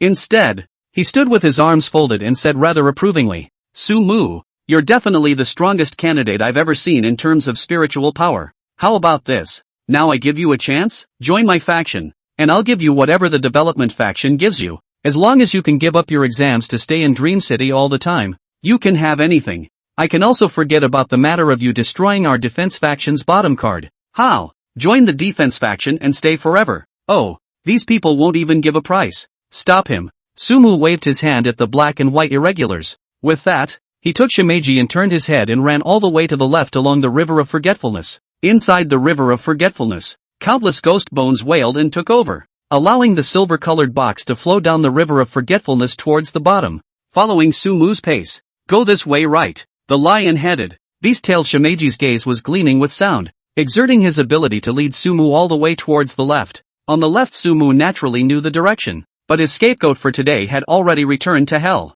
Sumu couldn't be sure if he was under the influence of a high-level Dreammaker's illusion. You won't have this trouble if you bring Shimakazu, which recognizes all things. On the other side of the battlefield, White Impermanence looked at the empty field and suddenly threw out the soul-hooking rope in his hand. The pure black hooked rope hung in the air, as if it had hooked some completely transparent object. Without waiting for the other party to react, White Impermanence pulled with both hands, and the chameleon soul was ripped out and suspended in the air. Stealth was nothing to the Ghostbusters. They were able to directly see the existence of the other person's soul inside the black mist-filled grounds. Zhou Ming looked at this scene and sneered. "It looks like you're not willing to join us. That's just going to have to ask you to get out of here," he said, clasping his hands together. There was a clicking and shifting of bones on the ground around them. The original yellowish-brown land swirled over with white bones. When the pale white bones mingled with the black fog that shrouded the surroundings, they were actually equally divided. Countless corpses slowly crawled out of the ground around Zhou Ming, piling up and cutting into mountains that humbly towered over him. The skeletons that flickered with the fire of souls in this one kept emerging. This is the grave of dry bones, the grave of withered bones that Qian Cheng once used. This thing was clearly not as weak a quantity in Zhou Ming's hands as it had been before. He directly used his high strength to harden the bit gap between him and hell. The Ghostbusters were fast with the hooked rope in their hands, but the undead emerging from the pile of corpses and bones were faster. With Sumu only summoning the River of Forgetfulness, they really didn't have much to do with these bones for a while. Seeing that the Ghostbusters were completely restrained, Zhou Ming sneered and took slow steps towards the direction Sumu had escaped. There seems to be no rush at all. The battlefield between Sumu and Zhou Ming was right at the city gates. It's not too far from the mission drop-off point. That's why Sumu didn't choose confrontation. A few hundred meters away in an instant. Soon, a silhouette emerged from the intersection ahead. It was the woman in the law enforcement uniform. Although he hadn't seen the other party's appearance, Sumu was certain that this was the previous leader of the ground snakes. "Quickly, throw the case to me. I'll deal with Zhou Ming." The leader of the ground snakes seemed to have already seen the battle over here, but she was unable to take half a step away from the mission delivery point with an anxious expression. Seeing this, Sumu's thoughts flashed, and the ghostly bones within the forgotten river instantly lifted the silver chest within the river and viciously threw it at the ground snake leader. The silver box made a graceful arc in the sky, and then landed in the other party's hand. This moment, Sumu saw a smile on the other's face. Her face faded into a blur. A male face slowly emerged. The front is still Qian Cheng. The image in front of Sumu's eyes went into a trance and, with a jolt, he and Shimakazu were back to where they hadn't been running earlier. On the opposite side, Qian Cheng had already gotten the chest containing the Dragon of Desire. "All I have to do is exert a slight influence on you, and you're running in place any way you can understand? This is a gap in strength that cannot be erased," Zhou Ming said with a smile. The situation is changing rapidly. Before the viewers of the live broadcast could react, Sumu looked to have been caught in a trap. Finished, the box is lost, and the man will be lost. This person doesn't look like he wants to keep Sumu. Sumu's exam this time will end here? I just came from the black screened-out Qian Cheng livestream. This guy seems to be the one who made the rules for Dream City. At least a B-ranked Dreammaker. There's still a gap between F rank and B rank. This losing mission can be too difficult. Sumu shouldn't have taken it. When the audience felt bad, Sumu and Shimeji, one person and one beast, looked at each other and actually surfaced a smile. "There's one more. Sorry it's a little late. You are indeed strong. But as with exam questions, even the hardest questions have holes in them." Sumu looked at Qian Cheng's figure and laughed. "It's true that I can't block your illusions right now, but I don't have to defend myself either." Listening to the sound of Sumu's words, Zhou Ming, who was holding the silver case, suddenly changed his face, realized something, and fiercely looked towards a cloud of black mist around him. Jin. A little golden aura flew out from the black mist. That's a mirage dragon that looks like a scaly dragon. It works naturally to confuse people's minds and is the same type of illusion. At this moment, the scene in front of the two changed once again. Sumu and Shimeji stood on the left side of the city tower, still some distance away from the quest handover point. Instead, Zhou Ming was literally standing within the confines of the mission handover point. The silver chest naturally went into the quest handover point as well. How could Shimeji lead the wrong way? The only one who was wrong is just Zhou Ming himself. Bound by Qian Cheng's body, his strength was still ultimately not able to be utilized as powerfully as it was at that time. The Mirage Dragon was caught in the act. Crap! The viewers of the live broadcast room followed the scene of the camera's viewpoint constantly changing, and were collectively confused. Is this an illusion duel? Holy shit! Why do I feel like they're moving in an instant? Sumu couldn't defend against his opponent's illusion, so he simply didn't, and took advantage of Zhou Ming's unpreparedness to directly influence him with his illusion. While Zhou Ming used his illusions to influence Sumu to deviate from the right path, Sumu influenced Zhou Ming's release of his illusions to bring everything back on track. Hissing, I'm on my knees. This Zhou Ming didn't lose unfairly. Zhou Ming froze in place with the silver case containing the desired dragon cub. Unbelievable look at the same time. Several figures wearing law enforcement robe uniforms slowly appeared around them. The leader of the groundhogs is listed. For once, the developmentalists are really here. Surveying the Qian Chang who was surrounded in the center, the leader of the ground-head snake said in a lilting voice, Zhou Ming, you've lost. Privately raising a starry sky beast, or even a desired dragon cub, has violated the law enforcement team's final regulations. You might as well spend the rest of your life in a jail cell reflecting. That's right, it's time for this farce to come to an end today. Doesn't your defense faction advocate harmonious coexistence between dream makers? Look at what you're doing now. Is this still something the captain of the law enforcement team should do? A middle-aged man angrily rebuked. Ha! Zhou Ming returned to his senses as he listened to the words of several people. He coldly looked at Groundhog Leader and the others. I never do anything for the good of Dream City. The star beasts are coming down. It's bound to happen again. Your development faction is the true tumor of Dream City. There's no way to know what the arrival of the candidates really represents. And demolish the walls. One day you will pay for what you have done. After the calamity, everyone says it's time for our Dream City to develop and progress. It's time to move forward. Where is it so easy to move forward? Then the greatest disaster is about to come. And you, Zhou Ming said and turned his head to look at Sumu. You're the strongest candidate I've ever seen. With a dream creation that's nothing short of bizarre, as well as a mental power that's nothing like the level of an F-rank dream maker. If you can really join the defense faction and stay in Dream City forever, what if I let you have this leader's position? Unfortunately, the candidates will eventually go away. I've completely lost this battle, but I'm also going to leave the last pawn for the defense faction, Zhou Ming said, his eyes suddenly stern. 7 colored streams of light emerged from his entire body, and his figure gradually began to disappear. This is the glow that only appears when a candidate is teleported out. What? Not good. He threw away the candidate's body. This guy directly fated his soul by force. The middle-aged man from the development faction reacted, and a 7-colored light erupted in his hand.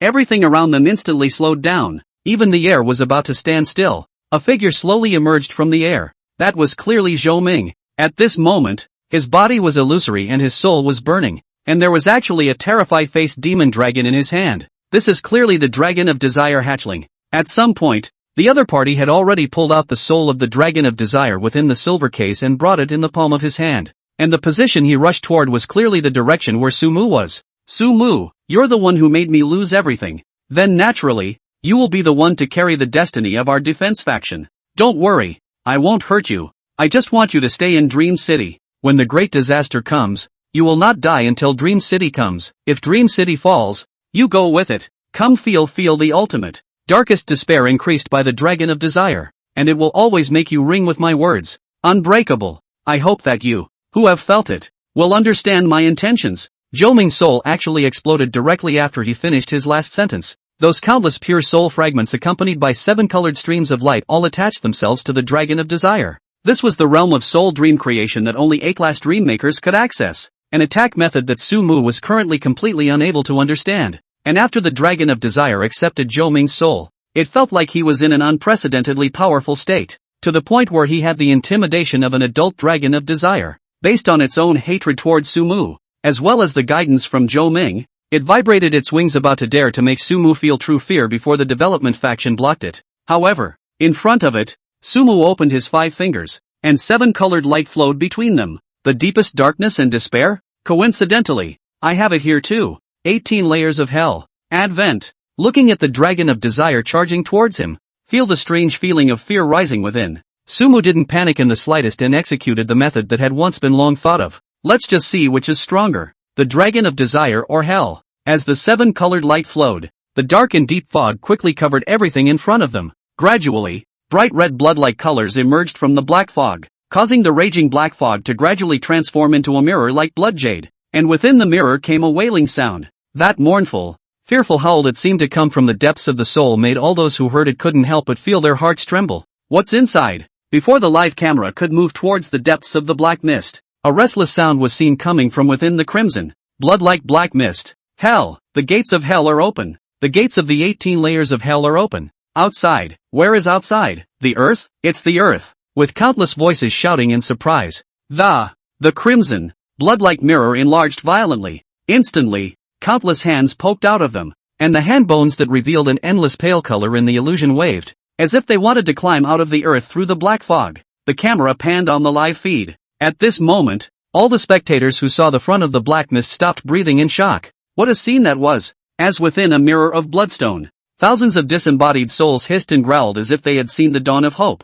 tearing away from their kind, stepping on ghostly shoulders to probe in front of the camera, struggling to put their hands out, struggling to escape the depths of the black fog. Their eyes are hollow and their faces hideous. The souls were all a dull shade under the illumination of the blood jade. All viewers were able to sense an extreme emotion in the vacant eyes of these souls. That is, begging for death. Yes, they have absolutely no desire to live. Everyone is frantically seeking a chance to die. Let me die. I need to get out. Quickly, kill me, kill me. The earth, I see the earth, I can die. The blood jade is slowly getting bigger and, inside, more unimaginably horrific scenes emerge from the audience's eyes. There were terrified ghosts hung up to tear out their souls and rip out their tongues. There are desperate souls who have been poured by evil spirits into boiling pots of oil and keep wailing. Scorched by a dark brown flame, the ghosts exploded like food with a pop of bubbling oil. It was a flame that could sear even the soul, a pain that the ghosts could not bear. These scenes are like layers and layers and layers of big pies that,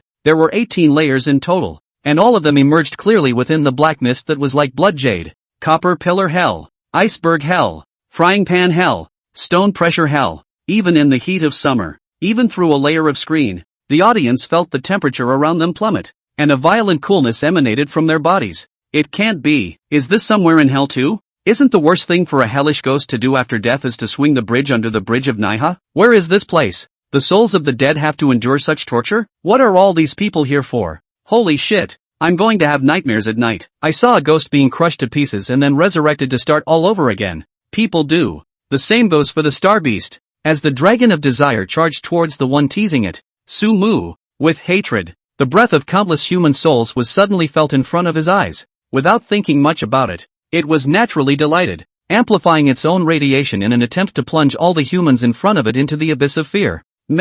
Its increase is like a clay cow hitting the front of the line, but it has no effect whatsoever. Instead, with its active attack, the mind began to receive thoughts of the human souls ahead of it like radar. Fear, dark fear. Jesus, you call that fear? It's so beautiful out there. Quickly, let me out. I'm gonna die out here. Despair. Within hell is true despair. Our souls are being continually ground up and resurrected in hell, begging for life and death. Come, stay with us in the never-ending despair, and the true darkness. Come on, come on. A large number of thoughts instantly impacted into the desire dragon's mind like a tsunami. At this moment, its special racial talent that it was so proud of became a deadly spell. What a huge amount of negativity that is. The dragon of desire had never felt such negative emotions since its birth. As the sound of words from thousands of people reached inside the mind of the dragon of desire, its thoughts, completely broken, unable to even sway his body, he fiercely slammed into that blood jade. A coldness, as if from the deepest recesses of the soul, briefly sobered the dragon of desire. But, a little too late. Its body that fell into the blood jade was like a piece of fresh food, causing all the prisoners who stepped on their companions to reach the vicinity of the blood jade to go completely crazy. In an instant, countless hands, with instinctive desire fiercely grabbed the soul of the dragon of desire. The ghosts from the 18 hells were desperately tearing at the body of the dragon of desire as if they had seen the most beautiful thing, trying hard to pull it into the same level of hell they were in. I hear it amplifies our emotions. I've heard that it can make us feel good apart from despair. I hear its meat is delicious. Come down, enter hell and enjoy the deepest, most desperate fear. As we do this moment, listen to the shouting in your ears. The dragon of desire, which was influenced by hatred in Zhou Ming's soul, finally bred a violent fear from within. That's probably what restrains it the most. When a person removed despair and had no more thoughts, the increase of the dragon of desire also had no effect on him. No. Feeling the fear, the dragon of desire fought to try and vibrate its wings, trying to get out of the range of the blood jade, but a strong force ripped it right out of the middle of hell. That's frying pan hell. That's the evil spirit that guards the frying pan hell. The face was morose, as if from the nightmare abyss of the dragon of desire. Just a little demon. How dare you resist? Come and receive the endless torment that belongs to hell. The evil spirit laughed as it easily grabbed it and dragged it towards the boiling frying pan next to it. Roar! The dragon of desire let out the last roar of fear in this life, accompanied by the dragon of desire into the inferno. The deep, blood-stained black mist receded, faded into thin air. It's like it never happened. But the shock it brought to the crowd was just beginning. Star River District. Travel writer Gugu feels like he's going to be unable to sleep tonight. The thousands of horrible faces floating before her eyes at all times.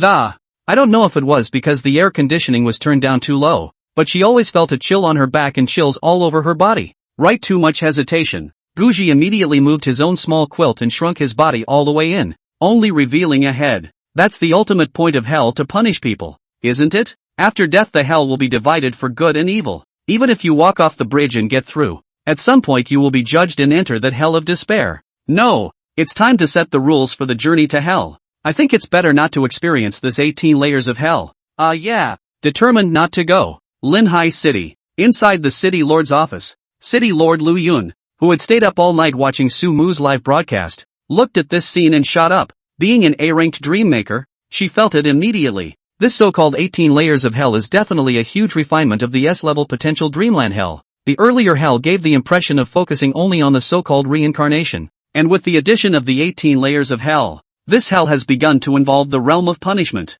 And it was a very extreme punishment. It was nothing short of an amalgamation of despair and bitterness. That's not even something a child who hasn't experienced darkness can show. Unless, of course, the boy, truly, has been to this place at some time, or has been influenced by someone. In any case, these 18 layers of hell also provide us with a way to deal with the dragon of desire. So much for the dragon of desire when the fear and despair within reaches its peak and allows no other emotion. That message alone could have given him a commendation. However, why is the intensity of this exam so high? According to reason, it's impossible for this Zhou Ming to go down at all. As Ryuyan pondered, her expression suddenly froze. Inside the broadcast booth, after retrieving hell, Sumu didn't seem to be in good shape. He fell to the ground and slipped into a coma. Reached the limit. Protest. I protest. This is not at all the intensity of a test that should be taken during an exam. Yeah, the intensity of the exams for this first class is a bit too high, isn't it? Our examiners didn't even know this was happening. DreamNet examiner's room. A group of examiners grouped together. What happened to Sumu was actually not an exception. In the Bear Country, White Elephant Country, and other multi-country examination areas, as long as the Dragon of Desire project was picked up and transported outside of the city, it would be met with all types of attacks from highly powerful people, and basically downgraded themselves to attack the participants. Many of the top candidates were hit, but there were also some who reacted and managed to deliver the box to the designated location for the mission. After all, not every top candidate acted alone like Sumu. It does make it a lot easier to have a teammate to help out in a horde. Of course, once the crate is delivered to the mission's shipping point, then the ultimate test opens. All the top candidates were wiped out at this level. The best result was to be like Sumu, who couldn't withstand the mental load of the overpowering time while resolving the Dragon of Desire hatchling and fainted. These could be their country's top candidates. The top candidates who were expected to impact the S-class in the future. It can't go wrong. The protests of the examiners at this point are not without point. The only people who were currently able to bypass their main exam to sway the exam process would be the several S-ranked dream makers who were currently in charge of the Dream Network. Apparently, only if most of the few of them agree with the pressure exerted, will the unannounced additional exam content appear. They also did so just to try and test the mouths of these top dream makers. Soon after, the protests of the examiners were answered by a video of the panel surfaced in front of their eyes. On the screen, 5 humans, 3 men and 2 women, wearing grayish-blue robes inscribed with the pattern of the boundless starry sky appeared. From the looks of it, it turned out that they were all less than 30 or 40 years old, and they looked even younger than their examiners. However, the examiners were clear that this was the gift that came with the promotion of the S-class Dreammakers, which could be called a long lifespan. Seeing the 5 top world powers appear, all the main examiners rose together, losing their previous protesting appearance and bowing respectfully towards them. Your Holiness, Coronet. A rank in S rank seemed to be just one level less, but the gap between the two was like a heavenly rift. These 5 could be the pillars of humanity's fight against the star beasts. All of you, please excuse us, we know why you're here, and this test is also the result of all 5 of us passing. One of the blonde men said in place of the 5. His features were three-dimensional and his face was tattooed with a strange symbol like a lightning bolt. This was the Dream Maker who had an epiphany 3 days ago and created the S-ranked Dream World Crusade. His real name is no longer known and he used to call himself by his wine name Lafite. This strengthening of the difficulty of the exam is not a targeted measure, as you might think. Rather, it is to explore a new situation that has just recently arisen for first-time awakeners. Rafi said slowly as he looked at the many chief examiners. A new situation for first-time awakeners? The main examiners froze at the words, and all of them twisted their heads and glanced at each other, confusion flooding their eyes. The White Elephant Kingdom's Lord Cow took a step forward after hearing this, saluting before inquiring. Your Holiness, what exactly is the new situation? Rafi explained with a sniff. It is well known that the awakening of our abilities as dream makers comes from the stars, and the personal panel is a substantial manifestation of that gift. And lately, there's been something extra on the awakening panel for novice dream makers. Something more? All the main examiners were shocked at the words. How is it possible? The panel can just have some values such as our personal information and spiritual power. How can there be something extra? Yeah, this panel was fixed hundreds of years ago. How can there be anything extra? Your Holiness, what is the extra thing, and how is it related to this exam? The lady named Anna, the main examiner of the Bear Country, couldn't wait to step forward and curtsy to inquire. Talent, Rafi said slowly. Some of the top students have the probability of awakening so-called natural abilities after their awakening. This innate natural ability will enhance their strength to a great extent. This is something that we are currently completely unable to detect, Rafi said, shifting her fingers slightly. The Sumu along with the examination images of the first-place candidates from the rest of the countries then crossed over in front of everyone's eyes. There was footage of Sumu summoning a large number of hellbenders, and some bizarre maneuvers by candidates from other countries. Superb mental strength, a mental recovery ability that is completely unrivaled by a D-rank Dreammaker. This is the talent of Chinese candidate Sumu. Absolute defense ability, physical strength that can be described as perverted level. This is the talent of Drexel, the top candidate of the Bear Country. They have all awakened unique talents and have chosen to hide them because of their specialness. We wouldn't have known about it if a candidate hadn't revealed it to us in the last general exam. Hiding talent, a dream maker with unique bonuses. Listening to Rafi's explanation, a huge murmur erupted in the examiner's room. It dawned on everyone. So it is. If the gifted option truly exists, that's definitely a huge enhancement for us dream makers. Humanity should prosper. I said how some of the students in this class of our country are ridiculously strong. And here's why. Talent. This talent is definitely something that will change the current landscape of the Dream Realm battlefield. I just don't know which of these talents is stronger or weaker. These little bastards, do they each think they're the only ones who are special, so they hide it? Rafi nodded as he listened to the many examiners' comments. That's one of the reasons. Since you're all here today, let's discuss the second round of exams. The rest of the 4 of us agreed that it was time for the UCT to be updated. When the examiners began to discuss changing the questions for the second round of exams, the time passes quietly. Inside the City of Dreams, since Sumu fell into a coma, the development faction took complete control of the situation and annexed the defense faction without Zhou Ming's leadership in one fell swoop. The ultra-defensiasts were all caught and jailed. The citywide roundup surrounding the silver chest also came to an end after the leader of the Groundhogs used his authority. Dream City seems to be on the verge of entering a whole new phase of development. Within the last 2 days, the Black Fist tournament became an official event completely with the promotion of the powers that be, and the designated venue for the development faction's Dreammaker showdown.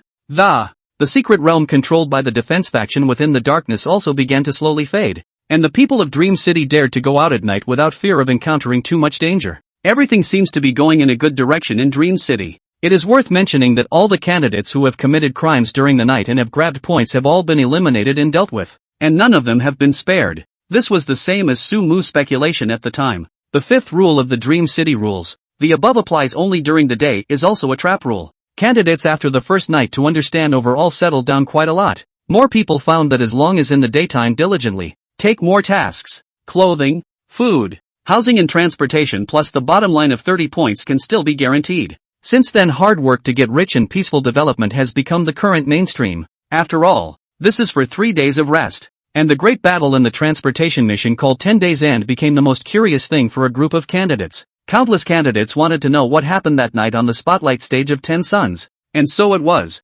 Sumu summoned dream characters to shoot the sun against the sun's message does not go straight. The content is true. As if someone saw it with their own eyes. No, it's just that someone saw it. That night, two brothers, Fen and Sue, who had robbed the dessert store, realized the business opportunity. Just tell them the locations of the quests in Dream City where you can earn points very easily, and they'll tell you a little bit about what happened that night. You know what? That night, my brother and I were next to Sumu playing support, and we were also illuminated by the sun's rays, and we were all together at the center of the stage facing the sun directly and fearlessly. Fun took his younger brother, Chao, to brag about that night in a small square in the center of the city. That's right, and we robbed the dessert store on the way. Cho nodded. Shut up, dumbass.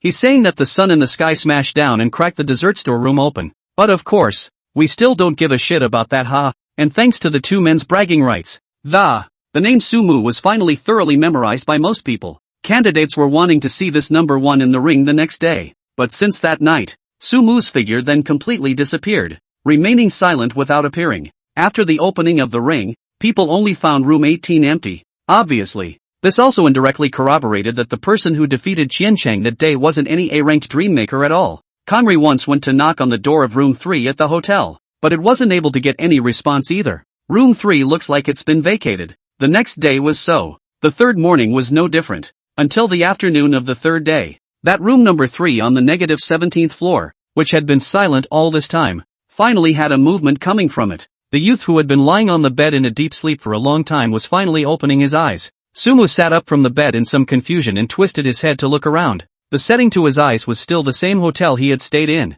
By now he had changed into his hotel pajamas and that dragon label school uniform had been washed and put aside. The polymoronite bracelet, astrolith and other items are on the nightstand. A note was pressed underneath the starstone. The bed he was lying on was also surrounded by 4 pebble-like things, which at the moment had been completely dull. Reaching out and touching them immediately turned into dust, looking like some kind of strange artifacts that restored the spirit and toned up the body. Watching the scene, he immediately understood what was happening. This development pie still hasn't lost me. Sumu thought, stretching his body that had not moved for a few days. Then he got out of bed and picked up the note on the bedside table. It reads, transportation tasks completed plus 40 points. We paid for the room for you. The key has been given out as a reward, and can be revealed by scalding the back of your hand with hot water. If you wake up before 5 p.m. on day 3, welcome to the West Wall, which we'll be knocking down today to make Dream City even better. Candidate Sumu, thank you for your contribution to Dream City. Signed, Chen Hui.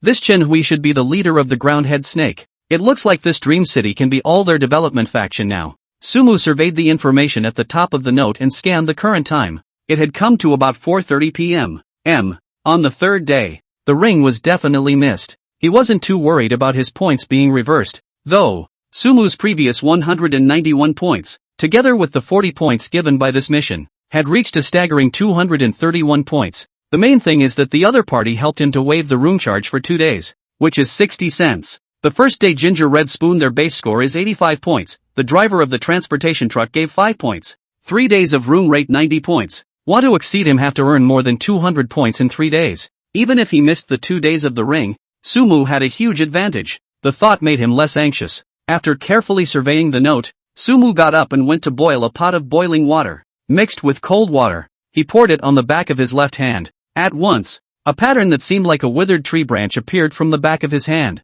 This is the key that will be used in the next exam. I thought it was an actual key, but I didn't realize it was a pattern imprinted on the hand. Is this similar to a pass? Sumu carefully felt the pattern on the back of the hand, and after the warm water effect dissipated, he wasn't able to feel any abnormality and called it quits. Seeing that it was now some time before 5 o'clock, he simply changed his clothes and began to take stock of his current haul. Sumu, mental power, 68 points. Source power, 1800. Equipment, Dream Gathering Stone. Star Stone. Score, 231. Harvest, Key, Dragon Cub of Desire. Red-Eyed Catfish. That night, in order to finish the mission with a final burst of seed, he used 2,000 points of source power in one breath, and as a result, he lay down for 2 full days. Source power to grow spiritual power is good, but you also have to be careful of the aftermath. A sudden surge of spiritual power will make the body can't carry it. This point must be remembered. Also, Sumu sank his consciousness into the dream creation heartland in his mind.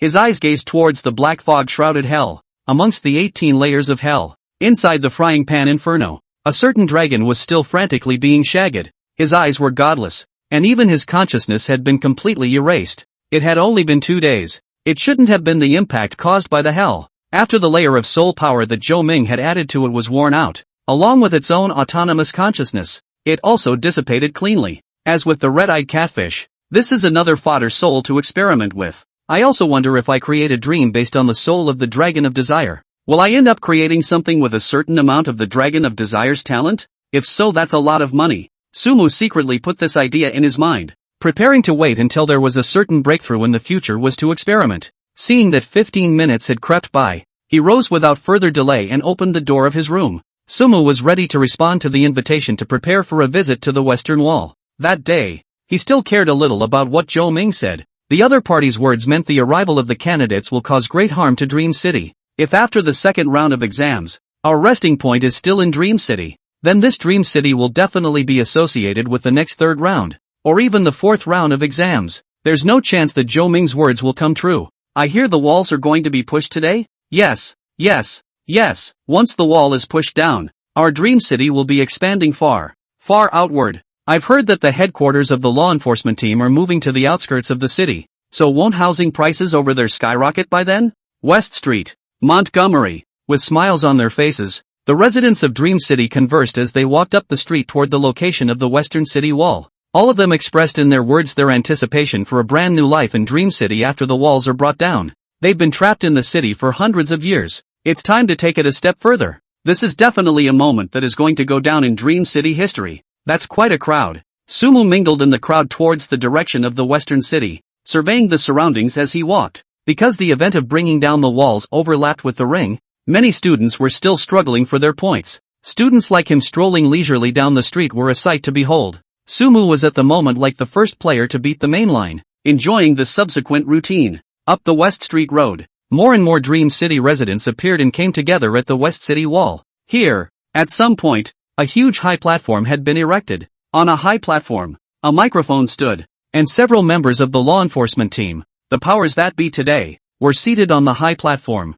All of their faces Sumu had seen at the final showdown that night. With the striking of 5 o'clock, it was accompanied by a round of applause from the residents of Dream City. Dressed in a uniform of the law enforcement team with a solemn expression, the leader of the Groundhogs, also known as Chen Hui, walked onto the stage. Fellow Dream City residents, I am the new captain of the law enforcement team, Chen Hui. Within the past few hundred years, our Dream City has been trapped in a corner due to the descent of the Star Beasts, and in order to defend ourselves against the Star Beasts, we have built tall towering walls, which undoubtedly gives us a great sense of security. But nowadays, it has become a symbol that hinders the development and progress of our Dream City. For over 100 years after the disappearance of the Star Beasts, we were encouraged at all times to get out of Dream City and expand toward the outside. But all people, because of the centuries-long limitations of their thinking, have come to rely on the walls with an unbreakable sense of security. Everyone thinks that only inside the walls are safe, and that nothing outside the walls, including their own lives, is safe. This has also led to a delay in Dream City's external expansion. This is wrong. We shouldn't continue to stay within Dream City. We should head outward to build houses, to reclaim farmland, and to create a brand new Dream City that's even more rich and prosperous. And now, it's time. It's time to bring down this wall that restricts the development of our Dream City. It's time for our Dream City to muster up the courage to explore towards the outside and create a brand new Dream City. After the walls are pushed down, Dream City's tomorrow will be even more glorious. With the fall of Chen Hui's words, the room erupted in even louder applause. Immediately afterward, there were cries like a mountain of voices. Push the wall! Push the wall! Push the wall! The warm atmosphere gradually infected everyone present. Some curious students who had come over to see what was going on joined in, raising their right hands and waving continuously. Chen Hui surveyed all of this, and after twisting his head to look at the people sitting behind him, the 7-colored light flowed from his hands, and a deafening blasting sound immediately resounded from below the Western City Wall.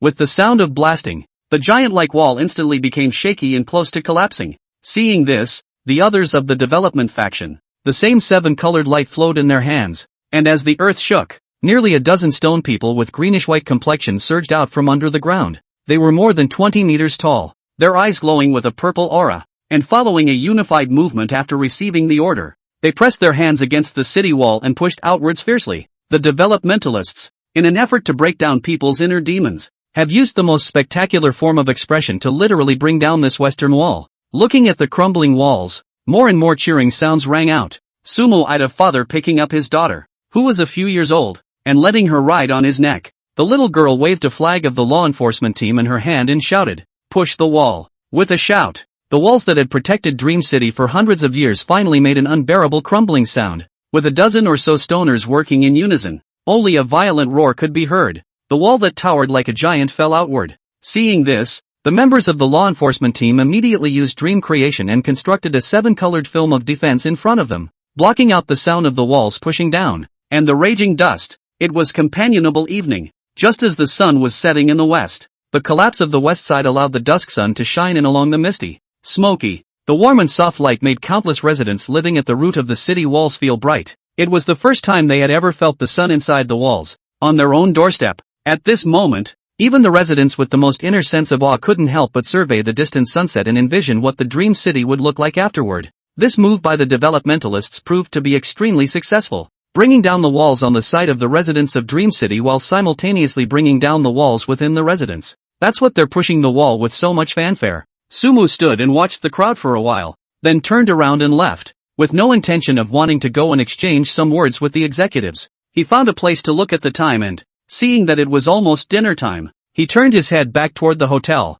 ready to enjoy the first dinner he'd woken up to. 3 days in Dream City may have ended here, but the second round of exams can be coming up after 12 o'clock this evening. When Sumu walked to the hotel, the time had already reached 6 o'clock. He took the exclusive VIP elevator straight to the restaurant on the -12th floor. As soon as the elevator doors opened, there was a hubbub of voices. Scanning around, it was a much busier night than the first 2 days, and the private dining room was largely filled with students. Many people had smiles on their faces and tried to inquire about the test score data of the people around them. Sumu had just stepped into it when he heard a familiar voice coming from the western corner. "Mako, this way." Twisting his head to look, the Ginger siblings and Tangline were sitting with a seat for 4, and Jiang Li was waving at him. His voice wasn't too small, and when some of the students around him heard it they immediately looked over with startled gazes. "Sumu? He's Sumu, the number one who hasn't shown up for the past 2 days? Summoning a dream character to shoot 10 sun feathers is a big deal. It's a pity that he doesn't accept donations from the world families.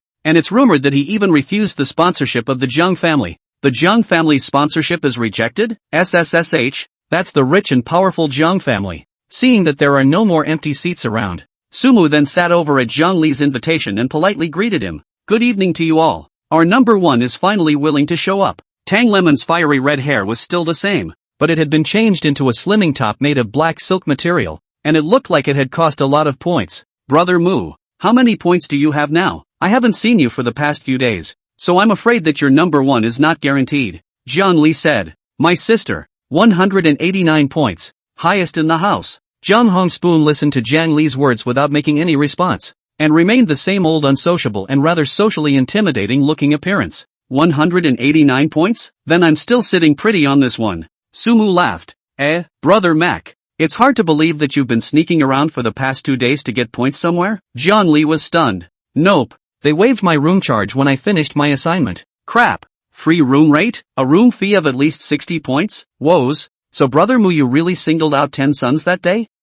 It's not exactly the sun, is it? Kangari still looks the same." After Sumu answered a few of his questions and waited until his own dinner did not stop, taking things in his hands, he came over to the side of the students of the same school to yell and liaise. Sumu, on the other hand, asked the waiter who came over for a shredded potato and meat over rice and a glass of sparkling water. Compared to the students around him who ate mountains of food, his meal seemed a bit shabby. Sumu, however, didn't care much. That's how he ate in the cafeteria on weekdays, and it made for a good dinner for him at a time when he was struggling to make ends meet. Halfway through the meal, Tang Lemon, who was sitting opposite Sumu, suddenly asked a question. "Sumu, what do you think about Dream City pushing the walls this afternoon?" Sumu sniffed and pondered for a while before asking. How much do you know about the Dream City law enforcement team? What should be known is known. There is a little brother under me who mixed into the law enforcement team to do odd jobs, serving tea and water in the law enforcement team every day, and inquired about quite a lot of news.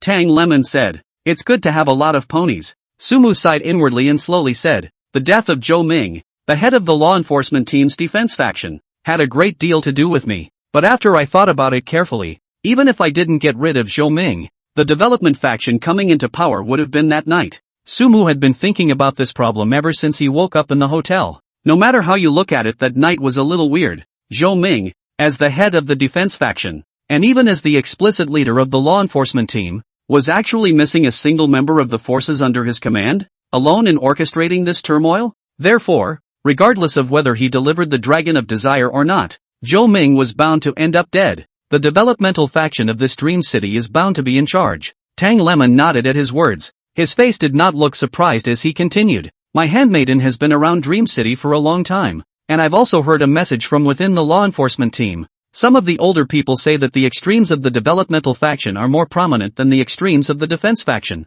and that, unlike the defense faction, the entire developmental faction is one philosophy, one rope. That's why the defense faction is also privately called the extreme development faction." And do the walls really have to be pushed? Hasn't anyone in Dream City expanded outward in hundreds of years with the walls in the way? That's obviously impossible. But it's just an extreme path chosen by the developmental faction that wants to bring down the defense faction completely in one fell swoop. Extreme developmentalists. Sumu sniffed and pondered briefly. Nodding slightly, the pushing of the city wall is indeed a bit extreme. Very much like some sort of signal. But we can't stop it at the moment. If we come to Dream City again after the next round of exams, this place will definitely be relevant to the third or even the fourth round of exams. Do you see it that way too? It's a pity. The people of Dream City have been at ease for hundreds of years, but they're about to face a huge blow. Tang Lemon said inside. "I left a letter for the native inhabitant of Dream City, wrote some of my analysis on it, and instructed him to wait until we left to give the letter to the law enforcement team, in the hope that it would be of some use.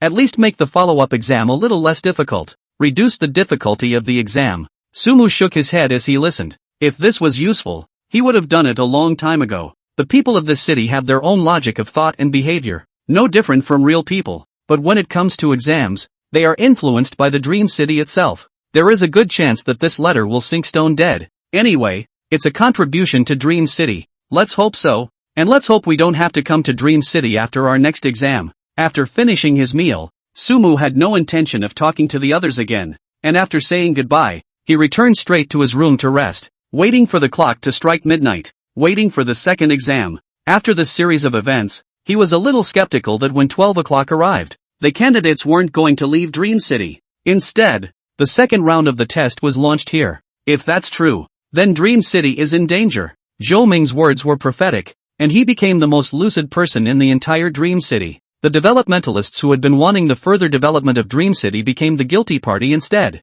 I hope it's not the worst possible outcome. Sumu sighed and sat cross-legged on the bed with the hotel, closing his eyes and waiting for the clock to ring at 12 midnight. He didn't trust the exam team to let them get a good night's sleep and then wait for them to finish breakfast the next morning before sending them away. The clock ticked on. By the time it was 11:50, when Sumu was completely ready. Instead, a pale voice rang in his ears. Candidate No. 3484. Sumu. Congratulations on your 3-day reign on the exam score list in Dream City 1. The reward for first place has been issued. Please check carefully. Reward, an unfixed piece of Tsukumo's creation. With a pale voice a blood-red square jade quietly appeared in front of Sumu's eyes. Unfixed dream-building artifacts? Sumu froze slightly as he listened to this term and thought carefully within his mind for a moment before remembering it. Almost immediately, his eyes lit up. This stuff is good stuff. As mentioned before, excluding items created directly by dream makers using their mental powers. There are also dream-making items that exist in solid form in relation to reality and do not simply disappear due to the dissipation of mental energy.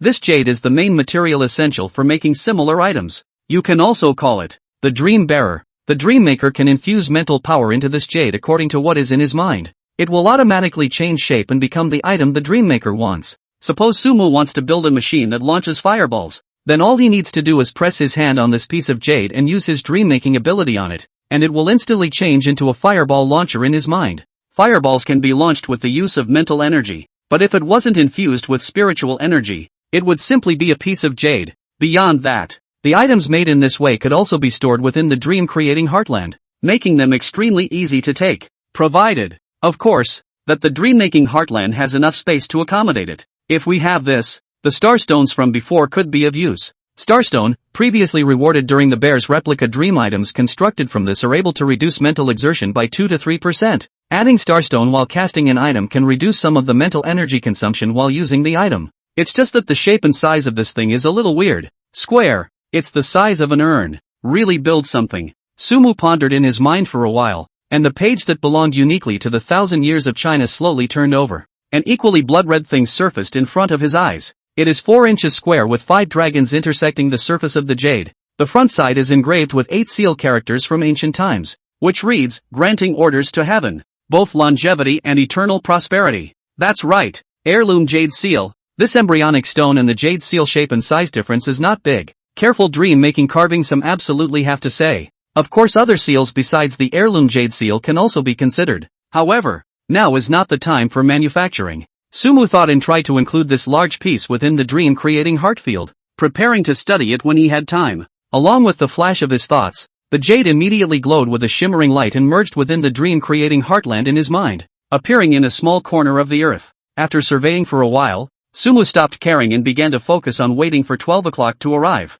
Right now, it's still important to deal with the second round of exams. Without realizing it, the clock has struck midnight. Originally in high spirits, Sumu suddenly felt a burst of unstoppable drowsiness surging to his heart. In a daze he passed out. And just at this moment, more and more viewers are starting to go online on live streaming platforms, logging into the streams they want to watch. The official time for the second round of the exam has been notified to the public officially by the exam team. In the face of the budding candidates about to enter a brand new session, the number of people online on the live streaming platform didn't go down in flames as the night wore on, but rather a little more. Similarly, the number of people in Sumu's live room began to rise rapidly. Coming. God, Sumu has finally woken up. The first round of exams, the Great Spirit produced the hell. What will be the system of this round of exams? So looking forward to it. Star River District. Guzhuan finished writing the travel script early, and after making a cup of coffee for herself she also opened Sumu's live broadcast on time. Seeing the 7 colored streams of light surging out from Sumu's body around him, she couldn't help but get excited as well. The first level is World Dreaming. What will Sumu bring to this second level? Is it a brand new character from hell? Or is it a more complete myth of the Chinese legend? She had been looking forward to it during the days Sumu was unconscious. I don't know how much time has passed. The sleeping Sumu felt a cold, bone-chilling chill. The extreme cold made his whole body tingle while at the same time waking up for the first time. Cold. So cold. Into the eyes of the place. Seems to be a closed granary. Around the shelves stacked with some fruits and vegetables food. The corner there are more than a dozen bags of rice layered. Instead, he lay on a pile of winter coats, next to the door of the granary. And there were 3 more lying across the street. A man and 2 women. Very familiar. Upon closer inspection, it was the Jiang siblings and Tang Lemon who had dinner together in the evening. It seems, they didn't remain in the dream city? This thought appeared and instantly made Sumu breathe a sigh of relief. Meanwhile, Ginger Red Spoon and Tang Lemon also quickly came to their senses, both sitting up with guarded faces and surveying their surroundings. After looking at each other for a few moments there was obviously some consternation as well. How did we get together? Tang Lemon frowned slightly. This was a bit different from the second round of exams she had imagined. Hiss, what's the situation? Why is it so cold? Zhang Li shivered and also came to his senses. Brother Mac? Sis? When he saw that he was surrounded by people he was familiar with, he was also stunned. And then his face changed. This one won't be a duel. Will it? We're going to fight it out in this small space? Zhang Li's speculation quickly chilled the atmosphere inside the small warehouse. It was good that Sumu pointed to the cold-proof coat stacked behind himself and said, "It doesn't look like it, or we wouldn't have been issued so many warm clothes," he said, taking a winter coat and snow cap from one of them to put on himself first. Holy shit, I want one too. It's going to be cold as hell in this weather. Gingerly, screamed and came up to get it too. Why no pants? And no scarf? Sister Tang, don't just stand there. This broadcast hasn't come out yet. Put it on first to protect yourself from the cold. Knowing that he said the wrong thing, Conry made up for it by dying, warming up the atmosphere in the room a bit. Ginger Red Spoon mused after receiving the clothes. There are a total of 7 clothes here. 7 dresses? Meaning there are 3 more? Sumu frowned slightly upon hearing this, and just as he twisted his head to look at the gate of the grain depot, he heard a sound coming from outside. Hello, anyone? Damn, Why is this weather so cold? Brother Zhu, aren't you cold with this robe on? Ba Buddha. The poor monk is still a bit cold. The voices of these two. It's like a resentful seed who's been punked by him. This second round of exams acquaintances come together? Sumu raised his eyebrows as he listened, turned around, and opened the door to the granary. All of a sudden, as heavy as goose feather snow drifted into the house, and outside it seemed like the aisles of a castle, with traces of snow all over the surrounding ditches of the walls, and on the opposite side, the three brothers of the great grudge seed that he had pitted against, Fan, Cho, and the big bald guy, Gonan. The three were startled by the sudden opening of the door to the. Seeing that he was about to start dreaming, he realized that Sumu, who was standing on the other side. Great God? Oh, it's the guy who helped us smash up the sweet store. Looking across the room at the three major grudge species, Sumu smiled helplessly. It looks like this exam is a bit different from the past. The words. An old voice was heard from the sky. Welcome to the second round of candidates. The exam question for this round is, sacrifice. First of all, I can tell you that where you are is an outpost of Dream City. That's right, behind you is the Dream City where you stayed for 3 days before. Now you have a steel gateway, and more than 300 defilement fortresses, large and small, surrounding it. We've randomly dropped you into it and given you food supplies to last a month for over 100,000 people, as well as all kinds of war armaments. But the supplies are all piled up inside the steel barrier. How you use them and how you distribute them is up to you. I will give you 2 days to regroup, and in 2 days, the star beasts will officially attack. The overrun star beasts will be blocked by high-level dream makers, while the rest will require you to put up a tough resistance. If the city breaks down, it will have far-reaching effects on Dream City, and it will also have a huge impact on your subsequent exams. Note, students staying at the Pass Fortress have their own unique rules of restriction,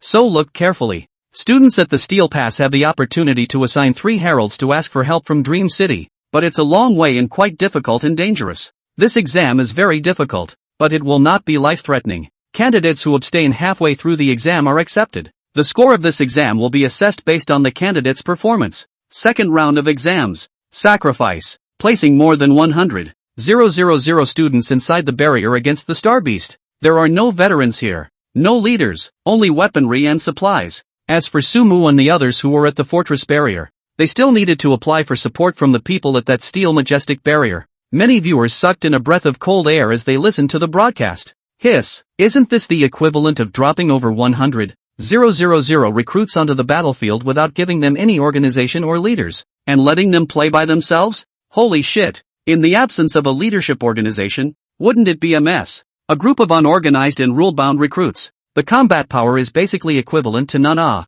Give them a steel majestic pass. They will not necessarily make full use of it. Why do I get the feeling that these people will fight their way out of a pig's brain over supplies? Newspaper, the other countries are just like us. All of them are putting up barriers and will start guarding them in 2 days. Whoever fails to defend will lose face. The popularity of the live streaming platform soared again after the exclamation. With more and more spectators pouring in, this year's Dreammaker Unified exam seemed unusually exciting. It's a lot to watch. Find the rules. After hearing the words described by the pale voice, Sumu's few people were quickly moving. This little pass of theirs was clearly a defile fortress, which meant that supplies from the Steel Majesty were needed.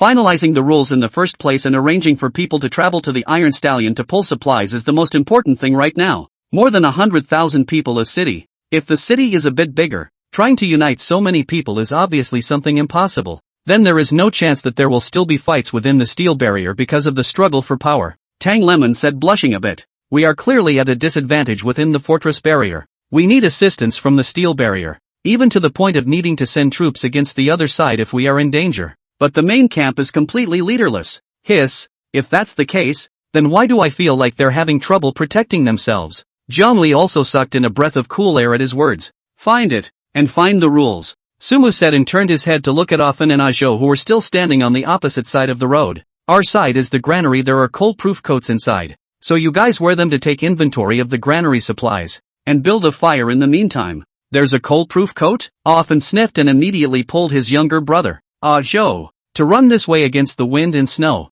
Brothers go look for them without fear. This logistical work, leave it to the two of us. By the way, Brother Zhu, do you want to put on a coat before you go looking for the rules? It is also possible. Gohanan nodded and walked away as fast as he could. After a bit of searching, Sumu's few people found the required rules and a map to the steel pass at the fortress entrance gate. Fortress rules, 1. The fort must be kept manned by at least 4 men to defend against possible attacks. 2. Up to 3 persons requesting assistance or transportation of supplies to the steel fortress. 3. Be sure to hold the fort. After finding the rules, all of them returned to the fortress granary and sat around the fire Finn had just started for a meeting. The dry wood that could be used Arfin found a little, but that didn't stop him from coming up with some mixed with really adding to it to make a fire. Amit Buddha. The rules this time are already obvious. We need to cooperate with each other and defend the fortress to the death. Monk Gonan said after reading the rules. He had already put on a cold-proof coat, but still draped his surplice over it. That's right. This next fortress is the stronghold of the 7 of us. Luckily we have more people with strength here. At the very least it's easier than other places. Zhongli changed out a cigarette and lit it through the campfire,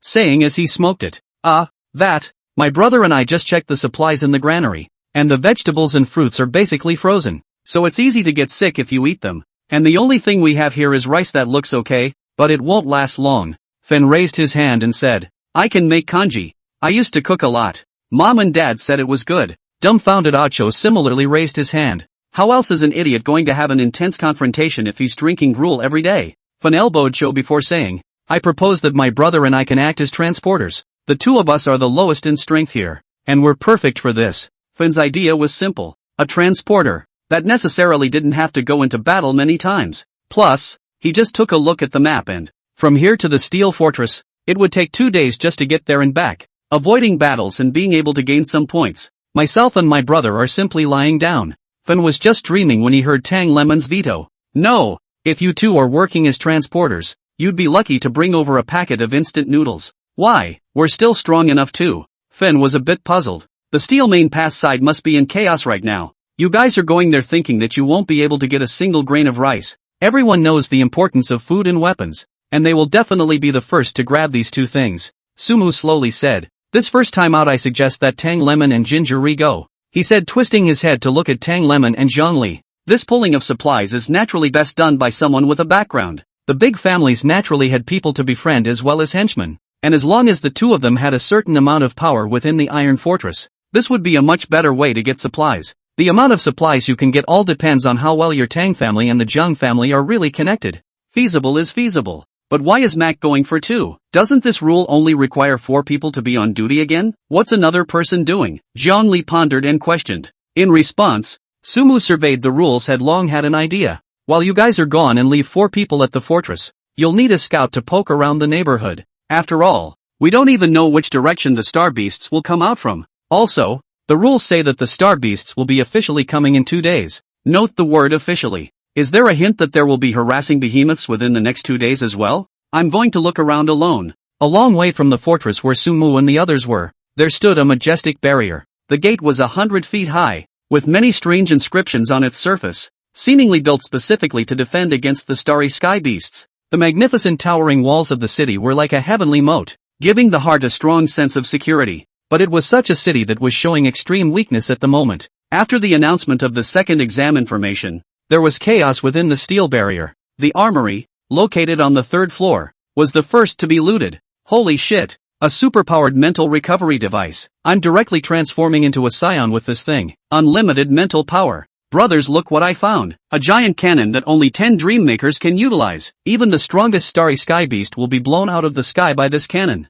Give it to me. I grabbed this first. Hey, want to fight, don't you? Be careful, I fuck you. Oh. Candidates are going their own way without a leader and are trying to take the most advantageous weapons for their test scores. In their minds, the more star beasts they killed, the more points they must have. Inside a steel fortress of immense proportions, while the high school scorers fought hard for more points for themselves, the sons of the lineage silently began to contact their men, wanting to form a force to carve out a place as their territory. Messy mess. A situation 10 times more chaotic than the still orderly Dream City has arisen. Many of the candidates in the middle and lower levels of points were bewildered at various places and stood frozen in place, not even knowing what to do. Some of them want to follow directions and obey orders, but they simply don't know who to obey. But there are too many people who want to dominate the steel gateway. Shucheng is one of those people who want to follow the instructions and arrangements. He found a bunch of like-minded friends, huddled together, and waited for someone dominant to come along. But the dominants are coming, but they are coming one after another. The first to come up was a tall student, and they were told to choose a captain who would reach out to them. Xiao Zhang's small team had just elected a captain when another powerful candidate came over, claiming to be one of the top 100 in all of Huaxia, and asked Xiao Zhang and the others to join a large group, ready to work together in a group. Such a thing happened a dozen times in a short period of time, and the forces that came were different each time. A few of Chang's men swooned, so someone within the gang also gave birth to the self-drying as king routine. Let's go grab food first. Let's make sure we won't go hungry first. Yeah. When is the end of them screwing around like that? There are more of us now. Let's grab it first. That's right. Find a safe place to guard after the robbery. The city gate won't be in our way even if it breaks, right? Listening to the encouragement of the people around him, Xiao Zhang's mind gradually came to life. Inside the examiner's room, numerous chief examiners left one after another after deliberating the results of the second round of exams. Since the start of the second round of exams, Chen Fengqiu and Chen Dahan, the student he had again caught invigilating the exams, were the only ones left in the main exam room in Huaxia. Old man, this can't go on. It's too chaotic, and without a veteran who's been to war as a leader, I'm afraid this group of students won't be able to last more than a few days, right? Chen Dahan sat in the main examination room looking at all the things happening in the live broadcast room with a frown on his face. Also, why was Sumu randomly assigned to the outside fortress bastion? If he was inside the level, I think he would be able to play a very good role. This is a monster. Chen Fengqiu sighed as he listened to Chen Dahan's words. Do you think the old man I don't want to? This is the rule set by the main exam. All students are all randomized. No country can cheat. Sumu's side is already extremely lucky to have met his acquaintances. This second round of hurdles was naturally the result of the unanimous agreement of their chief examiners. Throwing a stream of candidates completely devoid of any leadership into a barrier was also the result of a heated argument that they had agreed upon. Having a leader and an organized defense is ultimately not enough to give the students everything they have to offer. So, the S-class powerhouses made the suggestion of random entry. Let the students on guard mess up and let them experience what it's like to be attacked by a star beast in the true sense of the word. Also, what Chen Fengqiu did not tell these students was, this star beast attack was no Dreamweb parody. Within the next 2 days, they would gradually open up the Dreamweb, opening a gap within the Dreamweb and linking up to the Dream battlefield. Let the real star giants in. Yes, in a sense, this is going to be a war in the truest sense of the word. It was only a war with certain guarantees, escorted by S-class powerhouses. This time, they would witness their team members being gnawed in half by the monsters and teleporting away in agony. Leaving like that can't be a very good experience. Of course, if someone does yell quit, there's still invincible protection to send them away. As for why Chen Dahan agreed to this request, it was because he had gotten his hands on a list of candidates in China who were suspected of possessing special abilities. He believes the scene is still manageable. Chen Fengqiu thought, sliding the main exam screen and pointing to a spot in the steel fortress, looking at a boy who was fighting for a mental power recovery device under the protection of his teammates. The opponent has the ability to consume mental energy to link people's minds. If he could succeed in linking everyone's minds and spreading the sound of his words throughout the steel fortress, then there was a way. While great things are happening in the Iron Fortress, Sumu's several people also determined their respective task assignments. Zhongli and Tang Lemon head to the steel fortress to pull supplies. Kong Hong Spoon, Chu Go Nang, and Ah Cho often stayed behind at the fortress. Among them, Ah Fen and Ah Zhou belonged to the exhausting category, as they continued to consume their spiritual energy to create 2 thick blankets for Zhongli and Tang Lime to drape themselves in and leave. Tang Lemon and Jian Li had the toughest task. 2 days of going back and forth in the snow would numb people. Naturally they needed some assistance. 2 people in the acceptance of the task is not the slightest hesitation. With some rice, they grant off an Ah Zhou 2 brothers empty thought of blankets, rushed into the blizzard. They will try to make ski gear halfway through the trip depending on the road conditions, shortening the time it must take to reach the level. Seeing the figures of the 2 men disappear, Sumu also straightened his hat and prepared to go out. As he was leaving, he looked at Zhu Wuning and Jiang Hong Spoon and said, "The fortress is in your hands. You too. You're no worse than me at improvising, and I have nothing to account for. I'll probably be back before dark. Amit Ba Buddha. Be careful with everything. Please don't worry if there are poor monks guarding this place.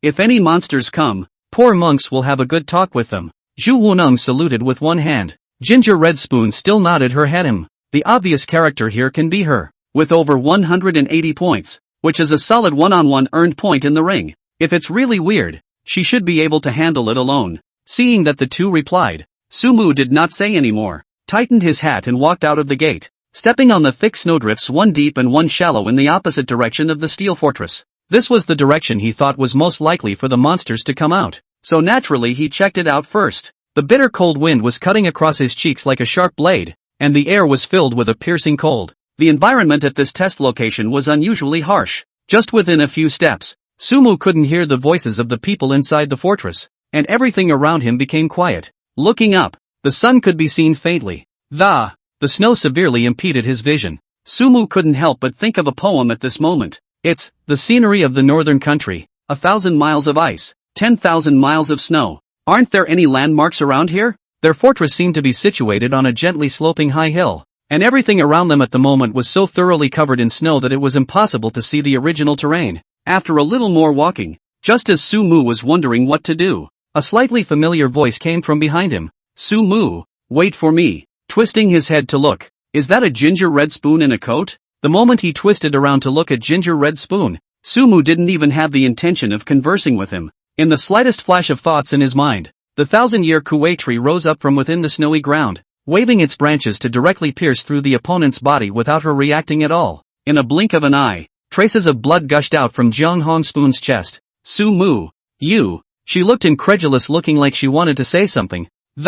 However, Sumu saw this and let the branch of the 1,000-year kuwei tree swing, directly giving her a hard time. Ginger Red Spoon's reflexes would be truly hilarious if they were only at this granny level. Regardless of who the other side really is, there is certainly nothing good about coming over in the disguise of Cheng Jiang Hong Spoon. Show me what you really are. When Ginger Red Spoon's eyes completely lost focus, a strange blurring sensation appeared around her. Sumu fixed his eyes and looked. The Ginger Red Spoon's face was no longer there, and in its place was a monster with a green face and fangs and a fish head. It looks appalling, but it seems a bit weak. Some viewers weren't able to make out the monster's information at first glance, but the Dreammakers crouching inside the live broadcast room exclaimed, "This is the Phantom Siren? The child of the Star Beast Mirage Mother? Worry, how did this thing get here? Could it have been simulated by some S-rank Dreammaker? In the Dream Realm battlefield, where there are a large number of Phantom Sirens appearing, there will be a Mother of Phantoms. It's hard to believe that this Dreammaker examination has this thing added to it? Holy shit, I just went and searched. And this Mirage Mother is a full 20-something stories tall. This is a true starry sky beast. It's slightly inferior to an adult dragon of desire. Phantom Siren. The child of the Phantom Mother? Sumu looked at the corpse on the ground and immediately had an idea inside. The Dreammaker with a perfect score in basic knowledge had naturally heard of the other party's name, and now recognized the other party's corpse as well. The Mother of Phantoms is the mother of the Phantom Siren, looking like a jellyfish, and can emit a mesmerizing glow throughout her body that Dreammakers can't resist. With a single breath, countless spores would be scattered on the earth, and if they were not cleaned up, these spores would change into today's fish-headed and humanoid monsters in a very short period of time. Their only ability is a bizarre mimicry, the ability to mimic the image of the nearest human around them and call out the names of those they see. They are not strong fighters, but possess some intelligence and are quite numerous. On the Star Behemoth battlefield, Dreammakers often encounter thousands of Phantom Sirens. It's also sort of a garbage soldier being driven inside the Star Behemoth. Sumu had heard that some Dreammakers especially liked to drag their teammates who had a grudge against them to deal with these sirens. Once the siren turned into his enemy, he could attack him head-on and kill his enemy back and forth several times to solve his heart's hatred. Is this second level straight-up intensity? Sumu muttered, his eyebrows furrowed. If there really is a trace of the so-called Mother of Illusions in this second level, that would be the first time to find the other side, and find the dense spots where the other side's spores are scattered, and destroy these things in one breath. Otherwise, when the occasion of the general attack came 2 days later, the number of this Phantom Siren would be too many to count. The walls of their fortress weren't very high, and the opponents were able to step over the bodies of their companions onto the walls after a few rounds of death. The Sea of Beasts, but it's the thing that budding Dreammakers fear the most. In that case, 7-colored light flowed through the 5 fingers of Sumu's hand. Even more ancient and boundless black mist emerged from the snow, instantly calling out the figures of the black and white irregulars as well as a host of ghosts in front of his eyes. Go look around and come back and tell me if you meet anything peculiar. If you meet a monster finally, just pull its soul out and destroy it in place. If you meet a student, scare them, Sumu said thoughtfully. Yes, the ghost guards agreed and left in all directions as their bodies fluttered. The snowflakes penetrated through immediately after touching them, and the bitter cold wind was not able to slow them down. Surveying the scene, Sumu nodded with considerable satisfaction. That's right, stouting and all that. We still have to let the Ghostbusters do it. Now that his mental power had reached 68 points and his source power had slowly grown to 2,100 points, it was still possible to keep the Ghostbusters in existence and walking around. If he met any students on the road, it was just enough to scare them into grossing up some source power, realizing the Ghostbusters' self-production and self-marketing. And now, He added another blanket to himself and continued sailing forward against the wind and snow. If there was a problem on either side, Sumu tried to conceptualize the snowmobile himself, summoning some little ghosts to pull in that way. Inside the live broadcast room, looking at Sumu's behavior of consuming spiritual energy like this, the pop-up speed peaked again. I knew it, Sumu will definitely use the Ghostbusters of Hell to explore the surrounding area. It's too much mental energy to consume, isn't it? How much mental energy does he have to consume? The other candidates just fucking forced themselves to explore the surrounding area against the snow, not even bothering to add a piece of clothing, while Sumu, not to mention arranging his men, still had the spare capacity to wrap himself in a blanket of that size. This spiritual power is too unbelievable. Sumu, it's just me in the audience now. I'm not pretending anymore. To the east of the snowy high slopes that Sumu was making, there were similarly candidates walking in the wind and snow, but there are a lot of them. To be exact, a skinny boy in the same winterproof coat moved ahead of him against the wind and snow, and behind him, followed by 20 or 30 of his classmates, there were candidates that the skinny boy recognized, as well as candidates that he was completely unfamiliar with, and there were even a few twins that looked exactly like him in there. Along with the walk, a questioning remark popped up now and then from the students behind the boy. Huang Yunxiang, how about the fortress has arrived yet? Huang Yunxiang, are there really many people in the fortress? Huang Yunxiang, how much longer? Listening to the inquiries of the many students behind him, the candidate named Huang Yunxiang who was walking in front of him was sweating coldly, and this wind and snow were cold, and his heart was even colder. He was also born in the fortress and was the least gifted mentally gifted student within the fortress. It's only a D grade, one grade worse than Offanacho. So when it came time to assign the task, the same people from the fortress assigned him the task that was strenuous up front but didn't seem too dangerous. Huang Yunxiang was quite excited at first, walking through the snowdrifts feeling like he had done a lot for the team, but slowly he felt less so. At the beginning of his quest, he found a section of what looked like an ancient city wall buried by snow. All the way up along the city wall, he actually found a lake that was not yet frozen within this icy land. Unfrozen lake. Huang Yunxiang was just about to report what he saw here to his teammates at the fortress. Just see people keep coming out of the water. His teammates, candidates he doesn't know, even himself. These people also called him by name. Achievement is still good. Huang Yunxiang first time to understand what is in front of them. Legs shivering at the same time in order to stabilize the other side. Pretend not to find these sirens camouflage, but also lie to them that they are ready to will be the fortress. Take them with them. Inside the more people, the sirens, who had some intelligence but not much, did fall for it and just followed him all the way. During this road trip, Huang Yunxiang encountered many more, which led to his team getting bigger and bigger. And the part of the sirens that had just started to follow gradually lost some of their patience and looked like they were about to make their move. No way? Is this where my unified exam is going to end? Huang Yunxiang twisted his head and glanced behind him. The sirens were following him so closely that he couldn't find a chance to escape at all. Can't take them to the fortress and can't escape. So all that's left is to fight to the death. Just as Huang Yunxiang was doing his mental construction, two silhouettes seemed to appear in the wind and snow ahead. One black and one white. No, two more? Huang Yunxiang looked at the figure that appeared in front of him, and the fragile string in his heart was finally taut. Just as he was about to fight for his life, the strange nature of that white and black shadow was what caused him to stop his movement slightly. In the bitterly cold wind, the wide-bodied and fat man in black was the first to appear in his line of sight, and he actually passed through the goose feather like snow, completely unimpeded, like floating and walking in the snow. Even the strange black clothes on his body were completely unaffected by the wind and snow, as if a ghost from another world. Seeing these two people, Huang Yunxiang heard of that feeling of uneasiness simply mischievous rise. He kept turning the textbook knowledge over within his mind, trying hard to find the corresponding giant beast in the Starry Sky Beast illustrated guide. But after rummaging around, he was unable to find anything that could match this. What the hell is this? Huang Yunxiang's scalp numb hesitation. The other party has already floated to his body. You guys. Huang Yunxiang shivered as he tried to find something to say. But the two figures didn't give him any chance. The pale, spitting tongue, as if it hadn't been long dead, stretched right out and took over his vision in a matter of moments. At this moment, Huang Yunxiang had the thought of yelling abandonment and immediately bugging out. But the next second, the tongue-spitting face retracted, and a guttural voice followed. It's human. There's a bunch of monsters behind them, and the monsters are about to be wiped out. The wide-bodied, fat black man said solemnly. Huang Yunxiang's eyes widened as he listened, and before he had time to think about it, he heard the hissing of rioting monsters from behind him. Done. The two unknowns in front of him had obviously touched these mines he was carrying behind him. That's about 20 or 30 monsters. It was too late to think about it. The slight sensing power brought by the spiritual power allowed Huang Yunxiang to lunge to the side, eating a mouthful of snow while dodging a phantom siren that had just attacked from behind. And looking at this situation, the black and white two coldly grunted. The black mist in their hands surged, and the unique hook and soul rope emerged.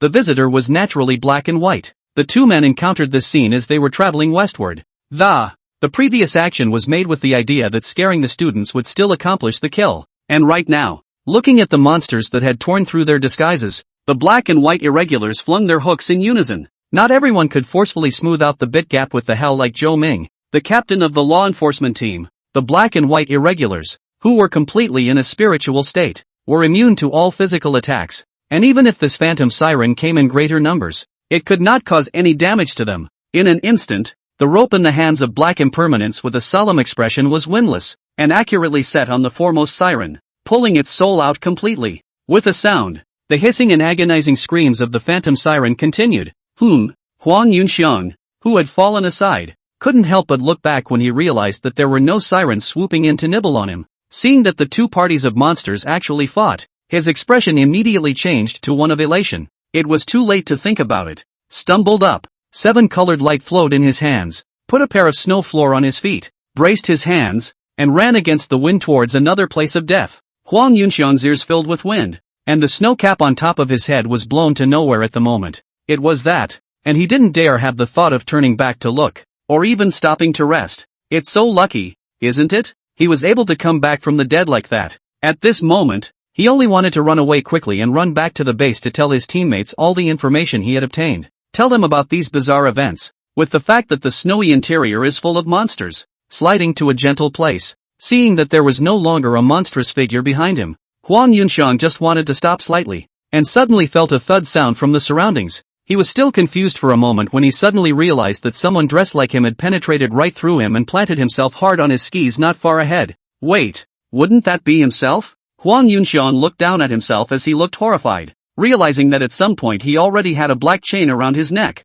while his entire body had become extremely transparent. Turn your head and look. The two who had fought the monsters earlier actually appeared directly behind him. Huang Yunxiang is extremely frightened by your creation black and white, plus 25 points of source power. Su Mu, who was walking in the snow with a blanket on top, received this message unexpectedly. Before he could think about it, he felt the Black Impermanence walking outside actively disconnect the mental link, while returning within the dream-creating heartland. It directly saves the mental energy that needs to be consumed to come back. Really hard-working and thrifty. Can anything be found? Su Mu inwardly praised, then asked. A student was found who claimed to have seen a section of an ancient city wall and a lake unfrozen in the snowy cold, and to have seen the phantom siren emerge from the lake. Not far to the west, White Impermanence has pulled his soul out of captivity. Black Impermanence said solemnly. Ancient city walls and unfrozen lakes? Su Mu immediately had some thoughts in his mind when he heard this. This ancient city wall shouldn't appear suddenly within this snowy area. No chance it's something that can be utilized. As for this lake that never freezes, I'm afraid it's the lair of a large number of phantom sirens. It's been quite a rewarding trip out this time. I'll have to go to that place and see for myself. Snowy West. Huang Yunxiang, a D-level candidate, was watching as White Impermanence dug his body out from within the snow, drying it off to the side to prevent his body from sustaining too much damage. Watching this scene, Huang Yunxiang's heart was not grateful but rather more devastated. Big brother, what the hell do you want me to do? Speak up. He'd been left hanging for 10 minutes. I'm just afraid that my soul will be out of my body for too long later and I won't be able to return. Thoughts of abstaining kept coming up in my mind, but I couldn't let go of my hard-earned test scores. Trying to communicate with this strange thing, but they completely ignore you. Trying to apply to run back to his body. The hook chain around his neck automatically restrained him in place again. The only benefit Huang Yunxiang could feel at the moment was that he wasn't cold after his soul state. Of course, if we go back into the body now, looking at his body with those purple lips, he felt like he would get frostbite immediately. The viewers located in Huang Yunxiang's live broadcast room looked at this unlucky child and didn't know what to say for a while.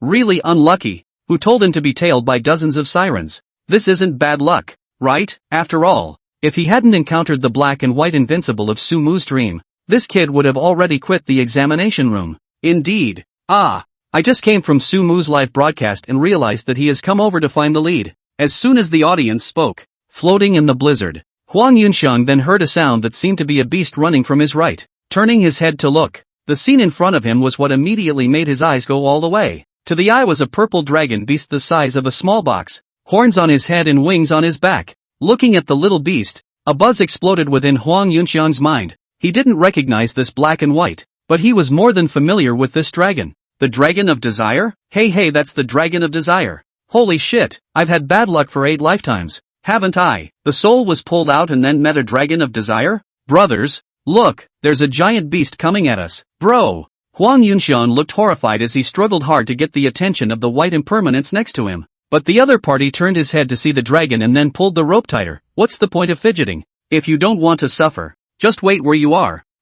Hearing these words from white impermanence, Huang Yunxiang's expression lurched. He's a bit of a coward, but he's got a pretty good head on his shoulders. Listening to white impermanence's words, where did he not know that this Dragon of Desire was in league with them? When did this Dragon of Desire know how to gang up? The star behemoths still have that IQ? In between his thoughts, he narrowed his eyes and looked carefully towards the Dragon of Desire, and he suddenly realized that there seemed to be something wrong with the other party's state. Its body was also illusory, and its originally tyrannical pupils were completely devoid of charm at the moment. Not only that, but how did Huang Yunxiang feel like he saw a rope around the neck of this Dragon of Desire? Is he seeing things differently? When Huang Yunxiang looked closely in confusion, the Dragon of Desire hatchling had already broken through Blizzard's barrier and appeared within his visual range, and the rope connecting the neck of the Dragon of Desire kept extending backward, and a sleigh-like thing appeared. There was a person draped in a thick blanket being made on that. The other guy was wearing the same snow hat they were wearing. This is a candidate?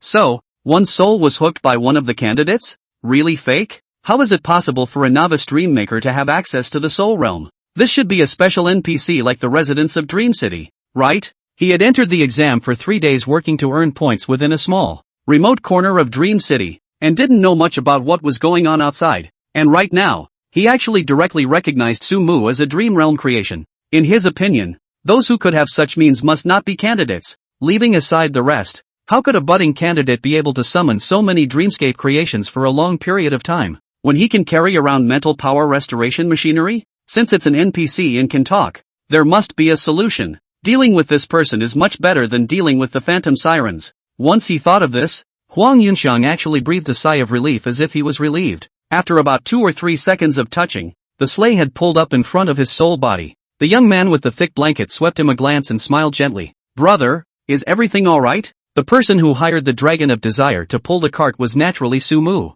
He looked around the hell, always felt that seeking 2 ghosts to pull the scene was a bit too ugly. So simply fish out the shabu some dragon and let it out for some air while pulling a cart. Surveying Huang Yunxiang, who had turned into a soul body in front of him, and then looking at the other party's body that was on the verge of freezing to death, Sumu waved his hand, and the white impermanence then flung Huang Yunxiang's soul and threw it back into his body. Hiss! Back in the body for a moment. The 5 senses on the surface of the body suddenly surged within Huang Yunxiang's mind. So cold. Pants are freezing. His body stiffly got up. Hands of 7 colored light ceaselessly, busy sprinkling the snowflakes on his body, called out several clusters of ghost fire around the surroundings, feeling the temperature around him before gradually have a bit of blood. Sorry, I was just letting it limit your range of movement, Sumu said. If Huang Yunxiang wasn't shivering from the cold right now, and the man didn't look like he had the slightest intention of trying to help, he would definitely feel that the man was still a bit apologetic. What are you grabbing me for? He inquired. Shivering. Lead the way. Take me to the unfrozen lake in the ancient city while you saw. Sumu laughed. Frozen lake? Where are you going? Where to go for what? That's the lair of the phantom siren. Who knows how many monsters are in the lake? If you go out, you won't be able to come back, Huang Yunxiang said with a horrified look on his face. If we let him go back now, wouldn't it be like going back to the tiger's den just after leaving the wolf's den? In this state he was in, he didn't feel like he could walk out of there. I ask for a ride to a place first. When we get to the place, I'll tell you exactly where it is. How about that? It doesn't look like you're on the side of the star beasts, Huang Yunxiang asked tentatively. Do you want to be pulled out of your soul to be the driver of the cart to carry me over? Or do you want to ride with me in the sled to rush over now? Sumu pointed at the desired dragon cub soul pulling the cart in front of him. Huang Yunxiang shivered and got into the car, reaching out and pointing in the direction he had come from before. I think it's this way. I was chased all the way down this way earlier. That's right. Looking at the direction Huang Yunxiang was pointing at, Sumu's thoughts flashed and the pulling dragon moved, their sled immediately moving forward against the wind and snow. Along the way, the cold wind stung their faces, and one after another, they met some acquaintances who could call out their names. When Sumu saw this, he directly sent white impermanents to go up and clear them one by one. And sometimes when the monsters came in more than one, their sled would still stop for a while, waiting for white impermanents to harvest all the phantom sirens before continuing to travel. Huang Yunxiang, who was shrinking and shivering on the snowmobile, saw the scene and felt that Sumu was for a creation that was more in favor of the order-keeping camp, so his heart couldn't help but feel a little more at ease. Seeing that Sumu had once again cleaned up a phantom siren, he bravely inquired, "Big brother, can I ask you a question? What are you doing in Frozen Lake? There are really a lot of monsters there. It doesn't seem like you're an A-ranked dreammaker to me. Why? Wouldn't it be faster for an A-ranked dreammaker to logically dream up a flying unit, or simply vanish into thin air? Not being a rank, I feel like it's very dangerous to go anywhere."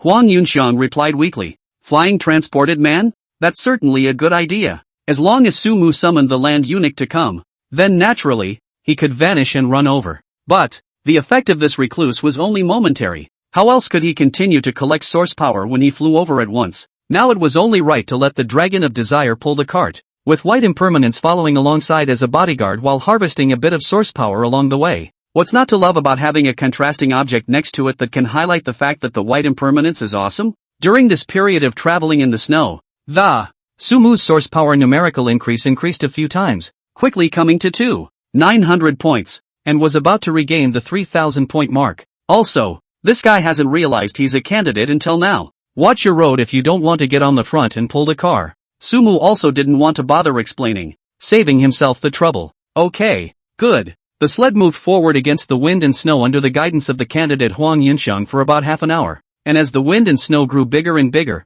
Sumu finally saw a wall that looked like it was covered with snow in his line of sight. It was more than 2 meters high, derived all the way to a position where Sumu could not see it at all, and some of the edge places had crumbling cracks, and there were traces of lapis lazuli bricks at the cracks. Looking in through the rift, Sumu saw the so-called ice blue unfrozen lake at a glance. The surface of the lake shimmered, and I don't know if it was because the distance was too far, but if you looked closely, the bottom of the lake was covered with a layer of blackness, as if it was a bottomless black abyss. When a gossamer snowflake falls on its surface, it quickly creates an azure blue spot of light, which then disappears. Looking at this scene, Sumu immediately sat up from the sled car and walked towards that side, while retrieving all of his creations. Completely unresponsive, Huang Yunxiang sat his butt directly on the snow. "You can go now. Thanks for leading the way," Sumu said as he walked towards the city wall. "Good. Okay." Once Huang Yunxiang heard this, seeing that the other party seemed to really want to let him go, he was ecstatic, and with a low promise, he climbed up from the snow and twisted his head to run away. Seeing his run more than 10 meters away, see behind the people really did not come after. Huang Yunxiang immediately hand-surging 7 colored streams of light, for their own with ski equipment, a smoke will be scampered into the wind and snow. After running a few hundred more meters away, the huge blizzard had completely obscured everything behind him before he managed to breathe a sigh of relief and head in the direction of his fortress. "It looks like this guy really wants me to lead the way. I'm glad we're not following. We need to get back and report to the team. It's too dangerous out there." And behind him, under the snow-covered ground, the pale face of white impermanence quietly emerged and slowly followed. Ghostbusters that naturally can drill the ground. Sumu knew that this kid would definitely not tell him the real location of the fortress, and was too lazy to summon Shimeji to lie detector, so he simply let him go, letting white impermanence hang behind him, so that he could return when the location of the fortress was determined. The location of other fortress forts is also very important information. And now, he turned his gaze fully to the snow-covered walls. Sumu tried to pat away the snow on it and saw the original appearance of the other party, made of stone bricks piled up, the brick pattern of ancient vicissitudes, which is the long experience of wind and snow baptism led to. If this snow suddenly melted and turned into summer, this city wall was afraid that it would immediately loosen and shatter. Also, Sumu touched this section of the wall and always felt that the other side couldn't have been randomly placed here, and it also happened to be placed next to the unfrozen lake. Adhering to the reasoning that since it was an exam question, there was bound to be a solution, he tried to reach out and press his hand on the wall, which was cold to the core. At the same time that the chill came, Sumu suddenly felt a familiar sensation. It seemed like the feeling of holding that dream bearer from before. "No way?" He mumbled and tried to inject a tiny bit of mental energy into the walls. All of a sudden, the city wall that had existed for an unknown number of years actually slowly vibrated under the effect of the spiritual power, emitting a scorching energy at the location where his palm was made. Sumu retracted his palm and looked towards there. The place that was originally completely frozen into hard stone actually clearly showed his palm prints. and then with the cold mist produced by the intersection of heat and cold wind. But the heat only burned for a while, gradually losing its heat as Sumu's palm left, and eventually being covered by ice and snow again. This wall works. Sumu immediately had some thoughts in his head as he watched the scene. There was no doubt that this wall was the item to deal with the phantom sirens within the frozen lake. If any scouts found this section of the wall, they could bring in some artifacts that could awaken the wall before the next day, thus forming the first line of defense against the sirens here. The exam team must have calculated that the instruments to activate the city walls will definitely take at least 2 days to arrive, which means that it will take 2 days before they can come and clear the phantom sirens here. But what if I let this city wall activate now? Sumu stared at the city wall meaningfully. City walls. Walls. There are quite a few stories about city walls in Chinese culture. The most representative is naturally the Great Wall of China. If he injected some source power along with his spiritual power, is it possible to make the wall in front of him the one he has in mind? It's just that I don't know if this city wall will be able to serve as a defense against the phantom sirens when it comes out. Just as Sumu was staring at this section of the city wall in contemplation, an outrageous thought had already popped into the minds of the viewers in the live broadcast room. They had naturally seen Sumu's actions earlier when he tried such things as spiritual power. Naturally, he understood the purpose of the crumbling walls. Brothers, why do I feel as if Sumu is going to try to start such a large piece of the city wall all by himself? This seems to be a defensive weapon that requires a lot of spiritual power to be able to awaken. Sumu's spiritual power is much more than a long time dimension, right? It's not easy to say. He might want to take care of all the phantom sirens inside the lake 2 days early, to make things easier for the defense behind him. No way. One person? This is clearly a war that requires multiple candidates to join forces. Crap. Old man. This Sumu kid is trying to pull some outrageous ones again? This city wall can't really be activated by him alone? Inside the examiner's room, Chen Dahan, who had been paying attention to Sumu's movements, looked at Sumu's actions and immediately shouted. As a regional invigilator, he naturally had access to some of the secrets of the round after it started. The wall in front of us is one of them. This city wall was like a furnace filled with fuel that had just been extinguished, and as long as the injected spiritual power reached a certain threshold, it would naturally activate, and subsequently could burn on its own by virtue of the fuel inside the furnace. According to the information that Chen Dahan had gotten, in order to activate this section of the wall, one would have to at least bring in a dreamscape artifact such as a mental power injector from the Iron Pass side to make it possible. If it was any other candidate who wanted to activate the city wall in advance, he would definitely think that the other party was out of their depth. But the candidate at hand was Sumu. In case, what if it does? He's not going to replicate the scene at the end of the 10 days again, is he? This was a challenge that required several fortresses to join forces to solve when it was designed before. Don't panic. The main examiner Chen Fengqiu looked over at the sound of Chen Dahan's speech and stroked his beard as he watched Sumu's movements in a cloudy manner. This time, our examination team has come prepared. Sumu must not be able to activate this city wall. Why? Chen Dahan was a bit puzzled. The exam information you got is outdated. We've adjusted the difficulty of activating this wall upwards by dozens of times in order to target these demons, Chen Fengqiu said smugly. Globally, no candidate should be able to answer the questions early again. Adjusting the difficulty upwards? Chen Dahan was a bit stunned. Old man, you've raised the upper limit of spiritual power to activate the city wall again? Then when the general attack begins, will any candidate be able to activate that city wall?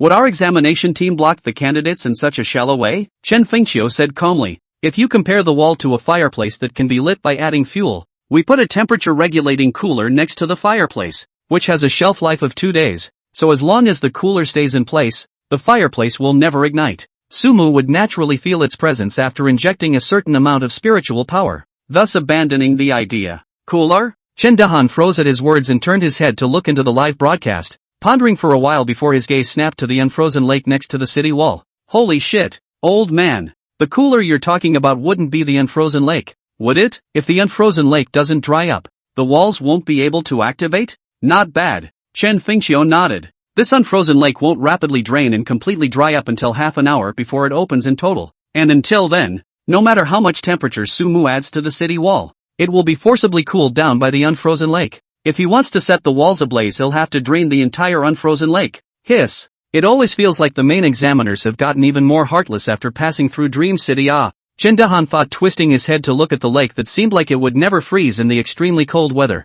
He'd read about the lake, and it wasn't so easy to drain it. Want to suck this water away is even more difficult. Is that before the 10 suns with warm fire fell within the unfrozen lake? The end is also the sun extinguished. The unfrozen lake still will not have anything. draining the unfrozen lake. The difficulty of this is unbelievable. This time, Sumu's calculations are afraid to fall through. At the old city walls, just as Sumu hesitantly wanted to experiment again, a monster's hissing sound accompanied by human voices came from another place. Quick, a dozen more have come out. Damn it, that's how many monsters there are at the edge of this lake. I don't know how many more there are inside. I'm really out of luck. How did the guard's fortress get built right next to this thing? Keep it down. Don't wake up what's in the lake. Seems like there are quite a few people around this lake. Is it a candidate from another fortress? Sumu temporarily put down his study of the city walls as he listened to the sound, and crossed the city walls against the wind and snow, heading towards the source of the sound. The source of the sound was on a rise to the right of the unfrozen lake. By the time Sumu braved the wind and snow to arrive nearby, what he saw was a small team of 3 candidates, 2 men and 1 woman, all wearing cold-proof coats, fighting fiercely against the phantom sirens that kept coming out of the lake, only to see a sack-faced boy in the lead's hands with 7 colored streams of light ceaselessly, calling out a large bison of pitch-black color. The big bison's hooves rubbed in place for a few moments before it made a charge at the phantom sirens in front of it, directly toppling all of them from the 5 or 6 phantom sirens. Another boy with a slimmer frame summoned several stone men, holding machetes one at a time, looking extremely imposing. The last girl was holding a tomato the size of an airplane box in her hands, and when she saw her enemies coming she threw the tomato at the pile of monsters. A silent explosion occurred immediately after the tomatoes collided, and the tomato juice began to corrode the phantom sirens' bodies immediately after it splashed onto them. In no time, the dozen or so phantom sirens that came out of the unfrozen lake were wiped out by them. They were quite skillful with each other and looked like they had been in a group for a while. The strength is okay. Surveying the 3 people in front of him, Sumu pondered and walked towards the small group. These candidates had obviously come earlier and might know some information. Communicating with them could save him a lot of time in scouting. And the commotion coming from his side quickly caught the attention of the 3 people in front of him. Seeing another candidate approaching, the numb-faced candidate at the head saw this and pointed at Sumu at his companions, saying, "Wait, there's still a leaky one over there." As he said that, the big black bull next to him turned in a direction, his hooves lifting the snow pile on the ground and charging. When Sumu saw this, 7 colored light flowed in his hand, and a black mist then emerged from his hand. Obviously the other party recognized him as a phantom siren, and the way to clear up the misunderstanding was to create a dream, which the phantom siren didn't have the means to do. Watching a burst of black mist emerge from Sumu's hand, the hemp-faced candidate's expression lurched as he immediately took control of his black bull. Wait, that seems to be a scout too. Also, his eyes narrowed slightly, carefully sizing up Sumu's gaze suddenly condensed. Crap, isn't this the number 1 ranked big brother Sumu? Hempface shouted. Sumu, that expert who solved 10 suns? Keep your voice down. Don't invite another wave of monsters to come. The last girl also looked over curiously, but still didn't forget to warn. That's right, it's him. I've seen him before during the transportation mission. I told you that I killed the phantom siren that mimicked Big Brother's appearance before. Big Brother must be nearby. This is a true great god candidate, Hempface whispered in excitement. The sound of several people's previous conversation wasn't exactly small, and Sumu, who was close by, naturally heard it. Hearing that the other party knew his identity, Sumu also withdrew the black mist in his hand and walked over. Would a few of you like to share some information? He asked with a gentle smile. Yes, Big Brother, you're here to be a scout too? The pockmarked face nodded his head busily. Yes, we can share the rough directions of the fortress with each other. We should all be neighbors. Sumu nodded. That's fine. But does Big Brother want to team up with us to deal with the phantom sirens in this area first? We've just cleared an area of ocean, and this little man next to me was able to create a device that can detect just how many sirens are below. Hempface said, pointing to the thin and tall looking very cold looking candidate next to him. This unfrozen lake is a bit special. Unusual means of detection can't detect the situation inside the immovable lake at all, while this little brother is able to detect the inside of the lake through a strange dream artifact. And it's only under his guidance that we dared to come over and lure some phantom sirens to the shore for hunting. Oh, a kind of magic detecting glasses? When Sumu looked at this person with slight curiosity, he saw 7 colored streams of light flashing from his eye area, and a flat-bottomed, round-framed eyeglasses quietly appeared. The moment the other man put it on, he actually looked toward himself. Just as Sumu frowned slightly, one could hear the student's face suddenly change drastically, and after he screamed miserably, a pitch-black colored black mist kept emerging within his brown pupils. The thin and tall candidate was named Zhang Yukai, with a spiritual potential of grade C, belonging to the category of candidates that were not on the top of the list. But he didn't think so after his awakening, even to the point of thinking that he should be the top candidate. Only that this crystal ball for testing talent didn't work. Zhang Yukai dared to think so. Then naturally he had his cards. Zhang Yukai, who was okay with the basics, unexpectedly found an extra item in his panel at the moment of awakening. Talent, the searching eye. Consuming a certain amount of mental energy can observe things that cannot be observed by ordinary dream makers. With this talent,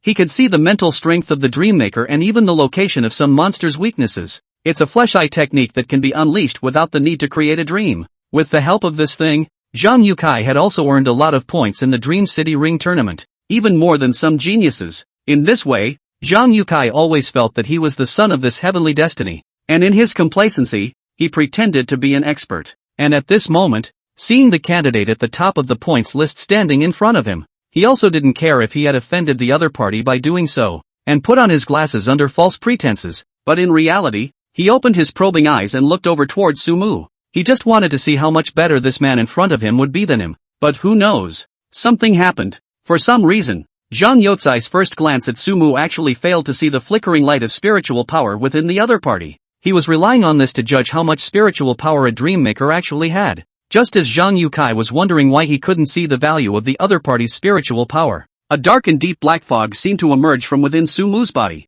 And this which was like a blood-like light suddenly exploded brightly. It was like a blood-red sun had risen in front of Zhang Yotsai's eyes. Ah! Accompanied by the screams. There was the scene just now. What's wrong? As he watched Zhang Yotsai's eyes continue to gush out black mist, the pockmarked face was violently startled. Seeing that this mist was somewhat familiar, I couldn't help but remember the moment Sumu appeared on the scene just now. And it seemed that it was this kind of mist in his hands. Hiss! The hem-faced candidate thought immediately reacted. This arigato was looking at something he shouldn't be looking at. Stealing a glance results in a direct counterattack by someone else. Is the Great Spirit also capable of being so rudely offended? Pockmarked face secretly cursed Zhang Yukai, but looking at the other party's miserable appearance still had to come up and fight. Little brother. That's breaking the rules. Big brother is also able to just scout?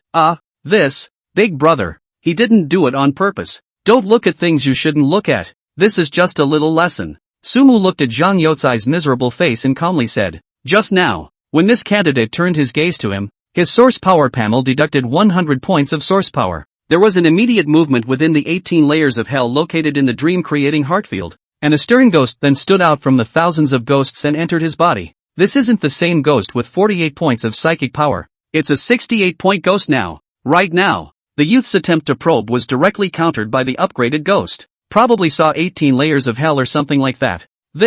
What kind of tactic is this? Zhang Yukai screamed miserably for a while before the black mist in his eyes slowly dispersed. His reddened eyes spoke while he surveyed his panel in a trance. That talent column actually started flashing at some point. One gray and one white. As if they were pumped up.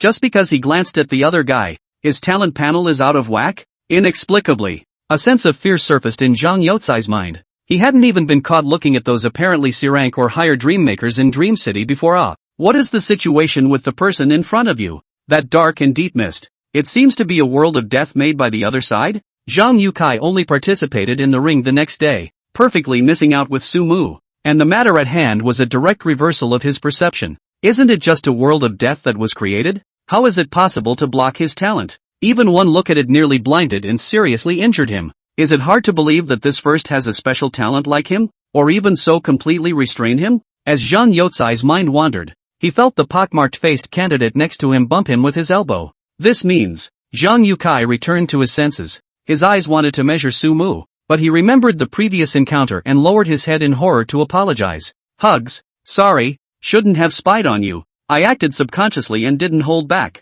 This great God, he didn't do it on purpose. This round is all brothers. We still need to use his eyes. The girls behind him also came to round up the situation. Sumu didn't have the intention of wanting to get into it with the other party when he heard this, and looked at Zhang Yukai and said, can the eyes still work? Eyes? I'll try. Zhang Yukai heard which dared to be slow, turning his head toward the lake. Sumu's previous blow felt like it had knocked off a certain thread in his brain, and his eye of insight panel flickered terribly. And once it turned gray, his eyes lost the ability to probe. This ability to cut off and on made his eyes ache terribly. But Zhang Yukai doesn't dare to cancel. He was afraid that if he delayed the matter, he would really be thrown into the unfrozen lake to feed the sirens in anger. In addition, he also wanted to know how many monsters there were in this lake, which was important information about the score of this round of exams. Zhang Yukai thought, forcing down his hard feelings and carefully looking inward. The moment you see what's inside, his expression couldn't help but freeze. Into the eye. The red dot,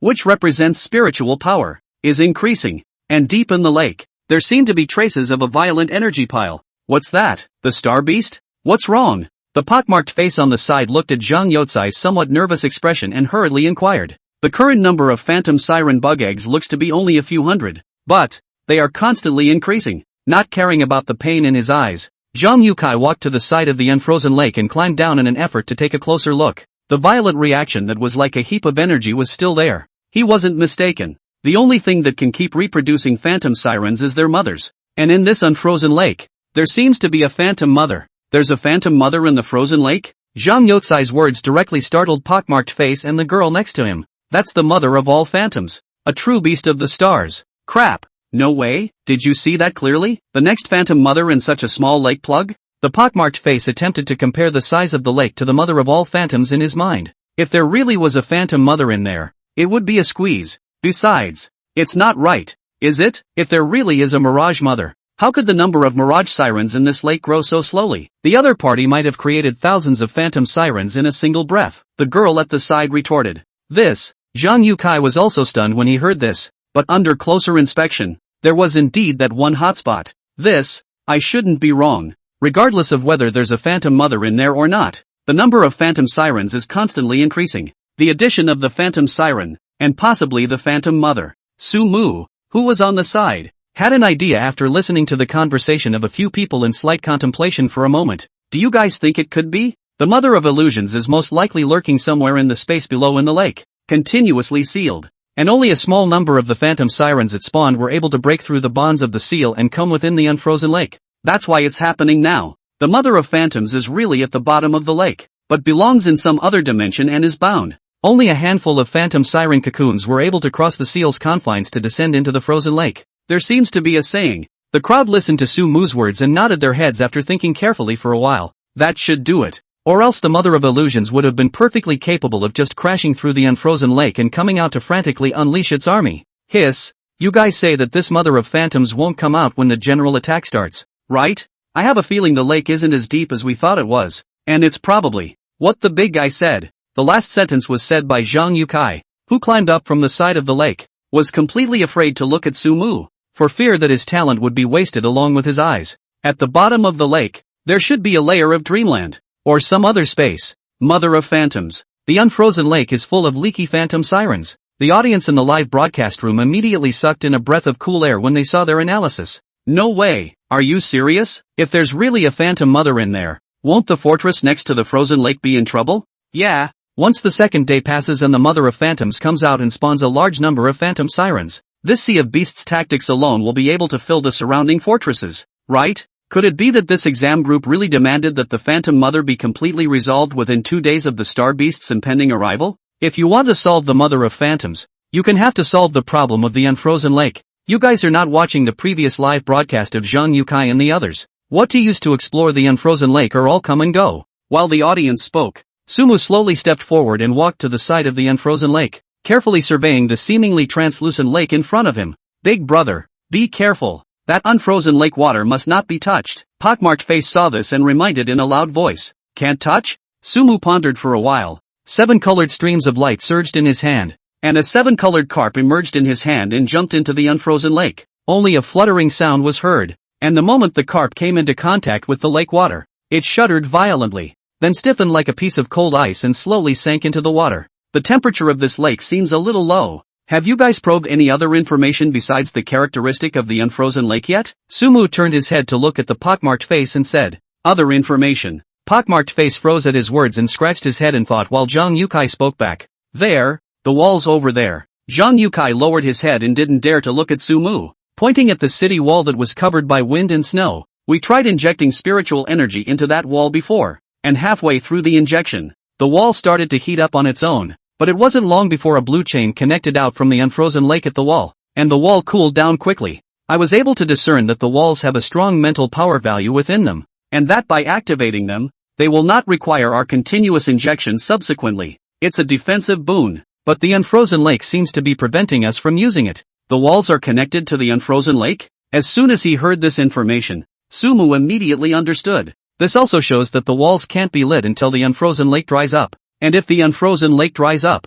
the walls can be lit. So that's what it's all about. If we aren't able to remove the monster cocoons within the unfrozen lake at regular intervals ahead of time, waiting until 2 days later will result in a big wave. But if we suck the water of the unfrozen lake dry in advance, and then ignite the city walls in advance, as long as we clear out this first wave of phantom sirens, the next thing will be easy. Sumu surveyed the sparkling lake in front of him, and the pages of the book in his mind that uniquely belonged to the 1,000 years of China slowly flipped. If he had enough source power, he could have completely cleared the phantom sirens inside this lake without utilizing this city wall alone. As Sumu thought, the pages of the book stopped at the 2 magic treasure pages between flips. That would be the Qianquan Circle and the Mixed Sky Aya, Neza's accompanying spiritual treasure. Turning over the river must be a divine weapon. This Qianquan Circle can be smashed into the East China Sea Dragon King seriously injured. Playing some small monsters is naturally more than enough. But he's a bit poor. According to what the mythological records said, this was a golden magic treasure made by the first Heavenly Father,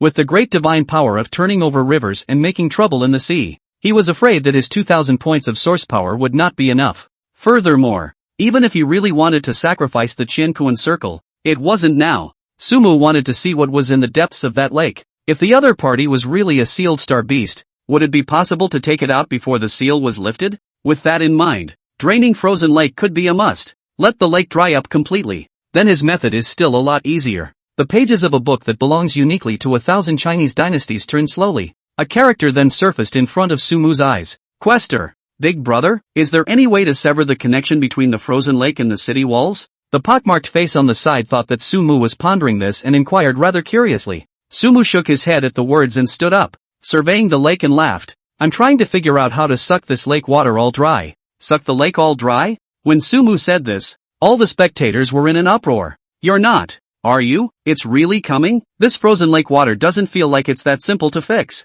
What does sucking up mean? Does the Great Spirit want to create giant sponge monsters to absorb all of the lake water? Really? That carp just jumped in and turned into ice. Even a powerful sponge monster can't absorb water in this lake, right? Yeah, and it's still the middle of winter, so trying to dig through the ice to put water in the lakes isn't even that great of a task. Draining the lake is obviously impossible. The exam team obviously won't leave such a big loophole. As I see it, the lake is clearly not something they can solve right now. In the Star River District, in the hut of travel writer Gu Jing, Gu Zhuan, who was sipping his coffee, heard Sumu's words and his eyes flashed, immediately thought of something and hurriedly opened his own computer to get ready. Suck it dry. The word might as well be used for a character. There's no chance Sumu was going to dream up another legend. A character who can drink the cold water from the unfrozen lake in one gulp. Will he be another character like Yi? Will it come from that ancient age, with its own legendary myths as well? Gu Zhuan was incomparably curious at the moment. And on the other side, Sumu's words were the ones that gave the 2 people in the examiner's room a shock. Hey, old man. It seems like Sumu was really embarking on preparing to deal with the unfrozen lake. Chen Dahan sat up straight as he listened to Sumu's words in the live broadcast and shouted towards the side.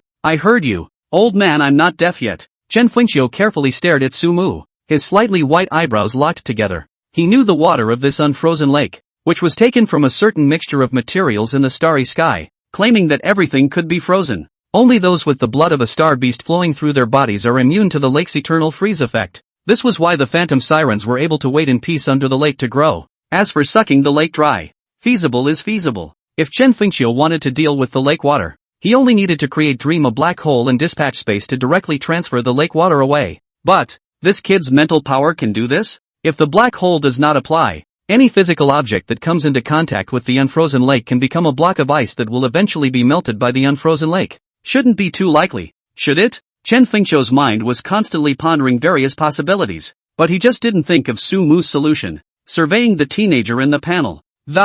He cuts the live feed and tries to look at candidates from other countries, again without much luck. Seemingly, the only previous first-place finisher was Sumu's birthpoint location next to the unfrozen lake. Wait, in that case, only Sumu was the first to touch the frozen lake puzzle among the group of candidates with special abilities now. If Sumu succeeded and did it perfectly, it would still be a long face for their huaxia. Chen Fengxiu was in no hurry when he thought so. His brow loosened as he took a sip of the small wine that had been prepared next to him at some point. No hurry.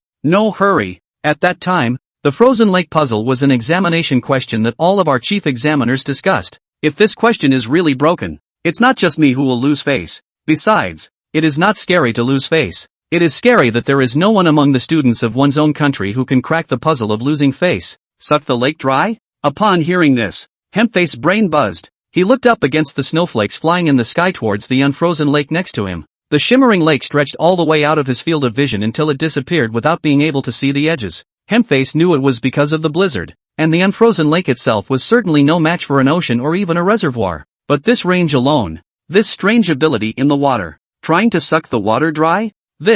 Even if Pocky Face didn't question Big Brother's ability anymore, he was still a bit unable to believe it at this moment. Zhang Yukai and the girl beside him also looked over in shock upon hearing this. Zhang Yotsai's first reaction was that Sumu was bragging, but listening to Sumu's tone didn't seem quite like it. But how is an F-rated dream maker supposed to suck the lake dry? Could it be that this person really has a special talent? And that the special talent is still an ability in combat? But even if that's the case, that's unlikely, isn't it? Zhang Yukai thought, not daring to retort, only showing a stunned expression. Instead, the girl next to her inquired with some excitement after a few moments of contemplation. What are you going to do about it, Big Brother? Is there somewhere we can help? Even if this one didn't work, we at least made some attempts. 1 inch. Her voice was slightly heavier in the words "let's and try." The pockmarked face immediately snapped out of it as he listened to the words. That's right. This exam is recording scores based on performance. Even if they hadn't completely sucked the water of the unfrozen lake dry, then as long as they had shown a little bit of their strength,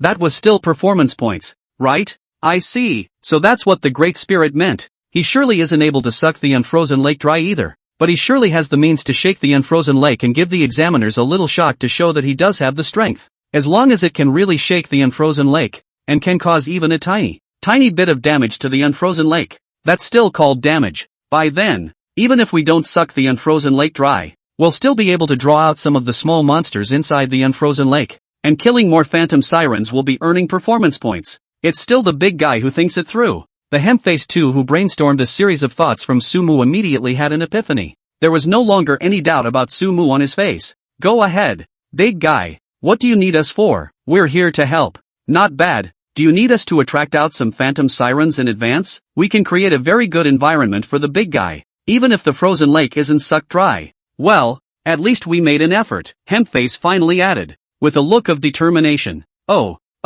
Watching the two perform, Zhang Yukai also reacted quickly. Yeah, so that's what happened. Just because you can't do it doesn't mean you can't try and fix it. Just like the math problems on the Dreammaker Basics exam. Even if you really don't know how to write, writing the word solve at the beginning, that's still a score. It's a point that's not earned. After figuring out the flavor, Zhang Yukai thought about his brain spinning frantically, and also wanted to say a big righteous word. But who knows? Sumu, who was in the front, however, laughed before saying, "You guys just stand far away and make some room for me. Be careful of getting crushed later." Stand away and make room for him? The brainstorming trio immediately understood upon hearing this. The other party was about to start shaking the frozen lake. But why stand away? Standing not far away will still be suppressed? Are you preparing to unleash that S-rank potential dreamland hell, Big Brother? The first thing that came to Pocky Face's mind was the scene he had once seen in the ring. The feeling of being extremely close to death was fresh in his mind. And now, Sumu guessed that he was afraid that they had entered the confines of hell, so he had such a reminder.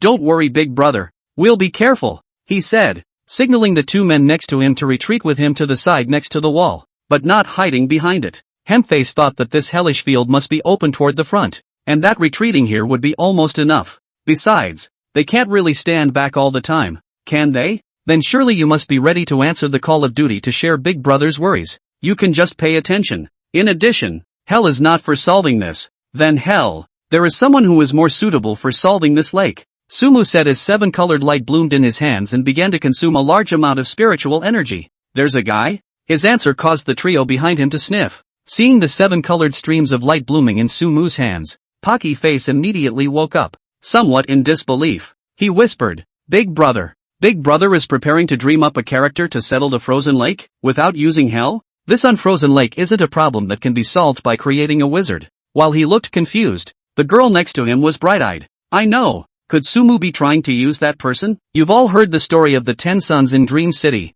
right? 10 sons? Zhang Yukai and pockmarked face froze at the words, and after a little thought, they came to a realization. Right, I heard that at that time. Sumu summoned a character who directly shot down 10 sun feathers. I see. Being able to shoot down the sun might be able to solve the problem of the unfrozen lake. We're kind of witnessing it live, aren't we? Does this person have some other ability of great strength? Can directly move mountains? Sumu is preparing to move this lake directly? That's not right either. Sumu used the term sucking dry. The trio came up with a million ideas at once, and the sound of their words carried into the live broadcast, listening to the words of several. There were also a number of viewers in the live room who were taken off their feet. Can it be that Sumu is really prepared to cut up the unfrozen lake and have he lifted away? Can it be done? Really fake? I don't believe it for a little bit, but he was shooting down the sun at that time. It's not accurate either. It's a bit exaggerated, isn't it? I have a feeling it's because Sumu is preparing to match he with a magic weapon. That's why he used the word suck dry,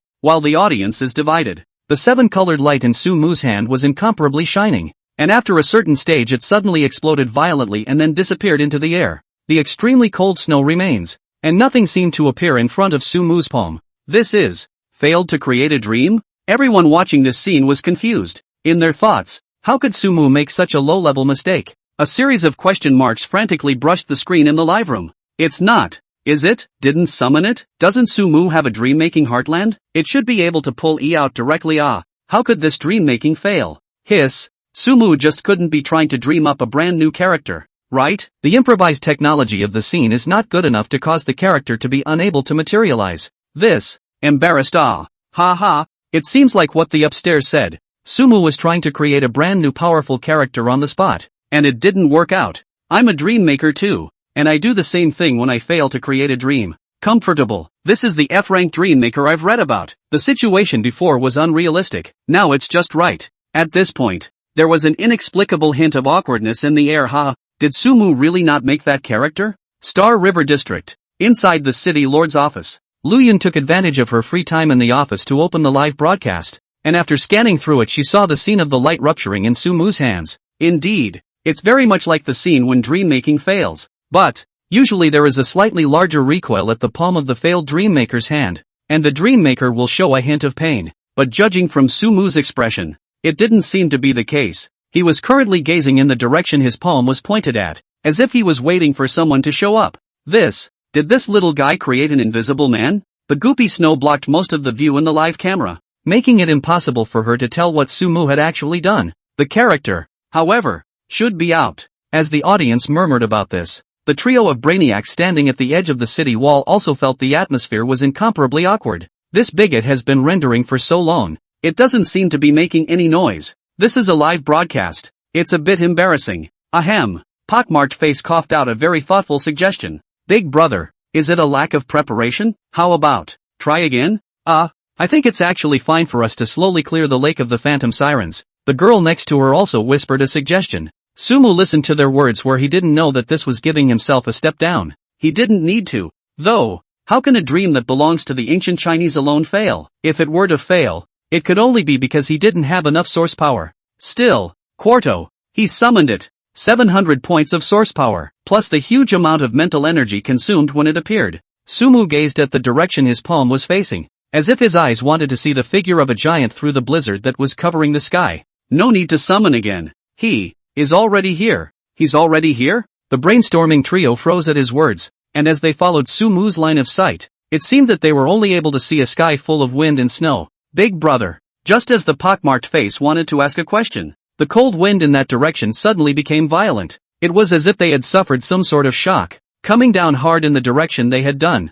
Woohoo! The direction of the wind and snow drifts reversed at this moment. What's the situation? Surveying the suddenly abnormal weather around them, a trace of uneasiness inexplicably spread in the hearts of the brainstorming trio. They got quiet and a strange sound capable of overpowering the whistling of the cold wind seemed to be heard. Knock! Along with the sound, Zhang Yukai inexplicably felt a vibration in the ice that he stepped on under his feet. This eternal frozen ice of who knows how many years began to vibrate. This is earthquake? What? What's going on? Hiss, could it be that Sumu has summoned out people? Where is it? Where is it? How come I didn't see it? Can this lens block the blizzard? The snowflakes are all over the camera. Sumu's dream making has succeeded? It's hard to believe that under the snow, this earthquake is actually digging a hole? Sue Shepherd dreamed up figures under the snow. The earthquake was actually his dream-making character digging a hole. Seems kind of reasonable. Such a statement was immediately echoed by countless viewers. Yes, the character Sumu created this time was an expert digger. The reason we didn't see it is because he's underground himself.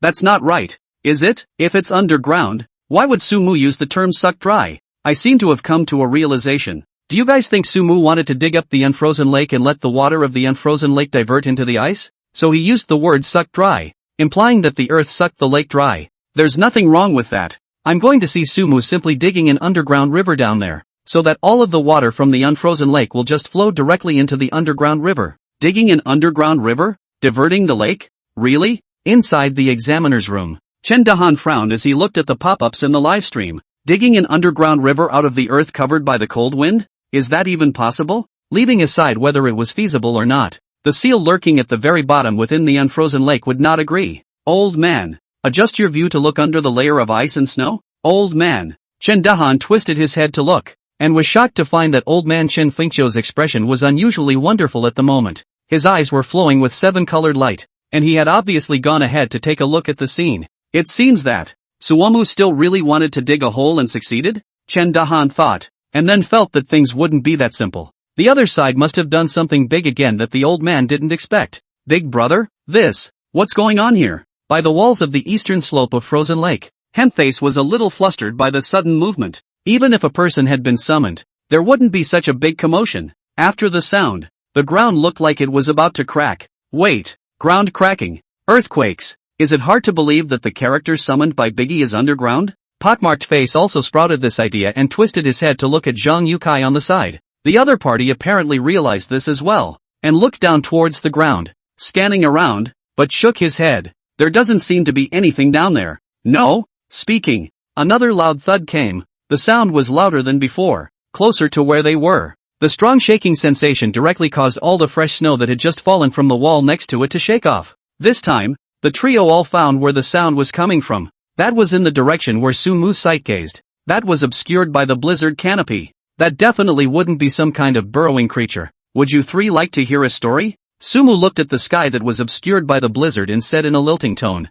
Storytelling? The brainstorming trio, obviously experiencing this session for the first time, had the same thoughts that Finn had at the time popping into their heads. Storytelling? Storytelling at this point? The live audience, on the other hand, was somewhat familiar with the program. Can't it be that this time it's another legendary story from the ancient era of China? Hissing, I hear this violent vibration sound seems to be getting louder and louder. It doesn't sound like it's coming from underground. Is something coming? The last time I told a story, there was shooting 10 days to shock the world. This time, what does Sumu want to do? Robbing the world to solve the immovable lake problem before the world does? Finally, in the Star River District, travel writer Guzhuan listened to Sumu's voice and prepared everything with an excited expression. She couldn't wait to hear a whole new story. Judging from the current situation, this is definitely another story that belongs uniquely to ancient China. That ancient and long ago, could it be that tribal leader Yao? Gugu was holding full of expectations. Next to the frozen lake, the pockmarked face trio immediately reacted after experiencing a brief moment of confusion. Holding a hint of curiosity, the pockmarked face asked, "What's the story, big guy?" From the Once Upon a Time in China, from a time with a legend. Sumu's voice was melodious, as if he was extolling epic and legendary deeds. In the ancient times of China, in the endless wilderness of the north, there was a lofty and majestic mountain that towered over the sky, named Mount Jietian. On top of the mountain peaks lived a group of giants of great strength and the size of mountains. They lived diligently every day and work hard to build their homes. Along with Sumu's explanatory voice, the pages of the book in his mind that belonged solely to the 1,000 years of China vibrated slightly, and a burst of strange light erupted from within his mind. Sumu's words also took on a more bizarre sense of legend and epicness at this moment. Accompanying his words, a pale picture emerged from the minds of every audience member who heard the voice. The majestic peaks, and the so-called giant. At this moment, everyone understood what exactly was behind that canopy. Giants, a true giant. I shit you not? Sumu summoned a giant trying to suck the water of the unfrozen lake dry? Really? The giant would have been completely frozen by the unfrozen lake if he didn't have a little bit of strength. 2. How could he drink it? I don't know. I feel like there's something a bit unusual about this giant. Don't you guys think that the vibration sound is a bit too strong? Specifically, it will depend on what exactly is going on with the giants. Sumu's narration continued while the audience was heatedly discussing. Unfortunately, the heavens were not as they should have been, and in those days, as soon as the sun went down, the poisonous beasts that lurked in the shadows came out to wreak havoc on the earth. This tribe belonging to the giants was likewise unavoidably dead and wounded. Faced with such a scenario, the giant named Quester, the leader of the giant tribe, was so saddened that he looked at the sun, which had just risen from the sky, and an idea sprang up within him. If the sun were caught and hung in the sky forever, wouldn't everyone be able to live a good life with only light and no darkness? He wants to catch that first sun. Catch the sun and hang it in the sky forever? Hiss. At this moment, everyone's scalp was tingling as they listened.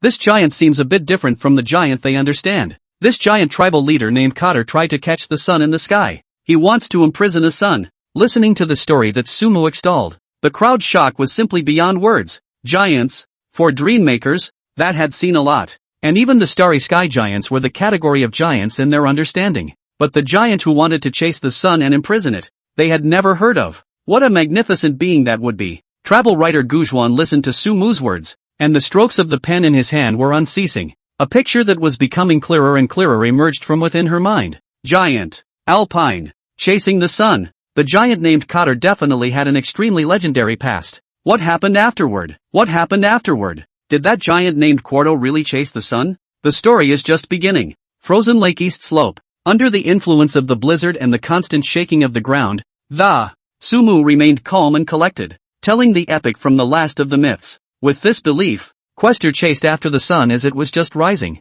With that giant's body he crossed a high mountain, crossed countless great rivers. The earth was shaken by the thud of his feet, and the clouds in the sky flew into hiding because of his body. Not even the sun, which hung high in the sky, was able to shake off him who was running on land. Finally, at some point Quaaludes got really close to the sun. Who was getting closer to the sun? The blazing rays of the sun enveloped the body of the Quaffle and made the giant-like man feel an overwhelming thirst. But Quester still clung to the belief that he would go to the place where the sun had set, and truly embrace and catch it. But he was so thirsty that the sensation forced him to stop slightly and look around to the river. In ancient times, there was a river in Huaxia named the Yellow River. The water of the Yellow River was so magnificent that it chose the ground for thousands of miles, and when Quafu drank it, it dried up completely in the blink of an eye. In ancient times, there was a water named Weha River. The main stream was like the sea, seemingly endless. Quaif drank from it, and the endless river revealed its own bottomless riverbed in a moment. He is so thirsty, but the rivers that supply billions of living beings are but a drop in the bucket to him.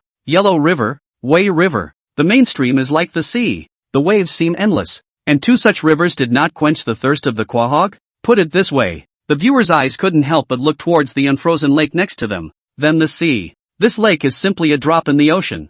I'm afraid it's not enough for the other side to take a bite. To say that this water is better than the legendary Yellow River, that feels just a little bit colder. Sort of a small drink of ice water? In the midst of his thoughts, a violent thunder-like vibration came from within the live broadcast room. The storm raged up the camera screen as it went along. Accompanying the whistling gale was a shriek of horror from the pockmarked face. My God, what is that? In that fluttering gale, the pockmarked face standing next to the city wall vaguely saw the giant body of at least hundreds of meters through the sky. Under the blizzard's enhancement, that magnificent body only rushed into the clouds, as if it was a giant that stood on top of the sky, and it was him that held up the entire dome of the sky. Its face was obscured by the wind and snow, completely unable to peek, and the bronze-colored legs had been like two giant pillars through the sky, already no less than a mountain. If it collapsed, it would surely cause strong earth tremors around it. The pockmarked face tilted his head high, and his gaze looked at the giant named Cotter as if he was looking at a god. The camera on the live feed is turning and widening backward at this moment.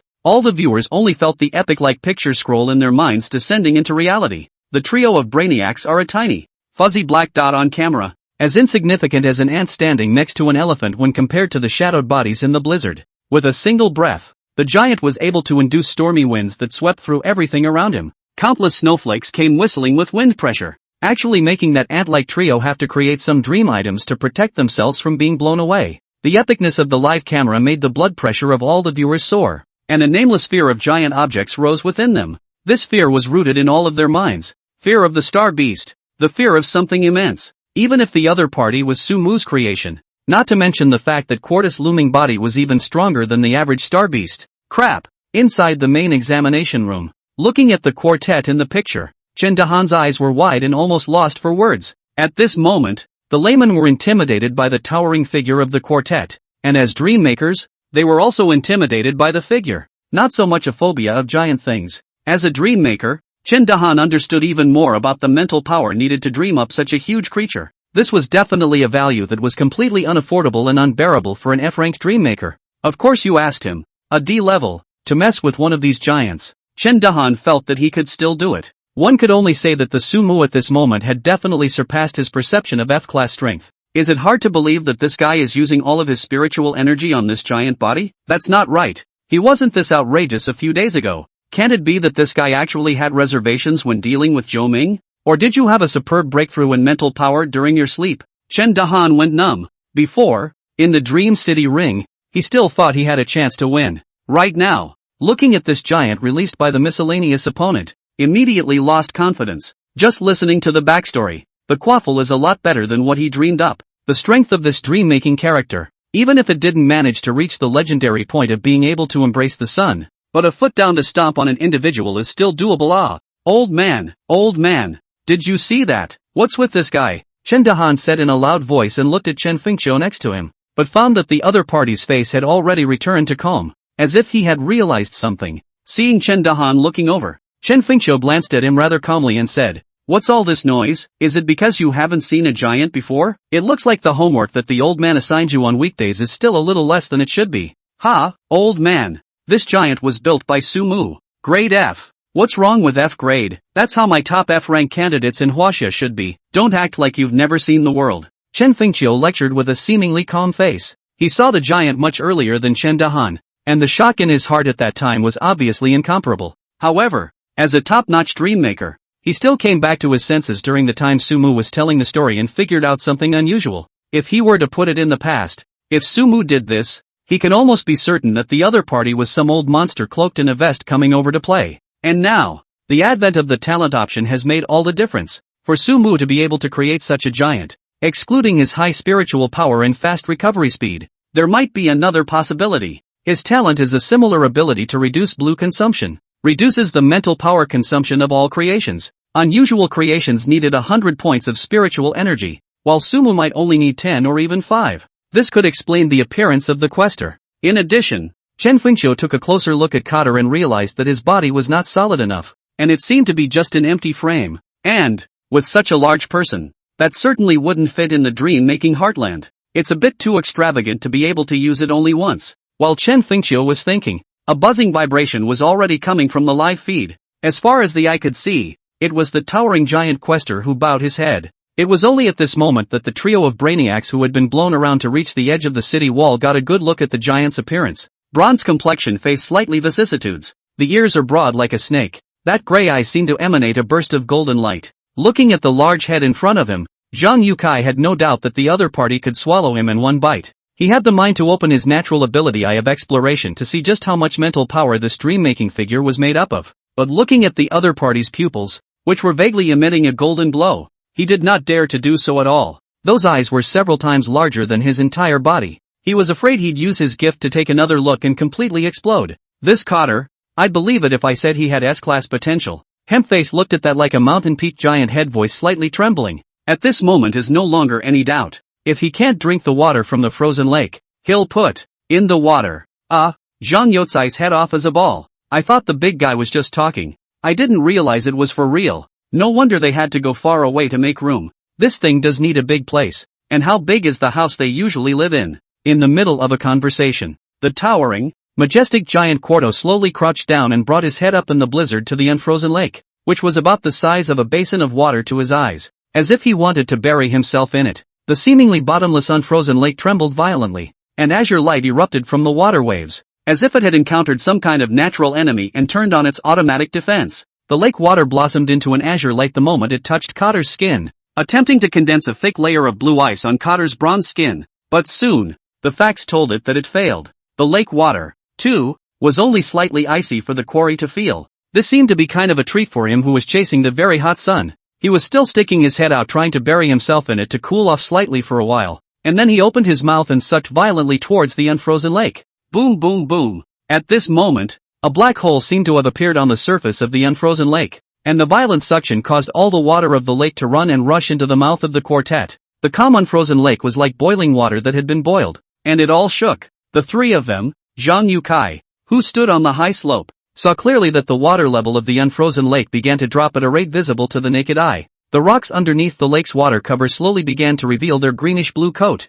and these rocks in the exposed as if not adapted to the extreme cold environment immediately disintegrated and shattered, turned into a little droplets disappeared into the air. The sharp-eyed pockmarked face even saw a few phantom sirens that were awakened and born by the commotion, and were just unstoppably sucked away by the black hole, completely without any resistance. A few of those phantom sirens were up against his face, and for a moment it made Pocky Face think that he was about to be buried in the mouth of a quaffle as well. Holy crap! What a drink! Surveying the giant, the pockmarked face suddenly felt that it wasn't impossible to sight further back, and that it should be safer to hide behind the walls. The lake, which in their eyes was extremely wide and contained great dangers, was at this moment not worth mentioning in comparison to the giant. The viewers in the live broadcast room watched this scene, and while shocked, they immediately swiped out applauding pop-ups. 666. Holy shit, this is definitely another over-answer. I see that the candidates of other countries have not solved the unfrozen lake in advance at all like us. This wave of Great China has seized the first opportunity. You guys say that we in China in the past is really like what Sumu story told. There are giants, but also able to shoot the son of the mortals. Too shocking. Examination team cannot This question can be difficult to defeat who, waste, strength to add another layer of it. Other candidates, I thank you oh so much. Brothers just I realized that Sumu actually didn't use this wall at all. The pop-up screen swiped but 2 or 3 seconds. The unfrozen lake's water had already bottomed out, revealing its frighteningly bare rocky ground. The camera on the live feed looks downward. The crowd can clearly see the azure-colored bug cocoons exposed above the eye rocks at the bottom of the lake, densely rooted in the rocks. A rough count is 200 to 300. Some of them have begun to hatch gradually, while others are still biding their time. The exam team is absolutely not expecting that someone can break through the blockade of the unfrozen lake in advance and come here. So much so that some of the monster prize packages they had arranged for candidates were cut off before they even showed up. Just when the crowd thought that after sucking the lake water dry, Cotter would continue to smash all the insect cocoons inside with a single punch, Sumu withdrew his hand, only to see the 7-colored light flow. Quester's figure gradually illusory. Stand-up upright body slowly disappeared in the blizzard. In a few moments there was no trace. It was like Sumu directly dissolved the quartet in the air and didn't include it in the dream-creating heartland. Of course, it's just an illusion. After consuming so much source power to create a dream quartet, Sumu definitely wouldn't waste it, and immediately put it back inside the dream-creating heartland in his mind. Chen Fengqiu had indeed underestimated the capacity of his dream-creating heartfield, which was still capable of holding quartet, but it also seemed a bit crowded, because the hell took up half of the dream-making heartland. The arriving quartet was only able to perch on the ground. At this moment, he could only shrink his head and huddle next to the city temple to wait for Sumu's arrangement. As for why you didn't just punch the worm cocoon at the bottom of the lake and passing and dry crush it, the first was that this Cotter was different from the other characters, as he constantly consumed Sumu's spiritual energy with every breath, making Sumu have to constantly pay source power to sustain it. The overuse of his spiritual energy made him vaguely feel that he had reached his limit and had to rest for a moment. In addition, after solving this unfrozen lake, Sumu would definitely be able to get a huge high score, and these several hundred bug cocoons would not be a big plus for him, so it would be fine to let the trio pack it up. Sumu thought about coughing to wake up Zhang Yukai. 3 people who froze next to him. He pointed to the bottom of the lake has not yet been able to hatch out of the insect cocoon said. I'll leave you guys to clean these up. Should be no problem? Hand them over? The trio froze at the words, glancing at each other then rejoicing wildly. Isn't that a credit for nothing? This has not yet hatched out the insect cocoon that is to let them take the fish and meat? Standing still and doing nothing, only to end up picking up a couple hundred war credits for nothing? Could it be that the big man summoned the giants out tired and let them pick up the slack? This seems a bit inappropriate, doesn't it? The pockmarked face trio glanced at each other with slightly tangled expressions, and in the end, there was Zhang Yukai who took the initiative to step forward. Big brother, why don't we wait for you to recover your spiritual power? The phantom sirens that came out during this period of time should be ours, and the rest should still be given to you. Big brother? Zhang Yukai was still a little afraid to look up at Sumu. His tone was no longer as high and cold as before, and he said rather respectfully, waiting for me to recover? Sumu shook his head slightly at the words, you guys just kill it. This exam is not based on the number of monsters killed to discuss the score. Clearing this unfrozen lake, my score is absolutely maximized. There is no need for this side of the merit. Also, after killing the phantom siren that will be born soon, you guys hurry up and look for that energy source in the lake. I'll wait for your news up there. Like this? A bigot is no less a bigot. The pattern is just great. As soon as they heard that, the trio got excited and, don't worry big brother, leave this little matter to us. I'll find that energy source. With a shout, the trio was about to rush to the bottom of the unfrozen lake. ready to summon the dreamland creature to decimate the completely defenseless monsters around them. Hiss. Wait. Halfway through his run, the pockmarked face seemed to have thought of something and stopped in his tracks, asking curiously, Diggy, what happened to Quaaludes? Did he finally catch the sun? He was still slightly obsessive-compulsive, and couldn't listen to only half of a story. Hempface's words were a question that went to the heart of some of the audience. Yeah. Where did Cotter end up? Did he finally catch the sun? +1. Super curious. There is a limit to how far the F-rank sumo can make a quaffle, but I don't think there was one at that time. Was there? He's definitely a giant god. Yeah, but Sumu said before that Cotter is getting closer and closer to the sun, which also shows that he hatefully may be about to catch up to the sun again. What about the backstory? Ah, it's urgent. Sumu froze as he listened to the words of the pockmarked face, and then smiled, completely completing the story he had yet to finish. After drinking from 2 great rivers, Quester chose to continue his pursuit of the sun. After a 9-day, 9-night chase, Quester eventually followed the sun to where it set. There he truly embraced and caught the sun. There is no doubt that in that moment, Quester did it, and the fulfillment of his wish was close at hand. But the sun's rays were just too scorching, making his already thirsty body more and more in need of water replenishment, and Quafu had no choice but to let go of the sun, intending to travel first to that legendary non-drying Das township, to completely quench his thirst. But halfway through his journey he ran out of breath, and his form crashed into the earth, turning into mountains that eventually fell silent. This is the mythological story of Quaaludes. Cotter eventually embraced the sun, but still wasn't able to bring permanent sunlight to his people. The audience listened to the ending with an inexplicable sense of epicness, as if they had witnessed the fall of a legend, a giant god, embracing the sun,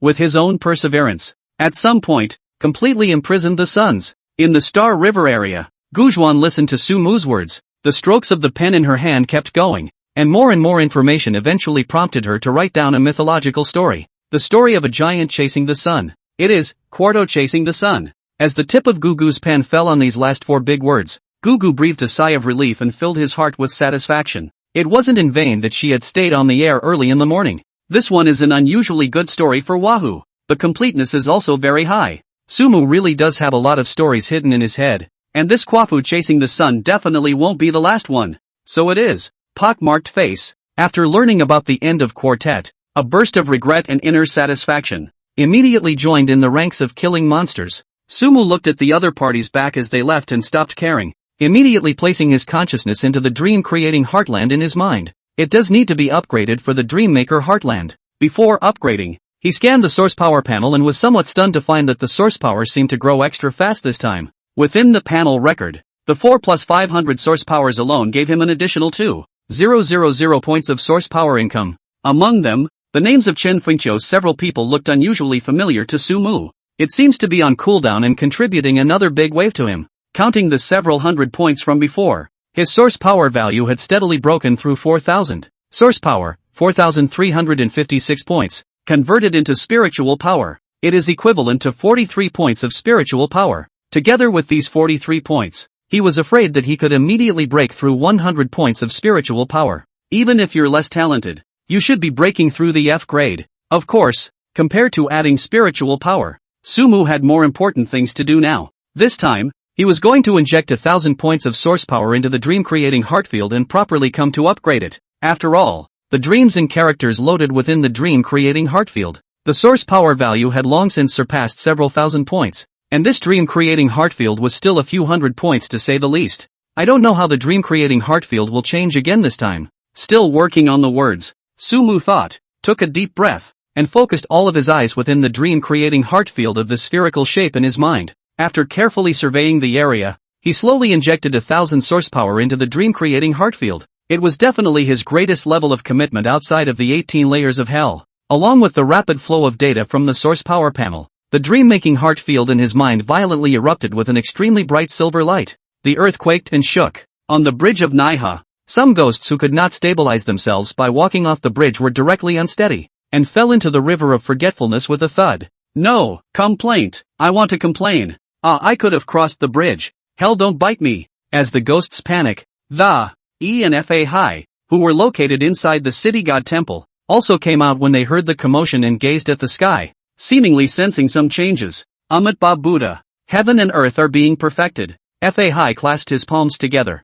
I don't know when the cantonment will show up. He gazed at the sky, as if he was thinking about something. The big abnormality that appeared within the dream-creating heart field this time was completely unexpected by Sumu. Unlike the previous few times of easy transformation, he was even able to feel the vibration of that dream-creating heart field within his mind this time, which brought a powerful sense of discomfort to his mind. Just as Sumu was feeling more and more uncomfortable, the book in his mind that belonged uniquely to the 1,000 years of China operated on its own and slowly turned over. As the pages flowed, a worldscape with a flood of immortal energy appeared. Before Sumu could take a closer look, he saw that the page detached itself from the 1,000 Years of China book and flew into the vibrating dream-creating heartland as if it was undergoing some kind of fusion. In an instant, Sumu felt that the space in his conscious mind had somehow increased in size by a few points, and that dream-creating heart field had even become more than twice as large. The spherical shape emitting intense light swelled violently, and between the vibrations of heaven and earth, the area belonging solely to the hell from the original half to the bottom one-third. The earth above it, on the other hand, occupied the middle layer of the sphere and was still expanding in size, and the land it covered vaguely took on a slightly different color, as if there were greenery flowing through the soil. The location in the center was even more shaky, and a small temple became visible. It was the land temple that had been forgotten by Sumu, and I wondered if the landlord had taken the opportunity to build a home for himself. Curled up in the earthly quartet at this moment also had a movement. He slowly crouched down. Around the body gradually grew some wooded rocks, lying down next to the city temple. In a moment turned into a majestic mountain. It was so green and lush above it. Sumu looked at the mountain and was first shocked, and then realized that he was still able to summon out Kwafu before slowly letting go of his heart. The line of sight moved above the earth. The sky that was not too different from the hell. Gusts of clouds quietly emerged, evenly distributed on a horizontal line, like a perfect dividing line. Apparently dream-making was also possible here. A place reserved for Sumu. Here, the sun and moon must have a place, and as long as they were made, his little world could have day and night. Also, as Sumu surveyed this heaven and earth, he felt that there were still some buildings that could be created first as well. The pages of the book in his mind, which belonged uniquely to the 1,000 Years of China, slowly turned, gradually coming to a magnificent gateway. On it are the words Nantian. It is, the southern heavenly gate. With all the hells in place, the heavenly court certainly can't be absent. Also, this earth is a little too barren, completely lacking in popularity. If there is popularity on earth, then the reincarnation in hell should be perfected in the true sense of the word. Hiss. When Sumu thought about it like this, he suddenly realized that he was still far from building this dream-making heartland. Between flashes of thought, in the midst of the wind and snow, inside that unfrozen lake, came the shouts of Zhang Yukai. Biggie, I found the energy source. Come on. The writing of the latter paragraph is a bit strange, so I won't post it first, and wait for tomorrow to continue exploding QAQ. Once he heard this, Sumu also temporarily set aside the construction of the dream-creating heartland, preparing to wait until he returned to the fortress to inspect it. He looked his gaze to the bottom of the unfrozen lake and saw Zhang Yukai standing very deep in the lake waving his hands. Biggie, this way, I found it. Coming. Seeing this, Sumu immediately slid down the lake's icy rock wall and into the bottom of the unfrozen lake. He didn't care about the phantom sirens that were still hatching around him, and walked straight around these insect eggs towards where Zhang Yukai was. The pockmarked face and the girl who were continuously abusing the vegetables also paused their hands when they saw this, and with a hint of inquisitive mentality followed Sumu to the side of Zhang Yukai. Brother Mac, look, the energy source appeared from this hole. Zhang Yukai saw Sumu's several people arrive and hurriedly stepped aside. Behind him was a hole in the ground whose opening was covered with a layer of 7 colored bubbles. The bubble overflowing with 7 colored light was shaking in the wind and snow, as if it would burst in the next second. But the crowd observed it for a while and it remained in this form. The seal clearly looked fragile,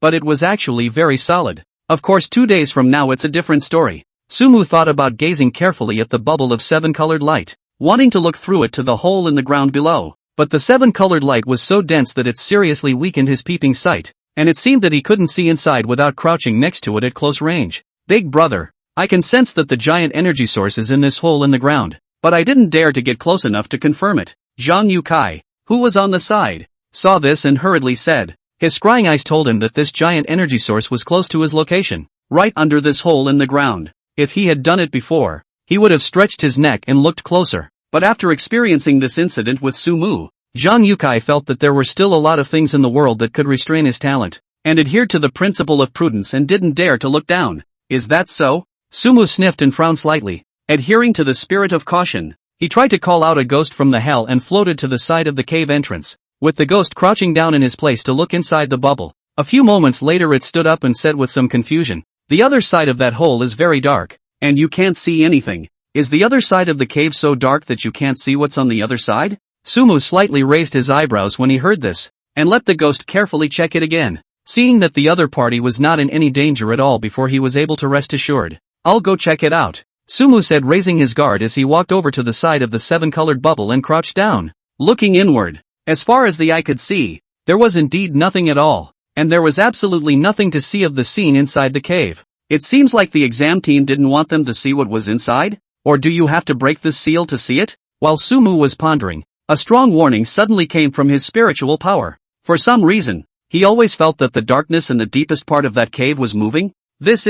Sumu gazed intently and his pupils suddenly shrunk. As far as the eye could see, the darkness at the end of the hole in the ground slowly receded, and the pure black depths gradually took on a strange color. Along with the increasing colors, Sumu also saw the full extent of the depths. What darkness! The depths of that hole were plugged with a pure black eye, a monster's eye. At this moment, the scapegoat in Sumu's mind let out a sharp scream. In a trance, the pupil of the pure black giant eye slowly began to split into countless insect-like compound eyes. The many compound eyes that looked like crystals stared at Sumu in unison, and with the help of 7 colored streams of light refracted Sumu's image in his own tiny pupils. It seemed that a creature was likewise watching him from the other end. At this moment, Sumu felt like he was frozen in place, unable to move. At the very moment when he realized that it was bad and was ready to summon the character in the dream-making heartland, those countless pairs of eyes erupted with pure black light, slamming straight down the hole in the ground to where his probe was. Unfortunately, the 7-colored bubble suddenly brightened the moment it came into contact with the pure black beam of light,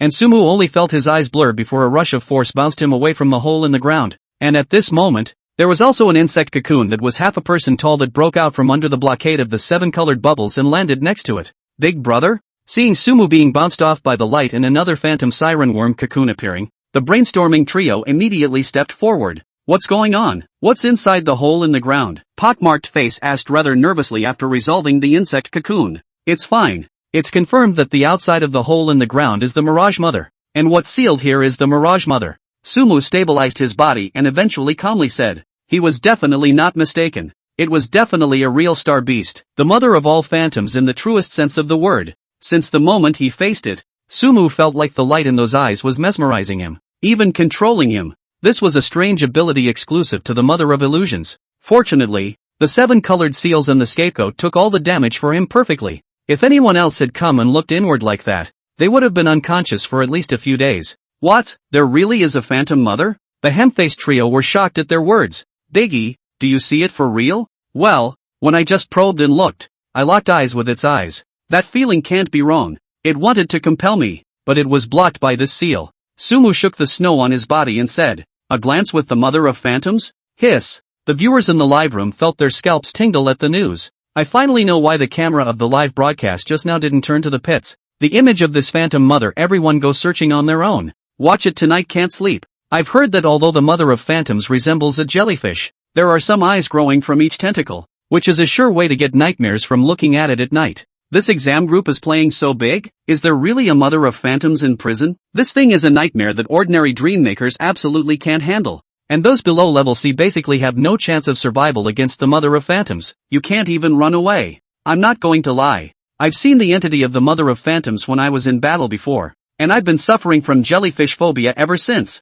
Looking at the situation, this is not a solution to the problem. If you forcefully break through the seal, it's just looking for death. It's good to give lessons to budding dream makers with this guarantee of safety. Big brother, what about that? Zhang Yukai looked at the seal and silently moved away some more. Don't bother. This seal shouldn't be able to be broken. We only need to deal with the phantom siren insect cocoon that came out from within the hole in the ground. Sumu said thoughtfully. Your shelters are all located close to this unfrozen lake, aren't they? Aha, we've matched positions before and they're not too far apart. Pockmarked Face said, hollowing out an extremely rudimentary map. It was labeled with the approximate location of the unfrozen lake with the location where the 3-man fortress was located. The map was very rudimentary, and Sumu took a few glances at it and memorized it. He recalled the location of the fortress he was in, and slipped away to look at white impermanence in the dream-creating heartfield within his mind. And seeing that the other party had quietly returned, he got the location of the fortress of Huang Yunxiang, the student who had led the way before, from white impermanence.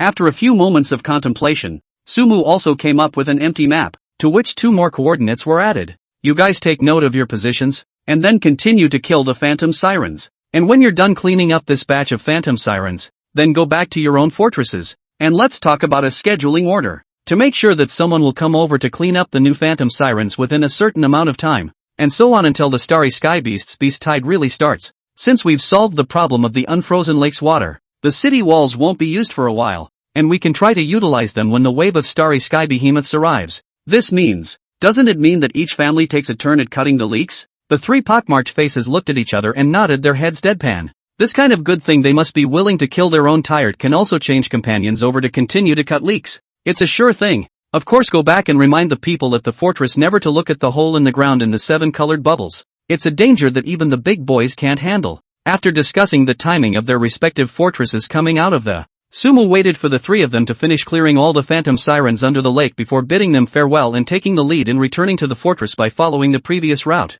The weather at this outpost was unusually strange. Although the sky was covered by a violent snowstorm and the sun was completely invisible when you looked up, there was a certain amount of bright light illuminating the surroundings. It's 12 o'clock coming from inside the Dream City Hotel, but it's daytime over here. So if this place is really assessed according to the specific circumstances on Earth, it's a long way from the outpost to Dream City. I'm afraid it's going to be difficult for Dream City's aid to come. Sumu made a slight estimation in his heart, draped himself in a blanket, and as 7 colored streams of light surged in his hands, a sled cart pulled by the Dragon of Desire quietly surfaced. He mounted the sled and sped off in the direction he had come from before. Sumu didn't have to worry about not being able to find the fortress. As long as the direction was correct, he would be able to return home after releasing the Ghostbusters out to search around. There were no surprises on the way. His sense of bearings was excellent, and in about half an hour he saw the Black Iron Lake Fortress. The fortress they were born in this time wasn't too high, only about 4 meters of walls, and on both sides of the walls towered slightly higher houses.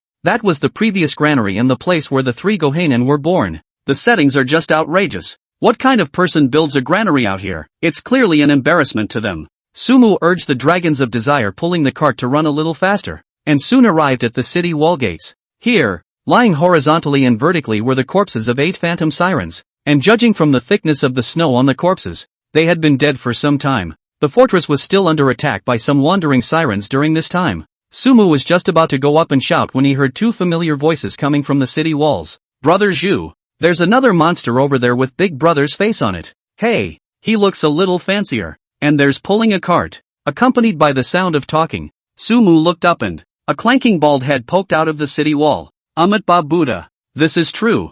Sumu has returned. It's time for the caster to catch up. The phantom siren doesn't use dream-making means. Gohan was still able to recognize Sumu at a glance, avoiding an unnecessary battle. So, I thought I could kill another one with a Big Brother's face on it. Ahem. Big Brother, wait. I'm coming to open the door, Fen said as he flew down from the city wall. The gates of the fortress quickly opened, and Fen, who opened the door, waved at Sumu. Biggie, hurry up, we're making a fire in there. It's hard to get the room warmer. Good. Sumu shook the snow on his body and hat and walked in with a cold breath. At first glance was the hall of the fortress. A fire was being built here, with shelves and various types of food from the previous granary stacked next to it. Apparently the crowd hadn't rested during the time Sumu had been away, transferring all the supplies within the fortress. Ginger Red Spoon was leaning against one of the pillars closest to the fire and resting with her eyes closed when she heard the sound of the gate opening before slowly waking up and twisting her head to look over. Cho, on the other hand, was cooking rice porridge in the fire in a pot that he didn't know if it was imaginary or not,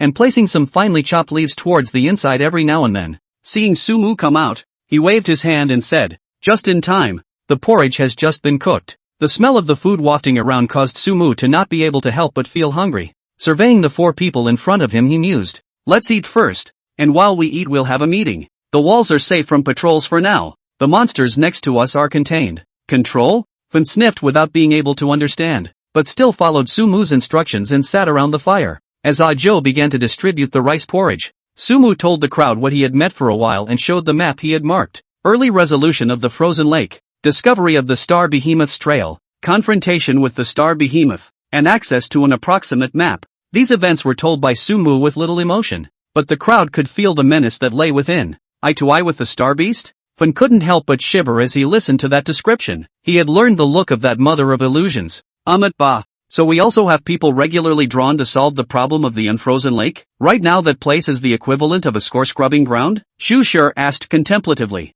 Not bad. We've arranged shifts. The other 3 fortresses will come out first. You guys count the time. You can pick someone to leave at the right time. As Sumu said, Joe next to the fire was already carrying a bowl of steaming white porridge and handed it to him. Be careful of the hot. This water to cook porridge as I use snow water to cook. Some minced meat inside is empty thought. Can mention a flavor. Dumbfounded Joe laughed. Sumu said thank you and received the large bowl. Feeling the temperature brought by the walls of the bowl, he felt that his body had warmed up a lot. Seeing that the crowd was taking in the information he was giving, Sumu lightly blew on the surface of the rice porridge and took a sip. Hot and slightly thick rice gruel with the smell of meat and vegetables rushed down his throat. Cho hadn't lied about being able to make a good bowl of porridge even with the ingredient limitations. Unsurprisingly, these last 2 days they had only been able to rely on kanji to top off their satiety. And if Tang Lemon and Jiangli, who had traveled to the Iron Fortress, didn't haul in any food in 2 days, then they would be in a dire situation. At that time, if you wanted to eat, you would probably only be able to nibble on the corpse of that starry sky beast outside. This stuff, you don't say. Someone really did test it. It tastes awful. Not to mention it might have a strange poison on it. If not, things would really be different if the star beast was edible and tasty. May I suggest that we start our shifts after we eat? 5 people have to divide the time between standing guard and going out to hunt monsters. Finn raised his hand and proposed. No problem. These days excluding the frozen lakeside there shouldn't be any other giant beasts arriving. But we still have to be careful. Sumu nodded and pondered for a moment before saying. All the people who went out scouting just brought back as much information as they could about the location of the perimeter so that they could refine the map of our positional arming around the perimeter. After conferring for a while over gruel by the fire, the people finalized the patrol plan and treated Joe and Often as one person. Once they went out on a patrol mission they would let them both go out together to prevent accidents. And as the patrolman of this round, Sumu took Zhang Hongspoon's place after the meeting was adjourned, emptied himself of a thick quilt and wrapped himself up, leaning against the pillar and then closed his eyes. This time, he was really a bit sleepy. Sumu was prepared to have a good night's sleep, and then deal with the changing dream creating Heartfield in his mind after he was awake. With the sound of the fading footsteps of those around him and the chipping of burning wood, he eased into sleep. It seemed to be a place of infinite darkness. In the darkness, a giant eye was vaguely peering at him. In the incomparably dark dream world, the groggy Sumu felt his consciousness suddenly wake up at a certain moment. Then, looking up, he saw the huge eyes that were always watching him in the darkness of the dream space, and also the compound eyes that were densely packed in them as if they could radiate everything like mirrors. Noticing Sumu's gaze, those compound eyes blinked, and all of them reflected his appearance on their mirror-like retinas. Is this the residual effect of having locked eyes with the star beast? Sumu frowned slightly at the sight. That giant eye brought him a strong sense of discomfort. Black and white. He let out a low gulp, and in a flash of thought was about to try and call out something to prove that he wasn't in a dream. But at that moment, the pitch-black giant eye that was watching him suddenly let out a violent crumbling sound and collapsed in front of his eyes as if it had lost any support, changing into one tiny compound eye after another. The compound eyes quickly coalesced again, seemingly trying to construct a whole new object. During this process, Sumu inexplicably felt the emotions transmitted from these compound eyes. It is pain. Thoughts of electricity. His hands seemed to have 7 colored flashes of light. The ancient boundless black fog then shrouded out of his body. Black and white figure quietly emerged. It was then that the swarm of black compound eyes twisted and constructed a human form before his eyes. The face is blurred, but a solid black eye that moves freely grows at the forehead of the face. Under Sumu's gaze, the three-eyed human in front of him waved his hand towards him. A hoarse voice resounded throughout the space. Sumu, hello. Along with the voice, Sumu's dream fragmented. Faintly, a calling voice came from the side. Big brother? Big brother. Sumu opened his eyes in a daze and realized that he was still inside the fortress hall. The fire piled in front of them was still burning, but it was much smaller. Next to them were the 2 brothers, Fen and Cho, who looked incredibly sleepy. Seeing Sumu opening his eyes in a daze, Fen said extremely tiredly, "Brother, to your shift. Sister Jiang went to clean up the unfrozen lake. Brother Zhu is sleeping, and the 2 of us just finished our shifts." Switching values? That fast? He felt like he'd only just fallen asleep. As Sumu listened to Fen's words, his somewhat muddled head slowly woke up, and the dark, deep space, the figure that had once spoken to him in his dream immediately blurred quite a bit. "Okay, you guys go to bed. I'll go man the walls," Sumu said as he removed the quilt that was covering him, changed himself into a blanket and walked towards the city tower.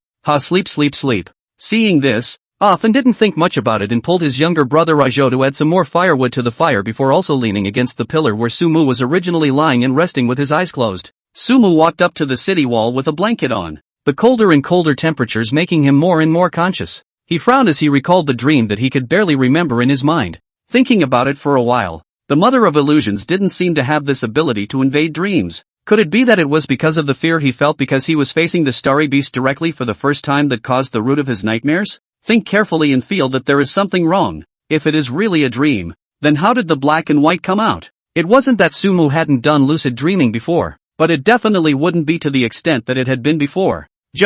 Is this precognition or invasion? If it's precognition, then what does the giant eye turning into a human mean? But if the invasion of... Sumu closed his eyes and gazed at the dream-creating heart field in his mind, gauging toward the location of the hell, and inquired about the black and white irregulars who were on the Yellow Springs Road. The black and white irregulars looked at each other and both shook their heads to give a negative answer. They did not feel any calling. Is that so? Sumu pondered slightly for a moment and slightly lowered his heart. This at least suggests that his consciousness is not being pulled to some other unknown place. And if a giant beast wanted to invade his dream realm and cast some danger on him, it would inevitably not be able to bypass the dream-creating heartland and the Book of 1,000 Ancient Chinese. Human dreams existed within an ocean of consciousness with the depths of the brain, and there were quite a few things in his ocean of consciousness that could act as guards. If he had any abnormality in the dream-making heartland, the land eunuch and the city god would feel it. It was most likely some sort of residual influence from having seen the giant black eye give him, similar to strange precognition. No way.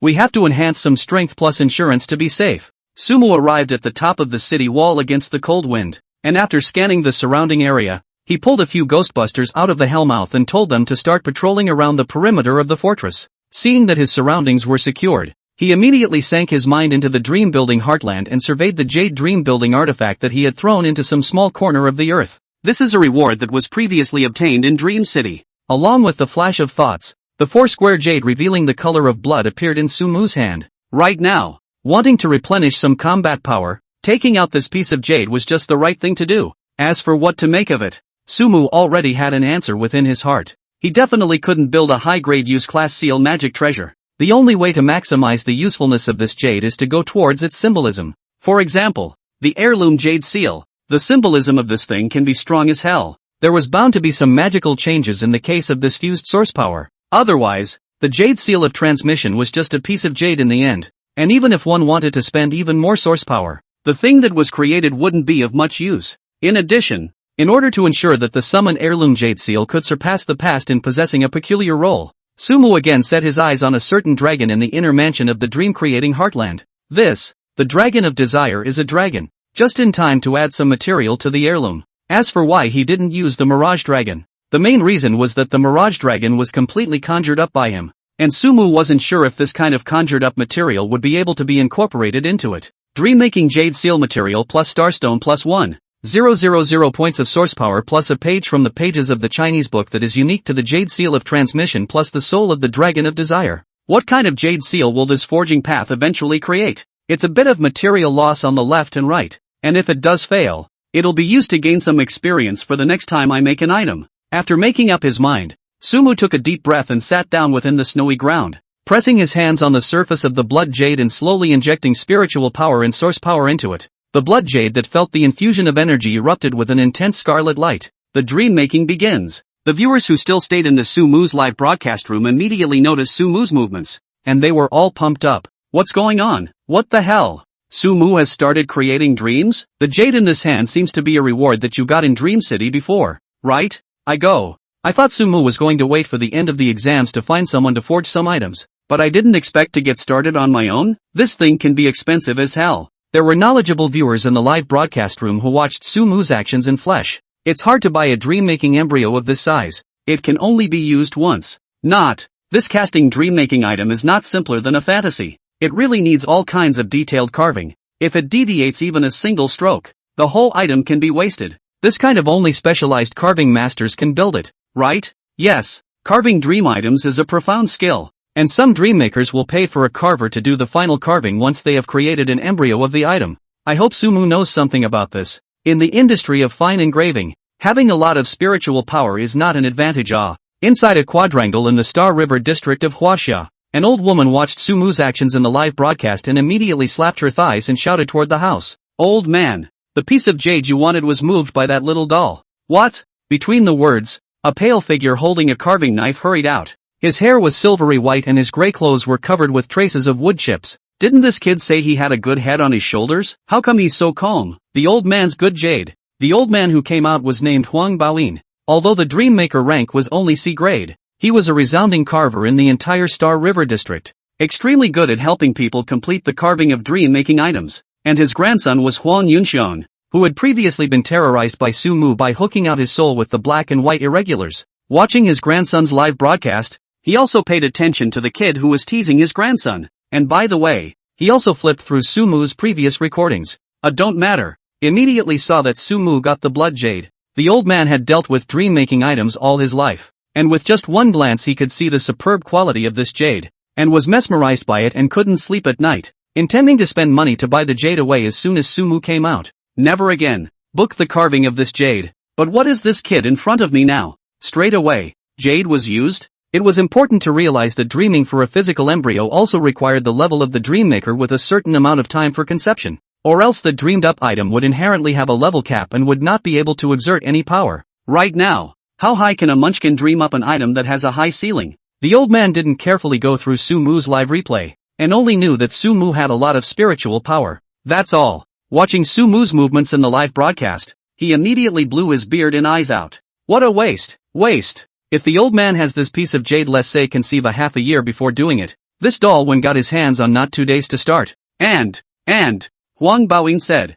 his eyes glaring. What did he see? This Som appears to be doing a whole lot of dream building? He wanted to turn the blood jade directly into a dream creation item in one breath? As Huang Baoyin had seen, Sumu did want to cast the jade seal of transmission in one breath. For the case of having the 1,000 ancient Chinese pages in his mind to guarantee his dreams, his dream-making means were really quite different from that of normal people. Let's hope this heirloom jade seal can give me a little surprise. Sumu took a deep breath, and as the pages of the ancient book in his mind, which belonged uniquely to China, flipped slightly, a magnificent 4-inch, 5-dragon intersecting seal appeared. Along with the appearance of the jade seal, Sumu's source power began to slip continuously inputting 1,000 points to prime the composition of the jade seal in his hand. Soon, the entire blood jade was flooded with 7 colored streams of light, and the surface of the blood jade had been twisted and shaped rapidly at a speed visible to the naked eye, constantly changing shape under the control of Sumu's hands. Gradually, the carvings on the surface of the jade seal slowly emerged. The 5 blood-colored true dragons closed and interacted with each other, and the eyes of the dragons flashed, and the blood dragon scale patterns on them emerged one by one, as if they were finely sculpted by ghostly artisans. The camera on the live feed then zoomed in to clearly show the viewers the formation process, looking at the subtle carvings that gradually formed on that blood jade. Looking at the blood-colored strange creature, Huang Baoyin just wanted to angrily reprimand. The words all of a sudden stifled back to the stomach. His eyes wide open. Looking at this scene is as mesmerized. This creature of great beauty and majesty, coupled with an absolute degree of advanced carving craftsmanship, was instantly engrossing to the longtime researcher of carving craftsmanship. Is this really a student doing this? Without using a dream carving knife, just by your own imagination, this blood jade is slowly carved out? If the world were like this, we carvers could all be out of a job. How did this creature's scales get carved? When Huang Baoyin was shocked by the 4-inch large seal in Sumu's hand was already about to take shape. And when he saw this,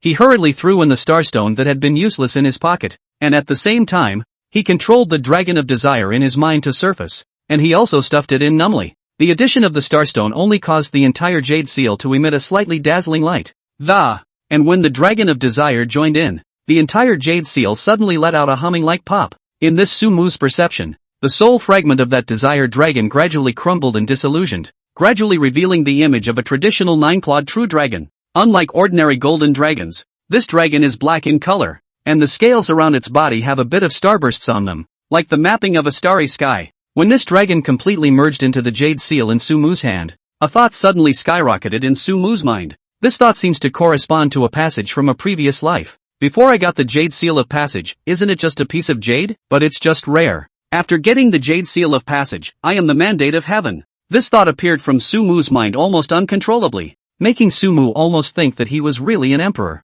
It was only when the pages of the book in his mind, which belonged uniquely to the 1,000 years of China, slowly turned, that this thought quietly disappeared. Between thoughts, a whole new page was added to that tome, and a line of text soon became visible on it. Starry Night, the Jade Seal of the Passing State. Introduction, the Emperor's Seal. To take over the throne of the inevitable search for things, by the Qin Shi Huang caste, the entire paragraph deleted. New introduction, the Emperor's Seal. The thing that those who take over the throne are bound to look for, was made by the great Emperor of Xian Qin with the sky as his pen, and it is Xian Qin Yongchang. Those who hold the Great Seal will receive additional bonuses when dreaming of Great Qin characters and soldiers. Bonus 1, have the source power required to create Dream de Qin. Bonus 2, the strength of the appearing character will be linked to the spiritual power of the Dream Maker. The stronger the Dream Maker, the stronger the character. Remarks, after incorporating a mysterious species from the stars, the Jade Seal's allure is even stronger when its ability changes drastically. Anyone other than you who gets hold of the Jade Seal will immediately amplify their own greed and become incredibly unlucky while trying to become the Emperor. Looking at the contents revealed in the pages of the book, Sumu held the Great Seal and immediately realized that he had earned a great deal. That dream-making Great Qin character source power having bonus alone was ridiculously strong. This meant that he only needed to spend 500 points of source power to achieve the effect of 1000 points of source power. In addition, extra attributes are added to the characters that come out of dreaming. The stronger he is, the stronger the character is. This directly and fundamentally raises the upper limit of Great Qin's dream creation. If the Great Qin of the past were all mortal, now they could possess a growth force that could truly rival that of the star beasts. The generals summoned now were more than enough to kill a phantom siren.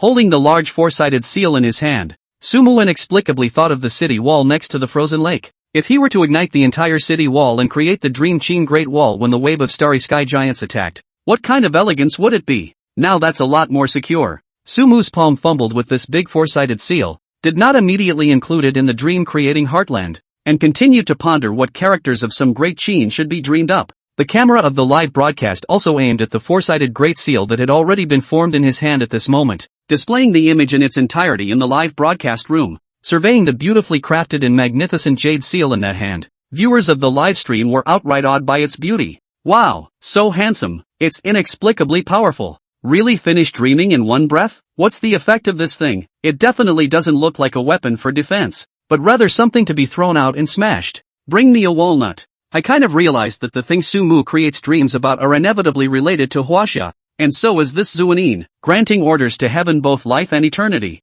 Is this a magic treasure that takes on luck or something like that? In the Star River District, top sculptor Huang Baoing looked at the Jade Seal in Sumu's hand in a daze. As a veteran dream sculptor, he has created countless dream items through his hands. Just by seeing the image he could sense the artistry and depth it contained. Granting orders to heaven for both longevity and eternity. This is the symbol of the king. This is a great seal of a monarch. Not only that, it's also completely different from the kind of large seals abroad. Very much its own distinctive style. Like it's from a time long past. The latter is a good thing. Huang Baoyin at this moment no longer have any thoughts of buying. He just want to go to see with their own eyes, touch this big seal, and study it properly. Playing with the big four-sided seal in his hand for a while, Sumu pondered and had an idea. Since he had made up his mind to use that section of the wall to create the Great Wall of Dreams, he now had the Great Qin Jade Seal in his hands. A passage from the Over Qin theory then naturally surfaced within Sumu's mind. It was, he made Meng Tian build the Great Wall in the north and guard the fence, but the Xiangnu was more than 700 miles away. Meng Tian, a great general of the Qin dynasty, stationed at the Great Wall, the earliest developer of northwest China. Since there was a Great Wall, it was natural that he could not fall behind. The pages of the book that belonged uniquely to the 1,000 ancient Chinese slowly flipped, and a middle-aged general clad in shoulder armor appeared in Sumu's mind. The eyes were glaring, and a murderous aura was revealed in his eyes. The powerful arms were filled with the scars of killing, and they were chilling, just as he led an ironclad army that was once unrivaled in the country and swallowed the world like a tiger. There can also be another troop on the way. This kind of cheapness of having the consumption of source power is not to be taken advantage of. Holding the Jade Seal, Sumu immediately closed his eyes with his mind within the dream-creating heart field and spent 400 points of source power to construct it. The dream-making heartland earth began to shake violently next to the mountain on which Quarto was lying down. With that, a barracks consisting of wooden fences and various types of wooden houses quietly emerged. A deep black flag completely unused in the past quietly hung out, revealing the ancient writing within. It is, Qin. Between the wind blowing and the flags fluttering, one by one, the soldiers holding sharp blades and spears, clad in black armor slowly came out from the various barracks and started patrolling according to a specific location. With strict military discipline, and located in the largest tent of the barracks, Meng Tian stood here, polishing the long sword in his hand, waiting for the day of the march. Su Mu's call. This earth, at last, is somewhat popular. If the Qin army dies in battle, it just so happens that they can go down to hell to become ghost messengers and patrol the world in the dark. Such a ghostly messenger must also be much stronger than an ordinary ghost. Looking at the military camp in the dream-creating heartfield, Su Mu's heart was a little bit more at ease, and he put the jade seal in there as well, then stood on the city wall and waited for the subsequent shifts. The countdown to a grueling war has begun. After clearing out the unfrozen lake, the entire area around the fortress became a no-man's land, and not a single other type of monster was seen appearing for 2 days. This day of rest, Su Mu in their own sleep at all times to hold the big seal in the heart. That day's nightmare is never again at the door. It was as if the giant black eyes were also scared back and never dared to appear again. Seeing this situation, Su Mu also temporarily buried this matter in his heart and focused more on the upcoming exam. For some time now, he had ceded his trips to the frozen lake to brush up on his points to others, focusing his direction more on exploring the perimeter. After exchanges with several of the fortresses, a more detailed map of the surrounding area was hollowed out. In the final hours of the impending wave of star beasts, all 5 returned to the fortress and sat around the fire, reviewing the newly revised map. They were surrounded by a dozen or so fortresses, large and small, and were completely surrounded by the surrounding fortresses. Once the unfrozen lake conundrum was solved early, it became a truly safe zone. Even if the tide of star beasts came crashing over, they had to first pass the several fortresses located in the front, and the other side's leaky minions were the focus of Su Mu's defense. We're in a good position. It looks like the fortress is still easy to defend,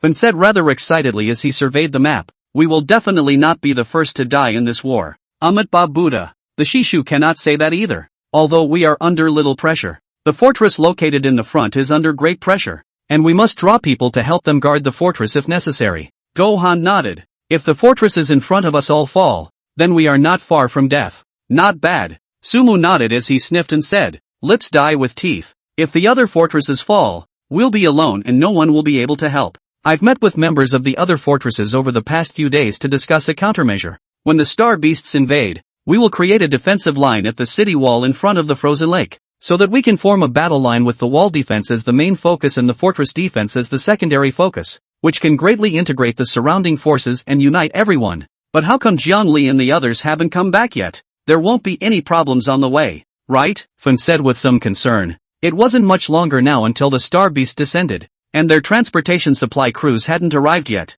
Could there be a problem halfway through? No sooner had such thoughts surfaced in the minds of the crowd than they heard a familiar shout from outside the fortress. Hey, we're back! Came just in time. The crowd froze at the words, then collectively rose to open the gates with delight. Outside the door, Zhongli and Tanglin were wrapped in thick snowcoats and even windproof masks, and behind them was a large transportation carrier similar to a motorized sled supported by a thick snow-blocking wrench. Looks like it's loaded. Oh, looks like we won't be lacking food for a few days, Cho said dully. The transportation officer completed his mission successfully, Zhongli said with a smile as he looked at the crowd. It's been hard work. Come in first and warm up. Sumu nodded with a gentle smile, and then went forward to help the two men transport the sled into the gate. With the gates slowly closing, the two brothers, Fan and Zhou, couldn't wait to step forward and rip off the snow-blocking wrench on the sled. The contents of the sled were then revealed to the two. The items were placed in two parts. One side was neatly stacked with all kinds of fruits and food and some daily necessities, and the instantly frozen meals took up most of the space, and there were even some seasonings similar to soy sauce in it. On the other side, naturally, are the various types of portable dream-making weapons from Steel Pass. My god, a mental power recovery device? You guys got this thing too? Fan's eyes lit up as he looked at a certain large disc and excitedly took it out. If I were to carry this on my back, soloing a dozen or so phantom sirens would be a breeze. Look, there's frozen beef. We can have a good meal today. Cho, for his part, has all eyes on the food, and he pulls out a stack of snowflake beef and leaps at it. Don't even look at who went to get the supplies. It'd be nice if you guys could get a few pieces of bread back in your place. As soon as Tang Lemon took off the windproof mask he was wearing, he said triumphantly, fry the beef. I want it cooked 7 minutes. Okay, I'll go cook for you guys. Joe sniffed and immediately started carrying the ingredients. How's the situation at the fortress? Sumu looked at Tang Lemon and asked. The fortress? Tang Lemon sniffed and slightly organized his words. It's better than we thought. There's already someone there who was able to establish a bizarre spiritual contact network that contacted the entire fortress, and by extension took over control of the entire fortress. and all parties sent representatives to negotiate and then reluctantly distribute the completed turf. Also, the heralds looking for Dream City went out, but the deaths were a bit quick. 3 were dead by the time we arrived, and a second batch was just dispatched. In addition, the Steel Pass side gave us a special flare gun. Once something goes wrong, as long as the flare gun is activated, it will be able to signal that danger is approaching, and someone may come to support us at that time. Someone has taken control of the Steel Fortress. Sumu's heart was slightly relieved at his words. That's good news. At least with scheduling, the Steel Fortress, which is the main barrier, would be able to hold out a little longer. However, the same can't be said for the messengers, which are almost ready to fight before the second batch of messengers are sent. This meant that they wouldn't be able to wait for Dream City's assistance for at least 3 days. Sumu suggested after pondering for a while, looking at Tang Lemon and John Lee's slightly tired expressions. Let's have a meal and rest together first, and I'll tell you about the fortress slowly. Good. The two nodded. I'm dying of cold. This damn weather is really windy and snowy, Kangri complained as he ran ahead to the fire to warm himself. On the other hand, Sumu and Zhang Hongspoon and the others had their hands on the food and weapons on the sled to do some sorting and arranging before finally sitting around the fire. Before the big battle began, the little meeting of 6 was held again. Joe doesn't participate as he steps aside to prepare the last meal before the big battle. Sumu roughly recounted what had happened in the fortress in the last 2 days, and the two sides discussed it to the arrangers' hands the first time after the news collusion. With this batch of food arriving, we won't have to haul food for at least the first 4 days, and besides, there's not always enough food in the base, and in the end, we'll be able to haul back less and less food, Tang Lemon slowly said. That's right, although the base is temporarily ruled. All parties are pulling their punches in the segment of food distribution, weapon distribution. They have no intention of saving food at all. Everyone is eating as much as they can or storing food privately. John Lee recounted the insights he saw within the Steel Fortress, and thanks to that, we were able to use our connections to get so many good weapons. Is that so? Sumu nodded as he smiled. When there's the next food shortage, I'll be the one to haul the food. And after the invasion of the Star Beasts, the roads to transport the food have also become very dangerous. In addition, I suggest removing some of the weaponry and equipment left behind and bringing all of it on that Great Wall, contacting the other fortresses, and activating the walls to repel the enemy so that our fortresses won't suffer from an onslaught if the walls don't come down. We were also able to consolidate forces and weaponry to create a small barrier similar to a steel fortress. Between the discussions, a nourishing and bubbling smell of grilled meat floated in, causing Sumu's few people to stop talking. Within a few days of staying in this fortress, people were still a bit weak from just eating porridge. And the same was true for Tang Lemon and Zhangli, the two people who had been rushing around. Along with the snowflake beef frying in moist oil on the grill table that Acho had conjured up, the aroma made all of them move towards the fire by no choice but to do so. My brother is a professional. He prepares all the meals at home, Fun said proudly. The meat is browned. Lots of it. Everyone eat it with rice. And I'll make some side dishes with the seasonings. They look fancy, Cho said as she busied herself. His IQ seemed to go back up quite a bit when it came to cooking. The 6 did not hesitate to see this, and with thanks, they received their own meals. The beef was juicy and bursting with flavor. The flavor of the fat combined with the slightly piping hot heat made everyone feel their hearts warm, and it was a perfect accompaniment to the rice and small dishes. This meal is unusually valuable on a wintry day. Sumu also had to admit that if it was in his previous life without the Star Beast, Joe would definitely be a good cook. Unfortunately, this world, it's not allowed at all. After the meal, the crowd continued to discuss the people who stayed behind. Fan, Zhou, Zhangli, and Tang Lemon stay behind. You guys just came back from the Steel Fortress. Rest for a while and wait for the next round before rotating. Gohan, Ginger Red Spoon, and I will act as the first guards of the walls. There isn't much time left before the Star Beast descends. Now, it's time to go. There was less than an hour until the Star Beast tide opened, and counting the time it would soon be 12 midnight in Dream City. Sumu's 3 brought the sled with supplies and weapons to bid farewell to the 4 people guarding the fortress, and glided sharply against the cold wind to the vicinity of the city wall. Today's weather was much better than usual. The goosefeather snow drifting in the sky was slightly thinner, and visibility was obviously much better. Raising his head to look at the sky, through the drifting snowflakes, Sumu was vaguely able to see the canopy emitting a shimmering light. This is the reason they had no night or day for 2 days. There was no sun on this sky. Big brother. In the midst of flickering thoughts, a shout came from the right. Turning his head to look, it was Zhang Yukai and the others. They each took 2 teammates, also in sleds, and glided through the area to gather. According to the previous battle strategy, whenever the fortresses behind the Great Wall were left with only 4 men,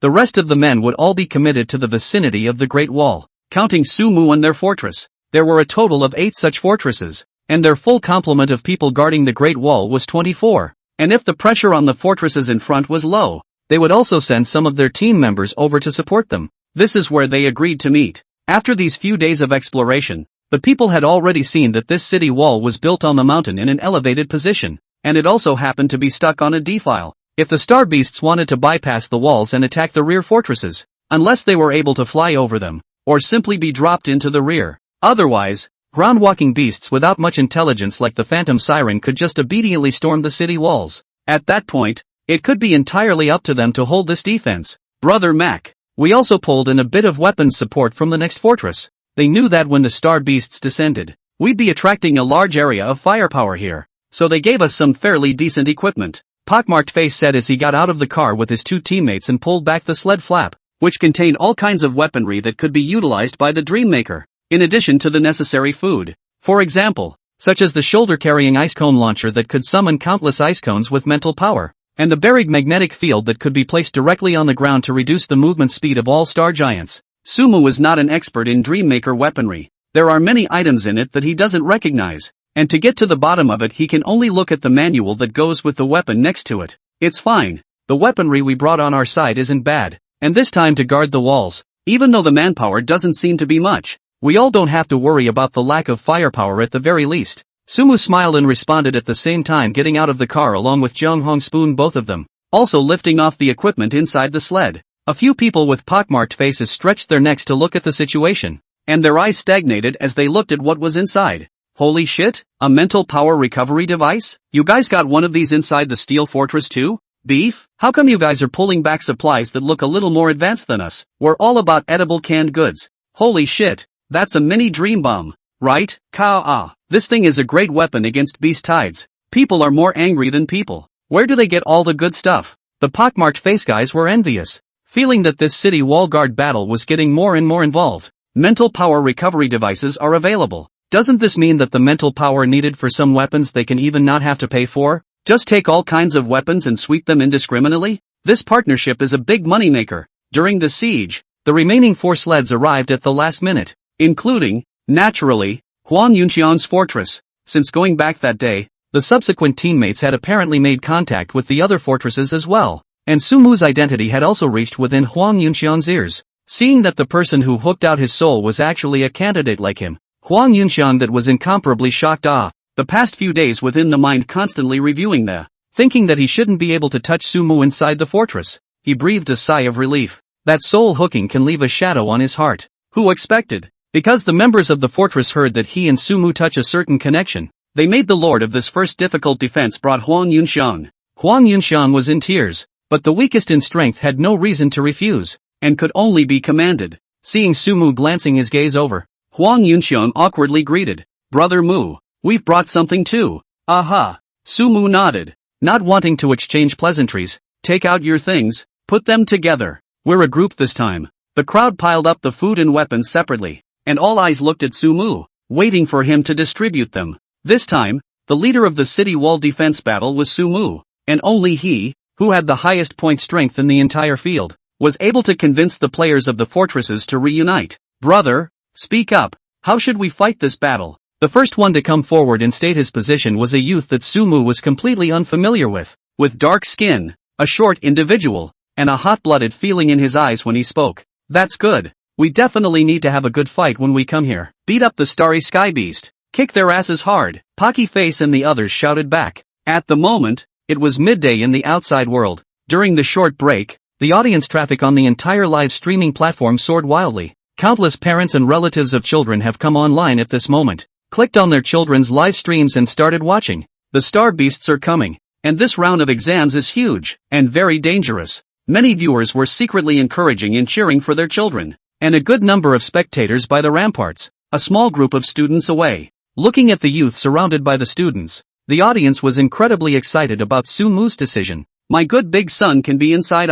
Sumu, please give it your best shot. Kids, come on, your friends and family are cheering you on. Mako, Brother Mac, if we hold this wall defense line, the surrounding fortresses will be safe as hell. At the very least, the star beasts on this line will be blocked, reducing the pressure on the iron barrier." As the audience cheered, the DreamNet main exam room, Surveying the teenager in the live broadcast, Chen Dahan tried to follow the other party's thought association for a while, and already had an answer. Distributing weapons and food is important, but the priority right now is activating the walls. The strength of the walls depends entirely on the construction of the Dreammaker. If Sumu isn't able to construct a strong city wall, then this defense will be hard to defend. There can't be any more to this wall, can there? No matter how it's constructed. It should be like a steel barrier at best, right? Chen Fengxiu sniffed and stroked his beard and nodded slightly. The steel barrier that wall is a defensive wall that will not make mistakes that our examination team made according to the principle of optimization. That steel city wall is already considered to be the most top-notch kind of constructed wall design at the moment.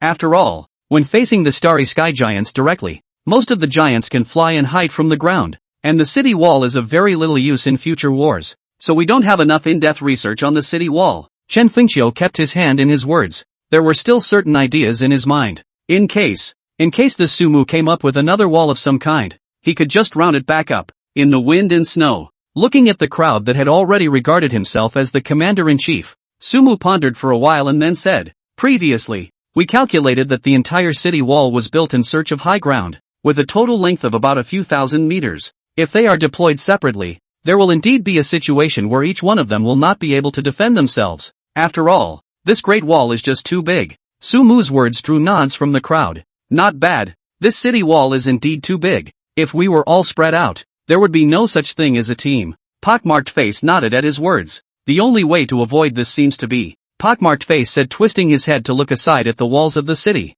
which were hidden by the wind and snow, only by dreaming up strange walls, so that the walls can solve this problem. His words were echoed by many. Big brother, you should have a casting plan about the walls, right? The short, lean, dark-skinned student asked. Not bad. Sumu nodded and said, just leave the casting to me this time. I'm going to have our people here still carry out the mission in groups of 3. We have a total of 8 groups here, for limited areas, and the remaining 4 roaming back and forth as a support team. 4 groups each guarding their own area and 4 groups back and forth in support? The crowd sniffed at this simple pattern. Is it any different than spreading out and going your own way? And 4 groups for fixed area posts and the remaining 4 groups as support? There are only 4 fixed groups looking after the walls? Can you take care of such a long front? Big brother, are you trying to make the team's support a bit faster with this distribution? Wherever it's dangerous, send people transporting equipment to that place for support? But in that case, won't the pressure on the front fronts be a bit too much? A candidate politely voiced his opinion.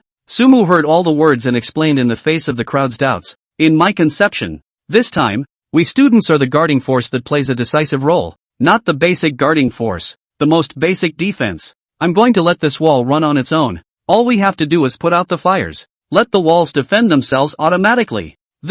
Will it work? The crowd's faces laughed at the words. You looked at me and I looked at you. And after a slight confusion, someone still reacted. Big brother, are you saying that you want to dream up a defensive wall with extremely high potential? Make the entire wall a dream building with at least A-rank potential? Blocking an attack by the power of the walls alone? Create a dream wall to turn the wall into a dream building with A-list potential. The students gathered around immediately clamored at this statement. A-class potential walls? Holy shit. Really? A city wall is still able to be pinched into a dream building with at least A-rank potential? Although this wall has the energy to start the burning stored within itself, the dream making relies on the ability of a dream maker. Not doubting the big guy. It's just that the wall's mold is fixed and can't be changed. Indeed, the wall is just a wall. At best it makes it look taller and more imposing. How do you make a model like this, which is already set in stone, have A-rank dream building potential? The audience was also at a loss as they listened to Sumu's words. It's true, the wall's mold is fixed. He can't turn into some wall version of Cotter or something like that.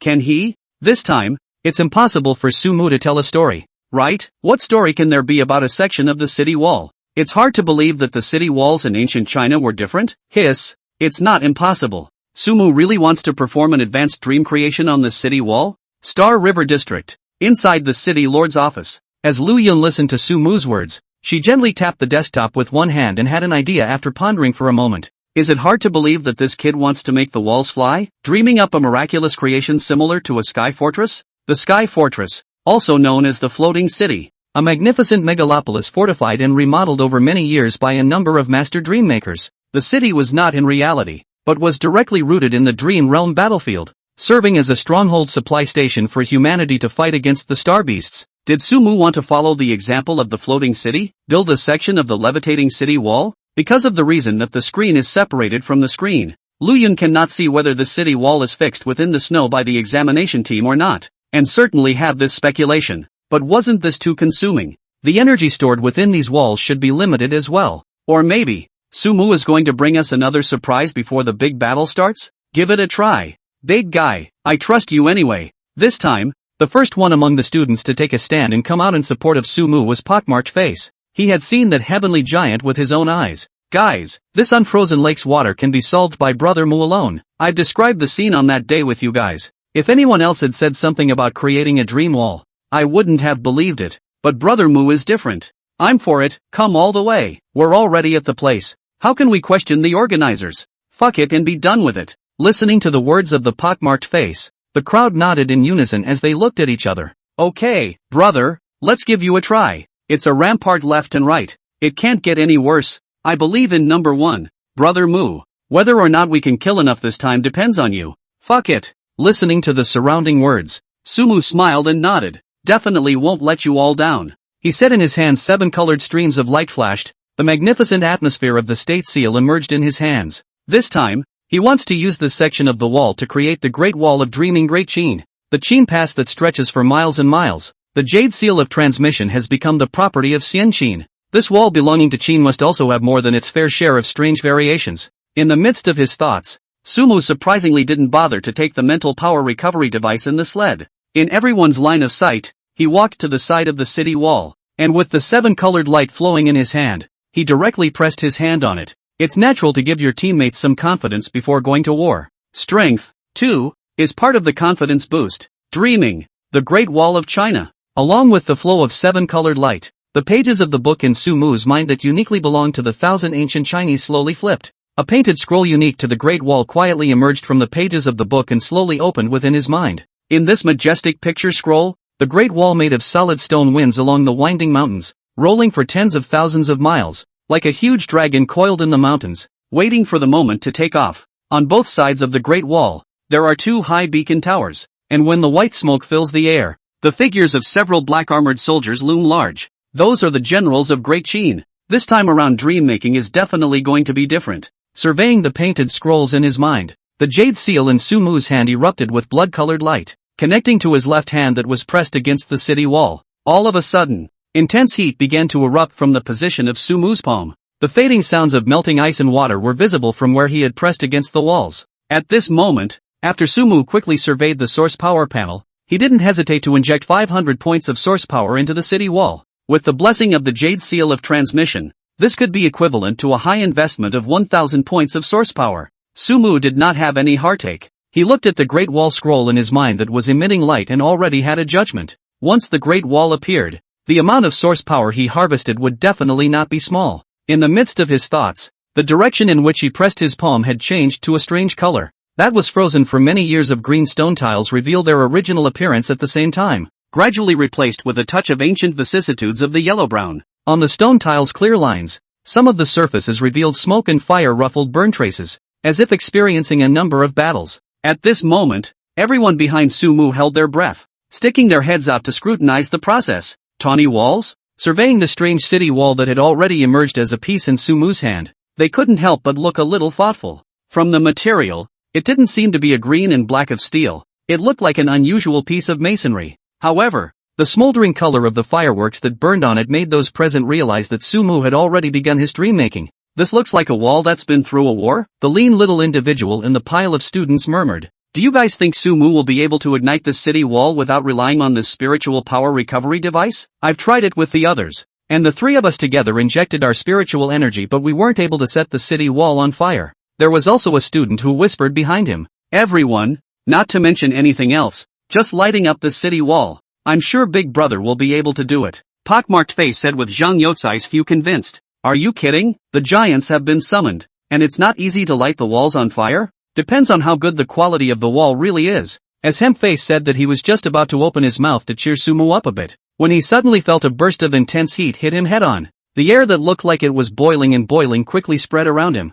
actually causing the snowflakes that had slipped off his clothes in the sky to melt directly into droplets of water. Inexplicably, the man in the heavy cold suit had a feeling of extreme heat, as if he had arrived in summer. Right now, it's a cold cold day with the wind howling. The pockmarked face's eyes glazed over and he felt his whole body sweating from the heat.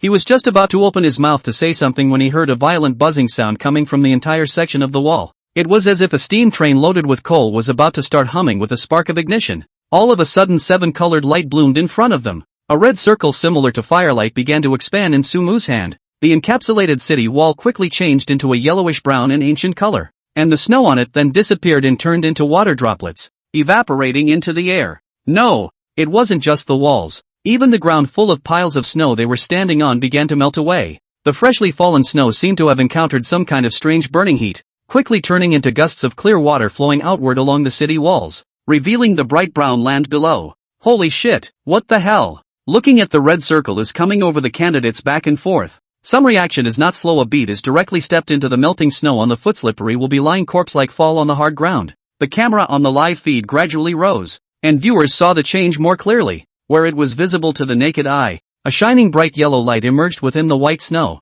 and the surrounding land slowly changed into a different color under the influence of the light, spreading continuously with Sumu as the center. It created a sight that didn't belong to winter at all in this cold season. This glow was continuing along the left and right walls, and the speed was increasing, like a lit fuse. It was accelerating to burn towards the explosives that were about to detonate. What kind of power would this dynamite have if it were detonated? Sumu has pried the walls of the city. Holy shit, this guy really has a lot of spiritual power. First in just to see what kind of wall he made. I feel like it's strong just by looking at the aura. It's worthy of being a student of the dream-making quartet giant. I want to know about this city wall now. Does it have a lot of secrets as well? Seeing that the section of the city wall that has been dreamed up is full of battle-scorched marks, it must have a great story to tell. The last audience member's words drew a unanimous agreement from the crowd. Indeed, the burn marks on this city wall are obviously intentional. And this kind of masonry also reveals a vicissitude and ancient feeling. I boldly guess a hand. This thing is still a building that once existed in our ancient Huaxia.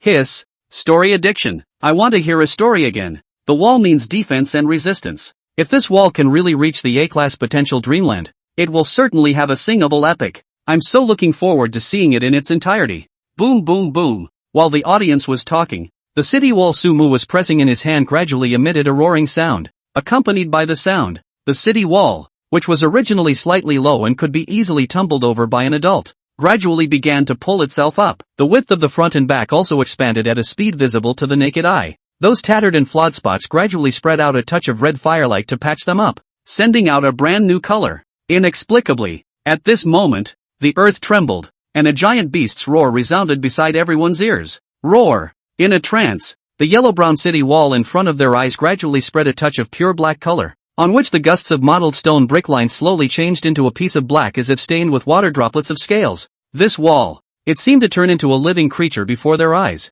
A huge, intimidating beast coiled with the ground, spreading over thousands of meters. The water genus is black, corresponding to the black flag of Qin. This is the Great Wall of Xianqin. Surveying the magnificent creature in front of them, many candidates who hadn't seen the world were numb and their bodies subconsciously took a few steps back. After reacting again to the fact that this was the result of Sumu's dream creation, almost all of the candidates felt the shock that Pockmarked Face felt when he saw Cotter at that time.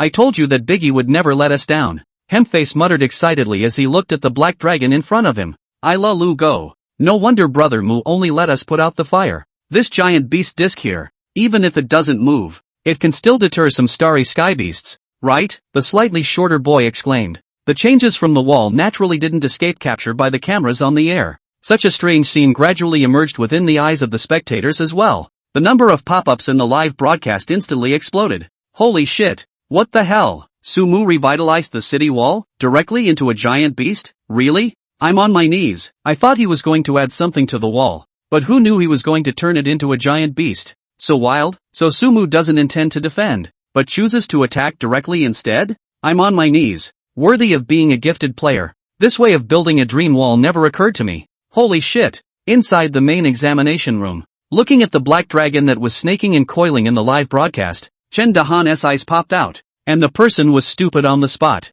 What kind of dream making is this? You were told to dream up a building and you revitalized it into a giant beast? Or a several thousand-meter behemoth? You have to know that there is a lot of energy stored inside the city walls. That is to say, the activity of this giant beast would not consume Sumu's spiritual power. and Sumu could directly summon a giant beast even more powerful than that giant quartet from before by utilizing this power. It's not right, is it? Chen Dahan muttered for a while, scratching his head. He remembered that the wall was absolutely fixed on the mountain range in order to prevent someone from knocking down the wall to utilize the energy in it to cheat. This thing was reinforced in the ground by an S-class powerhouse. No matter how strong Sumu was, there was no way he could make this dragon give flight. So, he created a giant beast that is perched on a mountain range and cannot move? What's the point of such a behemoth? Old man, what is Sumu doing here? Isn't he making this defense even worse by creating dreams like this? What use can a giant beast that doesn't move be? Chen Dahan looked over at Chen Fengqiu and wondered. Chen Fengqiu carefully looked at the black dragon in the picture,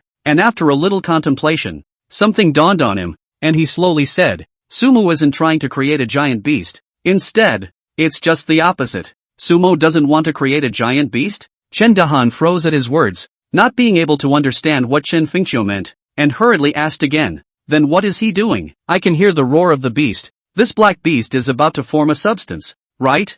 Humph. How come you didn't study properly when you were Lao Fu's disciple? Have you finished reading the examination of the study of dream-creating inscriptions that Lao Fu asked you to read half a month ago? An examination of the study of dream-making inscriptions? Chen Dahan froze at his words and looked sardonic. Didn't he have to invigilate the exam? He came down from the Dreammaker battlefield half a month ago. It was hard to take it easy for a while, so Chen Dahan gave himself a long vacation. I was going to wait for the night of the end of the vacation to catch up on my previous homework. Who would have thought that I would be caught checking my homework before this vacation was even over? It's, that inscription, as Chen Dahan stammered. His mind suddenly flashed. I know. Sumu inscribed inscriptions around the city walls. It's the inscriptions that manifested the black dragon. After saying that, he saw Chen Fengqiu's index and middle fingers come together, and viciously delivered a hand slash to his head. You, Chen Dahan exclaimed as he covered his head in pain. Humph, did I ask you to proctor the exams so you could take a vacation? Chen Fengqiu retracted his hand and stroked his beard as he explained.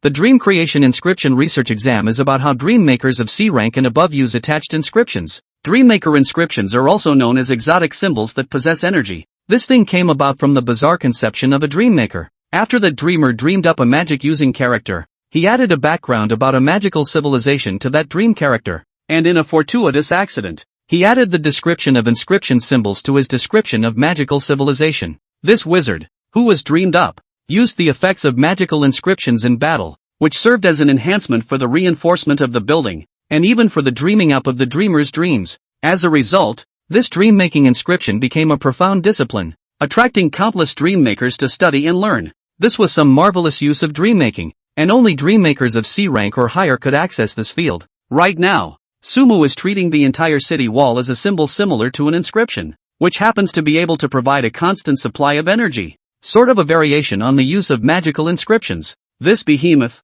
on the other hand, is the manifestation of a magical inscription. Listening to the old man's explanation, Chen Fengqiu's head buzzed. The first thing that was captured was the phrase, an esoteric study that only a C rank or higher dream maker would go into. Lean. This is something he doesn't know how to do yet. The high school student in front of me who hadn't even gone to college was using it like a lightweight instead? Hell no. Chen Dahan took a careful look at Sumu and suddenly waved his hand to switch out a screen, seemingly searching for something. What are you doing? Chen Fengqiu glanced at the situation. I'll search Sumu's high school. Is it hard to believe that there's an expert lurking in this dragon high school? It's possible that a certain S-ranked powerhouse with a broken arm is actually Sumu's teacher, allowing Sumu to then receive some kind of inheritance. I'll see who his homeroom teacher is first. How did you teach such a demon? And at the moment, Sumu's homeroom teacher, Liu, looked at the black dragon in the live broadcast, and was equally bewildered. Ever since Sumu created the dream hell, she couldn't read this student. What was certain was that this over-the-top method of dream creation had never been taught by Willow Moon,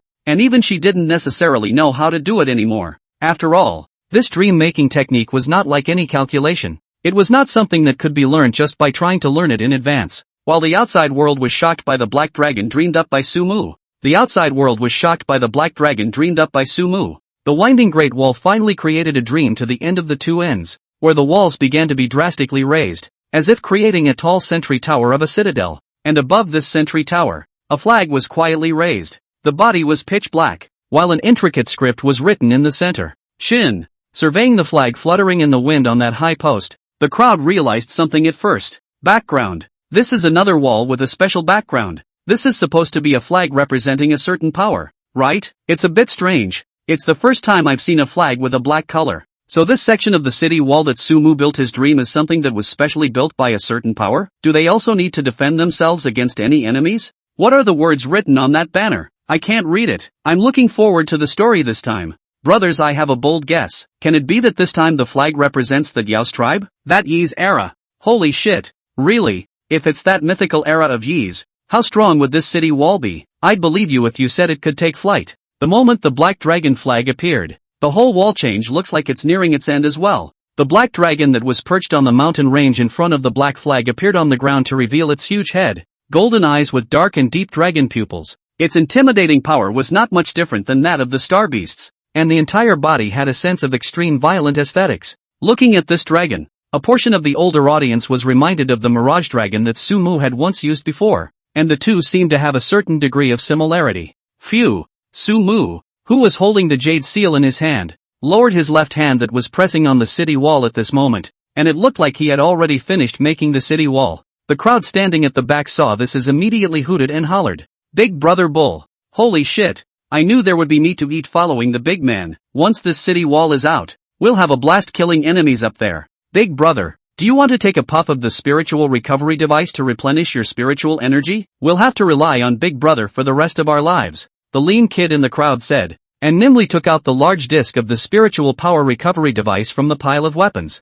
and quickly walked over to Sumu's side and handed it to him. While handing it over, he asked curiously, "Big brother, does this city wallet have a name? What are the words above that flag?" His words drew a lot of anticipation from the crowd. These were questions they wanted to know. Sumu received the spiritual power recovery device and said thank you before saying seriously, "This is the great wall that belongs to immortal Qin. And the words written on that flag are Qin. If this wall really has a name, it is the Great Wall of Qin. It had traveled across tens of thousands of miles, and I merely reproduced a small section of it. Across tens of thousands of miles?" Upon hearing this, the crowd's minds couldn't help but make some connections. Hiss. Just one section. It has such a might. If it really spans tens of thousands of miles, how big should the giant beast manifested by this wall be? The body alone can rival all the star giants, right? If Sumu grew up in the true sense of the word later and became an S-class dreammaker, and how would it be to empty out such a great wall when it comes to the battlefield of the stars? At least it was able to pull off a defense front of tens of thousands of miles on the starry sky battlefield.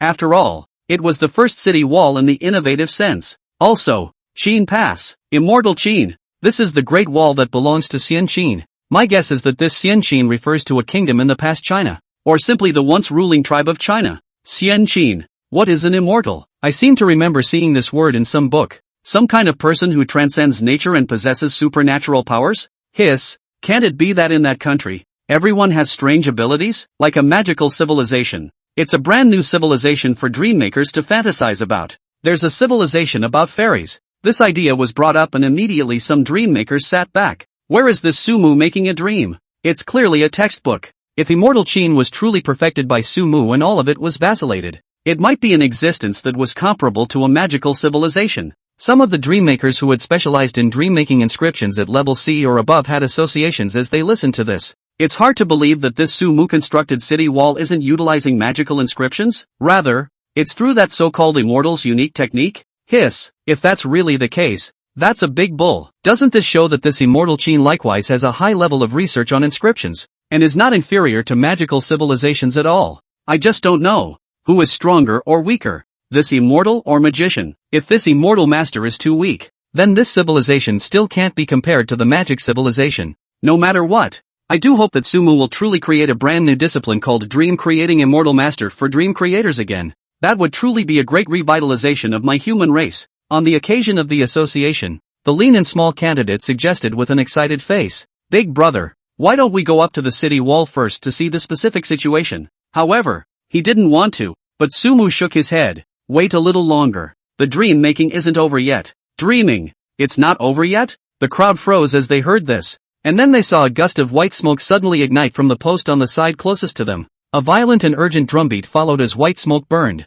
Dang, dang! The fervent sound of the drums, as if they possessed great power, shook up the layers of snow, causing the ice on the surrounding land to vibrate with it. It's not hard for the listener, but rather inexplicably resonates a bit with the drums. Inexplicably. All those who heard the sound of the drums felt their blood boiling in their hearts. This Hempface listened to the sound of the drums, and subconsciously 7 colored streams of light flashed in his hands, and the general shiny and bright soldier's sword appeared in his hands. It would normally take him at least 2 seconds to create such a blade, and coming down, almost as a subconscious act in his mind, the soldier's sword had manifested. Dream making has accelerated a lot. Not only that, but even dream making consumed a lot less mental energy. This drum sound can increase our dream making ability, Hempface exclaimed. Upon hearing this, the surrounding candidates were first stunned, and the 7 colored light in their hands flickered one after another, and then they all tested this ability as well. Holy shit! In addition to its defense function, this city wall also comes with a positive benefit enchantment? No way? This thing is an auxiliary item that can only be dreamed up by a C rank or higher dream maker. We don't even have this team benefit enchantment in the arsenal we carry. Also, the crowd thought, excitedly looking up at the city wall, where the drums were coming from.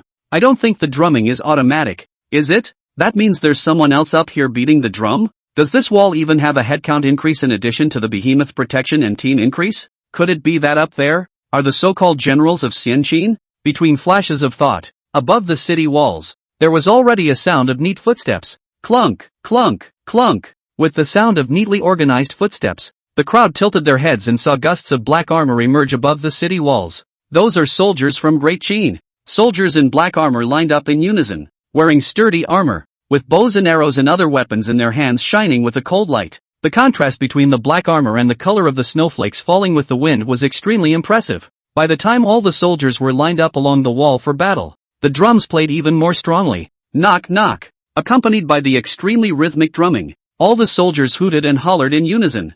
Wind! Big wind! The neat cries were deafening, like thunder striking a drum. The sound shook the snow around them, surprisingly triggering a small avalanche not far away, shocking people's hearts and souls. At the same time, it made everyone unable to help but raise a touch of fervor to seek battle. What star beasts are you afraid of with such armor? As Sumu listened to the warlike roar from the soldiers of Great Qin, his mind couldn't help but recall a poem in the poetry scriptures that was associated with Qin. Is it not said to have no clothes? To be clothed with the sun. Do you say you have no clothes? With the sun in the same zephyr. This is a courageous passage from Qin's trip to war. When Qin evolves into immortal Qin, these same generals will be on the Great Wall to offer their strength against the star beasts. In ancient times, the alien race that Qin swept away was the Huns, but now, it was the star beasts that threatened humanity. The two are not fundamentally different in any way, and Xianqin's military prowess will not fall short in this era. Right now, the look on the faces of these candidates, Zhang Yukai, was the best proof. Big brother, this is also a character that came out of the dream-creating city wall? Surveying the soldiers and armor above the city wall, Zhang Yotsai's voice couldn't help but lower a bit. This dream-building wall, it can also make soldiers? Why can't you? Sumu smiled as he surveyed the soldiers in front of him and asked rhetorically, while you're dreaming up city walls, you should be thinking of adding some offense to them, right? These soldiers, which are the offense of the wall, are the defense of the wall to protect itself. Of course, they weren't able to get very far away from the walls because of their location. This way, once Sumu explained this, all the candidates understood. After carefully sizing up the generals on the city wall once again, the crowd was just about to say something when they saw Sumu wave his hand. What are you waiting for? Let's get the weapons and stuff up to the wall first. The day of the battle is coming up soon. Oh yes. Listening to these words, the many candidates woke up to the fact that right now was indeed not the time to be a curious baby. Thinking of this, all of them moved and began to carry weapons and food, and walked up to the Qin Great Wall after the creation of the dream with a curious mind. When they went up to the Great Wall, the first thing they felt was that solemn atmosphere, and all the black armored soldiers had a serious look on their faces, and a touch of murderous aura surfaced in their eyes. At this moment everyone felt the oppressive sense of impending war. That's a lot of soldiers. After Asako's face reached the city wall, he stepped on the hard stone bricks and probed around, and as far as the naked eye could see there were as many as 200 or 300 soldiers. The strong bows and crossbows in their hands were even more numerous. This simply increased their battle power by several times. At least looking after the battle line became a lot easier, and it also greatly saved some unnecessary means of attack. Pockmarked Face still wanted to take a closer look again, when he saw his companion, who had come out of the fortress with him, tugging on his shirt and saying, "Move quickly, there aren't many minutes until the battle officially begins, and we haven't even specified our patrol area yet." Oh, Hempface snapped back to his senses and hastened to take a hand. Along with the approaching time of the starry skybeast's descent, the atmosphere within the entire dreamweb was one of gravity and solemnity. This is true for candidates from the Eagle, White Elephant, and woolly bear countries. In the Iron and Steel Majestic Pass, more than 100,000 candidates were almost all gathered at the front line of the Majestic Pass, and they all found a position where they could see the sky in front of them and stretched their heads up to look up, as if in a little while more, a large number of starry sky giants like locusts crossing the border would appear in that boundless skyline. Many candidates couldn't help but tremble a little in their legs just thinking about that scene. Among the rest of the countries, the hearts of the candidates who also chose to use the city walls as a base were even less clear. The walls they had created didn't give them a great sense of security, and after brainstorming for a while about the images of starry sky behemoths descending on them, quite a few of the candidates had the feeling of wanting to immediately abandon the city and run back to the fortress. They hadn't cleared up the difficulty of the unfrozen lake like Sumu did, and the difficulty of defending this city wall had risen by more than a few times. On the contrary, the crowd on Sumu's side was hesitant. The previous drumming had not only increased their apparent strength, but also given them more courage. Also, anyone who had thousands of soldiers with sharp blades standing in front of them would feel a great sense of security. There's a lot of them. After a discussion, the 8 teams had already taken their positions according to their stations. In terms of weapons, the teams anchored to the 4 areas of the wall take a shift of heavy weapons, such as some of the ice pick launchers that require at least 3 Dreammakers to join forces to activate, and so on. The 3 other roaming groups basically split the rest of the dream-making weapons again. Jam Hong Spoon and Zhu Woning just each took 1 or 2 devices that were easy to carry, with Zhu Woning carrying that mental power recovery device on his back. He also wanted to create 2 hovering lights behind him during the fight, but was vetoed by the joint efforts of Sumu and Ginger Red Spoon. Sumu, on the other hand, didn't ask for any weapons, as far as he was concerned. What was most useful was still the jade seal of transmission that he was holding in his hand, along with the mythological figures and buildings such as the Earth's mansion within the dream-creating heartland. Likewise, he didn't summon Meng Tian and other soldiers out immediately, ready to wait for the moment when the war started. After that, it will be Meng Tian who will command all the soldiers in the whole Great Wall. He is the professional general. Now this long serpentine formation lined up in a single line looked like it was something, but it was actually a random act of Sumu's unfamiliarity with battle formations. Thinking about that, Sumu walked to the side of the city wall and looked out at the large pit where the frozen lake was located in front of him. Those huge black eyes appeared within his mind. Will that star beast show up for this war? Can we just finish each other off and get some sleep? In the midst of his thoughts, Ginger Red Spoon's voice came from the side. The sky. It seems a little different. Sky? Sumu sniffed back and looked up. At some point, the howling wind and snow gradually came to a standstill.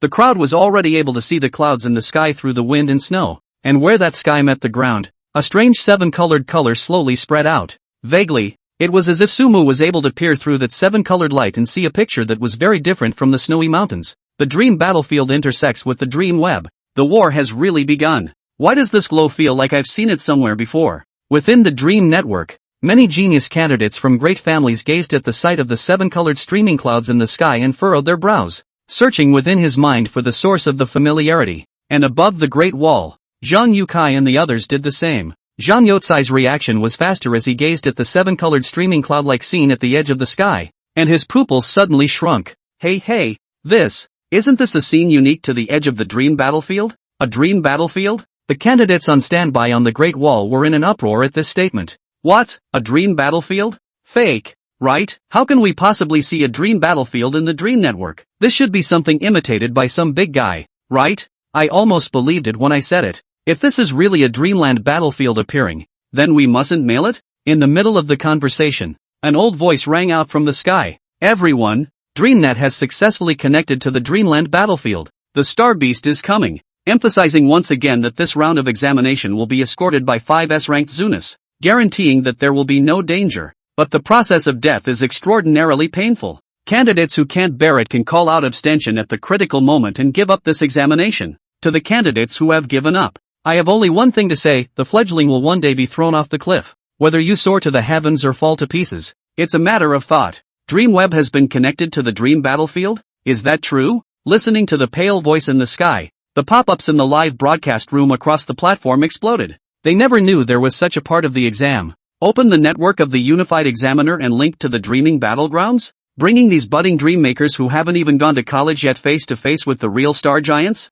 Crazy, right? Crazy. This exam team is crazy, right? How old are they? This is an early taste of the cruelty of the Star Beast? Don't be scared out of your wits. They're only F-ranked. Even with 5S-ranked bigwigs escorting them, it's inevitable that they'll leave a psychological shadow, right? My son is a coward. He can't withstand the savagery of the Star Beast. We've agreed not to go to the Dreamland battlefield, so we'll go home and teach in the future. Abstaining. I'm going to abstain on behalf of my daughter. This exam isn't nonsense. In all the years of the unified exam's existence, there's never been such a big game like this. Excited. The harder the better. Anyway, I'm already in college, and college students love to watch high school exams. After the news of the Dreamweb link to the Star Battlegrounds appeared, the internet was in immediate uproar. Like the pop-up screen above, there were those who raged against the difficulty of the test, those who wanted to abstain for their sons and daughters, and there were many who watched the fun. Such an audience still makes up half the country. There are some, however, who are extremely supportive of this decision. This includes the major families. On the outskirts of Star River District, inside the rich and prosperous manor inscribed with the word Jiang, an old man is holding a cane and surveying his grandchildren in the live room. A rush of footsteps was heard coming from outside. Grandpa! The door was pushed open and in ran a young boy, probably only 11 or 12 years old, still in middle school. The old man turned his head and looked over with some confusion. Xiao Xiao, what's wrong? Why are you running so fast? The boy named Jiang Xiao sniffed and eagerly pointed to the live room next to the old man. Grandpa, why aren't you in a hurry? Sister Red Spoon and the two of them are about to face a real starry sky beast. Grandpa, this time is different from before. Back then we could have a specialized protection squad when we went to the battlefield. Now who knows what will happen inside the Dream Network? This would be great if... Jiang Xiao wanted to say something but was directly interrupted by Elder Jiang. Xiao Xiao, do you know what our Jiang family relies on to gain a foothold? Elder Jiang said seriously.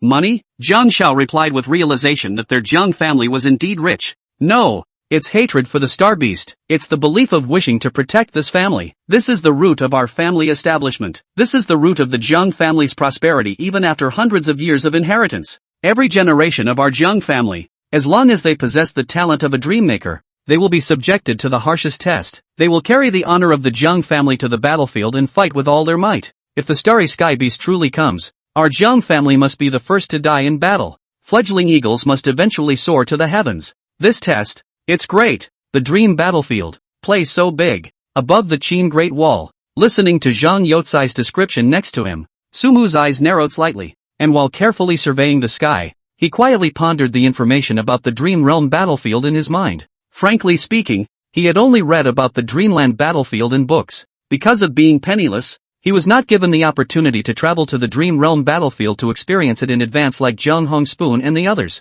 All that is known is that it was an extremely strange place, located on the surface of the planet, covering the entire world. All the starry sky giants that were attracted to it would never be able to get out once they entered it. This also directly ensured that the information related to the Dream Realm battlefield would not be familiarized by the subsequent star beasts that had not yet arrived on Earth. However, the downside was that the humans had to fend off the star beasts within the Dream Realm battlefield and cut down the number of star beasts to a certain level. Otherwise, the Dream battlefield would shatter and humanity would be plunged back into the times when it was ravaged by monsters hundreds of years ago. At that time, even if one wanted to form another battlefield, it would be extremely difficult. There, time seemed to gallop haphazardly as if it were a wild horse, and the landscape shifted dramatically around it. The blossom may be in the blink of an eye. It was an amalgamation of all human dreams. A strange world that was not at all part of dream-making. As for what's in the Dreamland battlefield, there's very little video streaming, and only descriptions can be made through those who have been on the battlefield.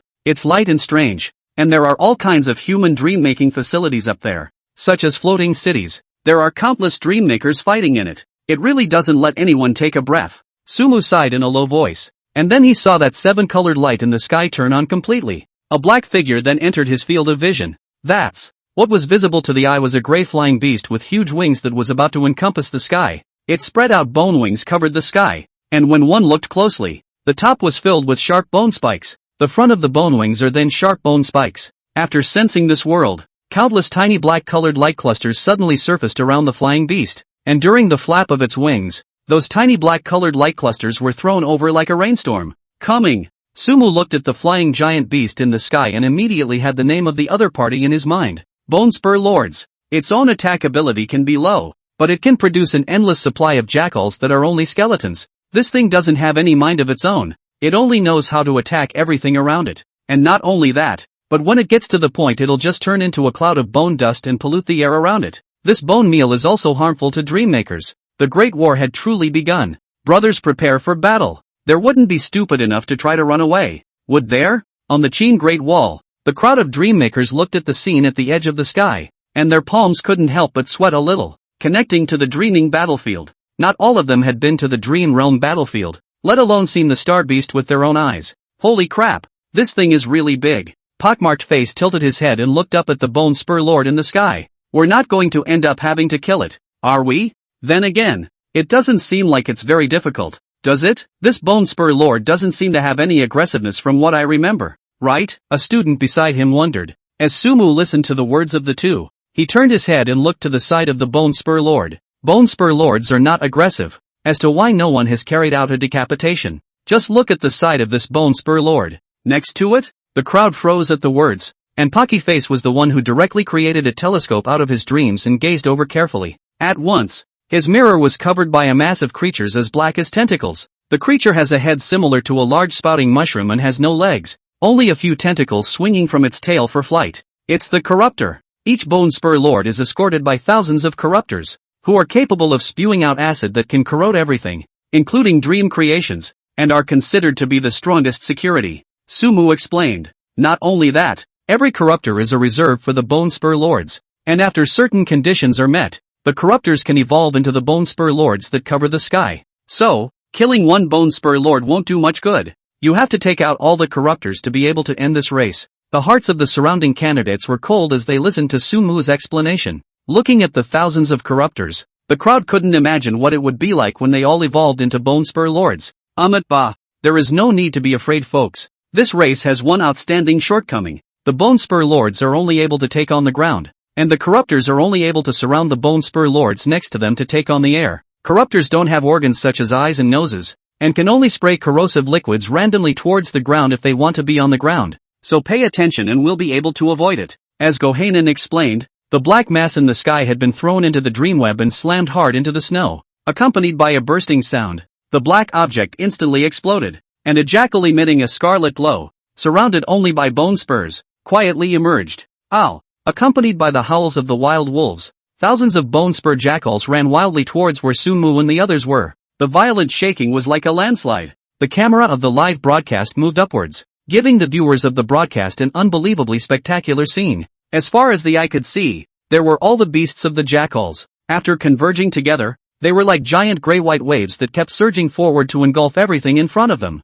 It was as if this heaven and earth had been taken over by these running wolves. The earth trembled and snowflakes drifted, as if it was the end of the world. The densely packed bone wolves' void eyes erupted with scarlet light, pouncing fiercely towards the candidates as if they had seen a supreme delicacy. Just by looking at the number, it was able to make one's back tingle, and one couldn't help but wonder if one would even be gnawed through the bones once they were overwhelmed by it. This was the case for Sumu's side of the scene, and the situation was even worse for the walls guarded by other countries. Along with the beginning of the attack, the unfrozen lake that they hadn't been able to solve completely dried up, and hundreds of phantom sirens emerged from it, becoming the vanguard of the bone wolves. The form, more severe. Some candidates standing on the city wall, watching the scene is actually directly be shocked dumbfounded past, arm numbness trembling terrible. A few people are directly cannot withstand the pressure called the abandonment. Having only seen such scenes in books, they failed to resist the pressure of a realistic confrontation. On the contrary, Sumu's side was going to be a lot better.